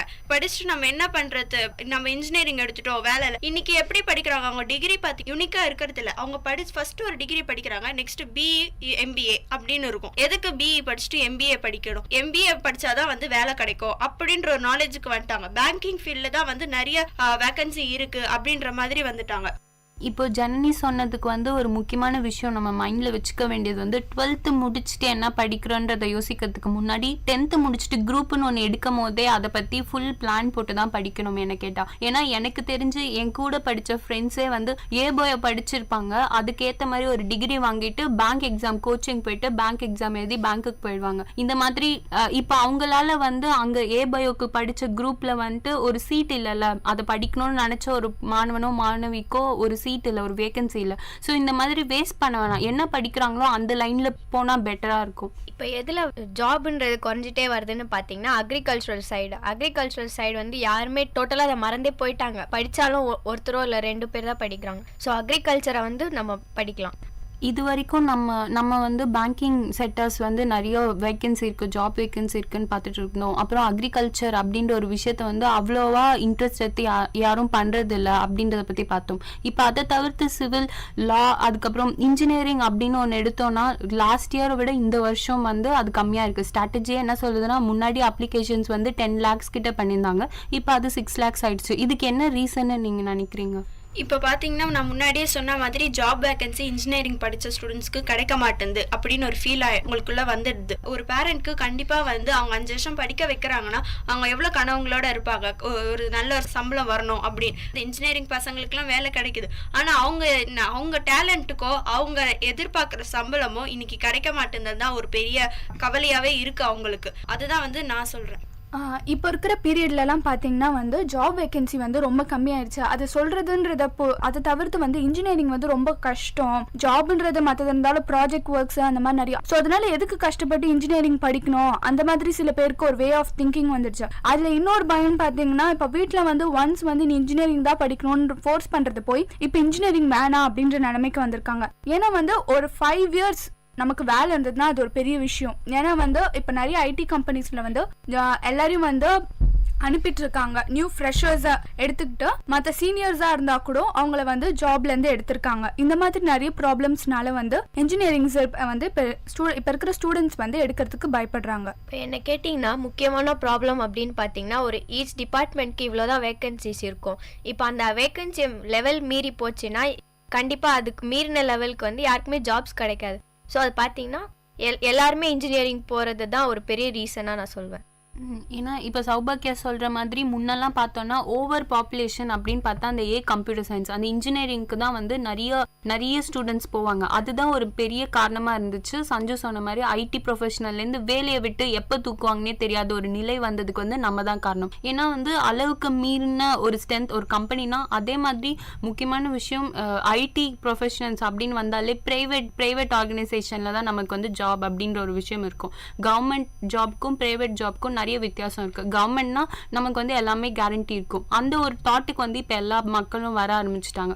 கவர்மெண்ட் ப்ரொஃபஷன் அப்படின்னும் போதே ஆட்டோமேட்டிக்கா அங்க வந்து பேங்கிங் செக்டர்ஸ் வந்தது, காமர்ஸ் டிபார்ட்மெண்ட் வந்துச்சு. அதுதான் ஒரு முக்கியமான காரணம். இப்போ இருக்க காலத்துல வந்து முன்னாடியே கம்பேர் பண்ண காமர்ஸ் டிபார்ட்மெண்ட் அப்படின்றது வந்து ஒரு லெவலுக்கு மீறியே போயிருக்கு. எல்லா இடத்துலயும் வந்து காமர்ஸ் அப்படின்ற ஒரு விஷயம் வந்து வர ஆரம்பிச்சிருச்சு. எவ்வளவோ காலேஜ்ல கூட அந்த டிபார்ட்மெண்ட்டே இல்லாம இருந்த காலேஜ்ல கூட இப்போ வந்து காமர்ஸ் அப்படின்ற ஒரு டிபார்ட்மெண்ட் வைக்க ஆரம்பிச்சிட்டாங்க. இப்போ வந்து ரீசெண்டா 10th சரி 12th சரி எக்ஸாம்ஸ் முடிச்சிருக்காங்க இல்லையா. ஸோ வந்து எந்த ஒரு தாட்டை வச்சு அவங்க எந்த மாதிரி குரூப் எடுக்கலாம், இந்த குரூப் எடுத்தா இதெல்லாம் பெனிஃபிட்ஸ் இருக்கு அப்படின்னு நீங்க இப்போ வந்து பாத்தீங்கன்னா நம்ம இவ்வளவு நேரம் இன்ஜினியரிங் அந்த மாதிரி நிறைய விஷயம் பேசிட்டு இருந்தோம்.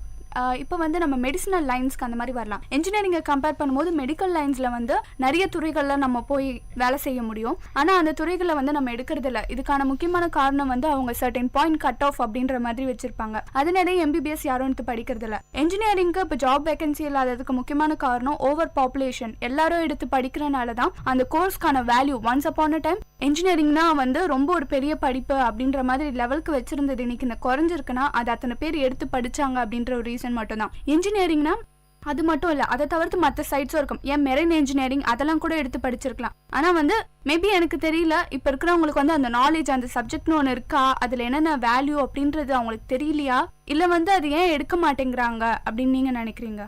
இப்போ பார்த்தீங்கன்னா நீங்கள் எல்லாம் சொல்கிற இன்ஜினியரிங் எந்த இன்ஜினியரிங்னா சாஃப்ட்வேர் இன்ஜினியரிங் தான் எல்லாருமே வந்து இப்போதைக்கு போக பயப்படுறாங்க. ஏன்னா வந்து சாஃப்ட்வேர் இன்ஜினியரிங் எல்லா ஃபீல்டுமே பார்த்தீங்கன்னா ஐடி ஃபீல்டுன்னு வந்துடும். அப்போ ஐடி ஃபீல்டுன்னு வந்துச்சுன்னா ப்ரைவேட் கம்பெனிஸ் ஆகிடும். ப்ரைவேட் கம்பெனிஸில் வேலை செய்கிறதுக்கு கேரண்டி கிடையாது அப்படின்ற தாட்டுக்கு வந்துட்டாங்க எல்லாருமே. இப்போ அதனால தான் இப்போ சாஃப்ட்வேர் லைன் டவுனில் இருக்குது இன்ஜினியரிங்கில்.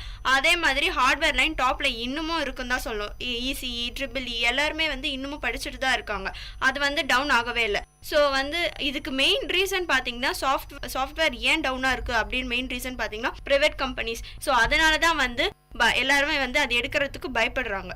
இப்போ என்ன கேட்டிங்கன்னா வந்து இப்போதைக்கு லோ லெவல்ல இருக்கிறது வந்து சாஃப்ட்வேர் அப்படின்றது மட்டும் நம்ம ஸ்பெசிஃபிக்கா சொல்ல முடியாது. ஏன்னா இப்போ இருக்க காலகட்டம் எப்படி ஆயிடுச்சுன்னா எல்லாருமே இன்கம் வரணும், நம்ம என்ன படிச்சா என்ன, நமக்கு எதுல இன்ட்ரெஸ்ட் இருக்கு அப்படின்றது ஒரு விஷயத்த வந்து பாக்குறதே இல்லை. ஸோ வந்து என்னை பொறுத்த வரைக்கும் எப்படி ஆயிடுச்சுன்னா நம்ம வந்து ஒவ்வொரு வாட்டியும் புதுசா ஒன்று படிச்சுக்கிட்டே இருக்கோம், ஒரே லைன்ல போறதே இல்லை. நான் முன்னாடியே சொன்ன மாதிரி இது வரைக்கும் சயின்ஸ்ல வந்து ரொம்ப இன்ட்ரெஸ்ட் எடுத்து படிச்சவன் வந்து திடீர்னு பேங்கிங் அப்படின்னு ஒரு செக்டர்ஸ்ல வந்து அந்த லைன்ல அப்படியே செட்டில் ஆயிடுவாங்க. அஃப்கோர்ஸ் பேங்க் ஜாப் கிடைச்சிச்சுன்னா போதும், லைஃப் லாங்ல இன்கம் வருது அப்படின்ற மாதிரி போறாங்க. இது வந்து இதனால வந்து ஐடி ப்ரொஃபஷன்ஸ் வந்து ரொம்ப பாதிக்குது. ஏன்னா இத்தனை வருஷம் ஐடி படிச்சுட்டு திடீர்னு ஒருத்தர் வந்து வேற லைனுக்கு போறான், அப்போ வந்து அவன் பண்ணிட்டு இருந்த வேலை வந்து அங்க வேக்கன்சியா இருக்கு. அதே மாதிரி நீங்களாம் சொன்ன மாதிரி வீட்டுல வந்து நம்பி ஓகே இன்ஜினியரிங் பண்ணு அப்படின்னு சொல்ற காலம் வந்து அழிஞ்சுக்கிட்டே வருதுன்னு தான் சொல்லணும். அதுக்கு முக்கியமான காரணம் முன்னாடி நிறைய பேர் அங்க இருந்தது தான். அதனாலதான் வந்து ஜாப் வந்து திடீர்னு எப்போ போகும் அப்படின்ற ஒரு மைண்ட் செட்டே இல்லாம இருந்துச்சு. இப்போ நம்ம இருக்கோம் நாளைக்கு இருப்போமா அப்படின்ற ஒரு பயம் வந்தனால இப்போ சாஃப்ட்வேர் வந்து அடியில இருக்கு. பட் அது மட்டும் இல்ல, இன்னும் நிறைய ஃபீல்ட்ஸ்லயும் வந்து நிறைய வேகன்சி இருந்துட்டு தான் இருக்கு. இப்போ வந்து நிறைய வேகன்சி இருந்தாலும் அதுக்கான நாலேஜ் நமக்கு ஏன் இப்போ தெரியல அப்படின்ற விஷயத்த பாத்தீங்கன்னா வந்து நமக்கு வந்து அதுல ஜாப் இருக்கும் அப்படின்ற விஷயம் தெரியல. எனக்கு கேட்டால் இதுல யாராவது ஒரு ஸ்டெப் எடுத்து இந்த மாதிரி சப்ஜெக்ட் இது ரிலேட்டடோட தான் இவ்வளவு ஜாப்ஸ் இருக்கு அப்படின்ற மாதிரி யாராவது வந்து சொன்னாதான் மத்தவங்களுக்கு தெரியும். இப்போ நமக்குலாம் தெரிஞ்சது வந்து பேசிக்னா இன்ஜினியரிங்னா இதுதான், எம்பிபிஎஸ் இல்ல பிடிஎஸ் இல்ல அதர் டெக்னீஷியன் இல்ல லேப்ஸ் அந்த மாதிரி விஷயங்கள் தான் நமக்கு தெரியுது. அது தவிர்த்து இன்டீரியர் டிசைனிங்ஸ் வந்து யாரும் இன்ட்ரெஸ்ட் இருக்கிறவங்க, ஃபேஷன் டெக்னாலஜியா இருக்கட்டும், இந்த மாதிரி விஷயம் தான் யாரோ சில பேர் போட்டோகிராஃபி இது மாதிரி யாராவது இன்ட்ரெஸ்டா இருக்கிறவங்க மட்டும் கேட்டிங்கன்னா வந்து ரொம்ப குறைஞ்ச பட்சத்தில் இருக்கிற ஸ்டூடெண்ட்ஸ் தான் வந்து போய் அதுலலாம் படிக்கிறாங்க. ஆனால் அதில் எந்த அளவுக்கு வேல்யூ இருக்கு அந்த மாதிரி யாரும் இருக்கல. எல்லாரும் கிட்டத்தட்ட ஒரு புக் வார்ம்ஸ் படிச்சு அப்படியே ஒப்பிக்கிற இதில் ஸ்டேஜில் தான் இருக்காங்களே தவிர ஒரு ப்ராக்டிக்கலாக நம்ம ஒரு ஒர்க் பண்ணணும் அப்படின்ற மாதிரி இல்லை. இப்போ BSc multimedia and animation, visual communication எடுத்து படிக்கலாம். இந்த மாதிரி இன்னும் நிறைய கோர்சஸ் வந்து இன்னமும் வேல்யூல இருக்கு, ஆனால் அது படிக்கிறதுக்கு தான் யாரும் இல்லை. அதே மாதிரி பார்த்தீங்கன்னா ஆடிட்டோர்ஸோட எண்ணிக்கை வந்து இப்போ ரொம்பவே கம்மியா இருக்கு, ஆனால் அதையும் எடுத்து படிக்கிறதுக்கு யாரும் இல்லை. ஆனால் இப்போ இருக்கிற இயர்ல பார்த்தீங்கன்னா ஆடிட்டிங், அதாவது காமர்ஸ் டிபார்ட்மெண்ட் வந்து ஓரளவுக்கு எடுத்து படிக்கிற ஸ்டேஜ்ல இப்ப நிறைய பேர் இருக்காங்க. அவங்கள வந்து டைவர்ட் பண்ணலாம், இந்த மாதிரி சப்ஜெக்ட்ஸும் நீங்க எடுத்து படிக்கலாம் அப்படின்றது மாதிரி வீட்டில் இருக்கிறவங்களும் சரி, எந்த செக்டர்ஸா இருந்தாலும் சரி, என்ன மாதிரி ஸ்டெப் எடுத்து அவங்களுக்கு சொல்லலாம்னு நினைக்கிறீங்க? என்னை பொறுத்த வரைக்கும் இப்போ நீங்கள் சொன்ன மாதிரி தான் நிறைய டிவிஷன்ஸ் வந்து இருக்கிறதே தெரிய மாட்டேங்குது. மேலோட்டமாக ஓகே இப்போ சயின்ஸ் குரூப் எடுத்தால் எம்பிபிஎஸ் படிக்க முடியும், அதை தவிர்த்து நர்சிங் அப்படி தான் தெரியுது. இப்போ இன்ஜினியரிங்னாலும் சாஃப்ட்வேர் தான் நிறைய பேருக்கு தெரியுது. பிஇ ட்ரிபிள்இ அந்த மாதிரி லைனில் இருக்கிறதே தெரியல. காமர்ஸ் எடுத்துக்கிட்டாலுமே நான் முன்னாடியே சொன்ன மாதிரி பிகாம் எம்பிஏ இதை தவிர்த்து வேறு யாருக்கும் எந்த நாலேஜும் வர்றதில்லை. இதுதான் மெயின் கோர்சஸ் அப்படின்னு ஆயிடுச்சு. இதை தவிர்த்து சைடில் இருக்கு, நிறைய இருக்கு. கேட்ரிங் பண்ணுறாங்க, அப்புறம் ஃபேஷன் டிசைனிங், அப்புறம் ரிப்போர்ட்டர்ஸ், ஜேர்னலிசம், அதெல்லாம் நிறைய இருக்கு. அதை பத்தி யாருமே யோசிக்கிறதே இல்லை. என்ன கேட்டா வந்து ஒரு பேம்ப்ளெட் மாதிரி போடுறாங்க இல்லையா, அவங்களே வந்து இன்ஜினியரிங், காமர்ஸ் டிபார்ட்மெண்ட் அந்த மாதிரி ஒரு 4 தான் மென்ஷன் பண்றாங்க. எல்லாத்தையும் மென்ஷன் பண்ணி இது இவ்வளோ ஸ்கோப் இருக்கு, இவ்வளோ வேகன்சி இருக்கு. ஏன்னா இப்ப ஜேர்னலிசம்லாம் யாருமே பண்றது இல்லை. அப்படியே வழியா பண்ணிட்டு வர மாதிரி தான் இருக்கு. இவங்க பண்ணாங்க, தாத்தா பண்ணாங்க, அப்பா பண்ணாங்க, பையன் பண்றாங்க, அந்த மாதிரி தான் வந்துட்டு இருக்கு. இன்ட்ரெஸ்டே இருந்தாலும் அதுல வந்து போறதுக்கு ஒரு பயம் வந்துச்சு. இதுல போனா நமக்கு ஸ்கோப் இருக்குமா, அந்த ஸ்கோப் இருக்குமா அப்படின்ற ஒரு குவெஸ்டின் வந்து எந்த மாணவிக்கும் இருக்கக்கூடாதுன்னு நான் நினைக்கிறேன். இருக்கிறத வந்து நம்ம அவங்களுக்கு காமிக்கணும், தெளிவா காமிக்கணும். அப்பதான் அவங்களால தைரியமா, இன்ட்ரெஸ்ட் இருக்கிற பசங்க தைரியமா வருவாங்க. இப்போ கவர்மெண்ட் எப்படி ஒரு ஸ்டெப் எடுக்கலாம்னா, இப்போ கவர்மெண்ட் காலேஜஸ் நிறைய இருக்கும். கவர்மெண்ட் காலேஜஸ்ல நிறைய பார்த்தீங்கன்னா வந்து வெறும் பிஇ அந்த மாதிரி மட்டும் மேலேட்டா மட்டும்தான் இருக்கும். அவங்க அந்த காலேஜஸ்ல வந்து இந்த மாதிரி மல்டிமீடியா அதெல்லாம் வந்து ஆஃபர் பண்ணலாம். பண்ணாங்கன்னா கண்டிப்பா வந்து பசங்க படிப்பாங்க. ஓ ஏதோ ஒரு புது கோர்ஸ் இருக்கு போல அப்படின்ற மாதிரி அவங்க எடுத்து படிப்பாங்க. அண்ட் அதே நேரம் வந்து என்ன பண்ணலாம், ஃபீஸ் கம்மி பண்ணலாம் மற்ற காலேஜஸ்லாம். இப்போ அந்த மாதிரி ஃபீல்ட்ல எல்லாம் கூட அடியில இருக்கும் அந்த கோர்சஸ்லாம் வந்து, அந்த கோர்சஸ்க்குலாம் வந்து கொஞ்சம் ஃபீஸ் கம்மி பண்ணாங்கன்னா சரி, இதுவும் ஃபீஸ் கம்மியாகவும் இருக்கு, 3 இயர்ஸ்ல முடிக்கவும் முடியும் இந்த கோர்ஸ் அப்படின்ற மாதிரி அவங்க எடுத்து படிக்கவும் செய்யறதுக்கு வாய்ப்புகள் இருக்கு. கவர்மெண்ட் என்ன ஸ்டெப் எடுக்கலாம் அப்படின்னு பாத்தீங்கன்னா, இப்போ கைடன்ஸ் ப்ரோக்ராம் எல்லாம் இருக்கு இல்லையா, அவங்க வந்து மேலாக்கா இன்ஜினியரிங்னா இவ்வளோதான், மெடிக்கல்னா இவ்வளோதான் அப்படின்னு சொல்லாம அது உள்ள படிச்சா நம்மளுக்கு என்னென்ன ப்ராஃபிட், என்ன ஜாப் கிடைக்கும் அப்படின்ட்டு அவங்க கிளியரா எக்ஸ்பிளைன் பண்ணணும். இது வரைக்கும் நம்ம காரசாரம் நிகழ்ச்சியில் வந்து என்ன படிக்கலாம், எந்தெந்த கோர்ஸில் வேல்யூஸ் இருக்குது, இன்னும் எந்தெந்த கோர்ஸ் எல்லாம் நம்ம தவிர்த்து அதை விட்டுட்டோம், எந்தெந்த மாதிரி ஜாப் வேகன்சிலாம் நமக்கு இருக்குது அப்படின்ற பற்றி நிறைய விஷயங்களை பேசிட்டு இருந்தோம். தொடர்ந்து பேசலாம். இது வரைக்கும் நீங்கள் கேட்டுட்டு இருந்த காரசாரம் நிகழ்ச்சியில் ஒரு சிறிய இடைவெளிக்கு பின் தொடரும்.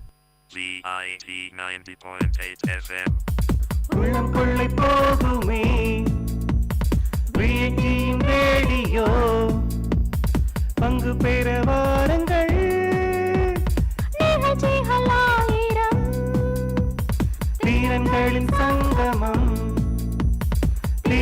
உணர்வுகள் வெளிப்படும் வீட்டின் ரேடியோ உங்கள் radio.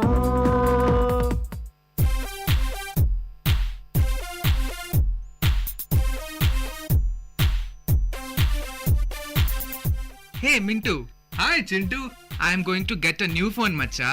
But you got a new one last month, right? Yeah man, but my girlfriend is kind of bored with it, so she asked me to change it. Else she will change me. Oh, poor guy. Then what you going to do with your old one? It will be somewhere in the corner. Macha, you know what? You're piling up electronic waste. If you don't want to resell, then here is a solution. Go to your nearby mobile store and ask them to recycle. This way, you can reduce e-waste and save our environment. Go green.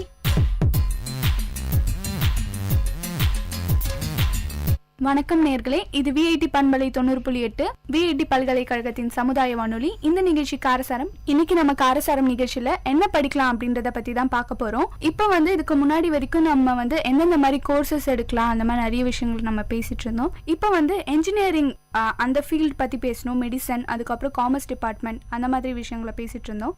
இப்போ நிறைய colleges, engineering colleges நிறையவே அதிகரிச்சுட்டு வருது. இதுவும் ஒரு காரணம்னு நினைக்கிறீங்களா வேலை கிடைக்காததுக்கான? இப்போ என்ன கேட்டிங்கன்னா கவர்மெண்ட் ஒரு லிமிட்டுக்கு மேலே அப்ரூவல் பண்ணக்கூடாது. ஏன்னா இப்போ நம்ம கவுன்சிலிங் அப்படின்னு போனோம்னா நம்மளுக்கு தெரியாத காலேஜ் பேர் தான் நிறைய லிஸ்ட்லயே நம்ம பார்க்குறோம்.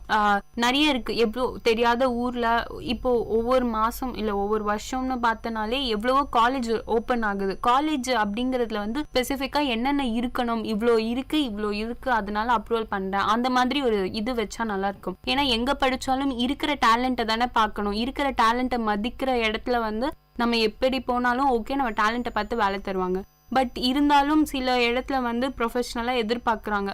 ஸ்டாண்டர்டா இந்த காலேஜ் இது இருக்கு, ஸோ இங்கேருந்து வந்திருக்காங்க, ஸோ அவங்களுக்கு கொஞ்சம் எக்ஸ்ட்ரா நாலேஜ் இருக்கும் அப்படின்ற ஒரு தாட் இருந்துட்டு தான் இருக்கு. அதை தப்புன்னு நம்ம சொன்னாலும் எல்லாராலையும் அதை கண்ட்ரோல் பண்ணிட முடியாது. பிகாஸ் அவங்க கம்பெனி நடத்துறாங்க, அவங்களுக்கு கம்பெனியில ப்ராஃபிட் இருக்கணும். அதுக்கு அவங்க மைண்ட் செட்ல இருக்கிறது ஸ்டாண்டர்டான பிளேசஸ்லேருந்து ஸ்டாண்டர்டான ஸ்டூடெண்ட்ஸ் எதிர்பார்க்குறாங்க. அதை தப்புன்னு சொல்லிட முடியாது. பட் இருந்தாலும் டேலண்ட்டை மதிக்கணும் அப்படின்னு நான் நினைக்கிறேன்.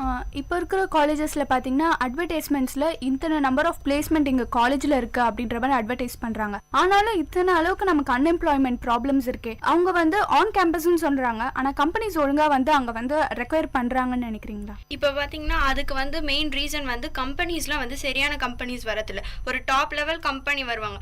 எத்தனை காலேஜ்ல கேம்பஸ் இன்டர்வியூக்கு செலக்ட் ஆகிற பசங்களுக்கு எல்லாரும் கூப்பிடுறாங்கன்ட்டு நிறைய பேர் அந்த கால் லெட்டர் இன்டர்வியூ வரணும் அப்படி அதுக்காக வெயிட் பண்ணிக்கிட்டே இருக்கிறவங்க நிறைய பேர் இருக்கிறாங்க. அவங்கள பொறுத்த வரையும் வேலை கிடைச்சிடுச்சுன்னா என்னன்னு பாத்தீங்கன்னா அந்த பிளேஸ்மெண்ட்டுக்கு அவங்களுக்கு கால் லெட்டர்ஸ் நாங்க போய் சொல்றோமா அப்படின்னு சொல்றதுதான் அவங்க பொறுத்தவரையும் பிளேஸ்மெண்ட் அப்படின்னு நினைக்கிறாங்க. பிளேஸ்மெண்ட்னா வேலை கிடைச்சி கையில ஒரு மாசம் சம்பளம் வாங்குறதாங்க பிளேஸ்மெண்ட், உண்மையான பிளேஸ்மெண்ட். இந்த ஒரு டாபிக்ல முக்கியமா பார்க்க வேண்டிய விஷயம் பேரண்ட்ஸே ஸ்டூடெண்ட்ஸை கொண்டு போய் காலேஜ்னு சேர்க்கும் போது ஒரு ஸ்டாண்டர்டான பிளேஸ்ல சேர்க்கணும். அதுதான் செக்யூர்னு சொல்ல முடியும். ஏன்னா நான் முன்னாடியே சொன்ன மாதிரி கவுன்சிலிங் அப்படின்னு போற இடத்துல சஞ்சு சொல்ற மாதிரி நிறைய பேம்ப்ளெட்ஸ் அட்வர்டைஸ்மெண்ட்லாம் வருது. 100% ஜாப், இது 100% கேம்பஸ் இன்டர்வியூ வருது அப்படின்ட்டு. அந்த மாதிரி இடத்துலலாம் ஜனனி சொல்ற மாதிரி கம்பெனி 1008 இருக்கு. ஏன்னா இப்போ எல்லாருமே ஆண்டர்பிரனர் ஆக ஆரம்பிச்சிட்டாங்க. பட் எல்லாமே சக்சஸ்ஃபுல்லா ப்ராஃபிட்டை நோக்கி போயிட்டு இருக்க கம்பெனியான்னு நமக்கு தெரியாது. ஒன்ஸ் நம்ம அங்க போய் ஒர்க் அப்படின்னு வரும்போது தான் நமக்கு அந்த கம்பெனியோட ஸ்டாண்டர்ட் தெரியும். ஸோ இந்த மாதிரி நம்ம லைஃப்ல ஃபியூச்சர்ல ஸ்டாண்டர்டா இருக்கணும், நமக்கு இவ்வளோ இன்கம் வேணும், இவ்வளோ நினைக்கிறோம்னா ஒரு ஸ்டாண்டர்டான காலேஜ் அப்படின்னு நம்ம பார்த்து கொஞ்சம் முன்னெச்சரிக்கையா போய் சேர்றது நம்ம பெற்றோர் கையிலயும் இருக்கு, மாணவ மாணவிகள் கையிலயும் இருக்கு. இப்போ நீங்க சொன்னதை வச்சு பார்க்கும்போது பாத்தீங்கன்னா இப்போ நிறைய இன்டர்வியூக்கு கம்பெனிஸ் வராங்கன்னா கூட அவங்க ஒரு குறிப்பிட்ட நம்பர் ஆஃப் ஸ்டூடெண்ட்ஸை செலக்ட் பண்ணிடுறாங்க. பட் அவங்க அதுக்கப்புறம் கால் லெட்டர்ன்றது எதுவுமே வர்றதில்ல. அவங்க செலக்ட் ஆனாலும் கால் லெட்டர் அவங்களுக்கு சரியா சேர்றதில்ல. இது எதுக்கு கம்பெனிஸ் இந்த மாதிரி ரெக்வயர் பண்றேன் அப்படின்ற பேர்ல எனக்கு கேட்டா காலேஜஸ்ல சும்மா ஒரு பிளேஸ்மெண்ட் இவ்வளோ நாங்க பெர்சன்டேஜ் போடணும் அப்படின்றதுக்காக தான் அவங்க வராங்களே. ரெப்யூட்டட் காலேஜ் இல்லாததுனால ஜாப் கிடைக்கல, மேபி டேலண்ட்ஸ் கூட சில பேருக்கு ஜாப் கிடைக்கல. காலேஜ் மட்டும் தான் ப்ராப்ளம்னு நினைக்கிறீங்களா?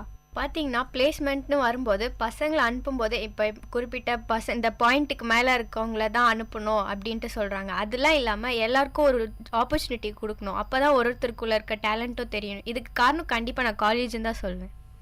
என்னை பொறுத்த வரைக்கும் இப்போ வந்து நிறைய ஸ்டூடெண்ட்ஸ் இருக்காங்க, நிறைய காலேஜ் இருக்காங்க. ஸோ வந்து கம்பெனி பாயிண்ட் ஆஃப் வியூலேருந்து பார்த்தோன்னா அவன் வந்து இருக்கிறதுலே ஸ்டாண்டர்டாக இருக்க காலேஜ்லேருந்து வர இருக்கிறதுலே ஸ்டாண்டர்டாக இருக்க ஸ்டூடெண்ட்ஸை தான் செலக்ட் பண்ணுவாங்க. ஸோ அந்த கேட்டகரின்னு வரும்போது எவ்வளவோ பசங்களுக்கு வந்து கேம்பஸில் செலக்ட் ஆகியும் கூட கால் லெட்டர் அப்படின்ற ஒரு விஷயம் வராமல் இருக்கும். அந்த மாதிரி சுச்சுவேஷனில் தான் வந்து நம்ம படிக்கிற காலேஜ் ஸ்டாண்டர்டாக இருந்துச்சுன்னா நம்ம ஒன்ஸ் செலக்ட் ஆகிட்டோம்னா தே வில் கால். ஆனால் அப்படி இல்லாத கட்டத்தில் வந்து நம்ம தனியாக வெளில போய் வேலை தேடணும். அப்படி தனியாக வெளில போய் வேலை தேடினா வேலைன்றது கண்டிப்பாக கிடைச்சிரும். ஆனாலும் ஒரு லெவல் இருக்குல்ல, இந்த கம்பெனி இவ்வளோ ஸ்டாண்டர்ட் நம்ம காலேஜ்லேயே செலக்ட் ஆகி போயிட்டோம் அப்படின்னு சொல்றது வந்து ஒரு டிக்னிட்டினே சொல்லலாம். இப்பெல்லாம் வந்து என்ன டெவலப் ஆயிட்டு வருதுன்னா, வேலைக்கு நம்ம போய் ஒருத்தவங்க கிட்ட செய்யறத விட நம்ம தனியா ஏதாவது ஒரு பிசினஸ் ஸ்டார்ட் பண்ணலாம் அப்படின்ற மென்டாலிட்டிக்கு நிறைய ஸ்டூடெண்ட்ஸ் வந்துட்டாங்க. இன்னைக்கு நம்ம ஏன் போய் இன்னொருத்தங்க கிட்ட வேலை செய்யணும், நம்ம டேலண்ட்டுக்கு நம்ம ஒரு தனியா ஒரு கம்பெனி ஸ்டார்ட் பண்ணலாம், இல்ல நம்மளே ஏதாவது ஒரு பிசினஸ் சின்னதா ஒரு பிசினஸ் ஸ்டார்ட் பண்ணோம்னா நம்மளுக்கு அதுல ப்ராஃபிட் வரும் அப்படின்ற ஒரு மென்டாலிட்டிக்கு வந்துட்டாங்க. இப்போ இருக்கிற ஸ்டூடெண்ட்ஸ்க்கு வந்து ஒரு யூஸ்ஃபுல்லான விஷயம்னு பார்த்தீங்கன்னா, கவுன்சிலிங் மூலியமாக வந்து நிறைய பேருக்கு வந்து காலேஜஸ் ப்ரிஃபர் பண்ணுறாங்க. அது எந்த அளவுக்கு யூஸ்ஃபுல்லாக இருக்குன்னு நினைக்கிறீங்க? கவுன்சிலிங்னு நினைக்கும் போது என்ன சொல்கிற மாதிரி பாப்புலேஷன் அப்படின்ற ஒரு விஷயம் வந்து நிறைய கூட்டிகிட்டே போகணுன்னு தான் சொல்ல முடியும். கவுன்சிலிங்னு வரும்போது நம்ம நினச்ச குரூப்பை நம்மளால் படிக்க முடியுது, பட் நம்மளால கிட்டவே இருக்க முடியாது, அப்பா அம்மா கூட இருக்க முடியாது. அதெல்லாம் வருத்தமாக இருந்தாலும் நமக்குன்னு ஒரு ஆப்பர்ச்சுனிட்டி கிடைக்குது. ஒரு பிளாட்ஃபார்ம் மாதிரி கவுன்சிலிங்ன்றது வந்து ரொம்ப ஹெல்ப் பண்ணுது. நிறைய காலேஜஸ் இருக்குது, அதெல்லாம் நமக்கு தெரியாமல் இருக்க காலேஜஸ் கூட கவுன்சிலிங் அப்படின்னு நம்ம போகும்போது தான் இங்கே இது இருக்குது, இவ்வளோ குரூப் இருக்குது, நம்ம எடுத்து படிக்கலாம் அப்படின்ற மைண்ட் செட்க்கு வந்து பசங்க வராங்க. இப்போ கவுன்சிலிங் வந்து மற்ற காலேஜஸ், இப்போ நம்மளுக்கே தெரியாத ஒரு நல்ல ஒரு ஸ்டாண்டர்டான காலேஜ் இருக்கும். இப்போ ஓவரால் இந்தியாவில் நம்மளுக்கு எத்தனை ஸ்டாண்டர்டான காலேஜ் தெரியும். ஸோ அந்த விஷயத்துக்கு கவுன்சிலிங் வந்து ஒரு நல்லாவே ஒரு ஹெல்ப்ஃபுல்லாக இருக்குன்னு தான் சொல்லணும். இது வரைக்கும் நம்ம வந்து என்னென்ன கோர்சஸ் படிக்கலாம், எந்தெந்த கோர்சஸ் வந்து இப்போ வேல்யூ நிறைய இருக்குது, ஜாப் வேகன்சி இருக்குது, அந்த மாதிரி நிறைய விஷயங்களை பேசிகிட்டு இருந்தோம். இது கண்டிப்பாக உங்களுக்கு யூஸ்ஃபுல்லாக இருக்கும்னு நம்புகிறோம். இது விஐடி பண்பலை 90.8 விஐடி பல்கலைக்கழகத்தின் சமுதாய வானொலி. நன்றி. நேர்கள் இதுவரை கேட்டது விஐடி பண்பலை 90.8 காரசாரம், மக்களின் குரல்கள் ஒன்றிணைந்த கருத்துக்களம்.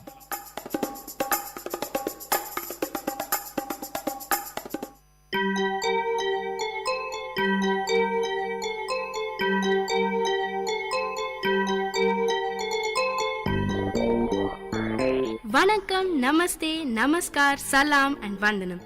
நீங்கள் கேட்டுக்கொண்டிருப்பது விஐடி பண்பலை 90.8.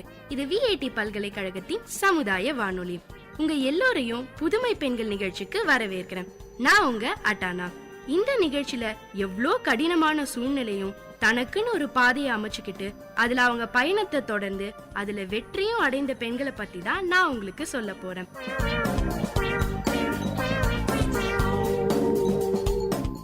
வணக்கம், நமஸ்தே, நமஸ்கார், சலாம் அண்ட் வந்தனம். நீங்க கேட்டுக்கிட்டு இருக்கிறது விஐடி பண்பலை 90.8. இது விஐடி பல்கலைக்கழகத்தின் சமுதாய வானொலி. இதய துடிப்பு ஒலி கேட்கும் சத்தம் நின்றுவிட்டால் மனிதனின் வாழ்க்கை முடிந்துவிடும். இந்த டெக்னாலஜி வேர்ல்ட்ல எல்லாருக்குமே இதய நோய் ப்ராப்ளம் வந்துகிட்டு தாங்க இருக்கு. முக்கியமா சின்ன வயசுல வரும்போது இது கண்டுபிடிக்க முடியாத ஒரு பெரிய பிரச்சனையா இருக்கு. இந்த மாதிரி இருக்க குழந்தைகளுக்காக பெங்களூர்ல ஐஸ்வர்யா ட்ரஸ்ட் ரிதம் ஆஃப் ஹார்ட்ன்ற ஒரு அமைப்பு மூலமா பல குழந்தைங்களுக்கு சிகிச்சை அளிச்சு உயிர் பிழைக்க செய்யறாங்க. இந்த புனிதமான சேவையை நடத்திட்டு வராங்க நம்ம சித்ரா விஸ்வநாதன். நம்ம எல்லாம் பாத்தீங்கன்னா சோகம் வரும்போது அழுது புலம்பிக்கிட்டே இருப்போம். ஆனா நம்ம சித்ரா விஸ்வநாதன் மேடம் சோகத்தோட உச்சத்துல இருக்கும் போது கூட ஒருவருக்கு சேவை செய்யறத பத்தி யோசிச்சிருக்காங்க. இவங்க வாழ்க்கையில என்ன நடந்தது, எதனால இந்த அமைப்பை தொடங்கினாங்கன்றத பத்தி தான் நான் இன்னைக்கு உங்களுக்கு சொல்ல போறேன். சித்ரா விஸ்வநாதனுக்கு 2 பொண்ணுங்க. ஐஸ்வர்யா இவங்களோட 2வது குட்டி பொண்ணு. ஐஸ்வர்யா பிறந்த 40வது நாள்லயே அவளுக்கு ஏதோ பிரச்சனை இருக்குன்னு கண்டுபிடிச்சிட்டாங்க. ஏன்னா ஐஸ்வர்யா இதயத்துல இருந்து ஏதோ ஒரு வினோதமான சத்தம் வந்துகிட்டே இருந்துதாங்க. என்னடா இது, இந்த மாதிரி வினோதமான சத்தம் வந்துகிட்டே இருக்கே, சரி டெஸ்ட் பண்ணி தான் பாப்போம்னு டிசைட் பண்ணாங்களாம். அப்படி டெஸ்ட் எடுத்து பார்த்ததுல ஐஸ்வர்யாவுக்கு இதயத்துல பெரிய பிரச்சனை இருக்கிறது தெரிஞ்சிருக்கு. ஐஸ்வர்யாவுக்கு முதல் பிறந்த நாள் கொண்டாடின நேரத்துல அவளோட இதயத்துல இருக்கிற நல்ல ரத்தமும் கெட்ட ரத்தமும் கலக்க ஆரம்பிச்சிருக்கு. அதை தடுக்க விபி ஷண்ட்னு ஒரு தற்காலிகமான அறுவை சிகிச்சையை செஞ்சிருக்காங்க. அந்த அறுவை சிகிச்சையோட பலன் கொஞ்ச நாள் தாங்க இருந்தது. 3.5 வயசு வரைக்கும் நல்லாதான் இருந்திருக்கு ஐஸ்வர்யா. அப்ப சித்ராவோட ஹஸ்பண்ட் லண்டன்ல வேலை பார்த்துக்கிட்டு இருந்திருக்காரு. திருப்பி நம்ம ஐஸ்வர்யா குட்டிக்கு உடம்பு சரியில்லாம போனதால அவளுக்கு ரெண்டாவதா வேற ஏதோ ஒரு ஆபரேஷன் பண்ணணும்னு சொல்லியிருக்காங்க டாக்டர்ஸ். அதனால இவங்களும் அந்த ஆபரேஷனுக்கு ஒத்துக்கிட்டாங்க. உலகத்திலேயே ரொம்ப நல்ல ஹாஸ்பிட்டல்ஸ் லண்டன்ல இருக்கிறது தெரிஞ்சுக்கிட்டு அவங்க கணவரும் லண்டன்ல இருந்ததால லண்டன்லயே ஆபரேஷன் பண்ணிருக்காங்க ஐஸ்வர்யாவுக்கு. ஆனா அந்த ஆபரேஷன் முடிஞ்சதும் ஐஸ்வர்யாவுக்கு நிறைய சிக்கல்கள் உடல் அளவுல வர ஆரம்பிச்சிருச்சு. கிட்டத்தட்ட 2 மாசம் ஃபுல்லா ஐசியூல இருந்தாங்களாம். ஐஸ்வர்யாவுக்கு இவங்களால முடிஞ்ச அளவுக்கு ட்ரீட்மெண்ட்ஸ கொடுத்திருக்காங்க. அவளை ரொம்ப நல்லா கவனிச்சுக்கிட்டாங்க சித்ரா. என்னதான் அவங்க ஐஸ்வர்யாவை காப்பாத்தணும்னு போராடினாலும் ஐஸ்வர்யாவை காப்பாத்த முடியல. ஐஸ்வர்யா இல்லாத இந்த உலகத்துல ஒவ்வொரு நாளும் ஒவ்வொரு யுகமா போயிருக்கு நம்ம சித்ரா விஸ்வநாதனுக்கு. அவ்வளவு ரணத்தையும் கஷ்டத்தையும் மனசுக்குள்ள போட்டு புழங்கிக்கிட்டு இருந்தாலும் அவங்க வார்த்தைகளிலையும் செயல்களையும் அந்த கஷ்டம் வெளிப்படவே இல்லை. சங்கு சுட்டாலும் வெண்மை தரும்னு சொல்லுவாங்க. அந்த மாதிரி அவங்களுக்குள்ள எவ்வளவு சோகம் இருந்தாலும் அதை வெளியே காமிக்காம மற்றவங்க வாழ்க்கையில சந்தோஷம் மட்டுமே கொடுத்துக்கிட்டு இருக்காங்க நம்ம சித்ரா. அந்த சந்தோஷமே ஐஸ்வர்யா ட்ரஸ்ட் மூலமா தாங்க கொடுத்துக்கிட்டு வராங்க. ஐஸ்வர்யாவுக்கு கான்ஜினென்டல் ஹார்ட் டிசீஸ்னு சொல்ற ஒரு பிரச்சனை தாங்க இருந்திருக்கு. இந்த பிரச்சனை இந்தியாவில மட்டும் இல்லைங்க, உலகத்துல இருக்க பல நாடுகள்ல பல குழந்தைங்களுக்கு இது ஒரு பெரிய பிரச்சனையாவே இருக்கு. உலக அளவுல 1000ல ஒரு குழந்தைக்கும் இந்தியா அளவுல 100ல ஒரு குழந்தைக்கும் இந்த பிரச்சனை இருந்துட்டு வருது. இந்த கான்ஜினென்டல் ஹார்ட் டிசீஸ் என்னன்னு பாத்தீங்கன்னா, குழந்தை தாயோட வயித்துல இருக்கும் போதே அதோட இதயம் சரியா உருவாகாமலோ இல்ல ரத்த குழாய்கள் சரியா இல்லாத நிலை தாங்க ஏற்படுது. நாம இதை கண்டுபிடிக்க அல்ட்ரா சவுண்ட் ஸ்கேன் என்ற ஒரு கருவியை தான் பயன்படுத்துறோம். இத பயன்படுத்தினா 20 வார கர்ப்பத்திலேயே இந்த பிரச்சனை இருக்கா இல்லையான்னு உறுதிப்படுத்திடலாமா. அப்படி இல்லைனாலும் குழந்தை பிறந்த சில நாட்களிலேயே இதை கண்டுபிடிச்சிடலாம்னு சொல்றாங்க. அதே மாதிரி இந்த பிரச்சனையோட பிறக்கிற குழந்தைங்களுக்கு அறுவை சிகிச்சை இல்லாம கூட குணப்படுத்திடலாமா. ஆனா இந்த சூழ்நிலையும் அறுவை சிகிச்சை தான் செய்யணும்ன்ற பட்சத்துல இருக்க ஏழை குழந்தைகளுக்கு பத்தி யோசிச்சிருக்காங்க நம்ம சித்ரா விஸ்வநாதன். ஒரு நாள் சித்ரா விஸ்வநாதன் அவங்க அப்பா நாகராஜன் கிட்ட பேசிக்கிட்டு இருக்கும் போது இந்த பிரச்சனைய பத்தி சொன்னாங்களாம். உடனே நம்ம சித்ரா விஸ்வநாதனுக்கு ஒரு ட்ரஸ்ட் ஆரம்பிக்கலாம்னு ஒரு ஐடியா வந்திருக்கு. அத அவங்க அப்பா கிட்ட சொன்னவனையும் அவங்க அப்பா உடனே ஏத்துக்கிட்டாராம். அது மட்டும் இல்லைங்க, அந்த ட்ரஸ்ட் நடத்த மிகவும் உதவி செஞ்சுக்கிட்டு வராரு. இன்னும் கூட அந்த ட்ரஸ்டுக்கு ஒரு முதுகெலும்பாவே இருந்துட்டு வராரு. இந்த கான்ஜினென்டல் ஹார்ட் டிசீஸ பொறுத்த வரைக்கும் அதுக்கான செலவு அந்தந்த குழந்தையோட கண்டிஷனை பொறுத்து தான் இருக்குமா. அப்படி பார்த்தா 1 லட்சம் ரூபாயில இருந்து 4 லட்சம் ரூபாய் வரைக்கும் கூட செலவாகுமாம். இதனாலேயே இந்த மாதிரி குழந்தைங்களுக்கு ஹெல்ப் பண்ணணும்ன்ற நோக்கத்துலதான் இந்த ட்ரஸ்டையே ஆரம்பிச்சிருக்காங்க. கண்டிப்பா இந்த மாதிரியான ட்ரஸ்ட் ஆரம்பிக்கும் போது நமக்கு பணம் ரொம்பவே அவசியம்னு உங்களுக்கே தெரியும். அந்த மாதிரி நம்ம சித்ரா விஸ்வநாதனுக்கும் ஆரம்பத்துல ஒரு பெரிய சவாலா இதை எடுத்துக்கிட்டு பணம் திரட்ட ஆரம்பிச்சிருக்காங்க. அப்ப அவங்களுடைய சொந்தக்காரர்களும் ஃப்ரெண்ட்ஸும் நிறையவே ஹெல்ப் பண்ணிருக்காங்க. அப்புறம் சில கார்ப்பரேட் நிறுவனங்களும் இதுக்காக உதவி செஞ்சிருக்காங்க. அதுக்கப்புறம் அவங்க போட்ட ஃபர்ஸ்ட் பிளான் சிகிச்சைக்காக வர குழந்தைகளுக்கு முதல்ல ஒரு அரசு காப்பீட்டு திட்டத்தை அணுக வழிகாட்டணும்னு நினைச்சாங்க. அதுல கிடைக்கிற தொகை போக மிச்சம் இருக்கிற தொகைய ஆபரேஷனுக்கு அவங்க ட்ரஸ்ட் மூலமா கொடுத்துட்டு வராங்க. இந்த வினோதமான இதய நோயால பாதிக்கப்பட்ட குழந்தைகளை தேடி கண்டுபிடிக்க தமிழ்நாட்டுல உள்ள எல்லா மாவட்டங்கள்லயும் மாதம் ஒரு முறையாவது ஸ்கிரீனிங் கேம்ப் நடத்துவாங்களாம். அப்படி கண்டுபிடிக்கப்பட்ட குழந்தைகளுக்கு தேவையான சிகிச்சைய இந்த ட்ரஸ்ட் மூலமா கொடுத்துட்டு வராங்க. அது மட்டும் இல்லாம சின்ன சின்ன கவர்மெண்ட் ஹாஸ்பிட்டல்ஸ்ல இருந்து கூட குழந்தைகளை டெஸ்டுக்கு அனுப்புறாங்க. இப்ப கூட புதுச்சேரி கவர்மெண்ட் ஹாஸ்பிட்டல்ல பிறந்த குழந்தைகளுக்கான இலவச ஸ்கிரீனிங் டெஸ்ட் பண்ணிக்கிட்டு இருக்காங்களாம். அது மட்டும் இல்லைங்க, சென்னையில சைதாப்பேட்டையிலயும் புளியந்தோப்புலயும் மாநகராட்சி ஹாஸ்பிட்டல்ல இந்த ஸ்கிரீனிங் டெஸ்ட் நடத்திட்டு வராங்க. இந்த மாதிரி பிரச்சனை குழந்தைங்களுக்கு இருக்குன்னு அவங்க பேரண்ட்ஸ்க்கு தெரிய வரும்போது அவங்க எல்லாம் உடனே அதிர்ச்சி ஆயிடுறாங்க. இது மட்டும் இல்லாம இந்த ஆபரேஷன்ஸ்க்கு எவ்வளவு செலவாகுதுன்னு யோசிக்கும் போது ஒரு பெரிய ஸ்ட்ரெஸ்லயே இது அவங்களை கொண்டு போய் விடுது. அதனாலேயே ஐஸ்வர்யா ட்ரஸ்ட்ல இருக்க டாக்டர்ஸ் எல்லாம் பேரண்ட்ஸ் கிட்ட இதயத்தோட படத்தை வரைஞ்சி இதுதான் பிரச்சனைன்னு தெளிவா சொல்றாங்க. அது மட்டும் இல்லாம சிகிச்சைக்கான செலவை அரசு காப்பீட்டு திட்டத்தோட நிதி உதவியும் இவங்க ட்ரஸ்ட் மூலியமா கிடைக்குதுன்னு அவங்களுக்கு தைரியம் சொல்றாங்க. அதே மாதிரி சில குழந்தைங்களுக்கு சிகிச்சைக்கு முன்னாடி வரைக்கும் பேசவும் நடக்கவும் முடியாது. ஆபரேஷனுக்கு அப்புறம் அந்த குழந்தைகள் பேசுறதையும் நடக்கிறதையும் பார்க்கும்போது அவங்க பெற்றோர் ஆனந்த கண்ணீரோட சித்ராவுக்கு நன்றி சொல்றாங்க. இத பார்க்கும்போது சித்ரா விஸ்வநாதனுக்கு மனசு நிறைவாவும் ரொம்ப சந்தோஷமாவும் இருக்கு. இந்த மாதிரி பல உதவிகளை செஞ்சுட்டு வர நம்ம சித்ரா விஸ்வநாதன் அவங்களுடைய ட்ரஸ்டின் மூலமா அடுத்து குழந்தைகளுக்கான இதய மாற்று அறுவை சிகிச்சைக்கான உதவிகளையும் செய்ய தொடங்கி இருக்காங்க. இது வரைக்கும் பாத்தீங்கன்னா 3 குழந்தைகளுக்கு அறுவை சிகிச்சையை வெற்றிகரமா நடத்தி முடிச்சிருக்காங்க. இந்த கான்ஜினென்டல் ஹார்ட் டிசீஸ பொறுத்த வரைக்கும் இந்த நோயை நம்ம எவ்வளவுக்கு எவ்வளவு சீக்கிரமா கண்டுபிடிக்கிறோமோ அவ்வளோ சீக்கிரம் சரி பண்ணிடலாம்ங்க. இதை கண்டுபிடிக்க தாமதம் செஞ்சா அறுவை சிகிச்சையால கூட குணப்படுத்த முடியாது. HIV மாதிரியோ இல்ல கேன்சர் மாதிரியோ இந்த நோய்க்கான விழிப்புணர்வு மக்கள் கிட்ட இல்ல.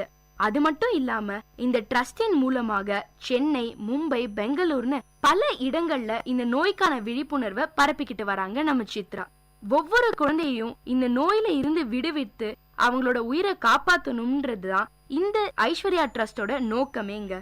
குழந்தையை இழந்ததோட பெரிய வலிய இன்னமும் அவங்களால மறக்க முடியல. அது வாழ்நாள் பூரா அவங்க கூடவே இருக்கும்னு சொல்றாங்க. நம்ம சித்ரா விஸ்வநாதன் ட்ரஸ்ட் மூலியமா இதுவரைக்கும் 700 குழந்தைகளுக்கும் மேல உயிரை காப்பாத்திருக்காங்களாம். இந்த குழந்தைங்களோட உருவத்திலையும் உயிர்லயும் அவங்க ஐஸ்வர்யாவையே பாக்குறதா சொல்றாங்க. அது மட்டும் இல்லாம ஐஸ்வர்யா அவங்களோட இருக்கிறதாவும் தோணுதான். என்ன நேயர்களே, நம்ம சித்ரா விஸ்வநாதனோட இந்த சேவை எவ்வளவு முக்கியம், அதனால எவ்வளவு குழந்தைங்க பயனடைறாங்கன்னு உங்களுக்கு தெரிஞ்சிருக்கும். இதை செய்ய நம்ம சித்ரா விஸ்வநாதன் எவ்வளவு கஷ்டப்படுறாங்கன்னு உங்களுக்கு தெரிஞ்சிருக்கும். ஆனாலும் அவங்க கனவை நினைவாக்குற இந்த போராட்டத்துல போராடிக்கிட்டே தான் இருக்காங்க. இதே மாதிரி இன்னொரு புதுமை பெண்ணோட உங்களை சந்திக்கும் வரை உங்களிடமிருந்து டாடா பை பை சொல்லி விடைபெறுவது உங்க அட்டானா. இது VIT பண்பலை 90.8.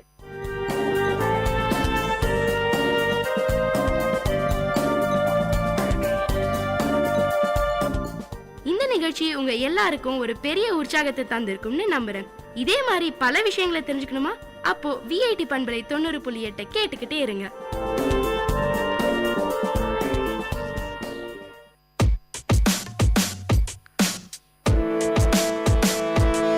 Dear listeners, welcome to the Silver Lining Show in VIT Community Radio 90.8.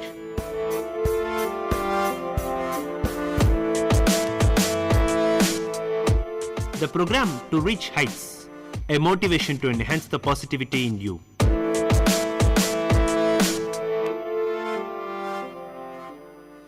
Hello friends, welcome to VIT Community Radio 90.8 FM. This is Bharadwaj on the Silver Lining Show today, and we are going to learn about anger management. Do you ever wonder why a friend or loved one becomes angry so easily, or possibly why yourself becomes so angry? Would you like in some way to understand or answer these puzzling questions? Anger management must begin with a few questions such as what is anger? When do anger problems begin? Why do people get angry? And how can we fix this anger problem we have? You may think you know what is anger.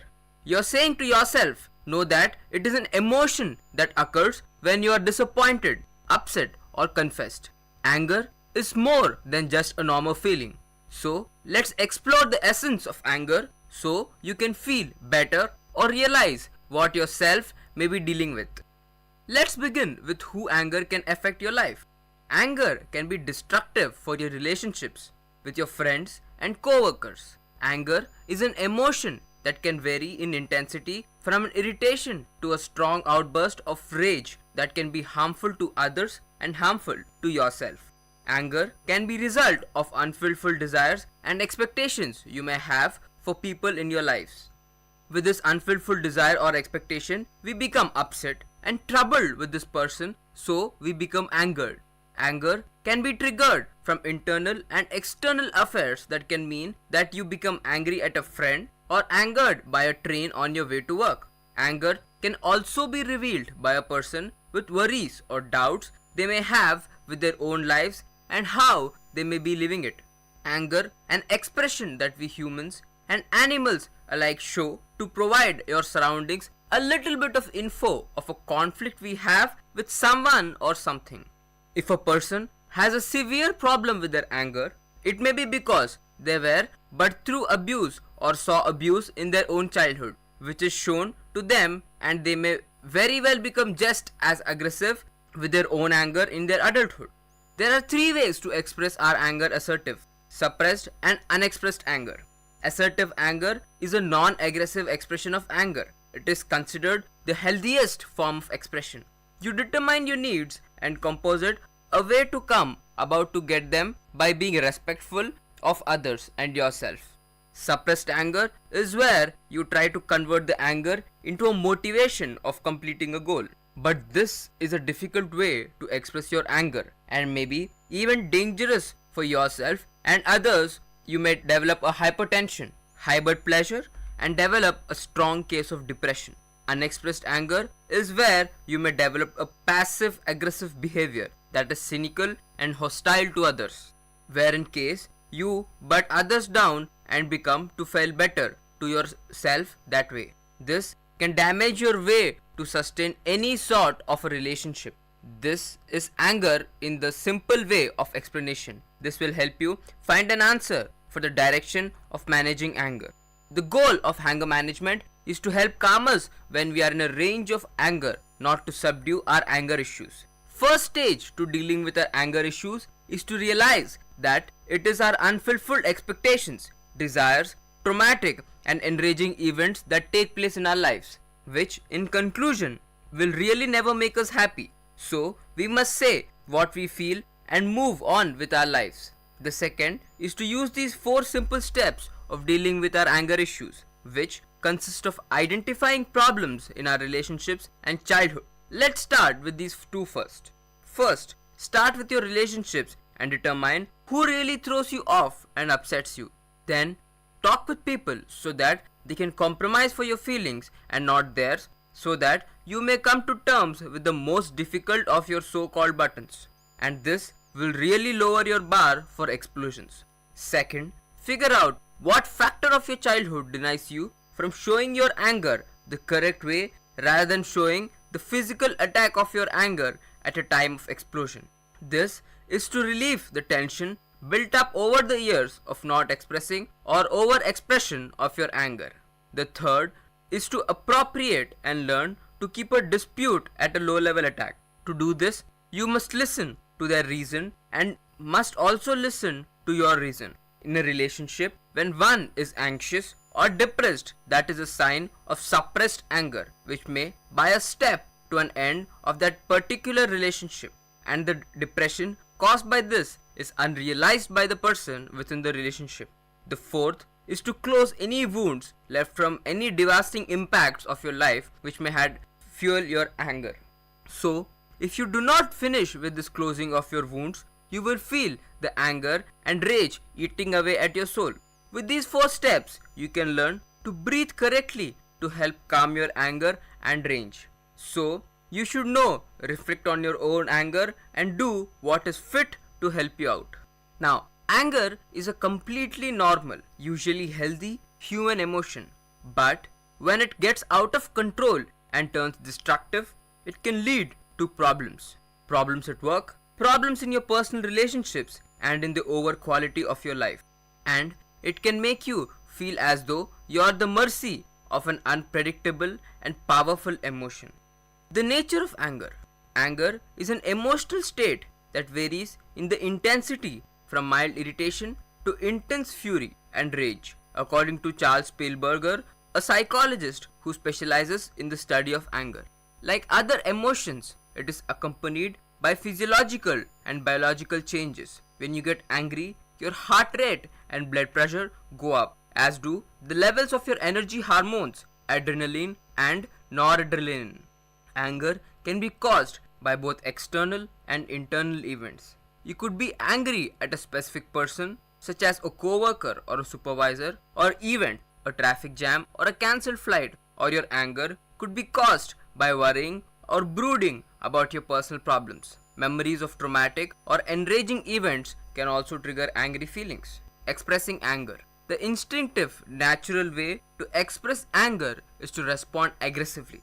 Anger is a natural adaptive response to threats. It inspires powerful, often aggressive feelings and behaviors which allow us to fight and to defend ourselves when we are attacked. A certain amount of anger, therefore, is necessary to our survival. On the other hand, we can't physically lash out at every person or object that irritates or annoys us. Laws, social norms, and common sense place limits on how far our anger can take us. People use a variety of both conscious and unconscious processes to deal with their angry feelings. The three main approaches are expressing, suppressing, and calming. Expressing your angry feelings is an assertive, not aggressive manner and is the healthiest way to express anger.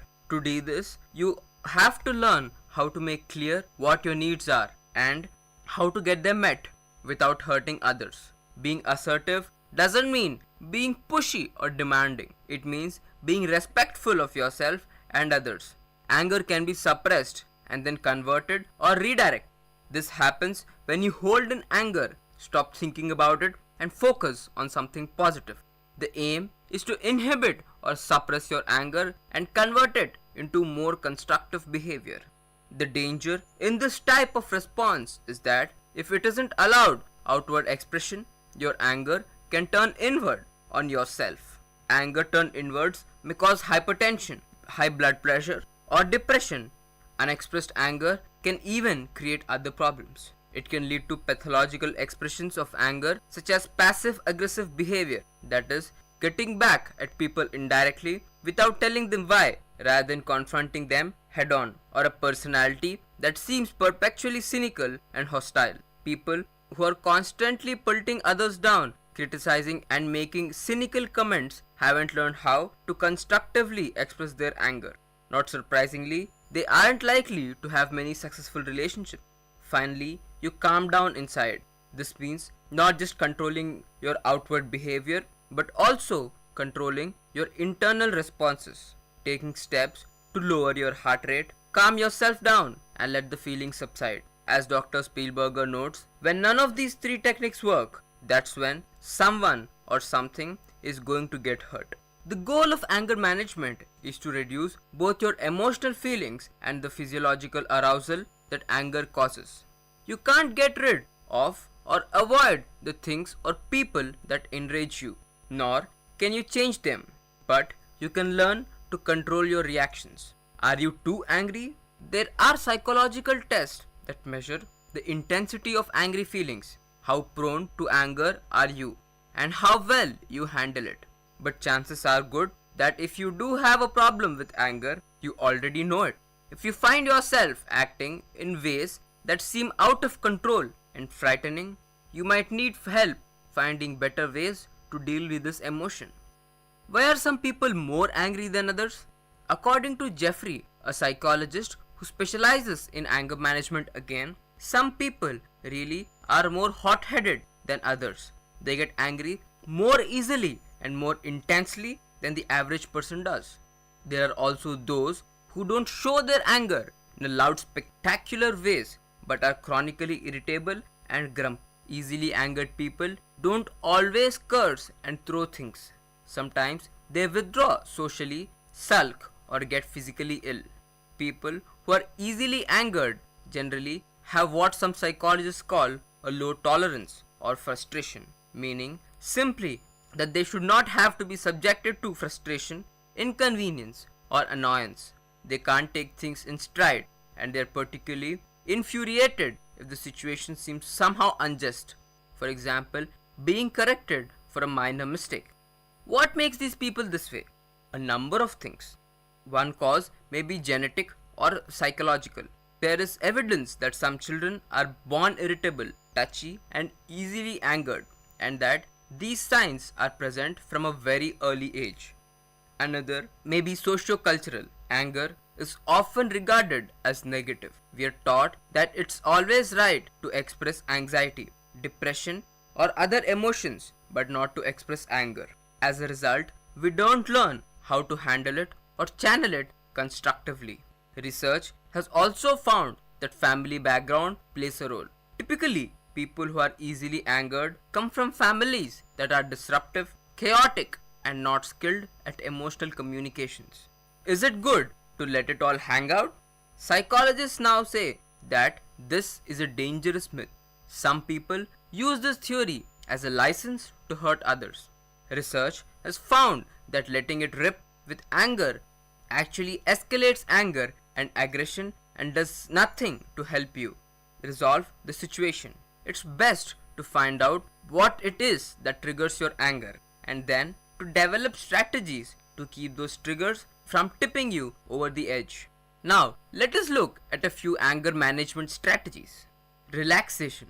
Some relaxing tools such as deep breathing or relaxing imagery can help keep calm down.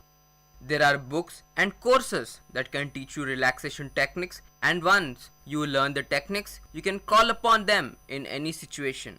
If you are involved in a relationship where both partners are hot-tempered, it might be a good idea for both of you to learn these techniques. Some simple steps you can try out are: breathe deeply from your diaphragm. Breathing from your chest won't relax you. Slowly repeat a calm word or phrase such as take it easy. Use imagery. Visualize a relaxing experience from either your memory or your imagination. Non-stressness, slow yoga like exercises can relax your muscles and make you feel much calmer. Practice these techniques. This really help you in anger management. Cognitive restructuring. Simply put, this means changing the way you think. Angry people tend to curse, swear, or speak in a highly colorful terms that reflect their inner thoughts. When you're angry, your thinking can get very exaggerated and over dramatic. Try replacing these thoughts with more irrational ones. For instance, instead of telling yourself, "Oh, it's awful, it's terrible, everything's ruined," tell yourself, "It's frustrating and it's understandable that I'm upset about it, but it's not the end of the world, and getting angry is not going to fix it anyhow." Be careful of words like never or always when talking about yourself or someone else. This machine never works, or your always forgettive things are not just inaccurate, they are severe to make you feel the anger. Your anger is justified and that there is no way to solve the problem. They also alienate and humiliate people who might otherwise be willing to work with you on a solution.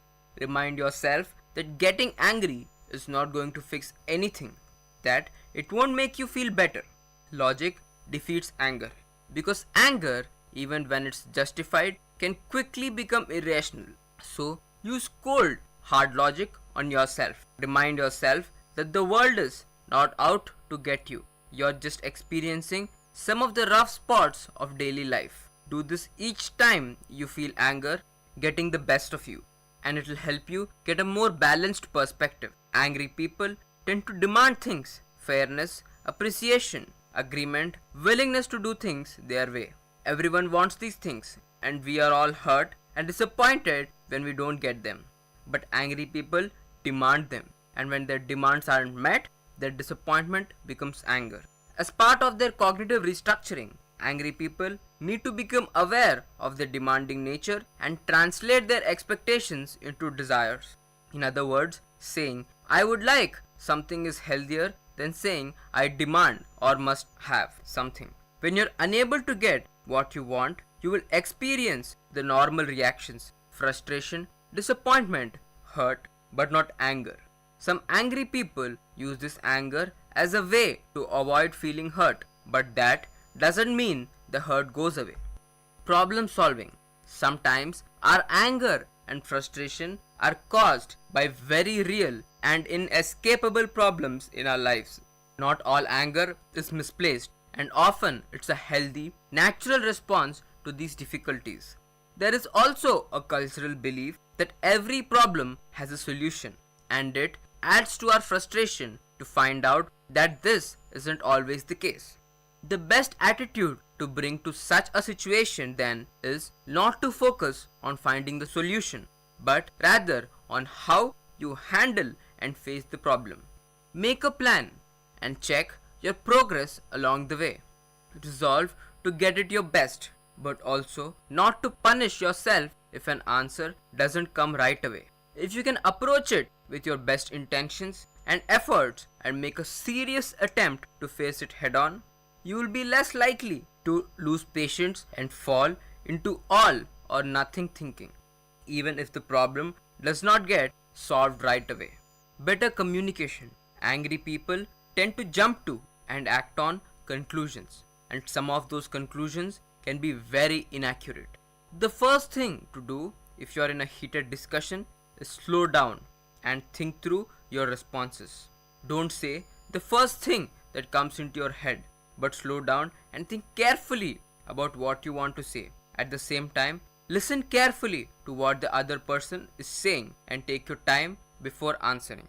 Listen to what is underlying the anger. For instance, you like a certain amount of freedom and personal space, and your significant other wants more connection and closeness.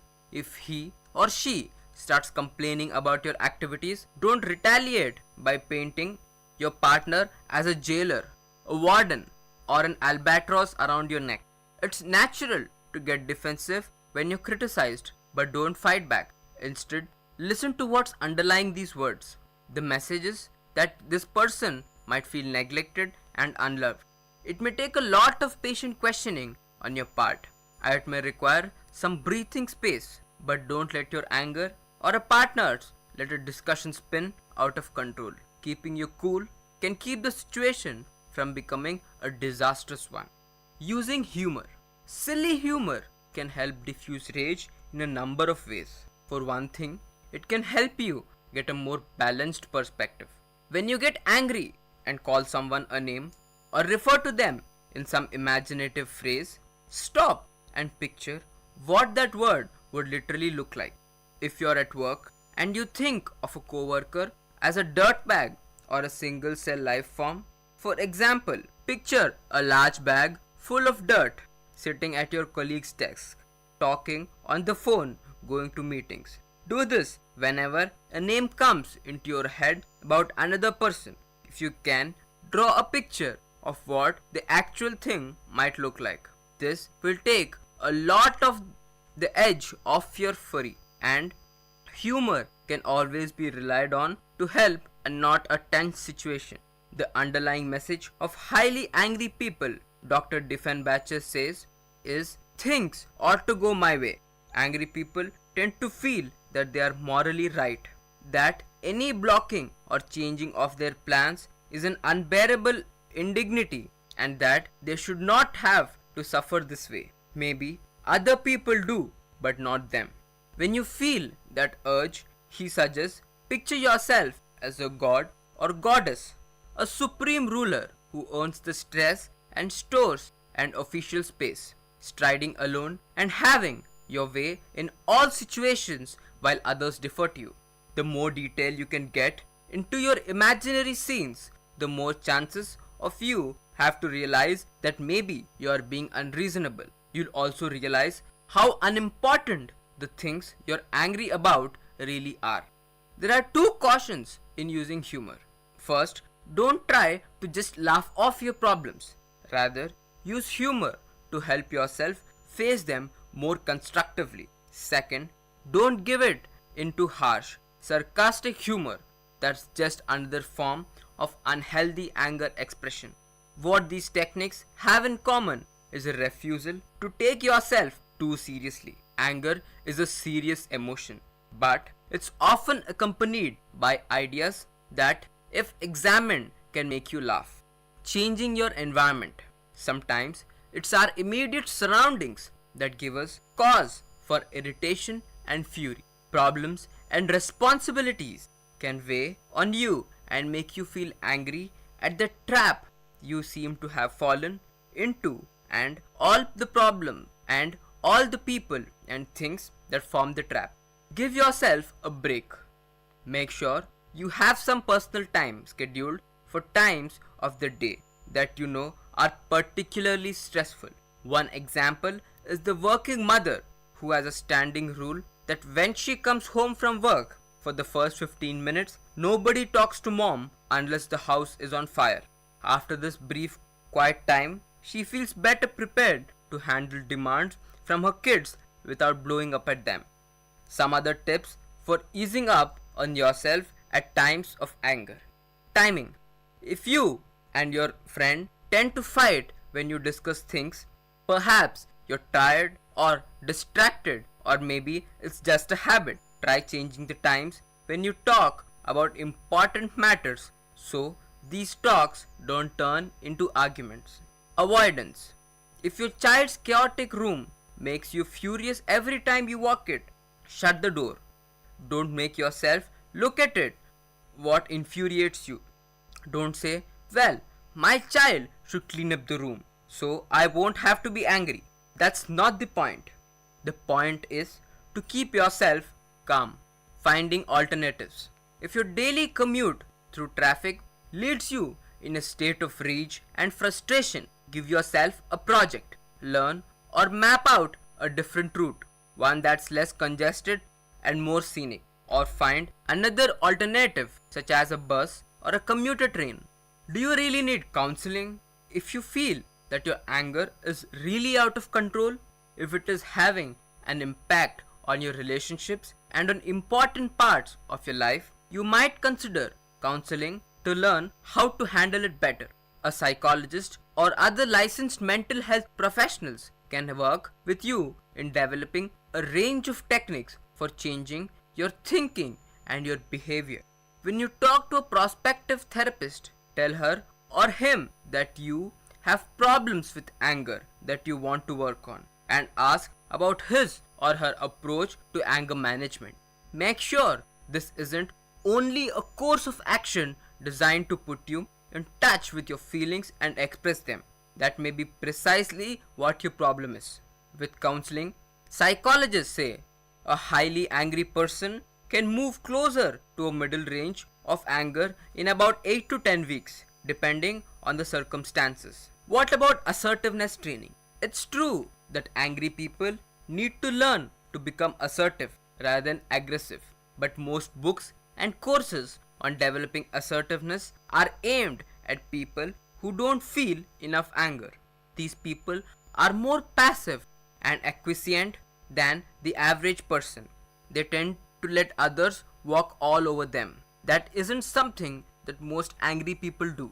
Still, these books can contain some useful tactics to use in frustrating situations. Remember, you can't eliminate anger, and it wouldn't be a good idea if you could. In spite of all your efforts, things will happen that will cause you anger, and sometimes it will be justifiable anger. Life will be filled with frustration, pains, loss, and the unpredictable actions of others. You can't change that, but you can change the way you let such events affect you. Controlling your angry responses can keep them from making you even more unhappy in the long run. This, my friends, is the Silver Lining Show today. This is Bharadwaj signing off from the VIT Community Radio 90.8 FM. Thank you.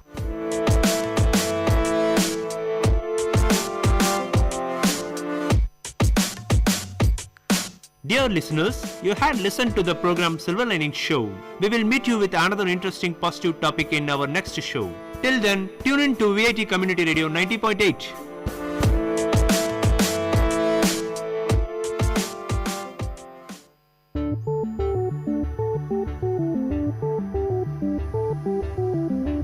Welcome to Experts Talk in VIT Community Radio 90.8.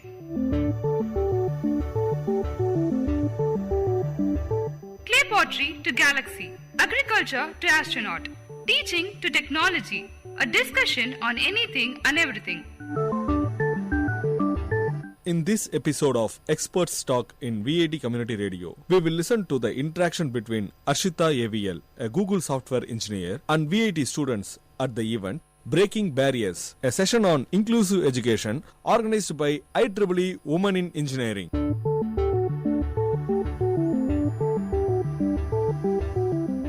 Hello, I'm Nandini Chaurasya. I'm a second year student pursuing BTech in computer science, and I've always had interest in computer science since my high school, and I've participated in many hackathons since I've joined VIT. But right now a thing that is always troubling me is that should I focus my efforts on these technical events or hackathons, or should I focus on developing my own personal skills and making them better? That is what concerns me, and I hope that is what I take away from this session, that what is important for my career in the future, what I should be prioritizing. Hi, my name is Tanya Rajesh and I'm a second year student studying computer science engineering. I'm also very confused about which domain I want to pursue, about which domain I want to work in later. So I've been doing multiple things and switching around. So through this session, I hope to gain more insight about the field and like what the corporate life looks like and what better decisions I can make to grow in my career. Thank you. Hi, I'm Pushpa and I'm in my second year BTech. I've also loved problem solving and coding since high school. What I want to take away from the session is how to deal with self-doubt in a male-dominated field and how to like push through with confidence in the corporate world. It's really nice to meet you all. It just takes me back to my college days. So I was just really roaming around, seeing all the students running from building to building, making sure you're on time. So it takes me back to a lot of good memories. You can say your corporate journey starts right from your college, unlike you think it starts from when you join a company. So that's what I wanted to cover, like how can you bridge that gap right now and make sure you're standing apart just when you join a company, right? Because you would think that, okay, I would want to go ahead in my career, maybe 3 or 4 years later, I'll understand the domain then. Versus you'll really get that push if you start thinking in terms of, okay, when I immediately join, how can I make sure I stand apart from the other crowd, right? So hopefully you'll be able to take some lessons out of it. And yeah, let me move ahead. So I'll be sharing some of my stories and some of the lessons. So my first one is, today you were asked a question and we saw 3 people raising their hands. But I'm sure every one of you here must have a question. That's why you're here. But you just did not want to raise your hand. So let me tell you a story of what happened with me. I was in my 3rd year of engineering and I was really passionate about coding. My seniors knew that I code well and all of that. So there was this tech fest coming up in my college and I was really excited for it. And I knew someday my seniors would come and asking for volunteers. And I was, sitting in my class, there were other students as well. And then my seniors came in and say, hey, so there's a tech fest we are organizing. We can't reveal the theme.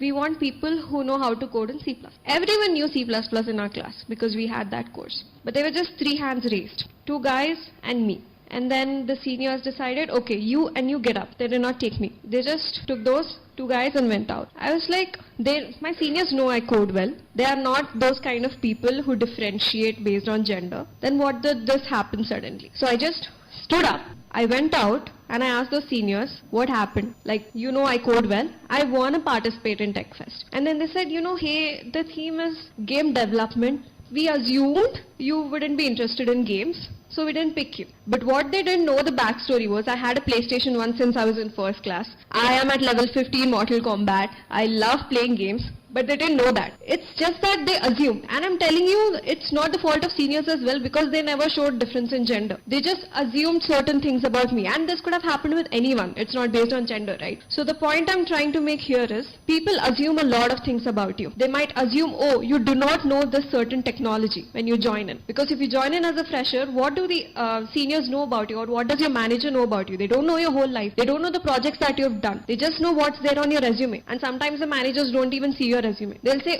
they'll just assume that she might not know this or he might not know that, and then they'll just give you a project at hand. But it is your own responsibility to make sure you raise your hand and say, I like this, I know this, I want to do it. That's only when you know that they're going to give you a chance, because you are responsible for your own journey, right? So it is your responsibility to make sure you raise your hand. And once I did that, once I asked for it, I did not give them the whole backstory of, I know game development and all of that to my seniors.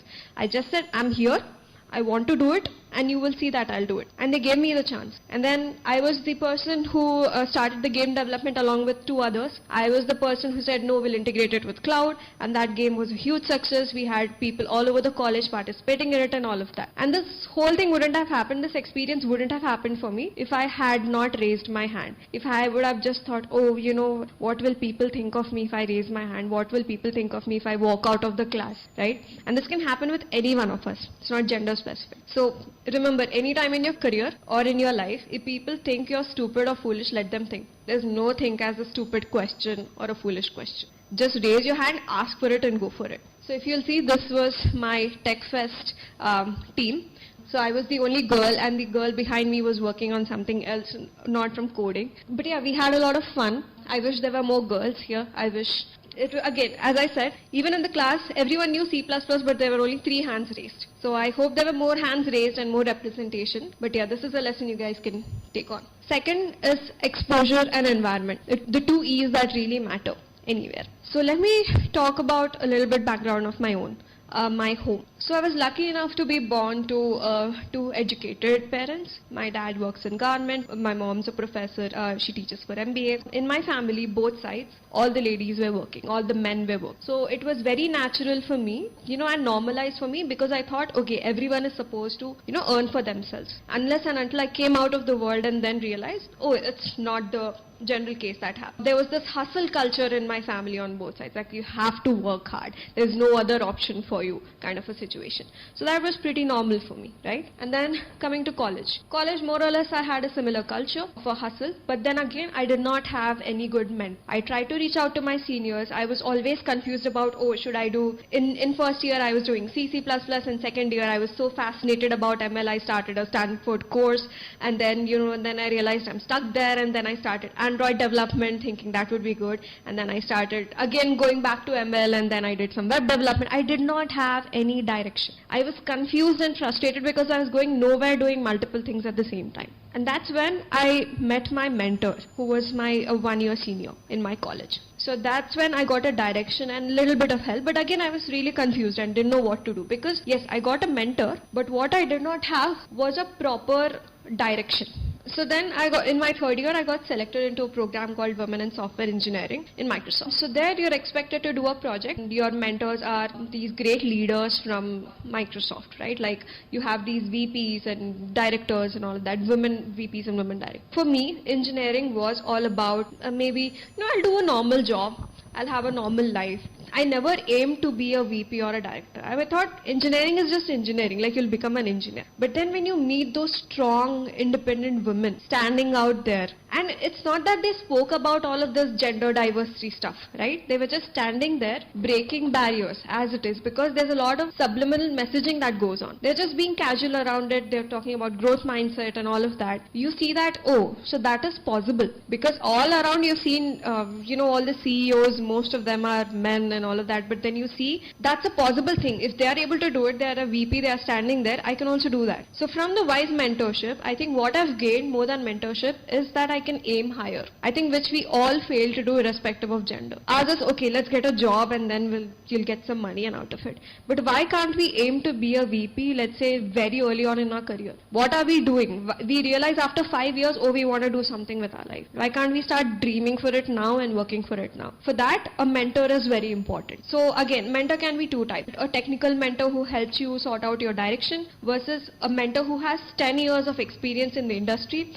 and knows how to excel in industry, because that's a different ball game. Here you're working on projects and all that sounds great, but when you're in industry, if you've done internships, you'll know it's all about documentation. It's all about the perceived value, which I'll talk about later and stuff. So have a mentor who is also in the industry. And then comes V program.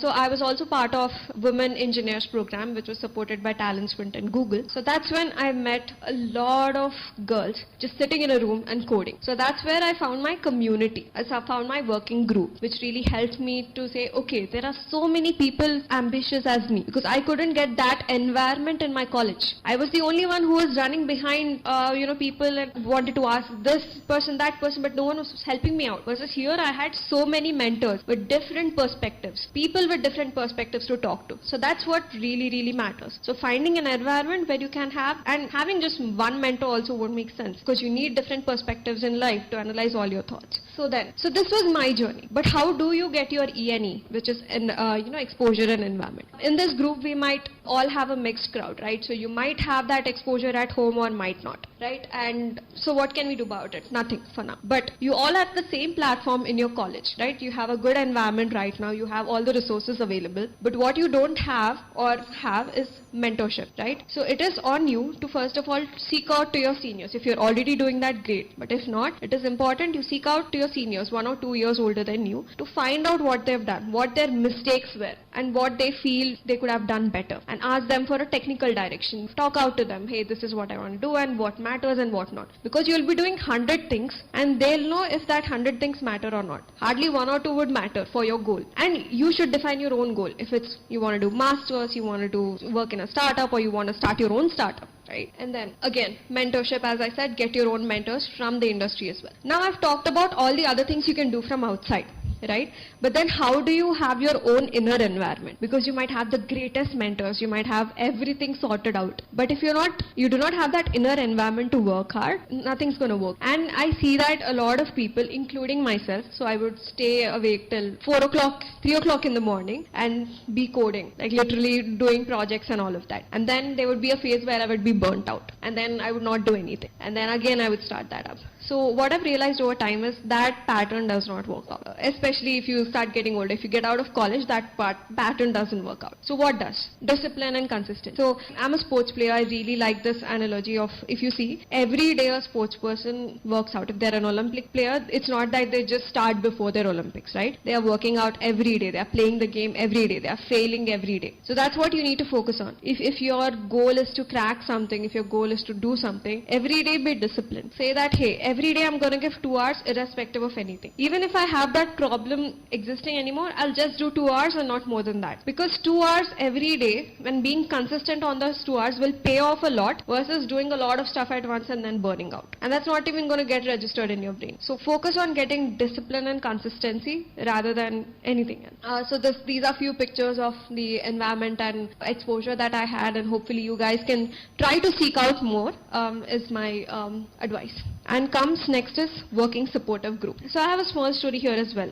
When I was in my intermediate college, the typical Narayana Chaitanya, if you've heard of it, they would have girls and boys sit separately, and the boys would be like sitting in a group of 10 versus the girls would be sitting alone. So our lecturers would give us 10 problems to solve in 1 hour, and the girls would hardly solve 5 problems, but the boys would all be laughing and joking, and they would finish all the 10 problems in 1 hour. And we were always shocked, like how could they do it and how we can't, right? Because the ranks were all same and we all were of the same intelligence. So then we later found out the reason was every person in that group, they would do one problem each and explain it to each other. That's how they were able to relaxfully do all those problems in the given time. And they were learning 10 new concepts every day versus us doing 5 concepts. Now imagine, the first day girls do 5, boys do 10. And then the second day we do 5 and they do 10. So a total of what? 10, 20. So if you see that, it's like they're doing double the problems for us daily. That's how that matters. Again, it's not about gender. It is about finding a group for yourself where you can work collectively. Like let's say you're trying to focus on DSA and place. You can form your own group and say, hey, today I'm going to learn trees, you learn graphs, and we'll discuss it out together. You learn a certain problem, you learn do a certain problem. That way you are learning more effectively when compared to someone else, right? So this working supportive group is very important, and for you to form a group whose mentalities match, right? That's one that really matters. When you join your company early on in your career, let's say the first project you get, you start to have these stand-up meetings, right? So most of the time it'll happen that you're in a room full of men, or you're in a room full of people who are higher than you. Like let's say if you're an SD1, mostly it's people SD2 or above in that meeting. So how do you then raise your hand like we learned before, right? So that really matters, because let's say I had this problem. So in a team of 30, we are just 2 girls. Plus I was the only youngest SD1 back then. It really matters to find your allies there. Allies are who? They can be someone who is able to advocate for you. If you're not able to raise your hand, so go out and start seeking out to an SD2. Say, hey, I'm not able to, speak out in the meetings because I'm afraid. Can you maybe help me out with that? Or tell your manager, hey, I know I have this stuff, but I can't speak out. Can you help me with that? So how easy it is for an ally to help you is, they can say after the whole meeting, hey, Harshita, you have not talked. Do you have something to contribute? That opens the channel for you to speak out, right? Speaking out in meetings is really important, because once you join a company, it's not about the work you do. It's about the perceived value of the work you do, because that's all that matters. Because no one higher up the ladder is going to know what work you're doing. It's your manager or someone else who's going to tell them what you're doing. And they won't know, your managers or TL won't know unless you speak out, right? So the first thing when you join a company is to seek out allies for yourself. So there's this really great TED talk. I watch a lot of TED talks by Carla Harris, where she talks about sponsors. So sponsors those other people who talk on behalf of you in top level closed door meetings that you're not invited to yet. For example, all your promotions, all your performance ratings and all of your bonuses are decided there. And it's like 3 levels up. For example, if I'm an SD1 right now, all of these meetings are done 3 levels above me. And I don't expect 3 levels above me to know the kind of work that I'm doing, right? So generally what happens in those meetings is all of them sit and maybe your manager or someone else would say, hey, this is Harshita's packet, what do you think about her performance and all of that. But if it's just your manager talking about it and then someone else who might or might not know about your work says, hey, I don't think she's doing a good work, then that influences everyone in the room. Versus if you have a sponsor there, again by a sponsor I mean someone who might not necessarily work with you but has knowledge about what you're doing and is ready to talk on behalf of you. They'll say, hey, I think she has done this work and talks about your work. That influences the whole group, right? And if you have that very early on in your career, you can get promoted much faster, right? Because that's what happens a lot. Every time you go through these promotion cycles in any company, it's that you're doing great work but there's no perceived value. So how to increase that perceived value is by getting a sponsor very early on in your career. It can start with your manager and you can always have these meetings with your skip manager as well. All of the companies really promote that culture and you should take up that opportunity. Most of us say, hey, what will I talk to my skip manager? I don't know what to talk. Talk about your project. That's the best way to break that. But talk to your skip managers. So yeah, this is my working group. So if you can see,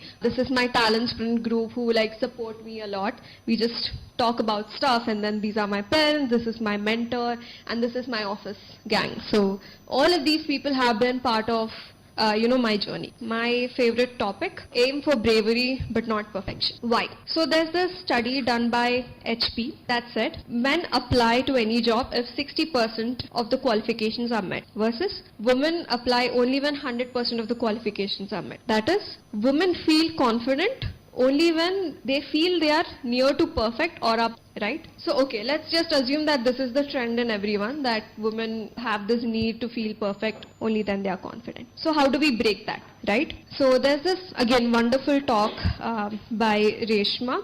So the title of that TED talk is Teach Your Girls to Be Brave Rather Than Perfect. So there, they tell you about, I would say just go through that TED talk and then you'll realize how we have been trained to think about perfection rather than bravery. How do you break that? Before telling that, let me tell you my failure journey, okay? I love talking about my failure journeys because no one talks about failures. When I was a little kid and I would look up to all these heroes and all of that and then, all these great people, CEOs talking about it, I would be like, oh, they are so perfect. And then when I became someone who was talking in meetings and mentoring people, I realized they should be open about their mistakes and failures as well. Because that's what makes them vulnerable. Then you realize, oh, if it's common for them to go through that stuff, it's okay, it's common for me as well, right? So when I did not get into Google the first time. I got into Google the third time. The first time I applied when I was in college. I went through all the 5 rounds. One of my round was not that great, so I was rejected. Second time was more or less the same when I was working in Oracle. And third time, I was just really frustrated. I didn't know what to do. I was preparing and all of that. I did not realize what was wrong, blah, blah. And then I realized, you know what, I'll just apply. And I just went to careers website. I saw that there are no roles for India. I got even more frustrated, like, why are there no roles, right? And then I just started looking for other countries. I saw Canada and US. I knew I wouldn't meet the qualifications there because I was not a citizen of US. I didn't know if Canada would accept me. I just applied. I didn't care because I was so frustrated at that time. I was like, I'm not perfect. I don't care. I've already been rejected 2 times. What's the worst that's going to happen? I applied for Canada. US rejected me right out because I was not a citizen. Canada kind of said, yes, we will interview you. And I was shocked. Okay, then yeah, sure, interview me. Took me for a phone interview and then they said, we'll transfer you to India if it's okay. I was like, yeah, and then I did the on-sites and everything was done. Had I not applied for that Canada role, I wouldn't be here standing before you all. Had I not said I'm not perfect for that role, I know it, but still I'll apply, I wouldn't have been here, right? So my lesson is apply, apply and apply. Apply everywhere. Raise your hand. Do not aim for perfection. Be brave. Like the next one is like fail at something every week, right? If you're really afraid of failure, like I was before, fail at something every week. Like this talk here right now, I just took it up because I said, hey, I know I want to become a speaker one day, but I know it's not today. So let me fail at it. I rather fail at it than not try. Because this week I didn't do anything to fail. So you should have something every week. Like, okay, today, this week I'm going to try app development and I'll fail at it. If you don't have something to fail at, because this is what I've read it from Sarah Blakely, if you've heard about her, she's the founder of Spanx. So her father would every day ask her or every week ask her, what have you failed at this week? So I thought that was really lovely, right? Because that helps you have that failure attitude and try multiple things. So please don't aim for perfection rather than aim at failing every week. And there's this wonderful concept that I learned when I was in Microsoft under the Vice program called Heroes Curve. So this is it. If you see, there's some external event that happens, you want to do a project or something, right? And then you have this fear of self-doubt. Can I do this project? But I don't know anything about it. I don't know if anyone will be able to help me. But what if I fail? Everyone will laugh at me that I spent 3-4 months working on this. Everyone knows that I'm doing ML, but what if they ask I don't know a project? And then you'll start crying. I've cried a lot. And then you'll say, why me? Why God? No, why God? Why me? Like how Joey says in Friends. Then you have some friend who'll slap you in the face and say, hey, you're perfect, right? You're doing it well. Or if you're lucky enough, you'll have a mentor say that. I have literally had my senior literally hit me on my head like this to say, you're good. You just stop crying about it. And then you'll slowly have that faith and confidence and then you will it. So this is what happens every time. If you're a hero, if you believe you're a hero, this is what happens in each of our lives. But this is not like a one-time curve, okay? I've had multiple hero curves in my life. As I said, for Google, it was me. I was crying, why me? Like I've gotten 5 rounds completed. Again, why am I failing? So all of this, and then I've gone into Google, right? So same was with multiple other things. I was part of something called Mission R&D that was also by some Microsoft VP. So I was doing really great in that. And somehow at the last test, I screwed it up. I don't know why. I was in the top 10 always, but then I just couldn't get into the bootcamp. And I was crying and crying as why me? I have done so well and all of that. And then I got into this Women Engineers program by Google. Had I gotten into that Mission R&D, I couldn't get into this program because it was at the same time. Back then I didn't understand why it happened, but I knew that. But the skills that I learned in that Mission R&D program, I just couldn't get into the bootcamp, but I did that program.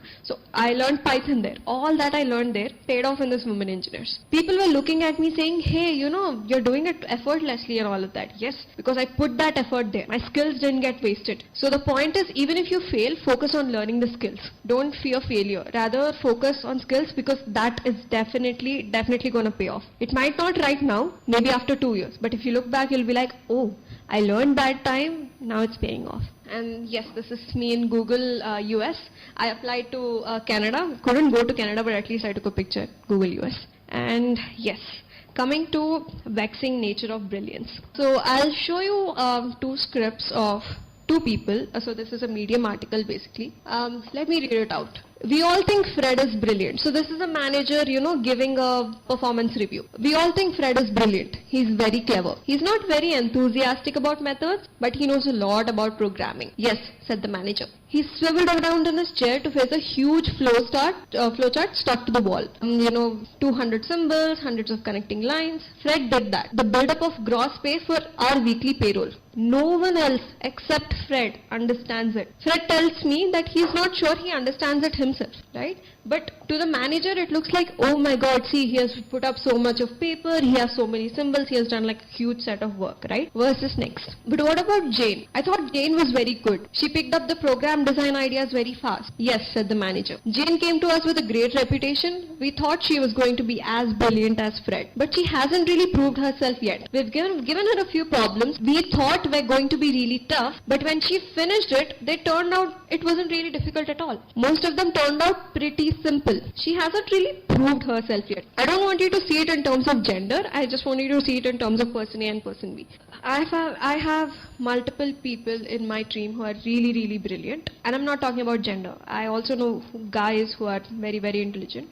No one talks about the work they're doing. Why? Because no one knows about what work they're doing. They say, hey, I've done it and all of that. In stand-up calls, they say, the work is done. But they do not talk about bugs that they faced, the issues that they came up, how they solved those challenges, right? The errors that came up. And for example, let's say it was a very small task of 2 days, but that required some infra to be built. Tell that in the stand-up. He would say, I'll do it. It's part of my work. I'll just build the infra and all of that. So he would finish the same task in 2 or 3 days. And then to the manager it looked like, oh, he has taken an extra day for it. But he has improved the system. He has built an infra that no one has thought about and increased the efficiency. No one will know about that. Why? Because perception, right? And you're just thinking it in terms of manager. Now think about it 2 or 3 levels up. Your directors, who are the one who decide your performance reviews, right? How will they know about it if your manager themselves don't know? So this is what perception matters. If you see in the previous slide, it's all about people know that, okay, the problem is tough. The manager knew that the problem was tough. Person was not explaining how they were able to solve it. Versus this person, it was an easy problem, but it was like, oh, you know, I did this, I did that and all of it. So it is very, very, very important to speak up about all the things that you've done. How do you do it practically? In your offices or like corporate, you'll obviously have some tracking system like Jira or like whatever. It depends on the tracking system you use. Make sure your workers are tracked, have bugs attached to it, and speak up in meetings. Again, as I said,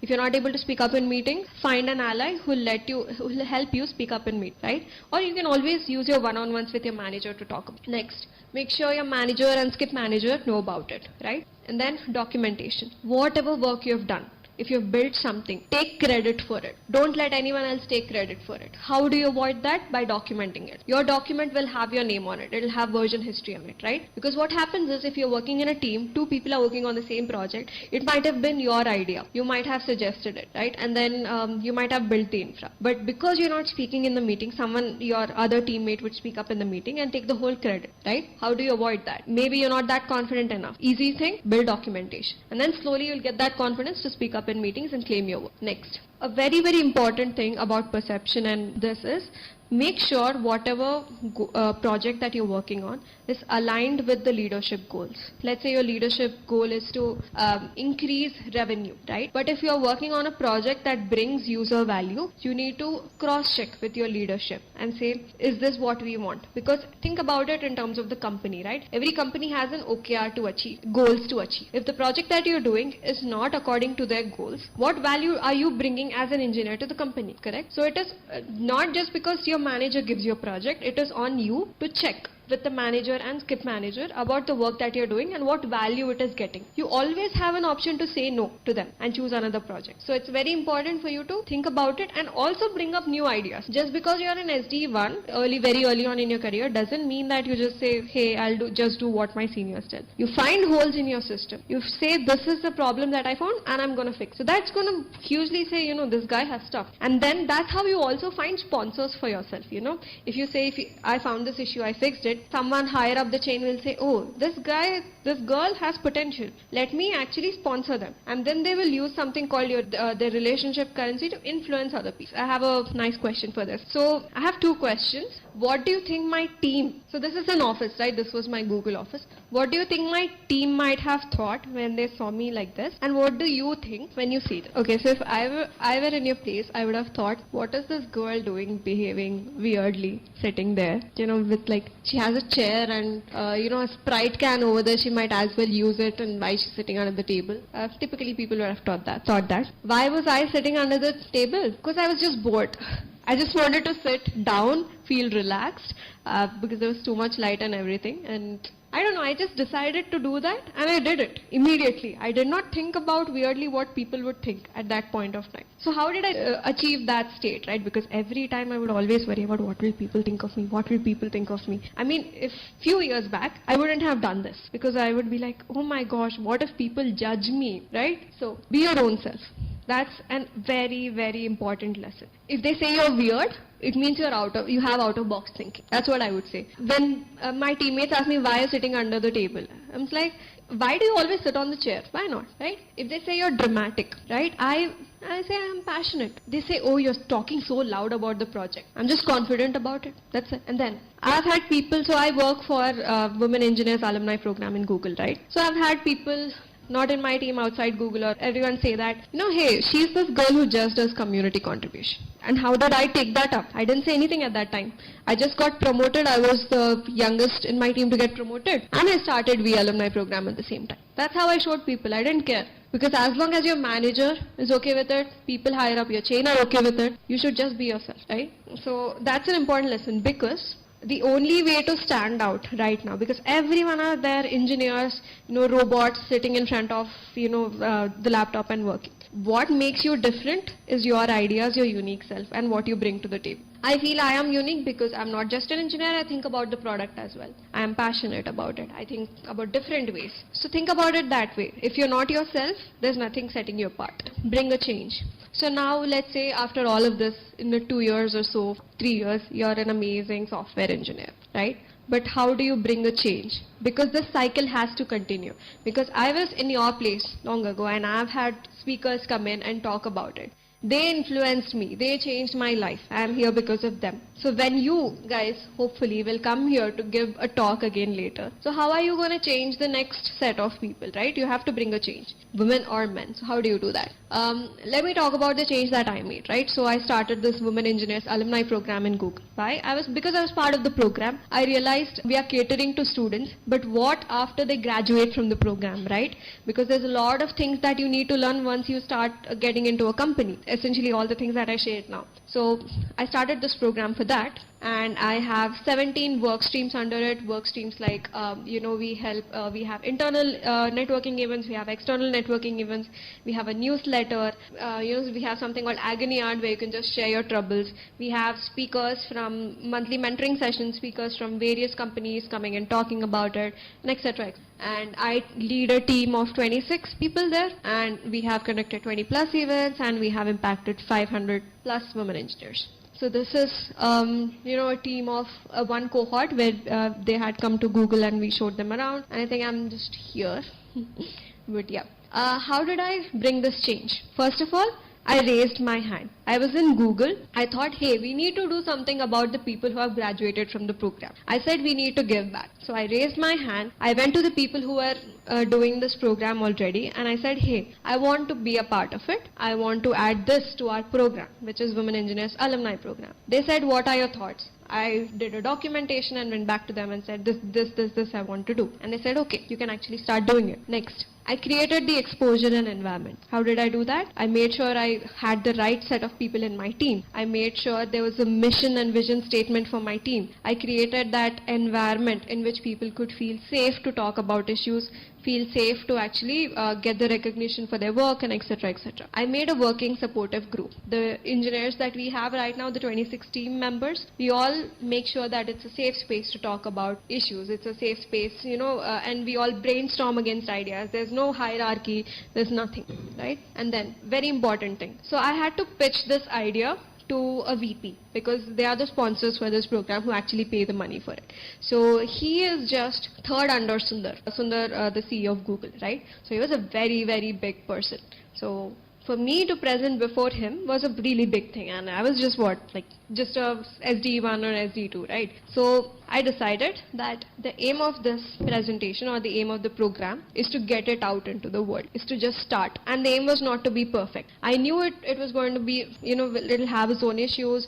We might not have the turnout as we expected. There'll be hardly few people or whatever. But I told that right out. I said, hey, I'm just being brave here. I just want to get this started. It won't be perfect, but it's a pilot and I want to do it. And they were impressed by it. And that put me at a lot of ease as well, because the expectation I set with them, which is very important, the expectation I set with them is that it is a pilot, and the perceived value also will be in the same way, right? Because they'll expect, okay, it's a pilot, they'll make mistakes and all of that. Versus if I say, hey, it's going to be successful, there's that, they'll have too many expectations, and then my perceived value would have been lower. Next, again, hero's curve, right? I failed at this multiple times. I started the program, had a lot of issues, then back again and again and again. Yes. And yeah, then right now we are just giving back to the community. So hopefully all of you guys have learned something out of this presentation as well, and hopefully you guys will also give back to the community in a similar way. Can't wait to see that. Thank you everyone.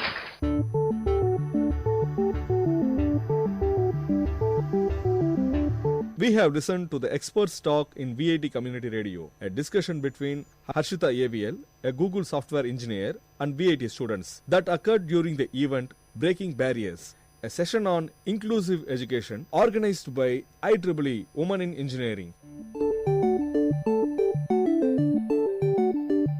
Thank you for listening to Experts Talk. Until we catch you on our next discussions in various fields, keep waiting and stay tuned to VIT Community Radio 90.8.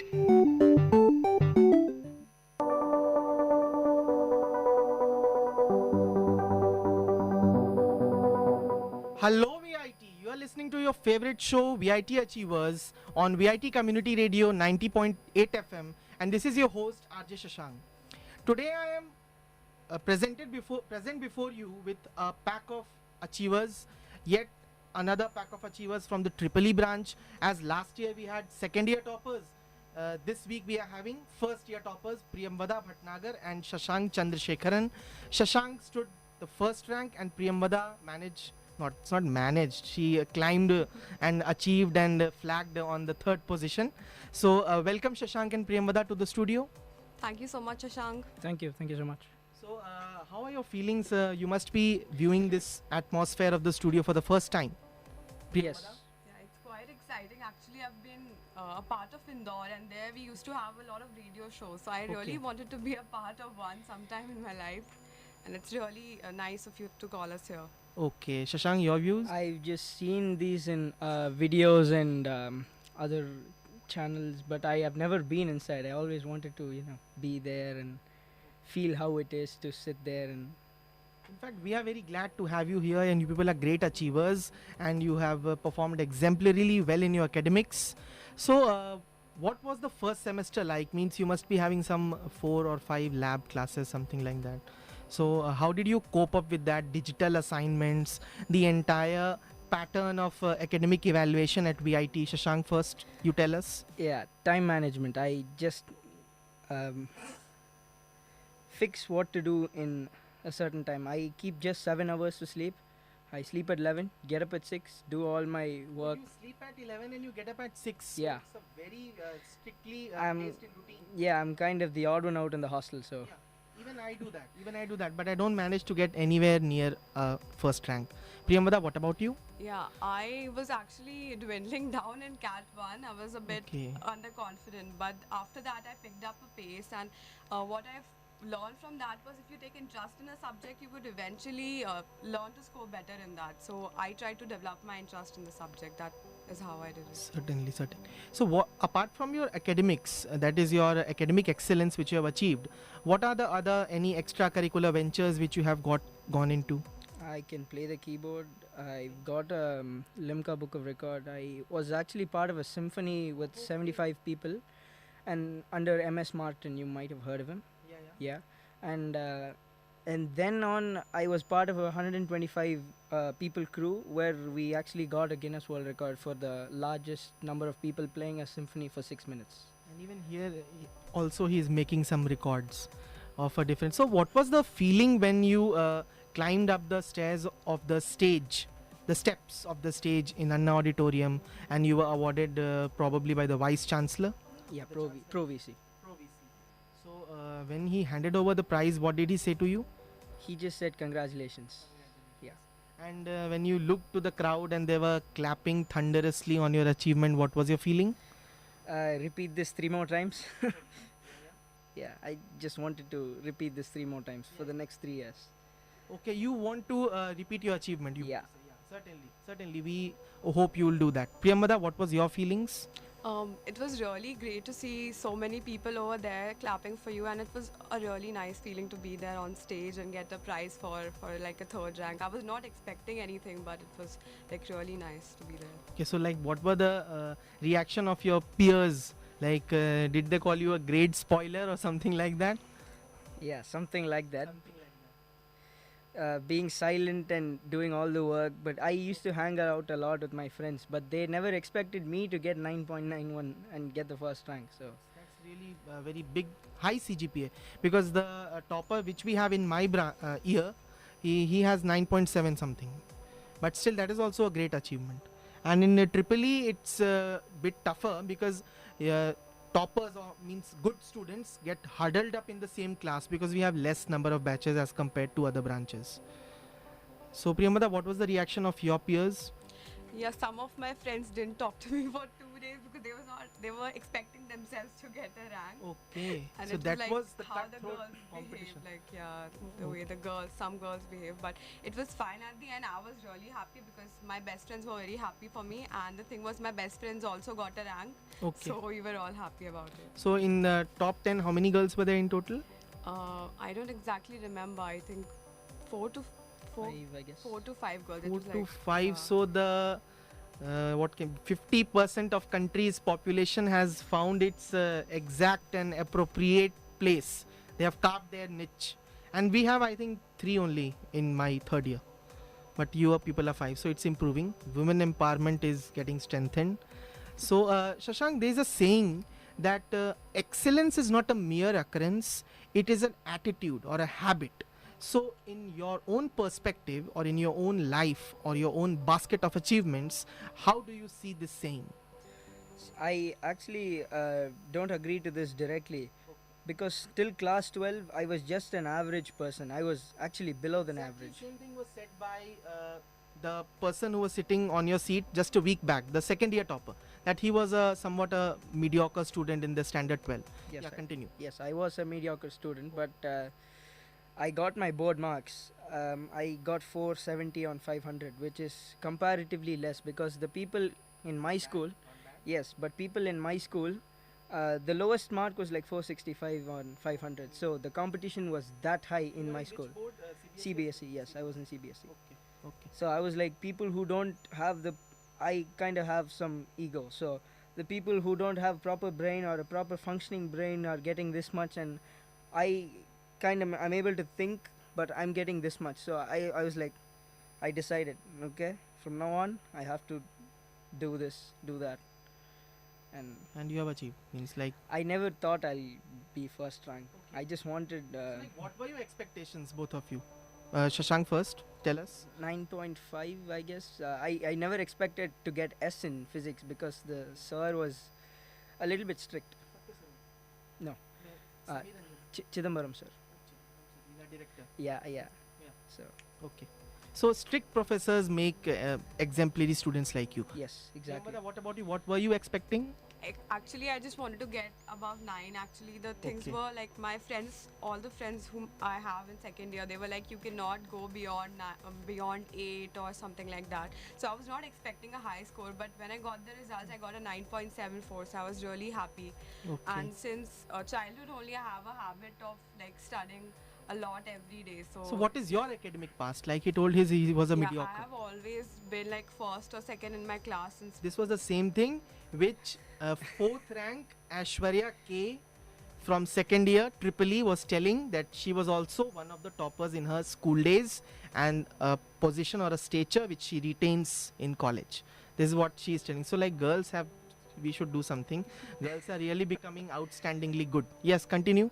yeah, and I agree to his point that sometimes you should not trust board marks also, because some Okay. people who are like who don't even have logic score in like both exams, but when you see them in college, they are not able to do But that. even here I think that the evaluation is not strict, is not very strict. Here I'll say it's flexible, and it's I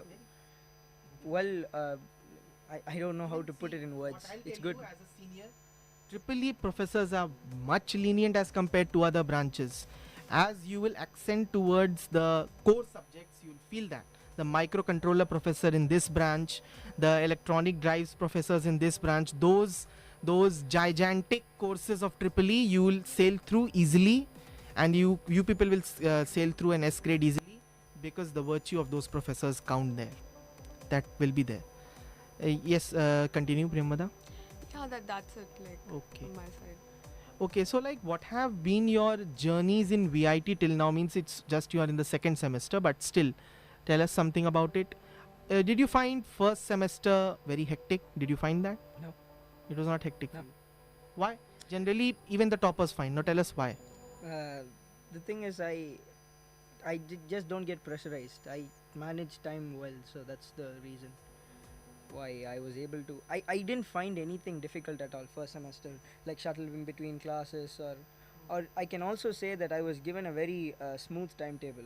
I could get good sleep, and So were you go to classes. batchmates in the first semester? No, we I weren't. just got to know him when we were getting the prizes.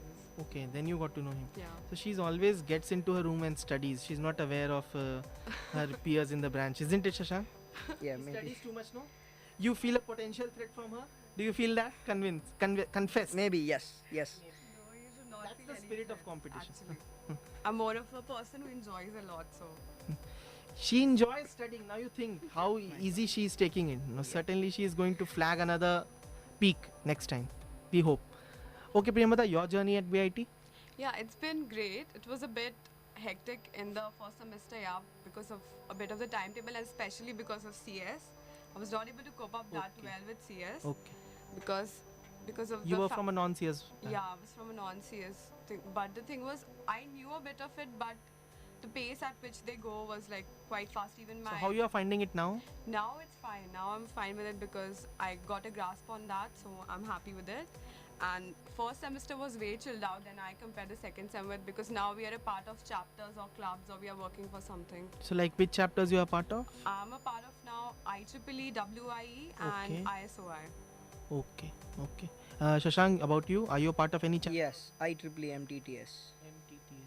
The Microwave Theory and Technique Society. So like, are you involved in some technical ventures there? Yeah, I joined the club chapter. I joined the chapter recently, so I haven't started on anything. So I'm just waiting for Cat 2 to finish, and then. So which was the most interesting course which you have found till now at VIT in your academics? Like, because you people are just honing your skills in the courses, but there must be something which you are finding very interesting. Electromagnetics, engineering electromagnetics. So there's a lot of imagination involved. Yes. You're liking that. But that is a big headache which others believe. And the most course which it is really very electromagnetic. It pulls people, it doesn't let people go to the next course. Okay. And Priyambada, about you?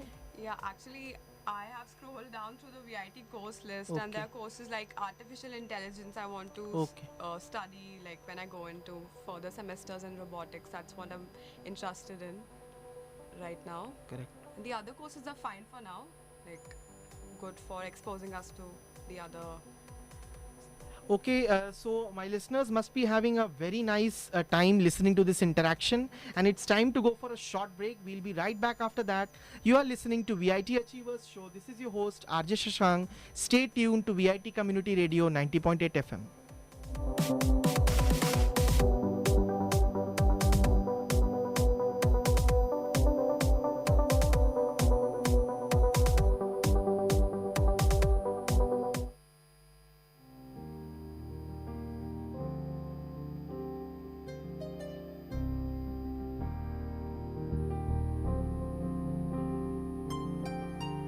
करवट बदल के दिखाए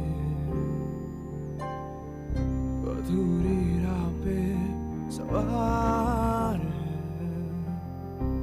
डूबी कश्ती उठाए दफन तेरा खुमार है तेज है ये हवाएं ना कोई साथ यहाँ रे तेरी वजह से जो पल गवाए उनका हिसाब लिखा कहाँ रे अब साथ ही है सदा रे जज्बात अब है कफारे अपना कोई मुझे पुकारे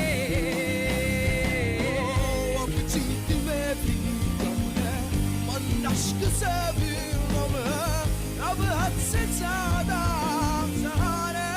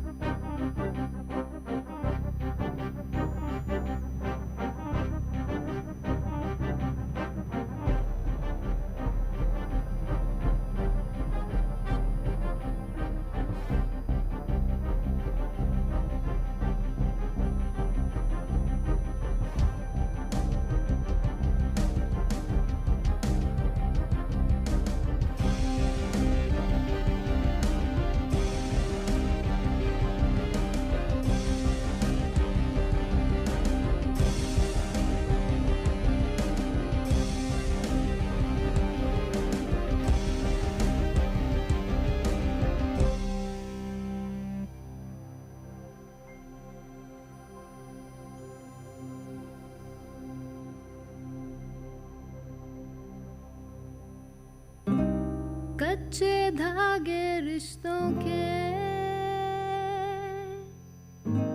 टूटे हाथों से तेरे फिर न आएगी मिटे लकीरें हाथों की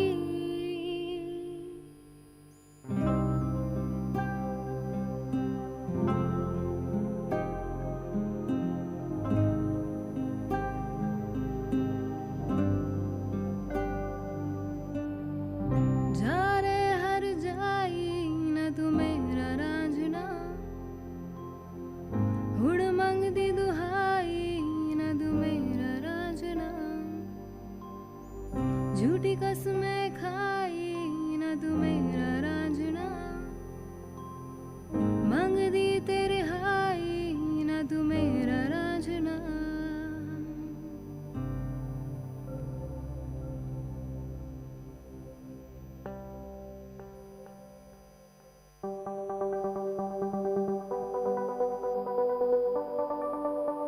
Welcome back VIT. You're listening to your favorite show VIT Achievers on 90.8 FM, and this is your host RJ Shashank, and today we have Shashank Chandrasekharan and Priyamvada Bhatnagar, first year EEE toppers, rank holders, and we are having a very virtuous discussion with them. Welcome both of you after this break. Thank you. Thank you so much. Okay, so my next question would be Shashank, that apart from flagging high peaks in this field of academics, what are your other fields of interest? I can play cricket. I've played cricket for the school team, and I solved the Rubik's Cube. Okay, so that is also associated with this brainstorming and all. Yeah. So he happens to be a very intelligent guy, I can say, from this first interaction. But I never touched the book for more than an hour in the room. You don't need to. That is the conclusion. What about you, Priyamvada? Yeah, I'm more interested in singing, and I have learned Bharatanatyam for 6 years. So that is what I love doing, and I love reading books also. Okay, so like at the end of the show, we would be glad if Priyamvada sings 2 lines for us. Maybe her voice is not good, but still she will have to sing. This is a request and something like, I cannot say an order, but someone from a senior. I think she'll keep this request. Okay, so like your interests are very much off track from studies. Like his still, it pertains to some studies. So like how much time you give there and how much time you study? Now I'm not able to give much time to dancing and singing because it consumes a lot of time. I used to give a lot of time in school because I was like a council member there, so I used to organize things. But now it's very tough. You can't be in music club and be in a technical chapter and then study also. It's quite hard to No, but manage. people are managing that. You can try. Yeah, I'll try that in next semester. We have a music section in this also, which I only lead the section. So if you are really good at singing, then obviously we have opportunities for you. So Shashank, tell us something, that some light moments which you spent in VIT, or like from the way of TT to SJT, you found something. Colorful scenery.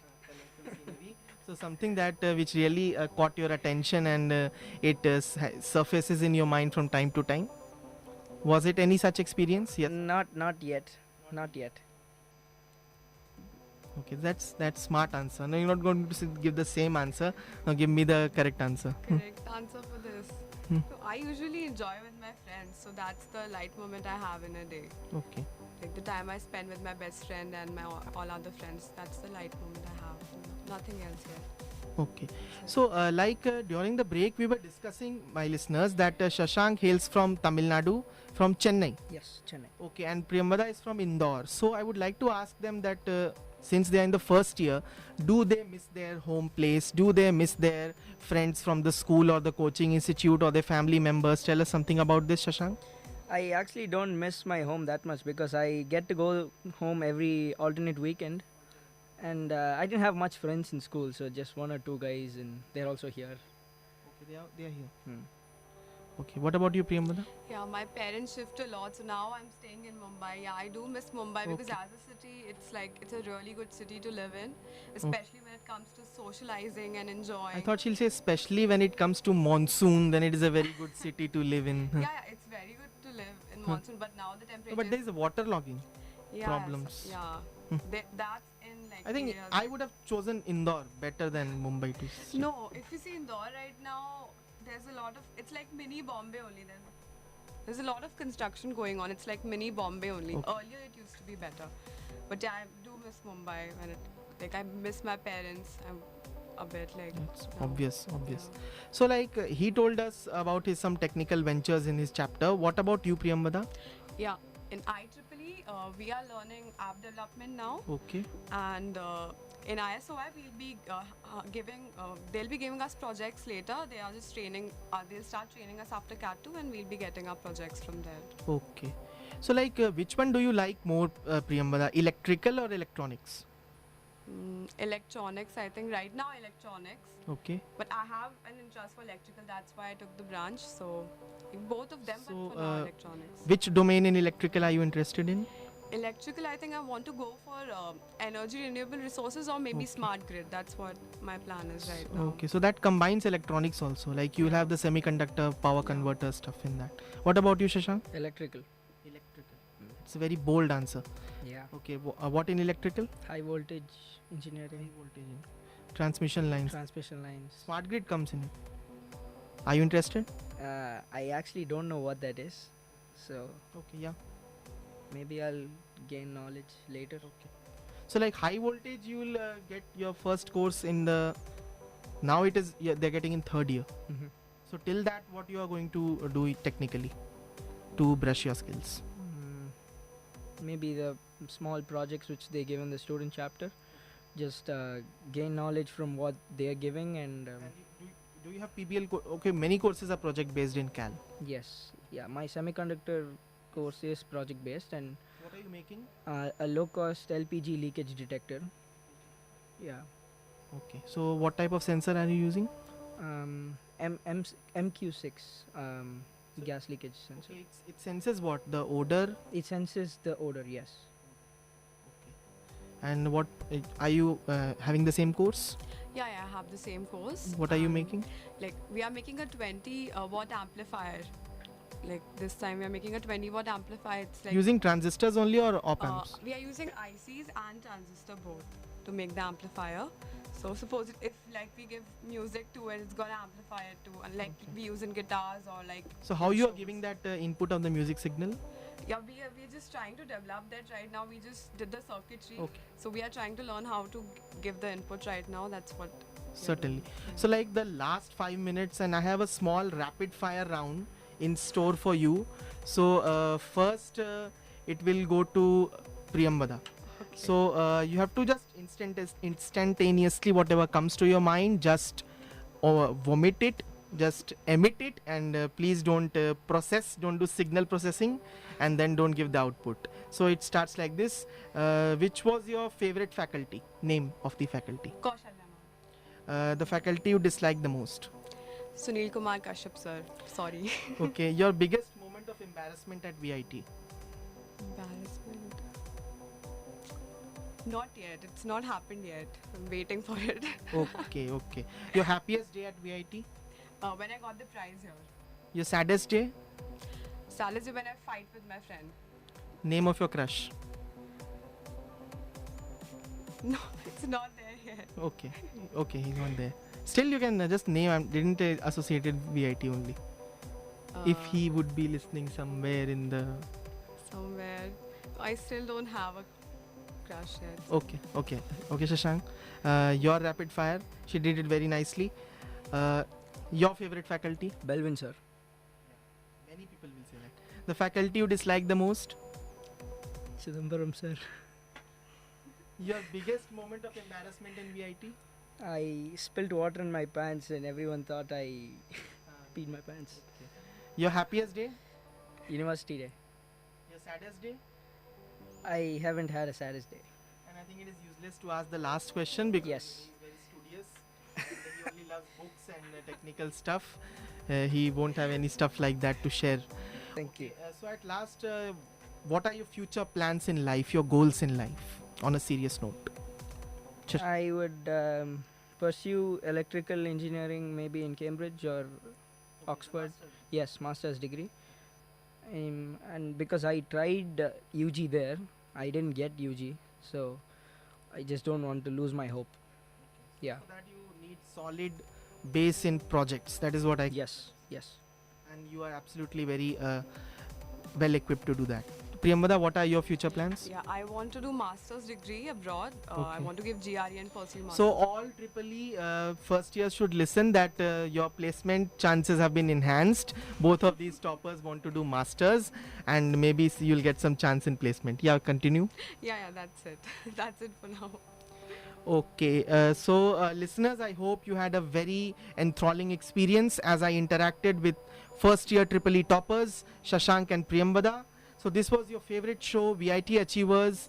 This is your RJ Shashank signing off. Stay tuned, keep listening to VIT Community Radio 90.8 FM.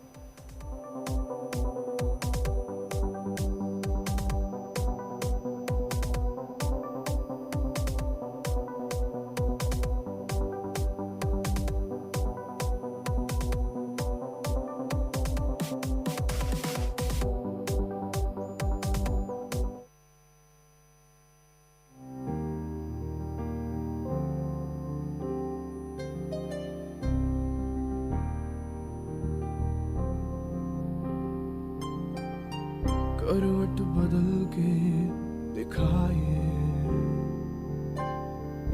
अधूरी राह पे सवार है डूबी कश्ती उठाए दफन तेरा खुमार है तेज है ये हम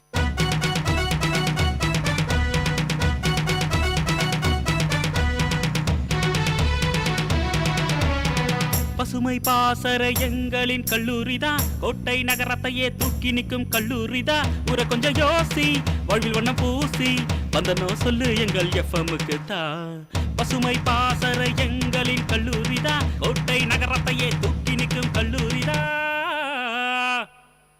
Hello VIT, you are listening to VIT Community Radio.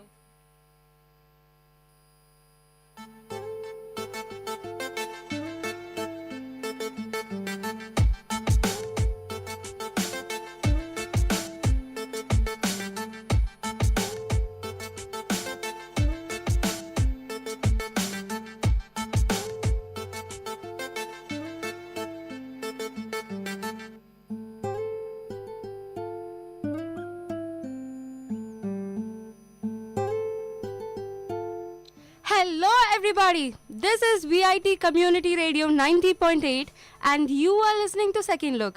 This is Vibisha and I'll be your host. We also have a guest in our show today. Hello Ashwin. Hi.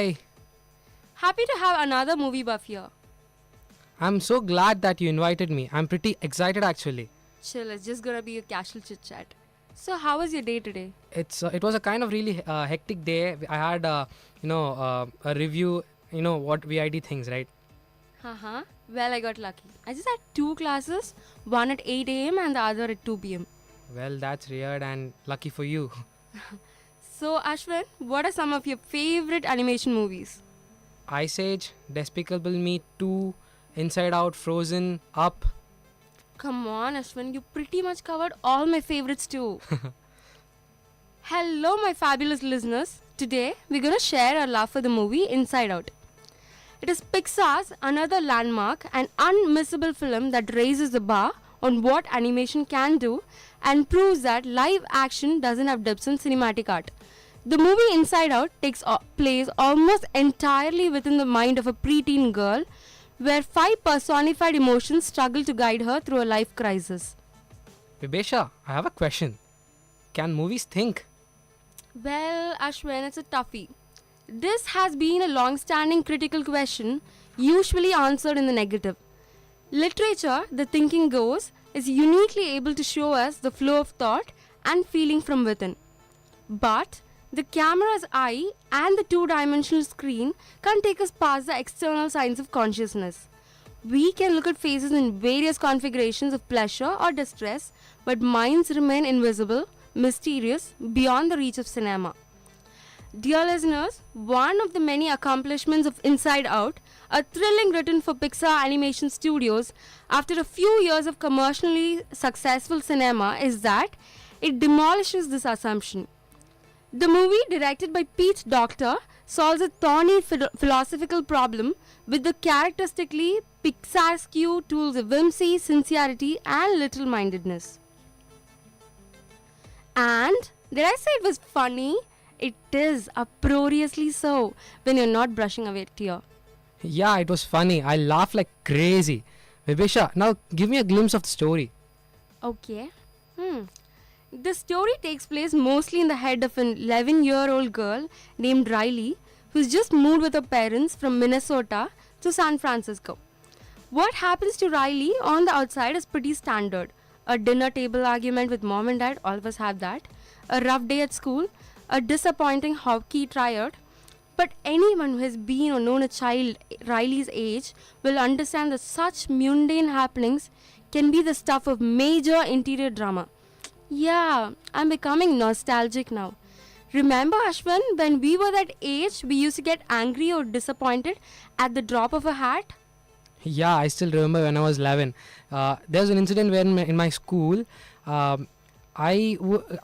didn't want to go to school actually that day. So what happened was my mom insisted on me. I went to school, and there I was standing, and I said to my teachers, like, ma'am, I have a stomach ache so badly, so please get me back to home. I don't want to be here. And this is what I said to them, and they immediately sent me back to home. Oh, I think all of us must have done it. I miss being a kid. Just like Peter Pan says, don't grow up. It's a trap. It's actually funny how much we wanted to be an adult, and we are when we are kids, and now that we are adults, we want to go back to being kids. Haha, yeah, that is weird. Now, back to the story. The real action, the art, the comedy, the music, and the poetry unfolds among Riley's personified feelings. There is an old literary tradition of turning what used to be called the passions into characters, and Inside Out updates this tradition with a brilliant casting. Riley's brain is controlled by 5 busy emotions: fear, anger, disgust, sadness, and joy. Each one has a necessary role to play, and they all carry out their duties in Riley's neurological command center with the sitcom colleagues. Now, who would have thought of that? Hey, guess what? Their voices, aptly enough, belong to the television comedy dream team. Anger, a squad, inverted trapezoidal of bright red bluster. In the Daily Show, Ratner Lewis back. Disgust, a green mean girl, is the great Mindy Kaling. Fear, an elastic-limbed goofball, is the former Saturday Night Live rubberman Bill Holder. Sadness speaks in the sighing monotone of Phyllis Smith, the most reliable killjoy on The Office. You must have watched that. She is blue and slow-moving, and the others sometimes wonder what exactly her job is supposed to be. It is so relatable. But people, Joy reigns supreme. Even without an organizational chart, you can tell she is the boss. She's a sparkling whirlwind of positive energy and friendly micromanagement. You might say she's a Leslie Knope of the cerebral cortex, and not only because her peppy vocalizations belong to Amy Poehler, but the insistence on happiness has its discontents. As a manager, Joy is focused above all on controlling and containing sadness. She thinks she needs to keep a gloomy co-worker's hands of Riley's co-memories. Well, she's very protective. These golden shiny orbs will be ruined if they turn blue. At one point, Joy draws a small chalk circle on the floor and instructs Sadness to stand inside it, not touching anything so that she does not wreck the upbeat mood. How sad that would have been for Sad herself. Now, Vibesha, don't get all melodramatic, please. Alright. Looked at one way, this is a very simple story of childhood growing pains. Forced to say goodbye to her friends and the happy life she's built in small town Minnesota, 11-year-old Riley is abruptly uprooted when her father lands a job in San Francisco. Moving is always sad. The mundane hardships that follow: a disastrous first day at the new school, a sports tryout gone wrong, don't unfold from Riley's perspective exactly. Rather, they are experienced through the eyes of her emotions, the feelings that run the control booth in her mind. Joy, a yellow sprite voiced by a perfect cast, Amy Poehler, is de facto leader of the group. But she has to share console space with the other color-coded voices in Riley's head. Eye-rolling disgust, skittish fear, literally hot-headed anger, and glum sadness. Well. I know what all of you must be thinking. All of us have emotions, right? Don't we? But who is this Riley?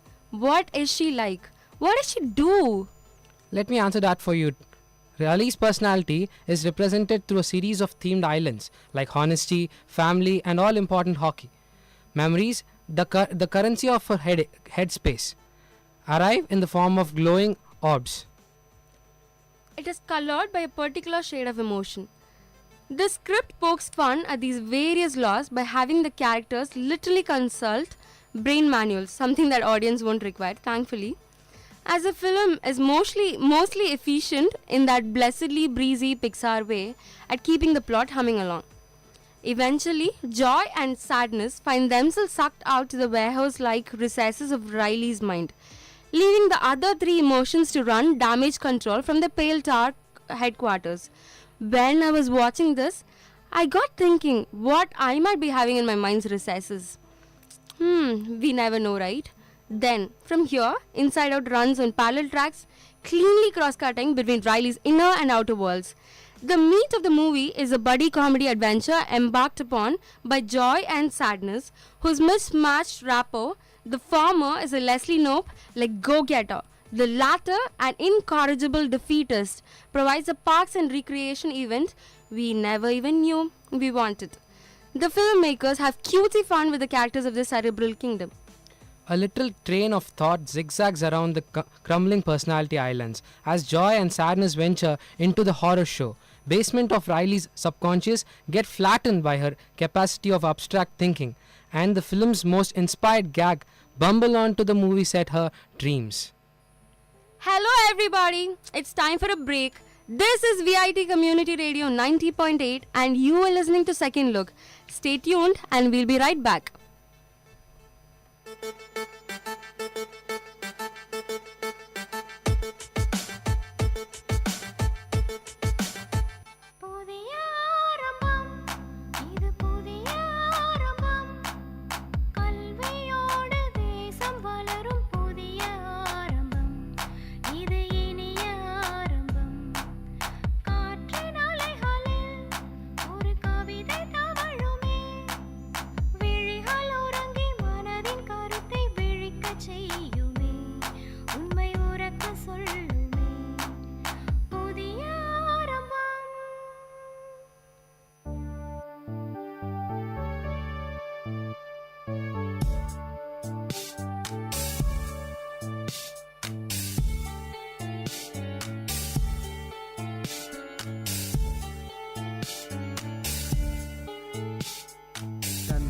எனும் மந்திர சொல் தாலாட்டுமே என்னை என்றும் தந்தை போல தோழன் இல்லை என் தந்தை இன்றி தெய்வம் இல்லை வரமாய் வந்த தெய்வம் நீ தவமாய் கிடைத்த செல்வம் நீ என்னென்னம் நீ வந்தம் நீ எந்த தந்தை நீ தந்தை எனும் மந்திர சொல் தாலாட்டுமே என்னை என்றும்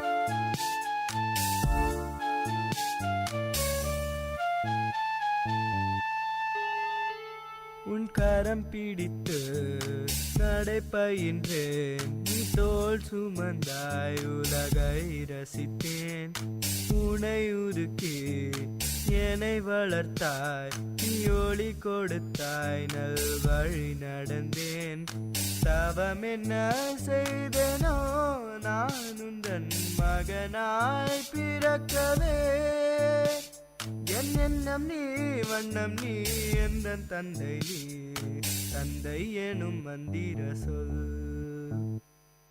தாலாட்டுமே என்னை என்றும் தந்தை போல தோழன் இல்லை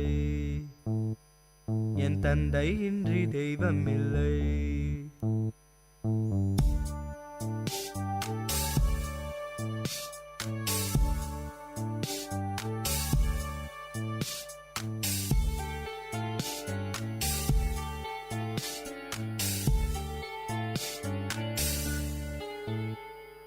காதல் கொண்டேன் காத்திருந்தேன் கரம் கொடுக்க நான் கரை சேர்ந்தேன் சோர்ந்திருந்தேன் சேர்ந்து நின்றாய் வீழும் முன்னே நீ தாங்கிக் கொண்டாய் இனி வரும் பிறவியும் நான் உந்தன் மகனாய் பிறக்கவே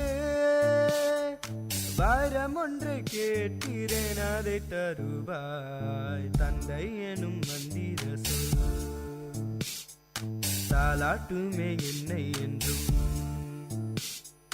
தந்தை போல தோழன் இல்லை என் தந்தை இன்றி தெய்வம் இல்லை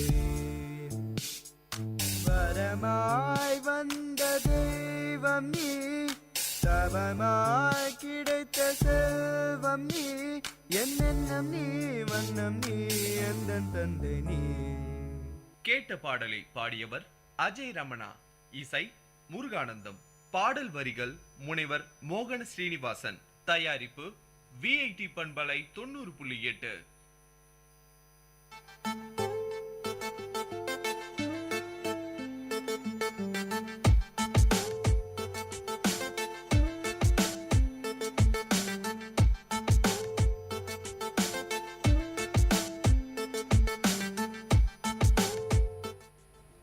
Hey peeps, did we keep you waiting for long? Well, we are back with a bang. You're listening to VIT Community Radio 90.8. This is Second Look by Vibisha and Ashwin, and we were covering the movie Inside Out. So back to that.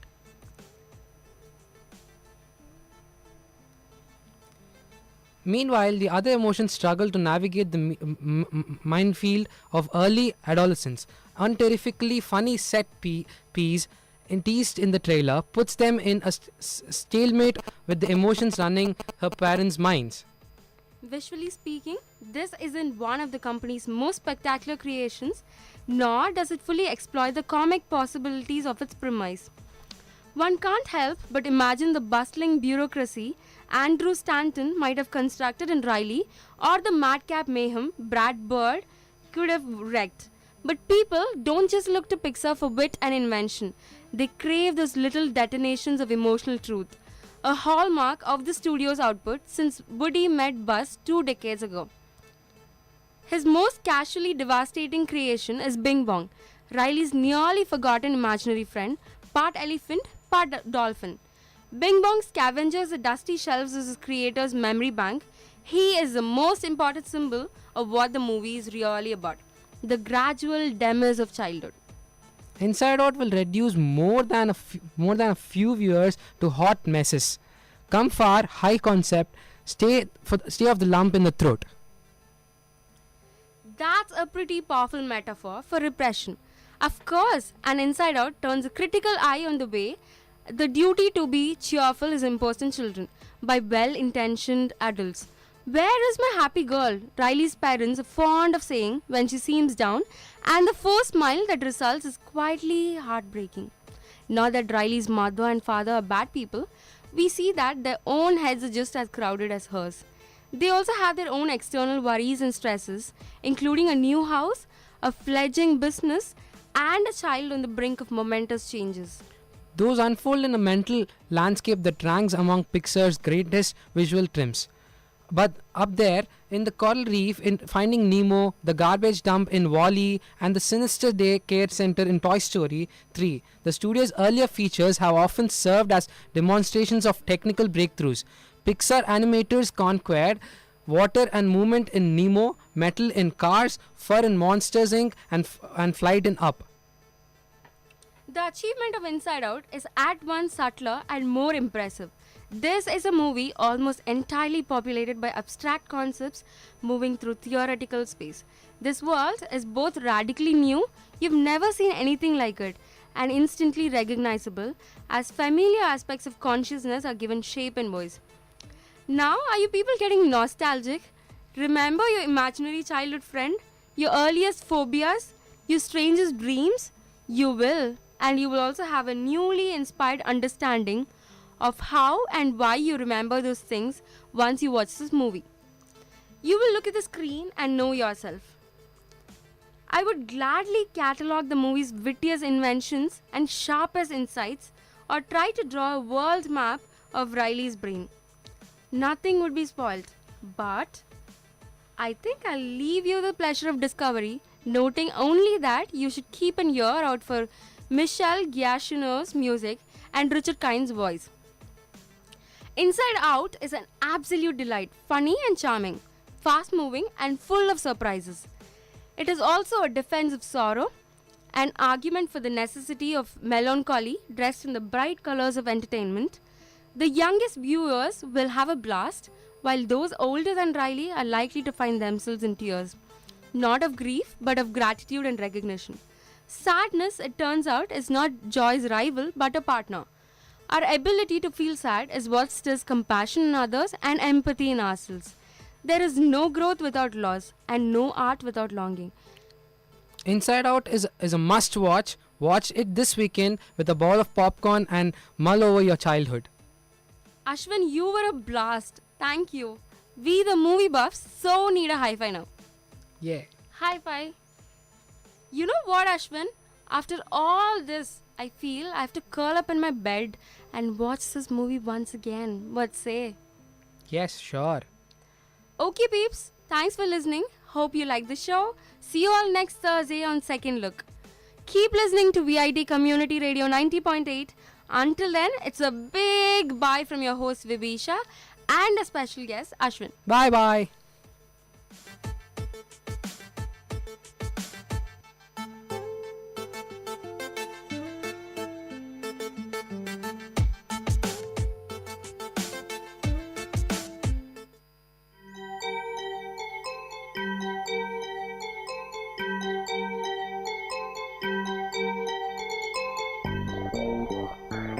வணக்கம், நமஸ்தே, நமஸ்கார், சலாம் and வந்தனம்.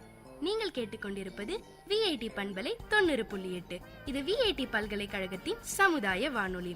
உங்க எல்லோரையும் புதுமை பெண்கள் நிகழ்ச்சிக்கு வரவேற்கிறேன். நான் உங்க அட்டானா. இந்த நிகழ்ச்சியில எவ்வளோ கடினமான சூழ்நிலையும் தனக்குன்னு ஒரு பாதையை அமைச்சுக்கிட்டு அதுல அவங்க பயணத்தை தொடர்ந்து அதுல வெற்றியும் அடைந்த பெண்களை பத்தி தான் நான் உங்களுக்கு சொல்ல போறேன். வாழ்க்கையில பல சந்தோஷங்களையும் துயரங்களையும் உணர வைக்கிறது வார்த்தைகளை கேட்கும் போதுதாங்க. ஒருத்தர் நம்ம கிட்ட பகிர்ந்துக்க வர விஷயங்களை உணர்வு பூர்வமா எடுத்துக்க வைக்கிறது முழுமையான காரணம் கேட்கும் திறன். இந்த உலகத்துல என்ன நடந்தாலும் அமைதிங்கிற ஒரே உலகத்துல இருக்கிறவங்க தாங்க நம்ம ஜெயஸ்ரீ. இன்னைக்கு நம்ம நிகழ்ச்சியில இவங்கள பத்தி தான் சொல்ல போறேன். நம்ம ஜெயஸ்ரீ பிறக்கும் போது சாதாரணமா நம்ம எல்லாரையும் போல பிறந்தவங்க தான். சாதாரண ஸ்கூல்ல படிச்சுக்கிட்டு இருந்தாங்க. ஒரு பிறந்த குழந்தையின் அழுகுரலையும் கேட்டு மகிழ்ந்திருக்காங்க. யாரோ ஒருவர் அழுவதையும் கேட்டிருக்காங்க. சாதாரண வாழ்க்கையில ஒரு சக குழந்தையா வாழ்ந்துகிட்டு வந்தாங்க நம்ம ஜெயஸ்ரீ. சின்ன வயசுல பிரைமரி காம்ப்ளெக்ஸ் வந்திருக்கு. அது குணமானும்னா பென்சில்னு ஒரு ஊசி போட்டாதான் நல்லதுன்னு டாக்டர் அந்த ஊசியை போட்டிருக்காரு. எல்லாருக்கும் எல்லா உடம்புக்கும் இந்த ஊசி ஒத்துக்காது. சில பேருக்கு தன்னோட கொடூர முகத்தையும் காட்டிடும். அந்த மாதிரி தன்னோட கொடூர முகத்தை பென்சிலின் ஊசி ஜெயஸ்ரீக்கும் காட்டிடுச்சு. பென்சிலின் ஊசி போட்டதுல 2 காதும் கேட்காம போச்சு. அதாவது 100% கேட்காம போச்சு நம்ம ஜெயஸ்ரீக்கு. டாக்டர் நல்லதுக்கு தானே அந்த ஊசியை போட்டாரு, வேணும்னேவா போட்டாருன்னு ஜெயஸ்ரீயோட அம்மாவும் அப்பாவும் அதை பெருசுபடுத்தல.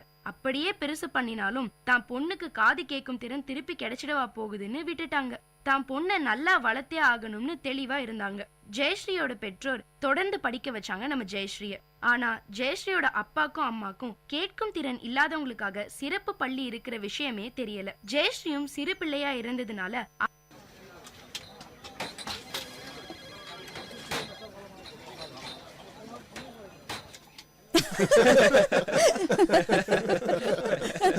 என்ன கேண்டீன் அண்ணா, இன்னைக்கு டீல இஞ்சி வாசனையே இல்லையே. ஐயா, இஞ்சி ரேட்டு அதிகமா இருக்கு. ஆனா நீங்க அதிக காசு கொடுத்து டீயை வாங்க மாட்டீங்க. அதனால தான் நானும் இஞ்சியை சேர்க்கல. என் நிலைமையையும் கொஞ்சம் யோசிச்சு பாருங்க. ஸ்ரீராம், இஞ்சி டீ குடிக்காம உன்னால வாழ முடியாதா? நீ என்னதான் செய்வியோ டீ குடிக்காம? ஜோக் நல்லா தான் இருக்கு. ஆனா அவங்க உண்மையிலேயே நல்லவங்கன்னா மற்றவங்கள பத்தியும் யோசிக்கணும். இப்போ நம்ம தலைவரை பாருங்க, அவர் நாட்டில் இருக்கிற எல்லார பத்தியும் யோசிக்கிறார்ல, அந்த மாதிரி நாமளும் இருக்கணும். அது சரி, மத்தவங்களுக்கு பயனுள்ளவங்களா கொஞ்சமாச்சும் இருக்கணும். இல்லனா இந்த வாழ்க்கை பயனற்றது. அப்புறம் விலங்குக்கும் மனுஷனுக்கும் என்ன வித்தியாசம்? ஆமா, நீங்க சொல்றது ரொம்ப சரி. நீங்க ஒரு உண்மையான மனுஷனா இருந்தா மனித நேயத்தை பின்பற்றி அதே மாதிரி நடக்கணும். என்னாச்சு தம்பி? ஸ்ரீராம் மாமா, கடவுள் ரொம்ப மோசமானவர். ஷாருக் தம்பி, என்ன நடந்துச்சு? நீங்க என்ன பண்ற? என்னாச்சு தம்பி, சொல்லுங்க. ஏன் இப்படி பேசுறீங்க? ஸ்ரீராம் மாமா, உங்க அசிஸ்டன்ட் மேனேஜர் இருக்கார்ல பீட்டர், அவரோட பையன் மெல்வின் என்னோட உயிர் நண்பனா இருந்தான். தம்பி, நண்பனா இருந்தான்னு ஏன் சொல்றீங்க? இப்போ அவர் உங்க நண்பன் தானே? இல்ல, இப்போ அவன் இல்ல, இனிமேலும் வரமாட்டான். மெல்வின் ஹெல்மெட் போடாம பைக் ஓட்டிட்டு போனான். அப்ப அவனுக்கு விபத்து ஏற்பட்டுருச்சு. அவனுக்கு தலையில பலமான காயம். அவனை ஹாஸ்பிட்டலுக்கு கொண்டு போனாங்க. ஹாஸ்பிட்டல்ல சேர்த்ததும் டாக்டர் அவனுக்கு எல்லா டெஸ்டும் எடுத்துட்டு அவனோட மூளை இறந்துருச்சுன்னு சொன்னாரு. அதான் பீட்டர் மாமா அவருக்கு லீவ் அப்ளை பண்ண என்ன ஆபீஸ்க்கு அனுப்புனாரு. அவனோட சின்ன பையனை பீட்டர் இழந்துட்டான்பா. ரொம்பவே கஷ்டமா இருக்கு. ஆனா மாமா, மெல்வின் தன்னோட உடல் உறுப்பை தானம் பண்ணி 9 பேருக்கு உயிர் கொடுத்திருக்கான். அவன் சாகும் போது கூட ஒரு பெரிய தானம் பண்ணியிருக்கான். எப்படி? பீட்டர் மாமா குடும்பத்தை சேர்ந்தவங்க சரியான நேரத்துல மெல்வினோட உடல் உறுப்பை தானம் செஞ்சு ஒரு பெரிய உன்னதமான காரியம் செஞ்சாங்க. அப்படியா? உறுப்பு தானம்னா என்ன? நாங்க அத பத்தி கேள்விப்பட்டிருக்கோம். ஆனா என்ன நடக்குது எப்படிங்கறத பத்தி எங்க கிட்ட முழுமையான தகவல் இல்ல. இதோ உங்க பாஸ் வராரு, அவர்கிட்டயே கேளுங்க. ஏன்னா அவர்தான் உறுப்பு தானம் செய்ய பீட்டர் மாமாக்கு அறிவுறுத்தினாரு. சார், உறுப்பு தானம் பற்றி எங்களுக்கு சொல்லுங்க. உறுப்பு தானம்னா என்ன? நீங்க உடல் உறுப்பு தானம் பத்தி கேக்குறது எனக்கு ரொம்ப சந்தோஷமாவும் பெருமையாவும் இருக்கு. இறந்த பிறகு நாம உடல் உறுப்பு தானம் செஞ்சு பிறருடைய வாழ்க்கையை காப்பாத்தலாம். அதோட ஒரு நபரோட வெவ்வேறு உறுப்புகள் மூலமா நீங்க 9 பேருக்கு வாழ்க்கை கொடுக்கலாம். 9 பேருக்கு வாழ்க்கையா? ஆமா, உடல் உறுப்பு தானங்கிறது மெல்வின் மாதிரியான ஒருத்தருடைய மூளைச்சாவு அடைஞ்சதுக்கு அப்புறம் தான் நடக்குது. உடல் உறுப்பு சேதமடைஞ்சு மாற்று அறுவை சிகிச்சை தேவைப்படுறவங்க இங்க நிறைய பேர் இருக்காங்க. இவங்களுக்கு உடல் உறுப்பு தேவை. அப்பதான் இவங்க உயிரோட வாழ முடியும். அதோட மூளை இறந்ததுக்கு அப்புறம் தான் உறுப்பு தானம் செய்ய முடியும். அவங்களுடைய குடும்ப உறுப்பினர்கள் அவங்க சொந்த விருப்பத்துல தான் உறுப்புகளை தானம் செய்யறாங்க. ஆனா சார், பொதுவா உறுப்புகளை தானம் செஞ்சா அடுத்த ஜென்மத்துல அந்த உறுப்புகள் இல்லாம பிறப்போன்னு நிறைய பேர் சொல்றாங்க. இப்படி யோசிச்சு பாருங்களேன். நீங்க இறந்ததுக்கு அப்புறம் உங்க இதயம் தானம் செய்யப்பட்டிருந்தா அடுத்த வாழ்க்கையில இதயம் இல்லாம ஒரு நபர் பிறக்க முடியுமா? இதெல்லாம் வெறும் மூட நம்பிக்கை தான். மூட நம்பிக்கையில இருந்து வெளியில வாங்க. ஜீவா, நீங்க உங்க இதயத்தை எத்தனை பேருக்கு கொடுத்திருக்கீங்கன்னு எனக்கு நல்லா தெரியும். நல்ல காமெடி. ஆனா சார், உடல் உறுப்பு தானம் நம்ம சாஸ்திர சம்பிரதாயத்துக்கு எதிரானது இல்லையா? மரணத்துக்கு அப்புறம் கடைசி காரியங்கள் செய்யறது நம்ம வழக்கம் இல்லையா? அதெல்லாம் எப்போ செய்ய? நம்மோட வேதங்கள் சொல்லி இருக்கிற மாதிரி கஷ்டப்படுறவங்களுக்கு உதவி செய்யறதும் மத்தவங்களுக்கு சேவை செய்யறதும் தான் உண்மையான பக்தி. அதோட உடல் தானம் செய்பவருடைய உடல் தானத்துக்கு அப்புறமா அது சிதைக்கப்படுறது இல்ல, உடல் ரொம்ப மரியாதையோட திருப்பி தரப்படுது. ரொம்ப சரியா சொன்னீங்க. ஒருத்தர் வாழும்போது நிறைய சேவைகள் செய்யலாம். ஆனா இறந்த பிறகும் நிறைய பேரை வாழ வைக்கிறவன் தான் உண்மையான மனுஷன். இந்த ஒரு உன்னதமான காரணத்துக்காகத்தான் உடல் உறுப்பு தானம் பத்தி நம்ம எல்லாருமே சிந்திக்கணும். முதலாளி சார், நான் என் உடல் உறுப்புகளை தானம் செய்ய விரும்பினா அதுக்கு நான் என்ன செய்யணும்? உண்மையிலேயே நீங்க ஒரு முக்கியமான கேள்வி கேட்டிருக்கீங்க. இது ரொம்ப சரியான ஒரு யோசனை. உடல் உறுப்பு தான சேவைக்காக மோகன் ஃபவுண்டேஷன் நிறைய வேலைகளை செஞ்சிருக்காங்க. அவங்கள நாம தொடர்பு கொண்டா உடல் உறுப்பு தானம் பத்தி எல்லா விஷயங்களையும் தெரிஞ்சுக்க முடியும். இந்த எண், அதாவது 180010371000. இது புனித சேவைக்காக 24 மணி நேரமும் இயங்குது. இங்க நீங்க எல்லா தகவலையும் பெற முடியும். இங்க பாத்தீங்களா, இதுதாங்க என்னோட உடல் உறுப்பு தான அட்டை. இது கண்டிப்பா யாராவது ஒருத்தருக்கு பயனுள்ளதா இருக்கும். நீங்களும் உடல் உறுப்பு தானம் செய்ய ஆர்வமா இருந்தீங்கன்னா கண்டிப்பா இந்த உறுப்பு தான அட்டையை வாங்கிக்கோங்க. சார், நாங்களும் அந்த மாதிரி உறுப்பு தான அட்டையை பதிவு செய்ய விரும்புறோம். இந்த வாழ்க்கை யாருக்காவது பயனுள்ளதா இருந்தா அது மிகவும் நல்லதுதானே சார்? இதே மாதிரி எல்லாருமே ஒரு சிறந்த மனுஷனா மாறதுக்கு சபதம் எடுத்து நீங்க உறுப்புகளை தானம் செய்யுங்க. உடல் உறுப்பு தானம் பற்றி மேலும் விவரங்களுக்கு அழைக்கவும் 1800103710. இந்த படைப்பு SBI ஃபவுண்டேஷன், SBI கார்ட்ஸின் ஆதரவால் மோகன் ஃபவுண்டேஷனால் வழங்கப்பட்டது.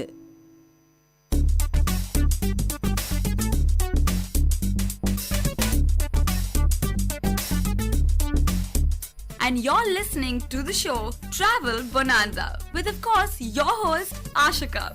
This show will allow you to explore and travel around the globe, and of course through the radio. But guys, this is your guide. Where to go, what to do, how to go, what to eat, and where to stay.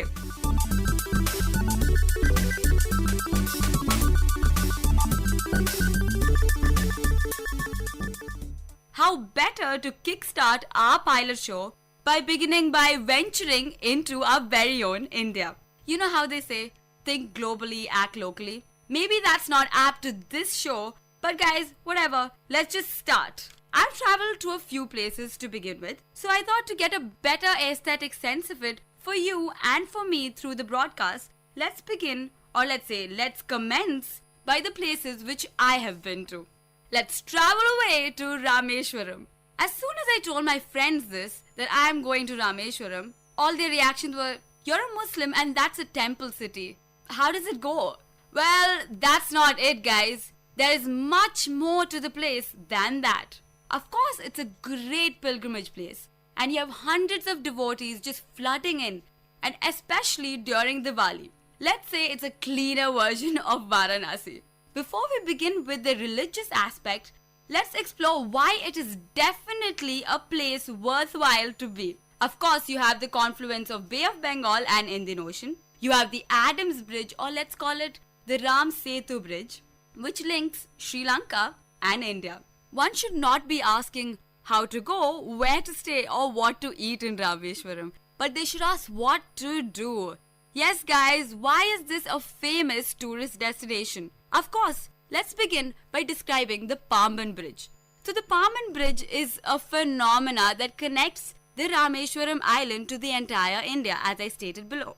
Now, the speciality of the bridge is it serves so many transports. It serves the ship, the train, and of course the other land vehicles. So what happens, there are two aspects of the bridge. One where the land vehicles can pass, and the other where the train passes. And soon as the train passes, the bridge opens up to the ship.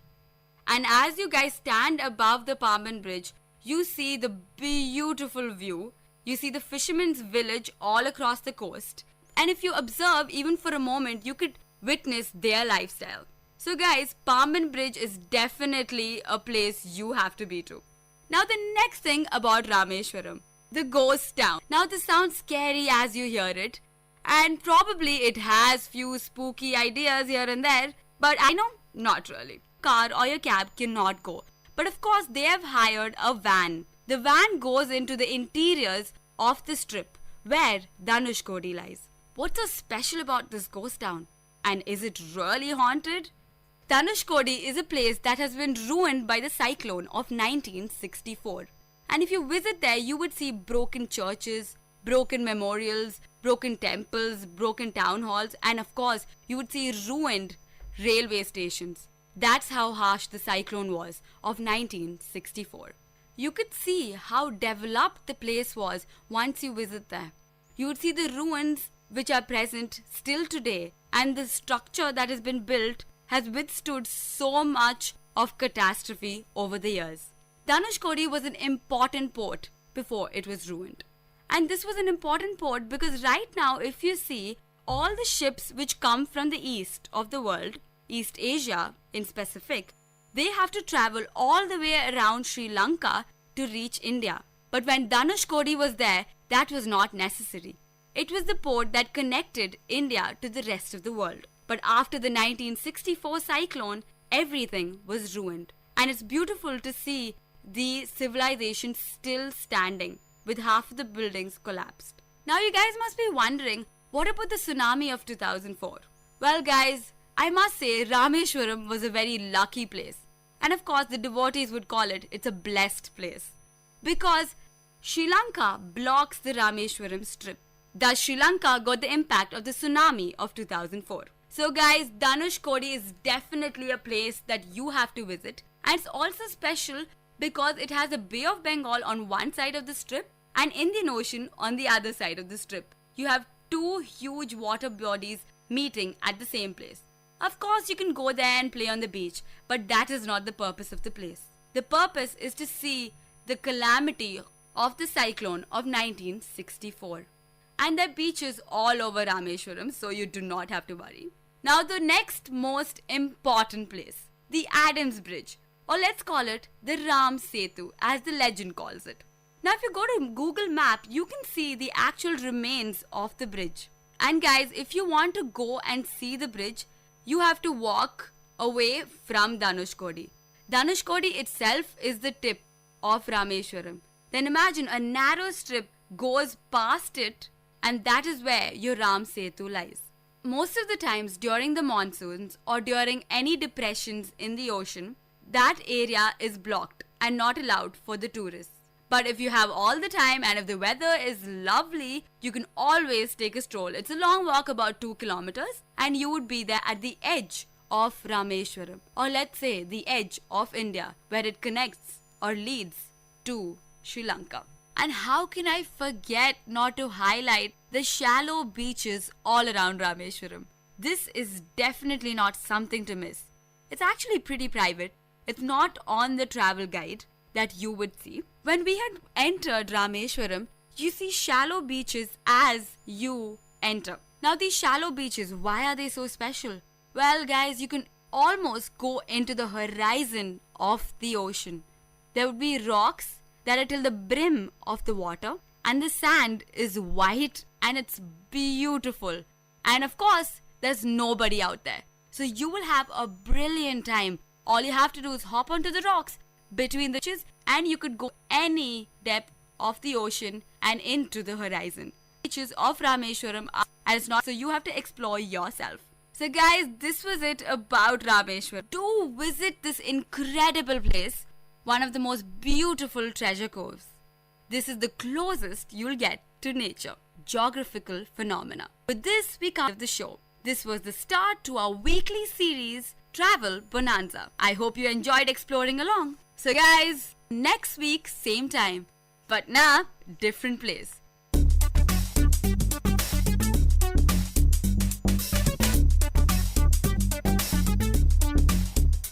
This was Travel Bonanza with your host Ashika.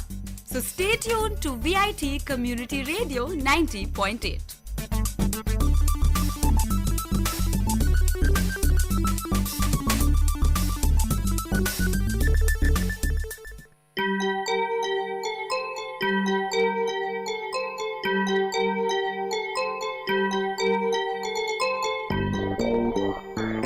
வணக்கம், நமஸ்தே, நமஸ்கார், சலாம் and வந்தனம். நீங்கள் கேட்டுக்கொண்டிருப்பது VIT பண்பலை 90.8. இது VIT பல்கலைக்கழகத்தின் சமுதாய வானொலி. உங்க எல்லோரையும் புதுமை பெண்கள் நிகழ்ச்சிக்கு வரவேற்கிறேன். நான் உங்க அட்டானா. இந்த நிகழ்ச்சியில எவ்வளோ கடினமான சூழ்நிலையும் தனக்குன்னு ஒரு பாதையை அமைச்சுக்கிட்டு அதுல அவங்க பயணத்தை தொடர்ந்து அதுல வெற்றியும் அடைந்த பெண்களை பத்தி தான் நான் உங்களுக்கு சொல்ல போறேன்.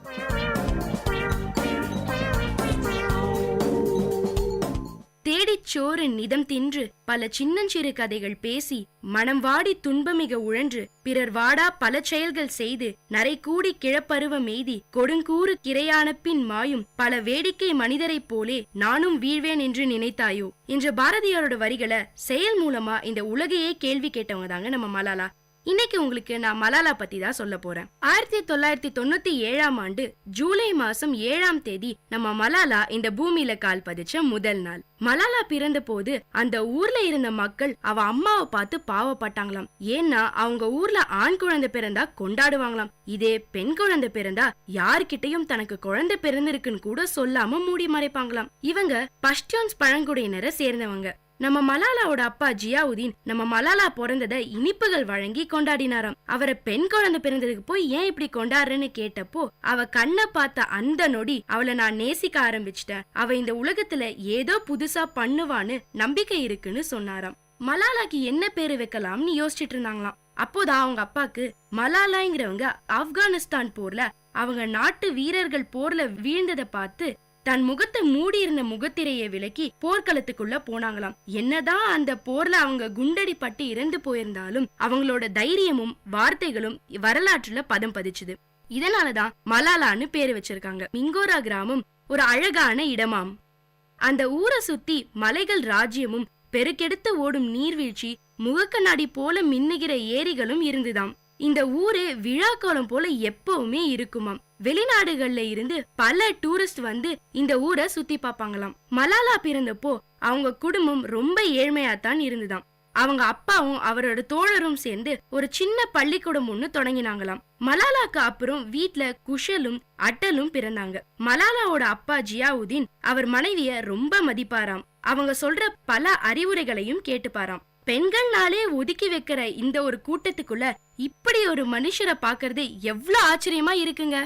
இத பார்த்த மலாலாவுக்கு அவங்க அப்பா ஒரு ஹீரோ மாதிரி தெரிஞ்சாரு. மலாலாவோட அப்பா அவளுக்கு மலாலாயோட கதைய சொல்லி சொல்லி வளர்த்ததுனால அவளுக்கு பெண்கள் வீட்டுக்குள்ளேயே முடங்கி கிடக்கிறது பிடிக்கல. மலாலாவோட அப்பாவும் மலாலாவை எப்பவுமே ஒரு பறவை மாதிரி ஃப்ரீயா பறக்க முடியும்னு சொல்வாராம். மலாலாவோட அம்மா டோர் பெகாய் தான் முதல்ல அவங்க ஸ்கூலுக்கு போனாங்க. அந்த ஊரே அவங்கள வித்தியாசமா பார்த்துதான். ஆனா கொஞ்ச நாள் கழிச்சு அவங்க ஸ்கூலுக்கு போறதை விட்டுட்டாங்களாம். எப்படி படிச்சாலும் கடைசியில சமையல் செய்யறதும் வீட்டை சுத்தம் செய்யறதுதான் நிச்சயம். இதுக்கு எதுக்கு படிக்கணும்னு நின்னுட்டாங்களாம். ஆனா நம்ம மலாலாவோட அப்பா ஜியாவுதீனை பார்த்து அவரோட காதல் வயப்பட்டு அவர் கூட வாழ ஆரம்பிச்சதுக்கு அப்புறம் தான் ச்சே நம்மளும் படிச்சிருக்கலாம்னு தோணுச்சாம். அவங்க ஊர்ல இருக்கிற எல்லா பெண்களும் புர்கா போட்டுட்டு இருப்பாங்க. ஆனா நம்ம மலாலாக்கு புர்கா போட்டுக்கிறது பிடிக்கலையாம். அவங்க உறவுக்கார பையன் ஒருத்தன் மலாலா புர்கா போடாதத பார்த்து செமையா கோவப்பட்டு மலாலாவோட அப்பா கிட்ட அவ ஏன் புர்கா போடாம இருக்கான்னு கேட்டானாம். அதுக்கு அவரு அவ என்னோட பொண்ணு, நீ உன் வேலையை மட்டும் பாருன்னு சொல்லிட்டாராம். அவங்க ஊர்ல பெண்களுக்கு நடந்த அநியாயங்களை பத்தி மத்தவங்க சொன்னதை கேட்ட மலாலாக்கு அதெல்லாம் சுத்தமா பிடிக்கல. அவ ஜேன் ஆஸ்டன் புக்ஸ படிச்சதுக்கு அப்புறம் தான் பெண்கள் உயர்வானவங்கன்னு பெண் கல்வி தேவைன்னு புரிஞ்சுது. பெண்களுக்கு நடந்த அநியாயங்களை அவ அப்பா கிட்ட பேசிட்டு இருந்தப்போ அவங்க அப்பா ஜியாவுதீன் நீ இதெல்லாம் நினைச்சு கவலைப்படாத, நான் உன் ஃப்ரீடமை என்னைக்கும் பாதுகாப்பேன், நீ உனக்கு என்ன தோணுதோ அதை செய்யின்னு சொன்னாராம். இதை கேட்ட நம்ம மலாலாக்கு வாழ்க்கையில புது நம்பிக்கையே வந்துருச்சாம். மலாலா கிட்ட ஒரு அழகான பொம்மை போன் இருந்தது. இந்த போன் அவ ஃப்ரெண்டு சஃபீனா திருடிட்டா. 2-3 நாள் கழிச்சு சஃபீனா அந்த போனை வச்சு விளையாடிக்கிட்டு இருந்த போது மலாலாக்கு செமையா கோவம் வந்துருச்சு. ஆனா அத பத்தி கேட்டப்போ அவ என் அப்பா பஜார்ல இருந்து எனக்கு வாங்கிட்டு வந்தாருன்னு சொல்லிட்டா. மலாலாக்கு அத நம்ப முடியல. அதனால சஃபீனா வீட்டுக்கு படிக்க போகும்போதெல்லாம் அவளோட பொம்மை நெக்லஸ் கம்பல்னு எல்லாத்தையும் திருடிட்டு வந்து வீட்டுல வச்சுட்டா. ஒரு நாள் அவங்க அம்மா அவ ரூம கிளீன் பண்ணிட்டு இருக்கும் போது இத கண்டுபிடிச்சிட்டாங்க. மலாலா கிட்ட நீ பண்ணினது தப்பு, சஃபீனா உன்னை விட சின்ன பொண்ணு, அவளுக்கு நீதான் முன்னுதாரணமா இருக்கணும்னு சொல்லி மலாலாவை சஃபீனா கிட்ட மன்னிப்பு கேட்க வச்சாங்க. மலாலாக்கு அப்போதான் பஷ்டியூன்ஸ் பின் தொடர்ந்த பழிவாங்கும் எண்ணம் எவ்வளவு தப்புன்னு புரிஞ்சுது. அதுல இருந்து திருடுற பழக்கத்தை அடியோட விட்டுட்டா. அதுக்கப்புறம் அவ நகை போடுறதையும் விட்டுட்டா. நகையால தனக்கு அழகு சேரல, நகையை விட மேலான தன் குணத்தை போய் எதுக்கு நகைக்காக விடணும்னு நகை போடுற பழக்கத்தையே விட்டுட்டாங்களாம். நம்ம மலாலாவோட அப்பா ஜியாவுதீனுக்கு சின்ன வயசுல இருந்தே ஒரு ஸ்கூல் கட்டி அதுல நிறைய பேருக்கு பாடம் சொல்லி தரணும்னு ஆசை. அதுலயும் முக்கியமா பெண் குழந்தைகள் கல்வி ரொம்ப முக்கியம்னு அவருக்கு தெரிஞ்சது. ஏன்னா சின்ன வயசுல இருந்தே ஜியாவுதீன் தன் கூட பிறந்த சகோதரிகளை வீட்டுல நடத்தின விதம் அவருக்கு சுத்தமா பிடிக்கல. ஆனா அவரால அந்த வயசுல எதுவும் செய்ய முடியல. அதனால அவர் ஒரு லெவலுக்கு வந்ததுக்கு அப்புறம் ஒரு பள்ளி ஆரம்பிச்சு அதுல அவரால எவ்வளவு மாணவர்களை சேர்த்துக்க முடியுமோ அவ்வளவு பேரை சேர்த்துக்கிட்டாரு. மலாலாவோட அம்மாவும் பெண் கல்வி முக்கியத்தை உணர்ந்தவங்க. அதனால படிக்க முடியாத பல பெண் குழந்தைங்களுக்கு ஃப்ரீயா தன் கணவரோட பள்ளியில சேர்த்துக்கிட்டாங்க. நம்ம மலாலாவோட அப்பா நடத்திட்டு வந்த ஸ்கூலுக்கு எதிர ஒரு முல்லா இருந்தாரு. அவருக்கு ஜியாவுதீன் ஸ்கூல் நடத்துறது கொஞ்சம் கூட பிடிக்கலையாம். அதனால அந்த ஸ்கூலை எப்படியாவது நிறுத்தணும்னு நினைச்சாரு. அதனால அந்த ஸ்கூலுக்கு இடம் தந்தவங்களை பார்த்து அவங்கள ஜியாவுதீன் கிட்ட இருந்து அந்த நிலத்தை திருப்பி வாங்குங்கன்னு சொன்னாரு. ஆனா அவங்க திரும்பி கேட்க மாட்டோம்னு சொல்லிட்டாங்க. அதனால ஊர்ல இருக்கிற பெரியவங்களைய கூட்டிட்டு ஜியாவுதீன் வீட்டுக்கே போயிட்டாராம். உங்க பள்ளிக்கு முன்னாடி நிறைய ஆண்கள் இருக்காங்க, அவங்க ஸ்கூலுக்கு வர பெண் குழந்தைங்களை பாக்குற மாதிரி சூழ்நிலை அமையுது, இது ரொம்ப தப்புன்னு சொன்னாராம் அந்த முல்லா. அதுக்கு ஜியாவுதீன் இன்னொரு கேட் இருக்கு, அந்த பக்கம் வேணா பெண் குழந்தைங்களை வர வச்சுக்கலாம்னு சொல்லிட்டாரு. இத கேட்ட ஊர் பெரியவங்க சரி இனிமே பிரச்சனை இல்லைன்னு சொல்லி கிளம்பிட்டாங்க. ஆனா முல்லா மட்டும் வெறுப்புல தான் போனாராம். ஏன்னா அந்த ஸ்கூலை மூட வைக்கணும்னு அவர் எடுத்த நடவடிக்கை அழிஞ்சிருச்சு. ஒவ்வொரு இடமா தாலிபான் நாட்டுக்குள்ள கைப்பற்ற ஆரம்பிச்சாங்க. தீவிரவாதிகளோட கோட்டை பெருசாக ஆரம்பிச்சுது.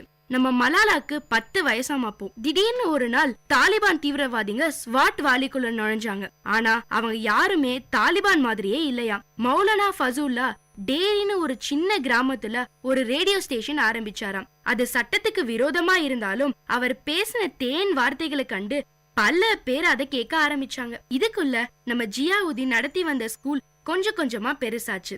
நிறைய பேர் ஃபசூல்லாக்கு சப்போர்ட் பண்ணிட்டு இருந்தாங்க. அந்த ஃபசூல்லா டிவி பாக்குறது, டான்ஸ் ஆடுறது, பாட்டு கேக்குறது எல்லா தெய்வத்துக்கு பிடிக்கல, அதனாலதான் பூகம்பம் வந்துச்சுன்னு சொல்லி மக்களோட மனச மாத்த ஆரம்பிச்சாரு. கொஞ்ச நாள்லயே ஃபசூல்லாவோட ஆட்கள் டிவி, சிடி, டிவிடி எல்லாம் வீடு வீடா போய் எடுத்துட்டு வந்து எரிக்க ஆரம்பிச்சாங்க. இதனால நம்ம மலாலா அலமாரைக்குள்ள கொஞ்சமா சவுண்ட் வச்சு பாப்பாங்களாம். இப்படியே கொஞ்ச காலத்துல ஃபசூல்லா பெண் குழந்தைங்க ஸ்கூலுக்கு போறது தப்புன்னு சொல்ல ஆரம்பிச்சாரு.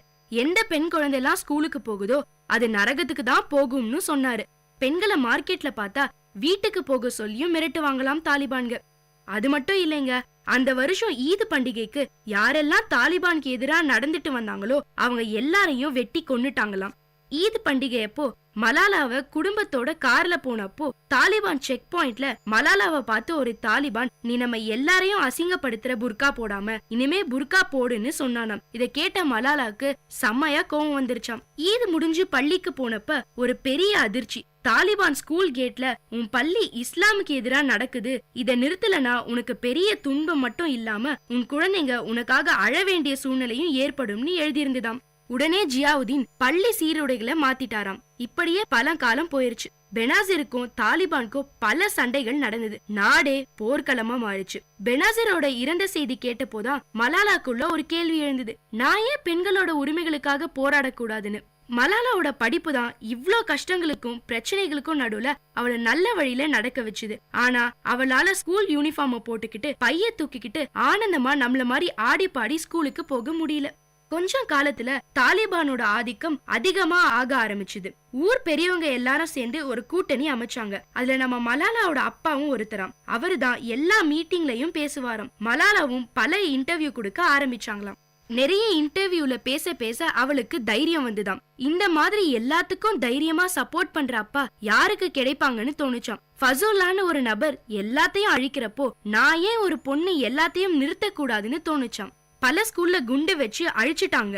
ஆனா நம்ம மலாலாவோட அப்பா ஜியாவுதீன் அவர் ஸ்கூல்ல கடைசி கிளாஸ் ரூம், கடைசி ஆசிரியர், கடைசி மாணவனோ மாணவியோ இருக்கும் வரைக்கும் ஸ்கூல் நடக்கும்னு உறுதியா இருந்தாரு. மலாலாக்கும் அவளோட அடித்தளமான படிப்பை அவகிட்ட இருந்து பறிக்க பாக்குறது பிடிக்கல. தாலிபானால அவங்க பேனாவையும் புத்தகத்தையும் அழிக்க முடிஞ்சதே தவிர எண்ணங்களை அழிக்க முடியல. பல மிரட்டல்கள் ஜியாவுதீனுக்கு வர ஆரம்பிச்சது. ஆனா எல்லாத்தையும் தாண்டி அவர் போராடிக்கிட்டே தான் இருந்தாரு. இந்த மாதிரி ஒரு நாள் அப்துல் ஹை காக்கர் பிபிசியோட ரேடியோ கரஸ்பாண்டன்ட் ஜியாவுதீனுக்கு கால் பண்ணிருந்தாரு. ஒரு ஸ்கூல் டீச்சரோ இல்ல ஒரு ஸ்கூலுக்கு போற பெண் குழந்தையோ தாலிபானோட கொடுமையான ஆட்சியில வாழறது எப்படி இருக்குன்னு ஒரு டைரி எழுதி தர முடியுமான்னு கேட்டாரு.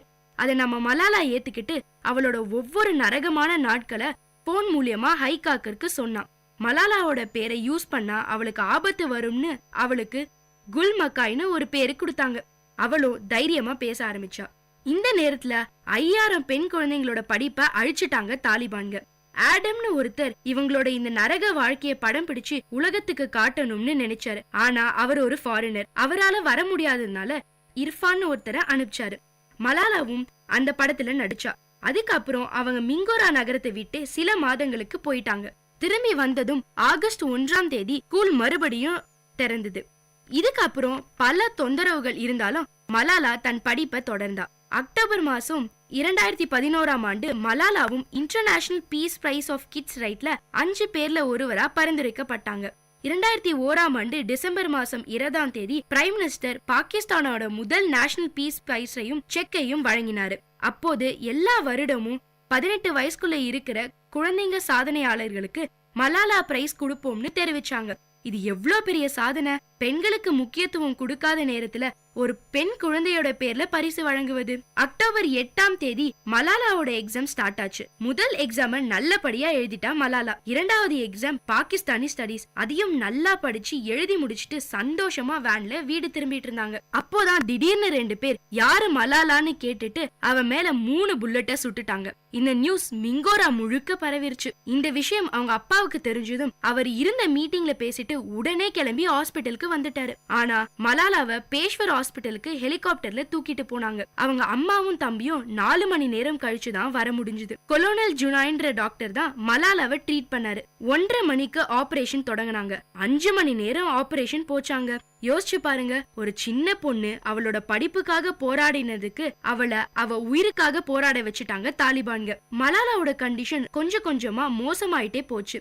அப்போ மந்திரி ரெஹ்மான் மாலிக் மலாலாவோட பாஸ்போர்ட்டை அவ அப்பா கிட்ட எடுத்துட்டு வந்து கொடுத்தாரு. ஜியாவுதீன் அதுக்கு நன்றி சொல்லி விட்டுட்டாரு. அந்த ராத்திரி மலாலாவோட அம்மா கிட்ட அந்த பாஸ்போர்ட்டை கொடுத்துட்டு இத அயல் நாட்டுக்கு போறதுக்கா இல்ல இந்த உலகத்தை விட்டே போறதுக்கான்னு தெரியலன்னு சொல்லி ஜியாவுதீன் அழுதாராம். இது எப்படி இருக்கும்னு யோசிச்சு பாருங்களேன். உலகம் பூரா தன் குழந்தையோட சக்தியும் அவ பிறப்புக்கான அர்த்தமும் தெரிய வரும்போது அவளோட இறப்பு அவளை தேடி வர்றது. அதுக்கப்புறம் மலாலாவை ராவல்பிண்டிக்கு கூட்டிட்டு போயிட்டாங்க.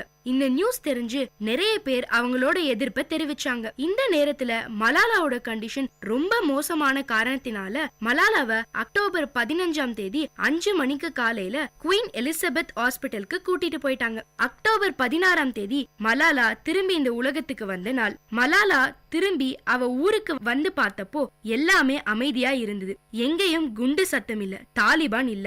எல்லாத்த விட முக்கியமா ஒவ்வொரு பெண் குழந்தையும் ஆண் குழந்தையும் பள்ளிக்கு போனதை கண்ட மலாலா ரொம்ப சந்தோஷமா அவ பொறப்புக்கான அர்த்தத்தை அல்லாஹ் புரிய வச்சதுக்கு நன்றி சொன்னா. இவ்வளவு பெரிய சாதனைக்கு நம்ம மலாலாக்கு கொடுத்த நோபல் பரிசே சின்னதுதாங்க. இந்த சின்ன வயசுல இவ்ளோ போராட்டத்தை சந்திச்ச மலாலா நம்ம எல்லாருக்குமே ஒரு முன் உதாரணம். இதே மாதிரி பல மலாலாக்கள் உருவாகினாதான் இந்த பெண் சமுதாயம் முன்னுக்கு வரதை யாராலையும் தடுக்க முடியாது. அடுத்த நிகழ்ச்சியில உங்களை சந்திக்கும் வரை உங்களிடமிருந்து விடைபெறுவது உங்க அட்டானா. இது விஐடி பண்பலை 90.8.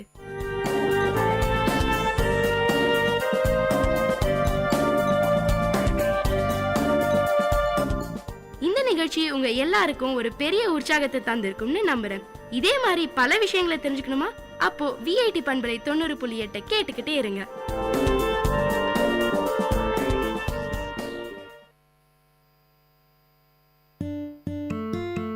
மெல்லிய நிகழ்வுகளில் தொடங்கி நெஞ்சை கசக்கும் நிகழ்வுகள் வரை நீளும் நம் வாழ்க்கையின் பிரதிபலிப்பு.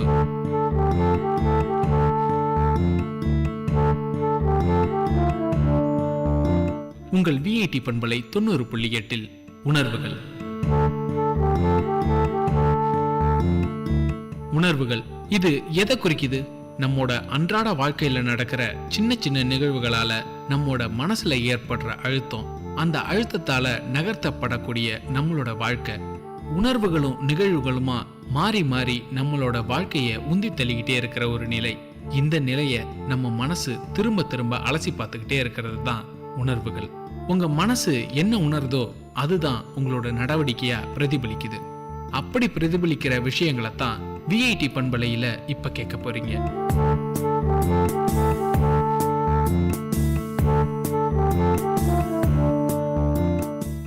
மனதை வருடும் உணர்வுகளை கேட்டு நடப்போம் வாங்க.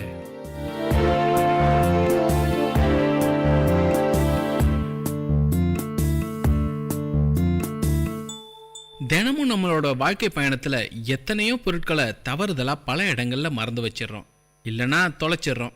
அப்படி தொலைக்கிற எல்லா பொருட்களையும் நம்ம நினைவுகள் சேர்த்து வச்சுக்கிட்டே இருக்கோம். அதுலயும் சில பொருட்கள் நம்மளோட ஞாபகத்துல இருந்து எப்பவுமே அகலாம இருக்கும். ஏன்னா அந்த பொருட்களை நாம ரொம்ப ஆசைப்பட்டு வாங்கியிருப்போம். நானும் அது மாதிரி ஒரு விளையாட்டு பொருளை வாங்கினேன். ரொம்ப சின்னதா, கைக்கு அடக்கமா, கையில எடுத்த உடனே விளையாடுற மாதிரி அந்த காலத்து காமிக் கதைகள் எல்லாம் வர ஒரு பொருள். அது எனக்கு கிடைச்சதே பெரிய கதை. அது ஒரு தனி கதைன்னே சொல்லலாம். அது ஒரு பண்டிகை காலம். அப்பா, அம்மா, நான். எனக்கு அப்போ ஒரு 10 வயசு இருக்கும். சின்ன பையன் கடைக்கு போய் சில பொருட்கள் வாங்கணும்னு சொன்ன உடனேயே சந்தோஷமாயிட்டேன். அம்மாவும் நானும் நடந்து போய் அப்பாவோட கடைக்கு முன்னாடி நின்னோம். அப்பா எல்லா வேலையையும் முடிச்சுட்டு எங்களை கூட்டிட்டு பண்டிகைக்கு பொருட்கள்லாம் வாங்க கிளம்புனாரு. எங்கள் எல்லோருக்கும் ட்ரெஸ் எடுத்தோம். பண்டிகைக்கு எல்லோருக்கும் கொடுக்கறதுக்கு இனிப்புகள் வாங்கணும். அன்னைக்கு சமைக்கிறதுக்கு காய்கறிகள் 2 பைகள் நிறைஞ்சிடுச்சு.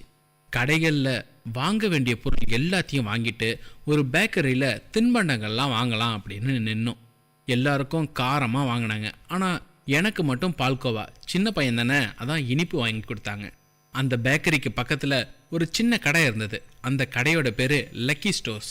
அந்த கடையில் எல்லா பொருட்களும் இருக்கும். சோப்புலேருந்து சென்ட் வரைக்கும் அங்கே கிடைக்கும். நான் அந்த கடையில் எனக்கு ஏதாவது வாங்கி தரணும்னு கேட்டேன். அப்பாவோட நண்பர் தான் அந்த கடையை வச்சுருந்தாரு. நான் அந்த கடையில் இருக்கிற எல்லா பொருட்கள் மேலேயும் என்னோட கண்ணை ஓட விட்டேன். என்னோட கண்ணு கடைசியாக வந்து நின்ன பொருள் தான் இன்னைக்கு வரைக்கும் என்னோட ஞாபகத்துல இருந்து விலகாமல் இருக்குது. ஆமாங்க, அது ஒரு பூத கண்ணாடி. பூத கண்ணாடியை வச்சுக்கிட்டு நீ என்ன பண்ண போறேன்னு அம்மாவும், அந்த பூத கண்ணாடியை கொடாம்பா அப்படின்னு அப்பாவும் என்னோட சந்தோஷத்தை அதிகப்படுத்தினாங்க. கேட்ட உடனே கிடைச்சிருந்தா இன்னைக்கு வரைக்கும் என்னோட ஞாபகத்தில் அந்த பொருள் இருந்திருக்குமான்றது சந்தேகம்தான். அந்த கடையில் இருந்த பூத கண்ணாடி என்னோட கைக்கு வந்தது.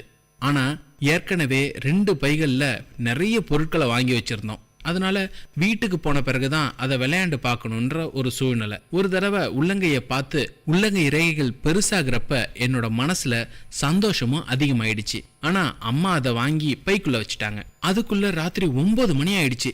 அந்த ரோட்ல இருந்த பல கடைகளை சாத்திட்டாங்க. ஒரு சில கடைகளை அப்பதான் சாத்திக்கிட்டு இருந்தாங்க. அப்பாவோட கடைக்கு போய் சைக்கிளை எடுத்துக்கிட்டு அம்மா பின்னாடி உட்காந்துக்கிட்டாங்க. நான் எனக்குன்னே அந்த சைக்கிள்ல இருந்த குட்டி சீட்ல உட்காந்துக்கிட்டேன். இன்னமும் என்னோட ஞாபகத்துல இருக்குங்க. அப்பா அந்த ரோட்டுக்குள்ள நுழைஞ்சப்போ முழுக்க இருட்டா இருந்தது. ரோடே கொஞ்சம் மேடு பள்ளமா இருந்ததுனால அந்த ஒரு 300 மீட்டர் ரோட்ல பாதி தூரத்தை கடந்திருப்போம். திடீர்னு என்னோட மனசு படபட படபடன்னு அடிச்சுக்க ஆரம்பிச்சிச்சு. என்ன பண்றதுனே தெரியல. வீட்டுக்கு வந்தாச்சு. வீட்டுக்கு வந்த பிறகு அங்கேயும் இங்கேயுமா ஓடி அம்மா செஞ்சு கொடுத்த சாப்பாட்டை கொஞ்சம் சாப்பிட்டு கொஞ்சம் சாப்பிடாம அந்த 2 பைகளையும் தேடி பார்த்தேன். அப்ப என்னோட மனசு இன்னும் படபடன்னு அடிச்சுக்கிச்சு. என்னோட பூத கண்ணாடியே காணும். பல தடவை தேடி பார்த்த பிறகும் அந்த 2 பைகளும் என்ன பாவமா பார்த்தது மாதிரி இருந்துச்சு. ராத்திரி போய் தேட முடியாது, காலையில போய் பார்த்துக்கலான்னு அப்பா சொன்னாங்க. ஆனா அது விழுந்த இடத்துலயே உடஞ்சு போயிருந்தா? அந்த 300 மீட்டர் ரோட்ல பாதி தூரத்தை கடந்தப்ப மனசு படபடுத்துச்சு. அந்த பூத கண்ணாடி விழுந்த சத்தம் கேட்டுதானா? இது மாதிரி பல கேள்விகள். மறுநாள் காலையிலேயே என்னோட சைக்கிளை எடுத்துக்கிட்டு அந்த 300 மீட்டர் ரோட்டை அளந்து பார்த்துட்டேன். ஆனா அந்த பூத கண்ணாடியை எந்த பூதம் தூக்கிட்டு போச்சுன்னே தெரியல. அதுக்கு அப்புறமும் பல தடவை அப்பா கிட்ட பூத கண்ணாடி வேணும்னு கேட்டிருக்கேன். ஆனா அந்த கடைக்காரரு ஒரு தடவை கூட பூத கண்ணாடி வாங்கி வைக்கவே இல்லை. அந்த பூத கண்ணாடியை தொலைச்சி பல வருஷங்கள் ஆயிடுச்சுங்க. இன்னைக்கும் அந்த 300 மீட்டர் ரோட்டை கடக்கும் போதெல்லாம் அந்த இடத்துல என்னோட மனசு படபடக்கும். அன்னைக்கு எங்க விழுந்ததுன்னே தெரியாத அந்த பூத கண்ணாடியை இன்னைக்கு என்னோட கண்கள் தேடிக்கிட்டே இருக்கு. அந்த பூத கண்ணாடி அப்படி ஒரு உணர்வை என்னோட மனசுக்குள்ள ஏற்படுத்திடுச்சு. உணர்வுகள் உங்கள் மனதை வருடும் நிகழ்வுகளின் பிரதிபலிப்பு. உங்கள் விஐடி பண்பலை 90.8.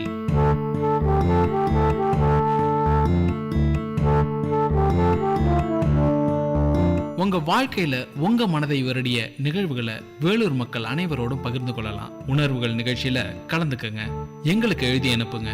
உங்க உணர்வுகளை எழுதி அனுப்ப வேண்டிய முகவரி: இயக்குனர், விஐடி பண்பலை 90.8, விஐடி பல்கலைக்கழகம், வேலூர் 14.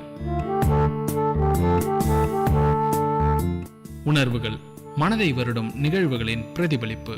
உங்கள் விஐடி பண்பலை 90.8.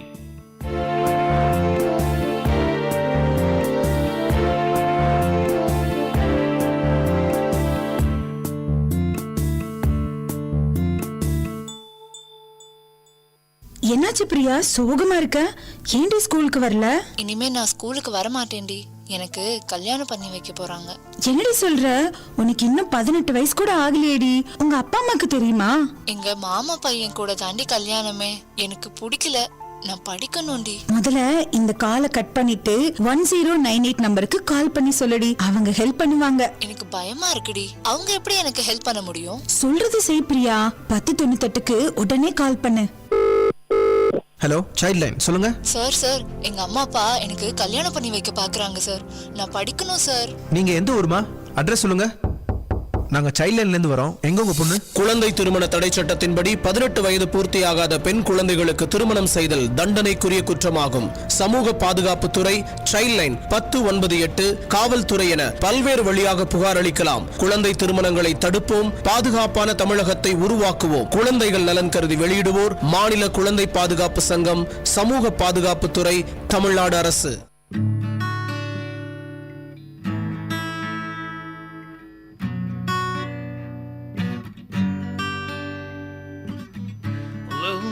And little feet, little eyes and little teeth, don't make you smile, don't they make you laugh?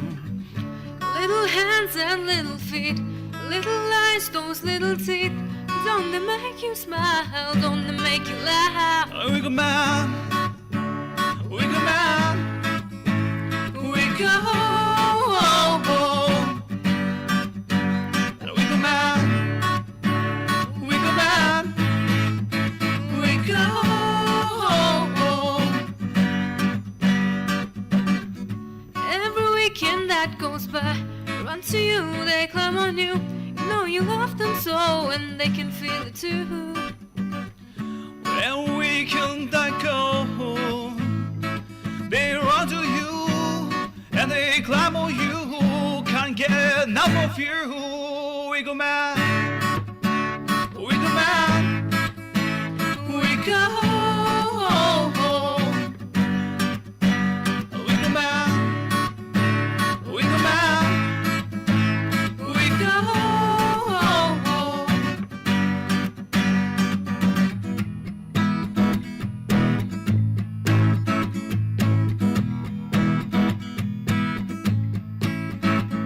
Cause happiness is like a flu, if I catch it, you get it too. If you think about it, you'll feel it too. So stand up, run fast, go find someone. Well, maybe share a loving heart. Cause the time has come, just gather around and hold their arms, wiggle man. Wiggle man.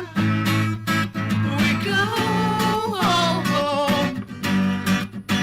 Hey, wiggle man. Little hands and Wiggle man.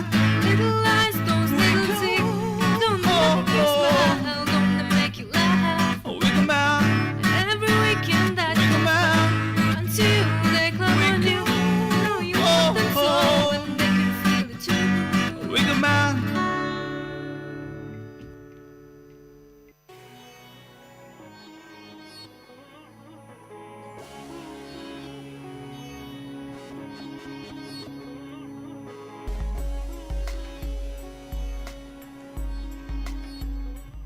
வணக்கம் நேர்களே, இது VIT பண்பலை 90.8. இந்த நிகழ்ச்சி அறிவோம் ஆயிரம்.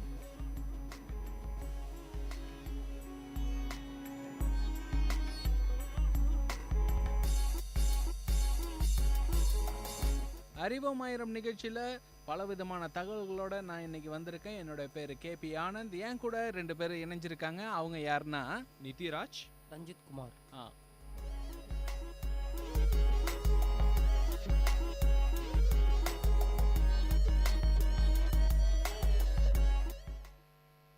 ரஞ்சித் குமார், என்ன பண்றீங்க?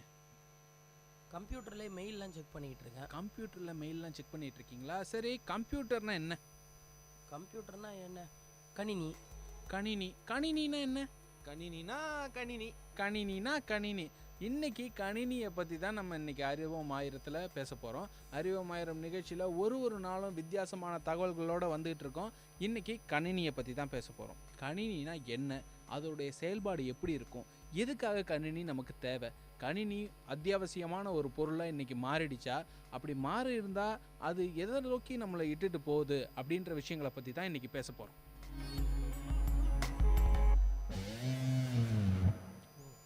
ஓகே, சரி, இப்போ கணினியை பற்றி பேசுகிறோம் அப்படின்னு சொல்லிட்டு இருந்தோம்ல, சொல்லுங்கள், இப்போ கணினியில் எந்தெந்த விஷயங்கள்லாம் பேச போகிறோம்?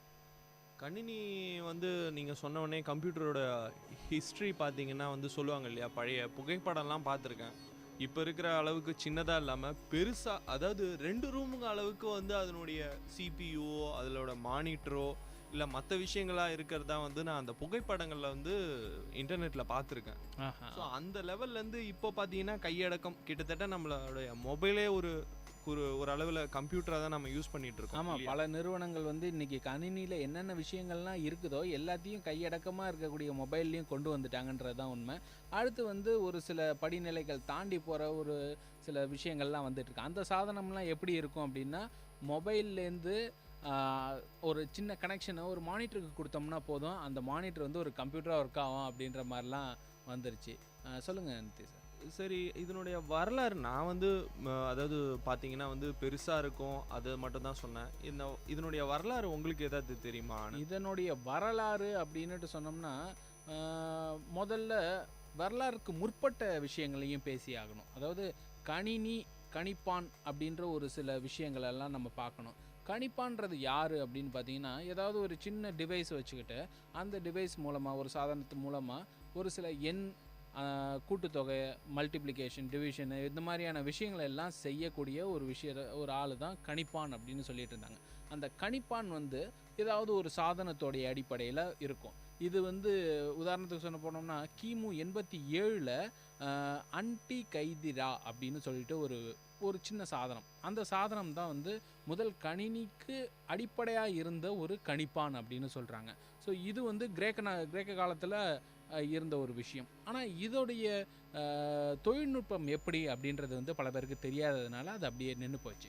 அதுக்கப்புறமா மறுமலர்ச்சி காலம் அப்படின்னு சொல்லுவாங்க, அதாவது ரெனேசன் பீரியட்னுவாங்க. அந்த காலத்தில் யூரோப்பில் வந்து 17ஆம் நூற்றாண்டோடைய இறுதியில் வந்து இந்த கணினியை வந்து வேற ஒரு வடிவத்தில் கொண்டு வரலாம் அப்படின்னு, அதாவது சாதாரணமாக இருந்த ஒரு விஷயத்தை இன்னும் எளிமைப்படுத்தலாம் அப்படின்னுட்டு நீங்கள் சொன்னீங்க பார்த்தீங்களா, ஒரு பெரிய பெரிய ரூம் ஃபுல்லாக கம்ப்யூட்டர் அப்படின்னுட்டு அந்த மாதிரியான ஒரு நிலைக்கு கொண்டு வந்தாங்க.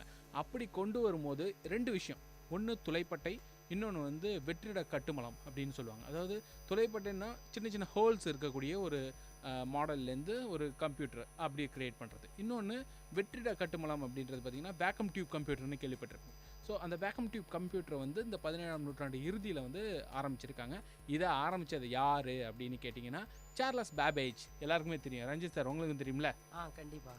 சார்லஸ் பேபேஜ் தான் இந்த ஒரு நிலையில் இந்த கம்ப்யூட்டரை வந்து கண்டுபிடிச்சிருக்காரு. ஆனால் இந்த சார்லஸ் பேபேஜ் கண்டுபிடிச்ச இந்த கம்ப்யூட்டர் முழுமையான ஒரு கம்ப்யூட்டரா அப்படின்னு கேட்டிங்கன்னா கண்டிப்பாக இல்லை அப்படின்னு தான் சொல்கிறாங்க. சார்லஸ் பேபேஜ் வந்து கம்ப்யூட்டர் கண்டுபிடிச்சார். அதாவது மேக்ஸ் போடுறதுக்காக மட்டுமே தான் வந்து அந்த ஃபஸ்ட்டு கம்ப்யூட்டர் கண்டுபிடிச்சாங்க. ஆனால் அதுக்குள்ளே இருக்கிற அந்த பிரின்சிபல் இருக்குது பார்த்தீங்களா, அதுதான் வந்து இப்போ இருக்கிற கம்ப்யூட்டருக்கும் பேசிஸ்ன்னு நான் சொல்கிறேன். அந்த வேக்யூம் டியூப் சார் சொன்ன மாதிரி அது என்னன்னு பார்த்தீங்கன்னா பைனரி கோட்ஸ்ன்னு கேள்விப்பட்டிருப்பீங்கன்னு நினைக்கிறேன். 1 and 0 இல்லையா? கண்டிப்பாக அந்த 1 and 0 தான் இந்த கம்ப்யூட்டர் எல்லாத்துக்குமே பேசிஸ். இப்போ நம்ம மேலே டைப் பண்ணுற ஆல்ஃபபெட்ஸ்லேருந்து கொடுக்குற பெரிய பெரிய அரித்மெட்டிக் ஆப்ரேஷன்ஸ் கூட அது 1 and 0 கன்வெர்ட் ஆகி அது கம்ப்யூட்டரோட ப்ராசஸரை போய் டச் பண்ணணும். அதுதான் கம்ப்யூட்டர் லாங்குவேஜ், அதுதான் இந்த கார்ப்பரேட் ஐடி எல்லாமே அதுதான். நாம் யூஸ் பண்ணுற ஃபோனில் இருக்க அப்ளிகேஷன்ஸ் கூட நம்ம என்ன தான் மேலே வந்து கிராஃபிக்கல் யூசர் இன்டர்ஃபேஸாக கொடுத்தாலும் அது 1s and 0s கன்வெர்ட் ஆகி உள்ளே போய் ப்ராசஸரில் ஒர்க் பண்ணும். அதோட பேசிஸ் எது அப்படின்றத சார்லஸ் பேபேஜ் அப்பயே கணிச்சிருக்காரு. இதை இன்னும் எளிமையாக விளக்கணும் அப்படின்னா நான் ஒரு விளக்கம் தரேன் கேளுங்க. இப்போது இங்கிலீஷில் ஒருத்தர் பேசுகிறாரு உங்ககிட்ட அப்படின்னும் போது நீங்கள் வந்து தமிழில் பேசுகிறீங்க, நீங்கள் உங்களோட தமிழ் மொழியில் தான் நீங்கள் தாய்மொழியாக எடுத்துருக்கிறீங்க. இந்த ஒரு சூழ்நிலையில் நீங்கள் வந்து இங்கிலீஷை வாங்கி உங்களோட மனசுக்குள்ளாக்க நீங்கள் அதை வந்து கன்வெர்ட் பண்ணுவீங்க. அதாவது உங்களுடைய மூளையில் இருக்கக்கூடிய ஒரு சில பகுதிகள் வந்து அந்த இங்கிலீஷை தமிழுக்கு கன்வெர்ட் பண்ணும். அதுக்கப்புறமா தமிழில் அதுக்கான அர்த்தத்தை வந்து எடுத்துக்கிட்டு திரும்பவும் கொடுக்கும்போது நீங்கள் அவங்கள்ட்ட இங்கிலீஷில் தான் பேசி ஆகணும். அதனால இங்கிலீஷில் திரும்பவும் ஒரு கன்வர்ஷன் கொடுத்து உங்களுக்கு கொடுப்பாங்க. இதுதான் வந்து பைனரி டு கம்ப்யூட்டருக்குள்ளே நடக்கிற விஷயங்கள். நீங்கள் வந்து ஏ அப்படின்னு டைப் பண்ணி ஒரு டிரான்ஸ்லேஷன் மாதிரி. கண்டிப்பாக. அதாவது machine level language to low level லாங்குவேஜ்னு சொல்லுவாங்க. இந்த டிரான்ஸ்லேஷனுக்கு பேர் தான் கம்பைலேஷன் அப்படின்னு கம்ப்யூட்டரில் சொல்லுவாங்க. சரி, திரும்பவும் ஹிஸ்ட்ரிக்கு வாங்க. அதாவது இந்த 17ஆம் நூற்றாண்டு இறுதியில் இந்த மாதிரி கண்டுபிடிச்சாங்கல்ல, இந்த ஒரு கம்ப்யூட்டர் அந்த அளவுக்கு சக்சீட் ஆகலை, அது வந்து ஒரு வெற்றி நிலைக்கு கொண்டு போகலை அப்படின்னும் போது அதோடைய ஆதாரத்தை வச்சுக்கிட்டு 20ஆம் நூற்றாண்டில் வந்து ஆலன் டூரிங் அப்படின்னு ஒருத்தர், அவர் வந்து ஒரு மேத்தமேட்டிஷியன், கணிதவியலாளர், அவர் வந்து இதை க்ரியேட் பண்ணுறாரு. அவர் க்ரியேட் பண்ண உருவாக்குன இந்த அல்காரிதம்ஸ் அப்படின்னு சொல்லுவாங்க. அல்காரிதம்ஸ் இந்த மாதிரியான விஷயங்கள் எல்லாம் தான் இன்றைக்கி நம்ம பயன்படுத்திகிட்டு இருக்கக்கூடிய இந்த மாதிரியான கம்ப்யூட்டர்ஸை உருவாக்கியிருக்கு அப்படின்னு சொன்னோம்னா இது வந்து ஒரு அற்புதமான ஒரு எவல்யூஷன் அப்படின்னு சொல்லலாம். இந்த ஒரு பரிமாண மாற்றம் வந்து நம்மளுடைய மனித இனத்துக்கு வந்து ரொம்பவும் ஒரு சிறந்த பரிமாண வளர்ச்சியாக இருக்கு அப்படின்றது நான் சொல்லுவேன். இப்போ கணினி பார்த்தீங்கன்னா நம்மளோட வாழ்க்கையில் ஒரு முக்கியமான பங்காக வகிச்சுட்டு வருது. நிறைய பேர் வந்து ஐடி செக்டாரில் ஒர்க் பண்ணுறாங்க. ஐடி செக்டார் மட்டும்னு சொல்ல முடியாது, அகாடமிக்காக இருக்கலாம், இல்லை வந்து ஏதாவது பிஸ்னஸாக இருக்கலாம். எல்லா விஷயத்துலையுமே வந்து கணினி நம்மளோட வந்து ஒன்றி போச்சு. ஸோ இது எப்படி வந்து மக்களிடம் வந்து ஃபெமிலியர் ஆச்சு, இது எப்படி இயங்குது, இந்த ஆப்ரேட்டிங் சிஸ்டம், அதை பற்றிலாம் சொல்ல முடியுமா ஆனந்த்? ஆப்ரேட்டிங் சிஸ்டம் அப்படின்றத பற்றி சொல்லணும் அப்படின்னா நம்ம அதுக்கு முன்னாடி ஒரு விஷயத்தை தெரிஞ்சுக்கணும். அதாவது பொதுவாக கம்ப்யூட்டர் அப்படின்னு சொல்லணும்னா இந்த கணினி அப்படின்னு சொல்கிற ஒரு விஷயத்தில் என்னென்ன விஷயங்கள்லாம் அடங்கியிருக்கு அப்படின்றத பார்த்தாகணும். அரித்மெட்டிக் அண்ட் லாஜிக் யூனிட் அப்படின்னு சொல்கிறாங்க. அதாவது கணித ஏரண அகம் அப்படின்னு சொல்கிறாங்க. இது வந்து உள்ள நடக்கக்கூடிய ஒரு விஷயம். இது விர்ச்சுவலாக நடக்கும். அந்த விர்ச்சுவலாக நடக்கிறதுக்கு ஒரு ப்ராசஸர் தேவை. அது இல்லாமல் இது ஒன்று. இன்னொன்று கண்ட்ரோல் யூனிட், கட்டுப்பாட்டகம் அப்படின்னு சொல்கிறாங்க. நீங்கள் வந்து ஒரு இன்புட்டோ கொடுத்து அவுட்புட்டாக வாங்கணும்ல, அதுக்காக தேவைப்படுற ஒரு விஷயம். மானிட்டர், கீபோர்டு, இந்த மாதிரியான விஷயங்கள். அது இல்லாமல் நினைவகம், மெமரி அப்படின்னு சொல்கிறாங்க. நீங்கள் நார்மலாக ஹார்ட் டிரைவ் பார்த்துருப்பீங்க, அந்த ஹார்ட் டிரைவ். இது இல்லாமல் உள்ளீடு வெளியீட்டு சாதனங்கள்லாம் தனித்தனியாக இருக்குது. ஸோ இப்போ இந்த 4ம் சேர்ந்தது தான் ஒரு கணினி. இந்த கணினி இந்த 4 விஷயங்களையும் உள்ளடக்கி தன்னுடைய செயல்பாடுகள் எல்லாம் செஞ்சுக்கிட்டு இருக்குது. ஸோ இப்படி தான் ஒரு கணினி வந்து இயங்குது அப்படின்னு நான் சொல்கிறேன். சரி, ஓஎஸ் பற்றி கேட்டால் நீங்கள் அப்போ சொல்கிறேன்னு சொல்லியிருந்தீங்க. ஆமாம், ஓஎஸ் பற்றி நான் சொல்கிறேன்.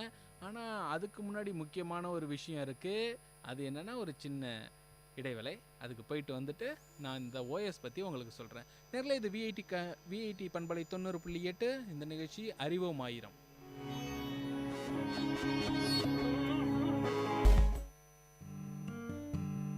வானொலி ஒலித்திடுதே, மனிதத்தை வளர்த்திடுதே, சமுதாயத்தை நலமாய் மாற்றிடுதே,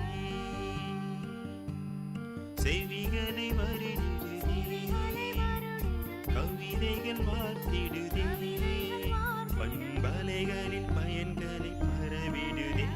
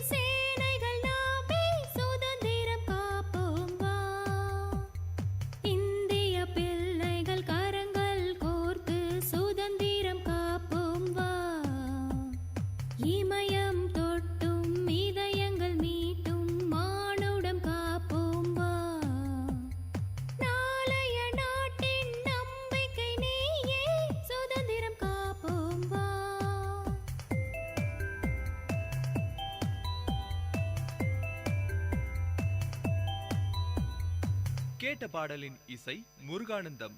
பாடலை பாடியவர் Uma Maheswari.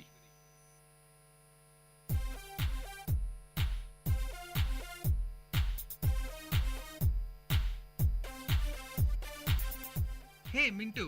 Hi Chintu. I'm going to get a new phone, macha. But you got a new one last month, right? Yeah man, but my girlfriend is kind of bored with it, so she asked me to change it. Else she will change me. Oh poor guy. Then what you going to do with your old one? It will be somewhere in the corner. Macha, you know what? You're piling up electronic waste. If you don't want to resell, then here is a solution. Go to your nearby mobile store and ask them to recycle. This way, you can reduce e-waste and save our environment. Go green!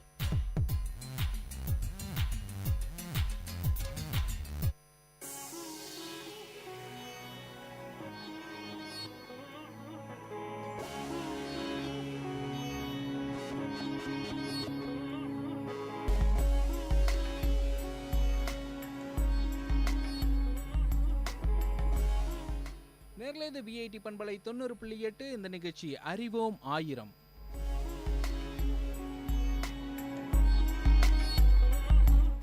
அறிவோம் ஆயிரம் நிகழ்ச்சியில் இன்றைக்கி நம்ம computers பற்றி பேசிகிட்டு இருக்கோம். அதாவது கணினின்னு சொல்லக்கூடிய இந்த விஷயத்தை பற்றி பேசுகிறதுக்கு நான் வந்திருக்கேன். உங்கள் அன்பு தோழன் கேபி ஆனந்த். என்னோட இணைஞ்சிருக்கிறது நீதிராஜ், ரஞ்சித் குமார்.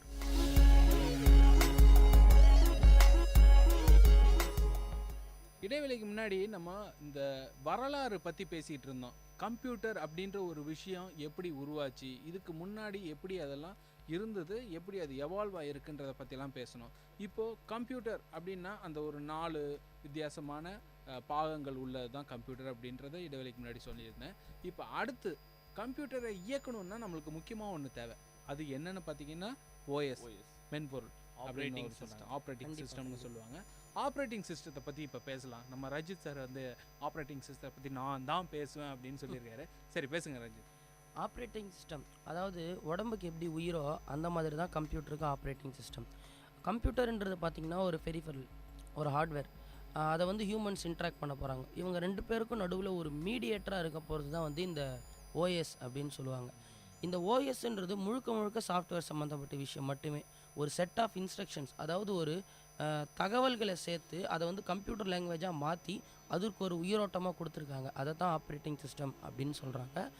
இது வந்து இப்போன்னு பார்த்தீங்கன்னா வந்து நம்ம விண்டோஸ் 10லேருந்து எல்லா ஆப்பிள், லினக்ஸ், யுனிக்ஸ், உபுண்டு அப்படின்னு நிறைய வந்துருச்சு. பழங்காலத்தில் பார்த்தீங்கன்னா விண்டோஸில் ஆரம்பித்தோன்னா விண்டோஸ் 98 அப்படின்னும் அதுக்கு முன்னாடியிலேருந்துமே ஆப்ரேட்டிங் சிஸ்டம்ஸ்லாம் இருந்து வருதுன்னே சொல்லலாம்.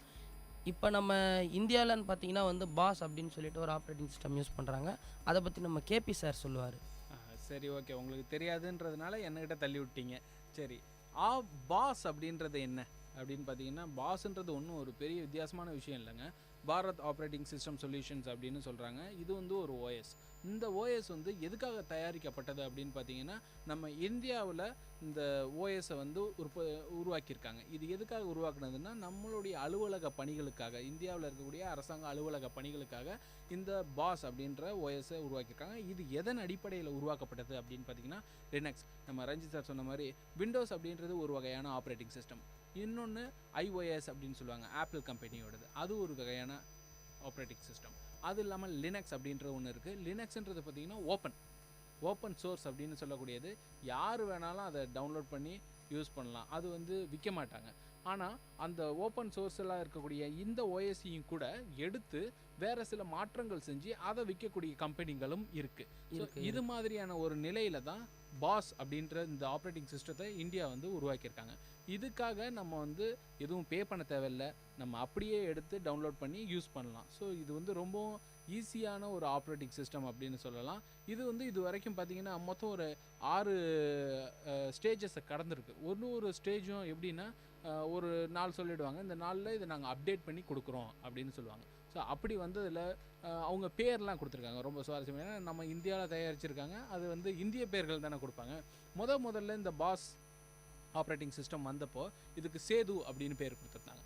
அடுத்து அதுக்கப்புறமா வரும்போது தரங் அப்படின்னு சொல்லியிருந்தாங்க. நெக்ஸ்ட் வெர்ஷன் 3 வரும்போது அனந்த் அப்படின்னு சொல்லியிருந்தாங்க. அது கூடவே ஒரு சர்வருக்கான ஆப்ரேட்டிங் சிஸ்டத்தையும் கொடுத்துருந்தாங்க. சர்வருக்கும் கம்ப்யூட்டருக்கும் 2 விதமான ஆப்ரேட்டிங் சிஸ்டம். ஒன்று வந்து கம்ப்யூட்டருக்கு நம்ம நார்மல் யூசேஜுக்கு யூஸ் பண்ணுவோம். இன்னொன்று வந்து பார்த்திங்கன்னா சர்வர் அப்படின்னு சொல்கிறது ஒரு ஸ்டோரேஜ். அந்த ஸ்டோரேஜ் வந்து டிஃப்ரெண்ட்டாக இருக்கும், அதோட லெவல்ஸ் வேறு. ஸோ இது வந்து அது கூட சேர்த்து அனந்த் கூட சேர்த்து நம்மளுக்கு வெளியில் கொடுத்துருந்தாங்க. அடுத்து வெர்ஷன் 3 அப்படின்னு தேஜஸ் அப்படின்னு கொடுத்துருந்தாங்க. வெர்ஷன் 4 பார்த்தீங்கன்னா சாவீர், வெர்ஷன் 5 அனோகா, வெர்ஷன் 6 அனூப் அப்படின்ட்டு இது மாதிரி ஒரு 6 வெர்ஷன்ஸ் அவங்க கொடுத்துருக்காங்க. 6வது வெர்ஷன் எப்போ ரிலீஸ் ஆச்சுன்னு பார்த்தீங்கன்னா 2015 மார்ச் மாதம் 4ஆம் தேதி ரிலீஸ் பண்ணியிருக்காங்க. இதுதான் பாரத் ஆப்ரேட்டிங் சிஸ்டம் அப்படின்றதோட ஒரு சிறு குறிப்பு. ஓகே ரஞ்சித், அது ஓப்பன் சோர்ஸ்ன்னு சொல்கிறீங்க, அது வந்து ஈஸி டு ஆப்ரேட்னு சொல்கிறீங்க. அப்புறம் ஏன் வந்து நிறைய கம்ப்யூட்டர்ஸில் வந்து நம்ம விண்டோஸ் போட்டிருக்கோன்னு தெரியுமா? ஏன் போட்டிருக்கோம் அப்படின்னா நம்மளுக்கு அதுதான் கிடச்சிருக்குது, அதனால அது அப்படி கிடையாது. அது வந்து நீங்கள் சொன்ன மாதிரியே வந்து ஓப்பன் சோர்ஸ் பாஸ்ன்றதும் சரி லினக்ஸ்ன்றதும் சரி எப்பயுமே வந்து open source programming languages, programming depend தான். ஆனால் வந்து விண்டோஸ் வந்து பார்த்திங்கன்னா நிஜமாகவே நம்ம காசு கொடுத்து தான் வாங்கிட்டு இருக்கோம். இப்போவும் சில பேர் கிராக்டு வெர்ஷன்ஸ் யூஸ் பண்ணிக்கிட்டு இருக்காங்க. விண்டோஸில் ஏன் வந்து நம்ம எல்லாரும் இப்போ ஐக்கியமாக இருக்கோம்னா அதோட ஆக்சசிபிலிட்டியும் ஜியோயும் அவ்வளோ எளிமையாக இருக்கிறதுனால தான் வந்து எல்லாரும் சாதாரண மக்களும் வந்து கம்ப்யூட்டர் யூஸ் பண்ணிக்கலாம், ஈஸியாக புரிஞ்சிக்கலாம்னு சொல்கிறீங்க. கண்டிப்பாக இது கூட ஈஸியாக அப்படின்னு எதுன்னு பார்த்தீங்கன்னா மேக் ஓஎஸ் தான். ஆனால் வந்து மேக் ஓஎஸ் வந்து ரொம்ப காஸ்ட்லியாக இருக்கிறவங்க மட்டும்தான் யூஸ் பண்ண முடியுன்றதுனால அவங்களால பெருவாரியான மக்களை போய் ரீச் பண்ண முடியல. ஆனால் இந்த விண்டோஸ்ன்றது அதுலேருந்து சில விஷயத்தை எக்ஸ்ட்ராக்ட் பண்ணியிருந்தாலும் அது வந்து எல்லாருக்கும் புரியும்படியாக இருந்ததுனால நிறைய பேர் வந்து விண்டோஸ் யூஸ் பண்ணிகிட்டு இருக்காங்க. ஆனால் இந்த விண்டோஸில் ஒரு பெரிய ப்ராப்ளம் இருக்குது. அது என்னன்னு தெரியுமா? என்ன ப்ராப்ளம்? எனக்கு சார் வைரஸ். கண்டிப்பாக வைரஸ் நம்ம எல்லார் சிஸ்டம்லேயும் வைரஸ்னு ஒன்று வந்துட்டால் போதும், நாம் ப்ளே பண்ணுற பாட்டு ப்ளே ஆகாது, நம்ம காப்பி பண்ணுற ஃபைல்ஸ் காப்பி ஆகாது, சில சமயம் அந்த சிஸ்டமே ஆன் ஆகாது. இப்போ மனுஷ உடம்புல வந்து வைரஸ் எப்படி பூந்தா வந்து வேலை செய்யாமல் போதோ அதே மாதிரி கம்ப்யூட்டரில் அதே தான் நானும் சொல்லலாம்னு வந்தேன் நிதி சார். அதே மாதிரி தான் வைரஸ் வந்து பார்த்திங்கன்னா கம்ப்யூட்டரே மொத்தமாக நாசப்படுத்திடும். இந்த வைரஸ்ன்ற வார்த்தையை வந்து பார்த்திங்கன்னா எங்கேயுமே வந்து அதுவாக உருவாகிறது இல்லை. நோய் அப்படின்றது மட்டும்தான் அதுவாக உருவாகும். ஆனால் வைரஸ்ன்றது வந்து ஒருத்தர் க்ரியேட் தான் பண்ணணும். அதையும் வந்து க்ரியேட் தான் பண்ணாங்க. அந்த ஃபஸ்ட்டு வைரஸோட பேர் தெரியுமா கேபி சார்? தெரியாதுங்க. அந்த வைரஸோட பேர் பார்த்தீங்கன்னா பிரெயின். ஏங்க மூளையா? கண்டிப்பாக மூளை. ரொம்ப மூளை இருக்கிறவங்களால மட்டும்தான் அதை க்ரியேட் பண்ணியிருக்க முடியும்னே சொல்லலாம். அந்த பிரெயினை வந்து பாகிஸ்தானில் இருக்கிற 2 நண்பர்கள் தான் தயாரிச்சிருக்கிறாங்க. நண்பர்கள்னு சொல்லாதீங்க, ஒரு பெரிய அழிவுக்கு உண்டான விஷயங்கள்லாம் செஞ்சுருக்கிறாங்க. இல்லை, அதை அழிவுன்னு சொல்லிட முடியாது, அது ஒரு ஆக்கப்பூர்வமான விஷயம் சில விஷயத்துக்கு அப்படின்னு சொல்லலாம். அதாவது வைரஸ் வந்து ஹெல்ப் பண்ணுதா? கண்டிப்பாக. நான் சொல்கிறேன். 1986 வந்து பாகிஸ்தானில் இருக்க 2 நண்பர்கள் வந்து அதை கண்டுபிடிச்சாங்க. இதை வந்து விண்டோஸ்க்கு எதிரியாக மட்டுமே தான் முதல்ல கண்டுபிடிச்சாங்க. ஆனால் இதை கண்டுபிடிச்ச நோக்கம் என்னென்னு பார்த்தீங்கன்னா, வைரஸ் வந்து நிறைய வகைப்படும். நீங்கள் இந்த ஆன்டி வைரஸ்லாம் இன்ஸ்டால் பண்ணால் பார்த்துருப்பீங்க. ட்ராஜன் ஹார்சஸ்ன்னு பார்த்துருப்பீங்க, வார்ம்ஸ்ன்னு பார்த்துருப்பீங்க. இந்த வார்ம்ஸ்ன்றதெல்லாம் என்னென்னு பார்த்தீங்கன்னா டூப்ளிகேட்டிங் ஃபைல்ஸ் பண்ணுங்க. இதை வந்து நம்ம எதுக்கு யூஸ் பண்ணுவோன்னா, அந்த விவசாயத்துக்கு மண்புழு எதுக்கு தேவைப்படும்? அந்த மண்ணை உழுறதுக்கு தேவை. இதே மாதிரி சில கம்ப்யூட்டர் விஷயங்களுக்காக மட்டுமே தான் அதை முதல்ல வந்து கண்டுபிடிக்க ஆரம்பித்தாங்க. அதுக்கப்புறமேட்டு இந்த ட்ராஜன் ஹார்சஸ்ன்றது பார்த்தீங்கன்னா ஒரு பெரிய கதையே அதுக்குள்ளே இருக்குது. ஒரு ட்ராயின்னு ஒரு படம் பார்த்துருப்பீங்கன்னு நினைக்கிறேன். அந்த படம் ரொம்பவே சுவாரஸ்யமாக இருக்கும். கடைசியில் ஒன்று பண்ணுவாங்க, அதில் ஒரு 20 பேர் வந்து அந்த குதிரைக்குள்ளே போய் ஒளிஞ்சிக்கிட்டு அந்த நாட்டுக்குள்ளே எடுத்துகிட்டு போய் வச்சதுக்கப்புறம் எல்லாம் அடங்கினதுக்கப்புறம் வெளியே போய் அந்த கேட்டை ஓப்பன் பண்ணி வைரஸ் அழிச்சிருவாங்க இல்லையா? அதுதான் வந்து இந்த வைரஸும் பண்ணுங்க. கம்ப்யூட்டர் வந்து அவ்வளோ சீக்கிரம் இதை அலோவ் பண்ணாது. நீங்கள் இந்த வேக்கன்சி கேள்விப்பட்டிருப்பீங்கல்ல? வேக்கன்சினா? ஐயோ சாரிங்க, மாற்றி சொல்லிட்டேன். வேக்சின் கேள்விப்பட்டிருக்கேன். அது என்ன வேக்சின்? தடுப்பூசி. தடுப்பூசியில் என்ன இருக்கும்? தடுப்பூசியில் நோயை உருவாக்குதோ அந்த கிருமிகள் இருக்கும். நோயை எதிர்க்கிற கிருமிலாம் இருக்காதுங்க, அதுவும் வந்து நோயை உருவாக்குற கிருமி மட்டும்தான். ஆமாம், அதுதான் நானும் சொன்னேன். அது என்ன பண்ணுன்னா, அந்த குழந்தைங்களோட உடம்புல பார்த்தீங்கன்னா இம்யூன் சிஸ்டம் நிறைய இருக்கும், சரிங்களா? அது வந்து என்ன பண்ணுன்னா, அந்த பேட்டர்ன்ஸ் வந்து அது ரிஜிஸ்டர் பண்ணி அது வந்து எதிர்த்து போராடுற மாதிரி நாம் ஆன்டிவைரஸ்ன்னு சொல்லிட்டு இப்போ இன்ஸ்டால் பண்ணிக்கிறோம். அது வந்து ஆல்ரெடி அதோட பேட்டர்ன்ஸை வச்சு இதுக்கப்புறம் வைரஸ் வந்தால் தடுக்கிறதுக்காக யூஸ் பண்ணிக்கிட்டு இருக்காங்க. அவ்வளோதான் அந்த மாதிரி விஷயங்கள். ஸோ வைரஸ்க்கு பின்னாடி வந்து இவ்வளோ கதைகள் இருக்குது இல்லையா? ஸோ இவ்வளவு கதைகள் இருந்தாலும் கூட அதுலேயும் ஒரு நன்மை இருக்குது அப்படின்றது தான் நம்ம ரஞ்சித் சொல்லிட்டு இருக்கிறாரு. சரி, இப்போது வைரஸ் அப்படின்ற ஒரு விஷயம் வந்து நல்லதுக்கும் பயன்படுது, கெட்டதுக்கும் பயன்படுது அப்படின்ட்டு இவங்க வந்து சொல்லியிருக்காங்க. சரி, இப்போ நல்லது இருக்கட்டும், கெட்டது இருக்கட்டும், அடுத்த நிலைக்கு போவோம். அதாவது ஒரு கம்ப்யூட்டரை நம்ம எப்படி யூஸ் பண்ணுவோம்? கம்ப்யூட்ரு பார்த்தீங்கன்னா ஆஃபீஸ் வேலைக்காகவும் மற்ற ஃபைல்ஸை ஷேர் பண்ணுறதுக்காகவும் ஃபைலை சேமித்து வைக்கிறதுக்காகவும் நிறைய விஷயங்களுக்காக பயன்படுத்துவோம். சரி, இப்போ இந்த கம்ப்யூட்டர் நான் யூஸ் பண்ணிகிட்டு இருக்கேன். என்னோடய கொலீகோ இல்லை எனக்கு யாராவது வேண்டாதவங்க என் கூடயே தான் இருக்காங்க, அவங்க யூஸ் பண்ணக்கூடாது அப்படின்னா நான் என்னென்னலாம் பண்ணணும்? பாஸ்வேர்ட் போட்டு வைப்பீங்க. பாஸ்வேர்டு அவங்களுக்கு தெரிஞ்சு போயிடுச்சு, வந்து ஓப்பன் பண்ணிடுறாங்க. அது அவங்களுக்கு தெரியாத அளவுக்கு ஒரு பாஸ்வேர்ட். ஏங்க இப்போ தான் வந்து இந்த கீபேட் டச்சில் பேட்டர்ன் மேட்சிங் வந்துருச்சு, ஃபிங்கர் பிரிண்ட் ஆத்தென்டிகேஷன்லாம் வந்துருச்சு. அப்புறம் என்ன சொல்கிறீங்க, கொஞ்சம் புரியுற மாதிரி சொல்லுங்கள். பயோமெட்ரிக் கேள்விப்பட்டிருப்பீங்கன்னு நினைக்கிறேன். பயோமெட்ரிக் அதை வந்து யூஎஸ்பியில் கனெக்ட் பண்ணி பாஸ்வேர்டு ஓப்பன் பண்ணுற அளவுக்கு இப்போ இருக்கிற செக்யூரிட்டி சிஸ்டம்ஸ்லாம் வந்துருச்சு. சரி, இப்போ இது வந்து செக்யூரிட்டி சிஸ்டம்னு வந்து நேரடியாக உள்ள வந்து ஒரு பொருளை வந்து எடுக்கிறது. இது இல்லாமல் வேற எங்கேயோ ஒரு இடத்துல ஒரு கம்ப்யூட்டரில் உட்காந்துக்கிட்டு நம்மளோட கம்ப்யூட்டரை ஹேக் பண்ணி எடுக்க முடியும் அப்படின்லாம் கேள்விப்பட்டேன். இந்த ஹேக்கிங்ன்றது இன்டர்நெட்டில் நீங்கள் கனெக்ட் பண்ணிட்டீங்களா, உங்கள் கம்ப்யூட்டர் எங்கேருந்து வேணால் யார் வேணால் ஆக்சஸ் பண்ணுற நிலமெல்லாம் இப்போ இருக்குது. அதுவும் வந்து ஒரு நல்ல விஷயத்துக்கு ஆரம்பித்த விஷயந்தான். அதுக்கப்புறம் இப்போ வந்து அது ரொம்ப கெட்ட விஷயமா மாறி போச்சுன்னே சொல்லலாம். இந்த ஒரு இடத்துல இருந்தே வந்து இப்போ நம்ம கம்ப்யூட்டர் ஆக்சஸ் பண்ணுவாங்க. நீங்கள் அது வந்து பர்மிஷன் போர்ட்டல்னு ஒன்று க்ரியேட் பண்ணி அவங்களுக்கு கொடுத்துட்டிங்கன்னா அவங்களே ஓப்பன் பண்ணி இதெல்லாம் பண்ணுவாங்க. கேள்விப்பட்டிருப்பீங்கன்னு நினைக்கிறேன். அந்த மாதிரி விஷயம் ஆரம்பித்து தான் வந்து ஹேக்கிங்கோட மிகப்பெரிய ஒரு லெவலுக்கே இம்ப்ரூவ் ஆகிப்போச்சு. அதான் நிறைய நல்ல விஷயமும் இருக்குது. இப்போ வந்து ஒரு தவறுதலாக சில விஷயம் பண்ணுறாங்கன்னா அவங்க சிஸ்டமை ஹேக் பண்ணி அந்த விஷயத்தை எடுத்துக்கலாம். இன்னொரு விஷயம் பார்த்தீங்கன்னா ப்ரைவசி இதனால் பாதிக்கப்படுது இல்லையா? நம்ம வந்து ஒரு டேட்டாவை வந்து வச்சுருக்கோம், நமக்கு தெரியாமலே வந்து அதை ஹேக் பண்ணி செஞ்சுட்டு இருக்காங்க. ஸோ இந்த மாதிரியான ஹேக்கிங் அப்படின்றது ஒரு பக்கம் நடந்துகிட்டு இருந்தாலும் எத்திக்கல் ஹேக்கிங்னு சொல்லக்கூடிய இன்னொரு பகுதியும் இருக்குது. அதாவது யாரெல்லாம் இதை வந்து ஹேக் பண்ணுறாங்க அப்படின்றவங்கள பார்த்து அவங்களே ஹேக் பண்ணிவிட்டு ஒரு நல்ல முறையில் வழி நடத்திட்டு போகலாம் அப்படின்னுட்டு இது ஒரு நெக்ஸ்ட் லெவலுக்கு போயிட்டுருக்காங்க. ஸோ இதை பற்றி இன்னும் பல விஷயங்களை நம்ம தெரிஞ்சுக்கலாம். இந்த நிகழ்ச்சி விஐடி பண்பலை 90.8 அறிவோம் 1000.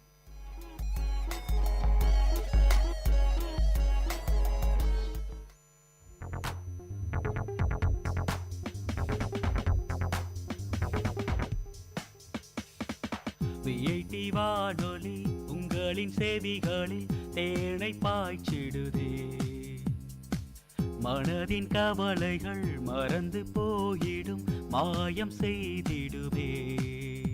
இது காற்றின் அலை பொங்கும் பாட்டின் அலை, நம் வீட்டோடும் நாட்டோடும் நடமாடி சுவை சேர்க்கும் விஐடி வானொலி உங்களின் செவிகளில் தேனை பாய்ச்சிடுதே. நான் வித்யா பாலன். எனக்கு இந்த ரெட்டை பேச்சு பேசுறவங்கள பிடிக்கவே பிடிக்காது. ஒரு பக்கம் வீட்டுல பொண்ணுங்க ரொம்ப மரியாதையா இருக்கணும்னு சொல்லுவாங்க, மற்றொரு பக்கம் அவங்கள காலை கடனை கழிக்க வெளியே அனுப்புவாங்க. இதுல என்ன மரியாதை இருக்கு? நீங்க அவங்கள மாதிரி இல்ல இல்லையா? வீட்லயே கழிப்பறைகளை கட்டுங்க. நீங்க கட்டிட்டீங்க இல்ல? இல்லைன்னா இப்பவே அதை கட்டுறத பத்தி யோசிங்க. வீட்டுல அதை கட்டி பயன்படுத்துங்க. ஆரம்பிக்கலாம் பரிசுத்தமான இந்தியா என்கிற திட்டம். எங்கே எண்ணமோ அங்க கழிப்பறை இருக்கு. ஸ்வச் பாரத் மிஷன் சுகாதாரத்தை நோக்கி ஒரு படி முன்னே. குடிநீர் மற்றும் சுகாதார அமைச்சகம் மூலம் மக்கள் நலனுக்காக வெளியிடப்படுகிறது.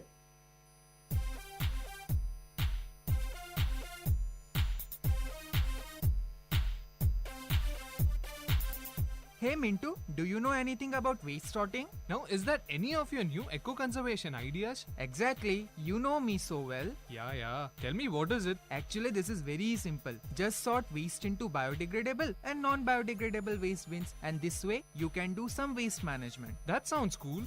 Go green!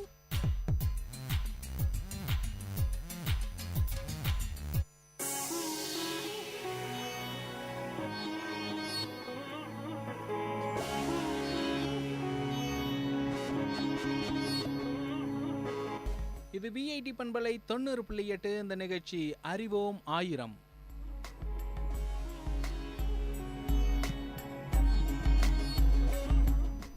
கம்ப்யூட்டர் கணினியை பற்றி இன்னைக்கு பேசிட்டு இருக்கோம். நான் உங்கள் அன்பு தோழன் கேபி ஆனந்த். என்னோடு இணைந்திருப்பது நிதிராஜ், ரஞ்சித் குமார். என்ன ரஞ்சித், திடீர்னு ரொம்ப நல்ல பிள்ளையாட்டம் ரஞ்சித் குமார் அப்படின்றீங்க? எங்க நான் எப்பயுமே நல்ல புள்ள தாங்க. சரி, ஓகே. இப்போது நல்ல பிள்ளை அப்படின்னு சொன்னோன்னே தான் எனக்கு ஒரு விஷயம் ஞாபகத்து வருது. அதாவது கம்ப்யூட்டர் நல்ல பிள்ளை அப்படின்னா ரொம்ப நல்ல பிள்ளைன்னு ஒன்று இருக்கணும்ல? ஆமாம், அதை விட கொஞ்சம் நல்ல எல்லாத்துலேயுமே கொஞ்சம் ஒரு பெஸ்ட்டு இருந்துக்கிட்டே இருக்குங்க இல்லையா? ஆமாம். அப்படி அந்த பெஸ்ட்டை தேடி பயணப்படும் போது ஒரு விஷயம் கிடச்சிச்சு. அதாவது சூப்பர் கம்ப்யூட்டர் அப்படின்னு சொல்கிறாங்க. சூப்பர் கம்ப்யூட்டர்னா கம்ப்யூட்டர் சூப்பராக இருக்குது அதான அர்த்தம்? அப்படியும் சொல்லலாம். மேன் சூப்பர் மேன் அப்படின்றம்ல, அந்த மாதிரி. இது வந்து தமிழில் பார்த்தீங்கன்னா மீத்திறன் கணினி அப்படின்னு சொல்கிறாங்க. மீத்திறன் கணினியா? ஆமாம், மீத்திறன் கணினா மிகுந்த திறமை உடைய கணினி அப்படி தான் அர்த்தம். வேறு எதுவும் பெரிய உள்ளடக்கம்லாம் அதுக்குள்ளே இல்லை. நம்ம நார்மலாக யூஸ் பண்ணுற அதே கணினி தான், கொஞ்சம் அட்வான்ஸ்டு டெக்னாலஜியெல்லாம் அதில் புகுத்தியிருக்காங்க. அதாவது ரொம்ப ஃபாஸ்ட்டாக இருக்கும். இப்போ நீங்கள் ஒரு கீயை ப்ரெஸ் பண்ணிங்கன்னா நம்ம கம்ப்யூட்டரில் ஒரு சில காலங்கள்லாம் பார்த்தீங்கன்னா ஒரு ரெண்டு செகண்ட் எடுத்துக்கிட்டு அதுக்கப்புறம் தான் வரும். ஒரு இன்டர்நெட்டில் போகும்போது நீங்கள் ஒரு இமேஜை ஓப்பன் பண்ணுறீங்க அப்படின்னா அது கொஞ்சம் கொஞ்சமாக கொஞ்சம் கொஞ்சமாக ஓப்பன் ஆகிட்டு அதுக்கப்புறம் ஒரு 2 நிமிஷம் கழித்து முழுசாக அந்த இமேஜ் நம்மளுக்கு தெரியும். இப்படிலாம் இருந்த காலகட்டம் இன்றைக்கி பார்த்திங்கன்னா ஒரு சிங்கிள் கிளிக்கில் நம்மளுக்கு எல்லாமே வந்துடுது. இதையும் தாண்டி நம்ம நினச்சோடனே அப்படி டக்குன்னு வரணும் அப்படின்ற பட்சத்தில் வருமா இந்த சூப்பர் கம்ப்யூட்டர்ஸ்? அப்படின்னு வரணும் அப்படின்ற ஒரு முயற்சியில் தான் இந்த சூப்பர் கம்ப்யூட்டர்ஸ் எல்லாத்தையுமே உருவாக்கிக்கிட்டு இருக்காங்க. இதில் பார்த்தீங்கன்னா ஒரு 2-3 விஷயங்கள் முக்கியமாக இருக்குது. அதாவது உருவகப்படுத்தல் அப்படின்னு சொல்கிறாங்க. உருவகப்படுத்தல்னா இது மாதிரி இன்னொன்று அதுவாகவே உருவாக்கி காட்டும். இப்போ நமக்கு வந்து ஒரு ஸ்பியர் அப்படின்னு வேணும் அப்படின்னு கேட்டோம்னா ஸ்பியரை போய் நம்ம இப்போ வரையணும் இப்போ இருக்கக்கூடிய கம்ப்யூட்டரில். ஆனால் அங்கே பார்த்தீங்கன்னா அதுவாகவே உருவாக்கி காட்டும். கிட்டத்தட்ட க்ளோனிங் மாதிரி. ஆமாம், க்ளோனிங் அப்படின்னு சொல்கிறத விட இது வந்து விஷுவலைஸ் பண்ணுது அப்படின்னு சொல்லலாம். அதாவது ஒரு விஷயத்தை நம்ம சொன்ன உடனே அது கிரகிச்சிக்கிட்டு அதுக்கு தகுந்த மாதிரியான வடிவங்களை அது உருவாக்கி காட்டும். வடிவங்கள் மட்டும் இல்லாமல் அது சார்ந்த பல விஷயங்களையும் உருவாக்கி காட்டுது. இது வந்து உருவகப்படுத்தல் அப்படின்னு சொல்கிறாங்க. இது தாண்டி செயற்கை அறிவு அப்படின்னு சொல்கிறாங்க. இந்த செயற்கை அறிவாண்மை அப்படின்னு சொல்கிற ஒரு விஷயம் பார்த்திங்கன்னா ரொம்ப காலமாக நம்மளுடைய அறிவியல் கோட்பாட்டுக்குள்ளாக்க இருந்த ஒரு விஷயத்தை இன்றைக்கி வந்து செயல்முறைக்கு கொண்டு போயிட்டுருக்காங்க. செயற்கை அறிவாண்மை அப்படின்னா என்னென்னு கேட்டிங்கன்னா இங்கிலீஷில் வந்து அது ஆர்டிஃபிஷியல் இன்டெலிஜென்ஸ் அப்படின்னு சொல்லுவாங்க. கேள்விப்பட்டிருப்பீங்களா ஆர்டிஃபிஷியல் இன்டெலிஜென்ஸ் பற்றி? ஆர்டிஃபிஷியல் இன்டெலிஜென்ட் வந்து கொஞ்சம் கொஞ்சமாக இப்போ வந்து எல்லா இடத்துலையும் புகுத்திட்டு வராங்க, வளர்ந்துட்டு வருது. அதாவது நம்ம வந்து ஒரு விஷயத்தை எப்படி அணுகிறோமோ அதே மாதிரி கணினியும் ஒரு விஷயத்தை அணுகணும். அதாவது மெக்கானிக்கல் அப்படின்னு சொல்லக்கூடிய அந்த ஒரு சாதாரண ஒரு நிலையில் தாண்டி அது வந்து ஒரு விஷயத்தை புரிஞ்சுக்கிட்டு அந்த விஷயத்துக்கு எந்த விதமான ஒரு பிரதிபலிப்பு கொடுக்கலாம், ஒரு பதில் கொடுக்கலாம் அப்படின்ற விஷயங்களெல்லாம் அது பண்ண ஆரம்பிச்சிருக்குது. இதுதான் வந்து செயற்கை அறிவாண்மை அப்படின்னு சொல்றாங்க. அதாவது ரோபோன்னு சொல்ல வரீங்களா? ரோபோ அப்படின்னு சொல்கிறத விட ரோபோவும் கூட ஒரு மெக்கானிக்கல் ஒர்க்கு தான். இப்போ ஒரு ரோபோ கண்டுபிடிச்சிருக்காங்க அப்படின்னா அந்த ரோபோ என்ன பண்ணும், இந்த ஒர்க்கை பண்ணு அப்படின்னா அந்த ஒர்க்கை பண்ணும். பட் ஆனால் அந்த ஒர்க்கை பண்ணும்போது அதுக்கு நடக்கக்கூடிய இடைப்பாடுகள் இதெல்லாம் வந்து அதுக்கு தெரியாது. ஒரு பெரிய மாடியில் கொண்டு போய் நிறுத்தி வச்சுட்டு நடந்து போ அப்படின்னா அது அந்த பள்ளத்தில் போய் விழுந்துடும். இதுதான் ஒரு நார்மல் ரோபோட் பண்ணுற வேலை. ஆனால் இந்த செயற்கை அறிவாண்மை இருக்கக்கூடிய ஒரு ரோபோட் அதை வந்து உருவாக்கிடுது. நீங்கள் நட அப்படின்னீங்கன்னா அது போய் கீழே விழாது, அங்கே படி இருக்குது இல்லை அங்கே பள்ளம் இருக்குன்றதை பார்த்துட்டு அதுக்கு என்ன ஒரு நடவடிக்கை எடுக்கணுமோ அந்த நடவடிக்கை எடுத்து அதன் மூலமாக செயல்படும். ஸோ இதுதான் வந்து ஆர்டிஃபிஷியல் இன்டெலிஜென்ஸ் அப்படின்னு சொல்கிறாங்க. எதிர்காலத்தில் ரொம்ப பெரிய ஒரு துறையாக இது வரப்போகுது. இப்போ கொஞ்ச நாளைக்கு முன்னாடி ஸ்டீஃபன் ஹாக்கிங்ஸ் அப்படின்னு சொல்லக்கூடிய ஒரு கோட்பாட்டவியலாளர் அவர் வந்து என்ன சொல்லியிருக்காருன்னா எதிர்காலத்தில் நம்மளுடைய உலகம் அழிஞ்சிடும் அப்படின்னு சொல்லியிருக்காரு. அது அழியறதுக்கான காரணம் என்னவா இருக்கும் அப்படின்னா இந்த செயற்கை அறிவாண்மையாக இருக்கும் அப்படின்ற ஒரு பூதாகரமான ஒரு விஷயத்தையும் சொல்லியிருக்காரு. அவ்வளோ பயப்படவும் தேவையில்லை, நம்ம அதை வந்து ஒரு கட்டுக்குள்ளே வச்சுக்கலாம்னு கடைசியாக ஒரு ஆறுதல் சொல்லியிருக்கிறாரு. இந்த மாதிரியான விஷயங்கள் எல்லாம் தான் இந்த மீத்திறன் கணினி அப்படின்ற ஒரு விஷயத்துக்குள்ளே வந்திருக்கு. இதில் நம்ம இந்தியா எங்கே இருக்குன்னு தெரியுமா? எங்கே இருக்குது இந்தியா? ஏஷியாவில் இருக்குது நம்ம இந்தியா. அதாவது இந்த சூப்பர் கம்ப்யூட்டர் அப்படின்ற ஒரு நிலையில் இந்தியா எப்படி இயங்கிட்டு இருக்குன்னு கேட்டேன். தெரியலையே, இதை பற்றி இவ்வளோ விரிவாக பேசிட்டீங்க, கண்டிப்பாக அதுவும் தெரிஞ்சிருக்கும். அதை பற்றியும் கொஞ்சம் சொல்லிட்டீங்கன்னா நல்லாயிருக்கும். சரி, சின்னதாக சொல்கிறேன், சுருக்கமாக சொல்கிறேன், எளிமையாக சொல்கிறேன். பரம் அப்படின்னுட்டு ஒரு நிலையில் தான் இந்த இருக்குது. பரம்ன்றது அதுக்கான பேர். இது வந்து 1991 உருவாக்குனாங்க. இது இன்றைக்கி பல நிலைகள் மாறி இருக்குது. பரம் 8000, 8600, 9900, 10,000, பத்மா, யுவா, யுவா 2, யுவா 3 அப்படின்ட்டு இப்போ நிறைய படிநிலைகள் போயிட்டுருக்கு. இது பற்றி இன்னும் நிறைய விஷயங்களை நம்ம பேசலாம். ஆனால் இன்றைக்கி நம்ம கிளம்ப வேண்டிய நேரம் வந்துருச்சுன்னு நினைக்கிறேன். இந்த நிகழ்ச்சி விஐடி பண்பலை 90.8 அறிவோம் 1000. நான் உங்கள் அன்பு தோழன் கேபி ஆனந்த். இன்னொரு நல்ல சந்தர்ப்பத்தில் இன்னொரு நல்ல கருத்துள்ள தகவல்களோடு உங்களை வந்து சந்திக்கிறேன். என்னுடன் இருந்து விடைபெறுவது நித்யராஜ், ரஞ்சித் குமார்.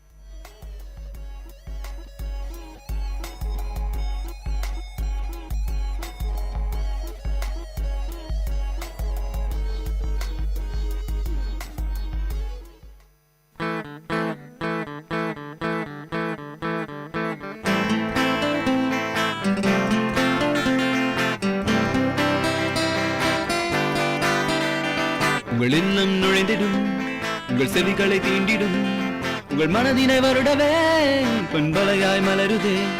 உங்கள் இல்லம் நுழைந்திடும், உங்கள் செவிகளை தீண்டிடும், உங்கள் மனதினை வருடவே பண்பலையாய் மலருதே.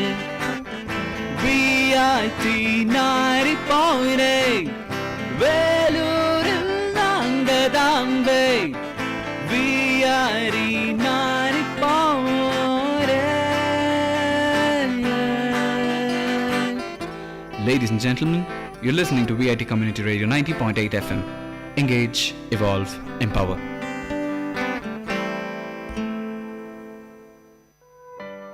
மகிழ்ச்சி நிறைந்த அறிவு சார்ந்த நிகழ்ச்சிகளால் உங்கள் மனங்களை கவர்ந்த இன்றைய ஒளிபரப்பு இனிதே நிறைவு பெறுகிறது. மீண்டும் எமது அடுத்த ஒளிபரப்பு நாளை காலை 9 மணிக்கு 90.8 பண்பலை அலைவரிசையில் ஆரம்பமாகும். விஐடி பண்பலை 90.8 நேயர்கள் அனைவருக்கும் நன்றி, வணக்கம்.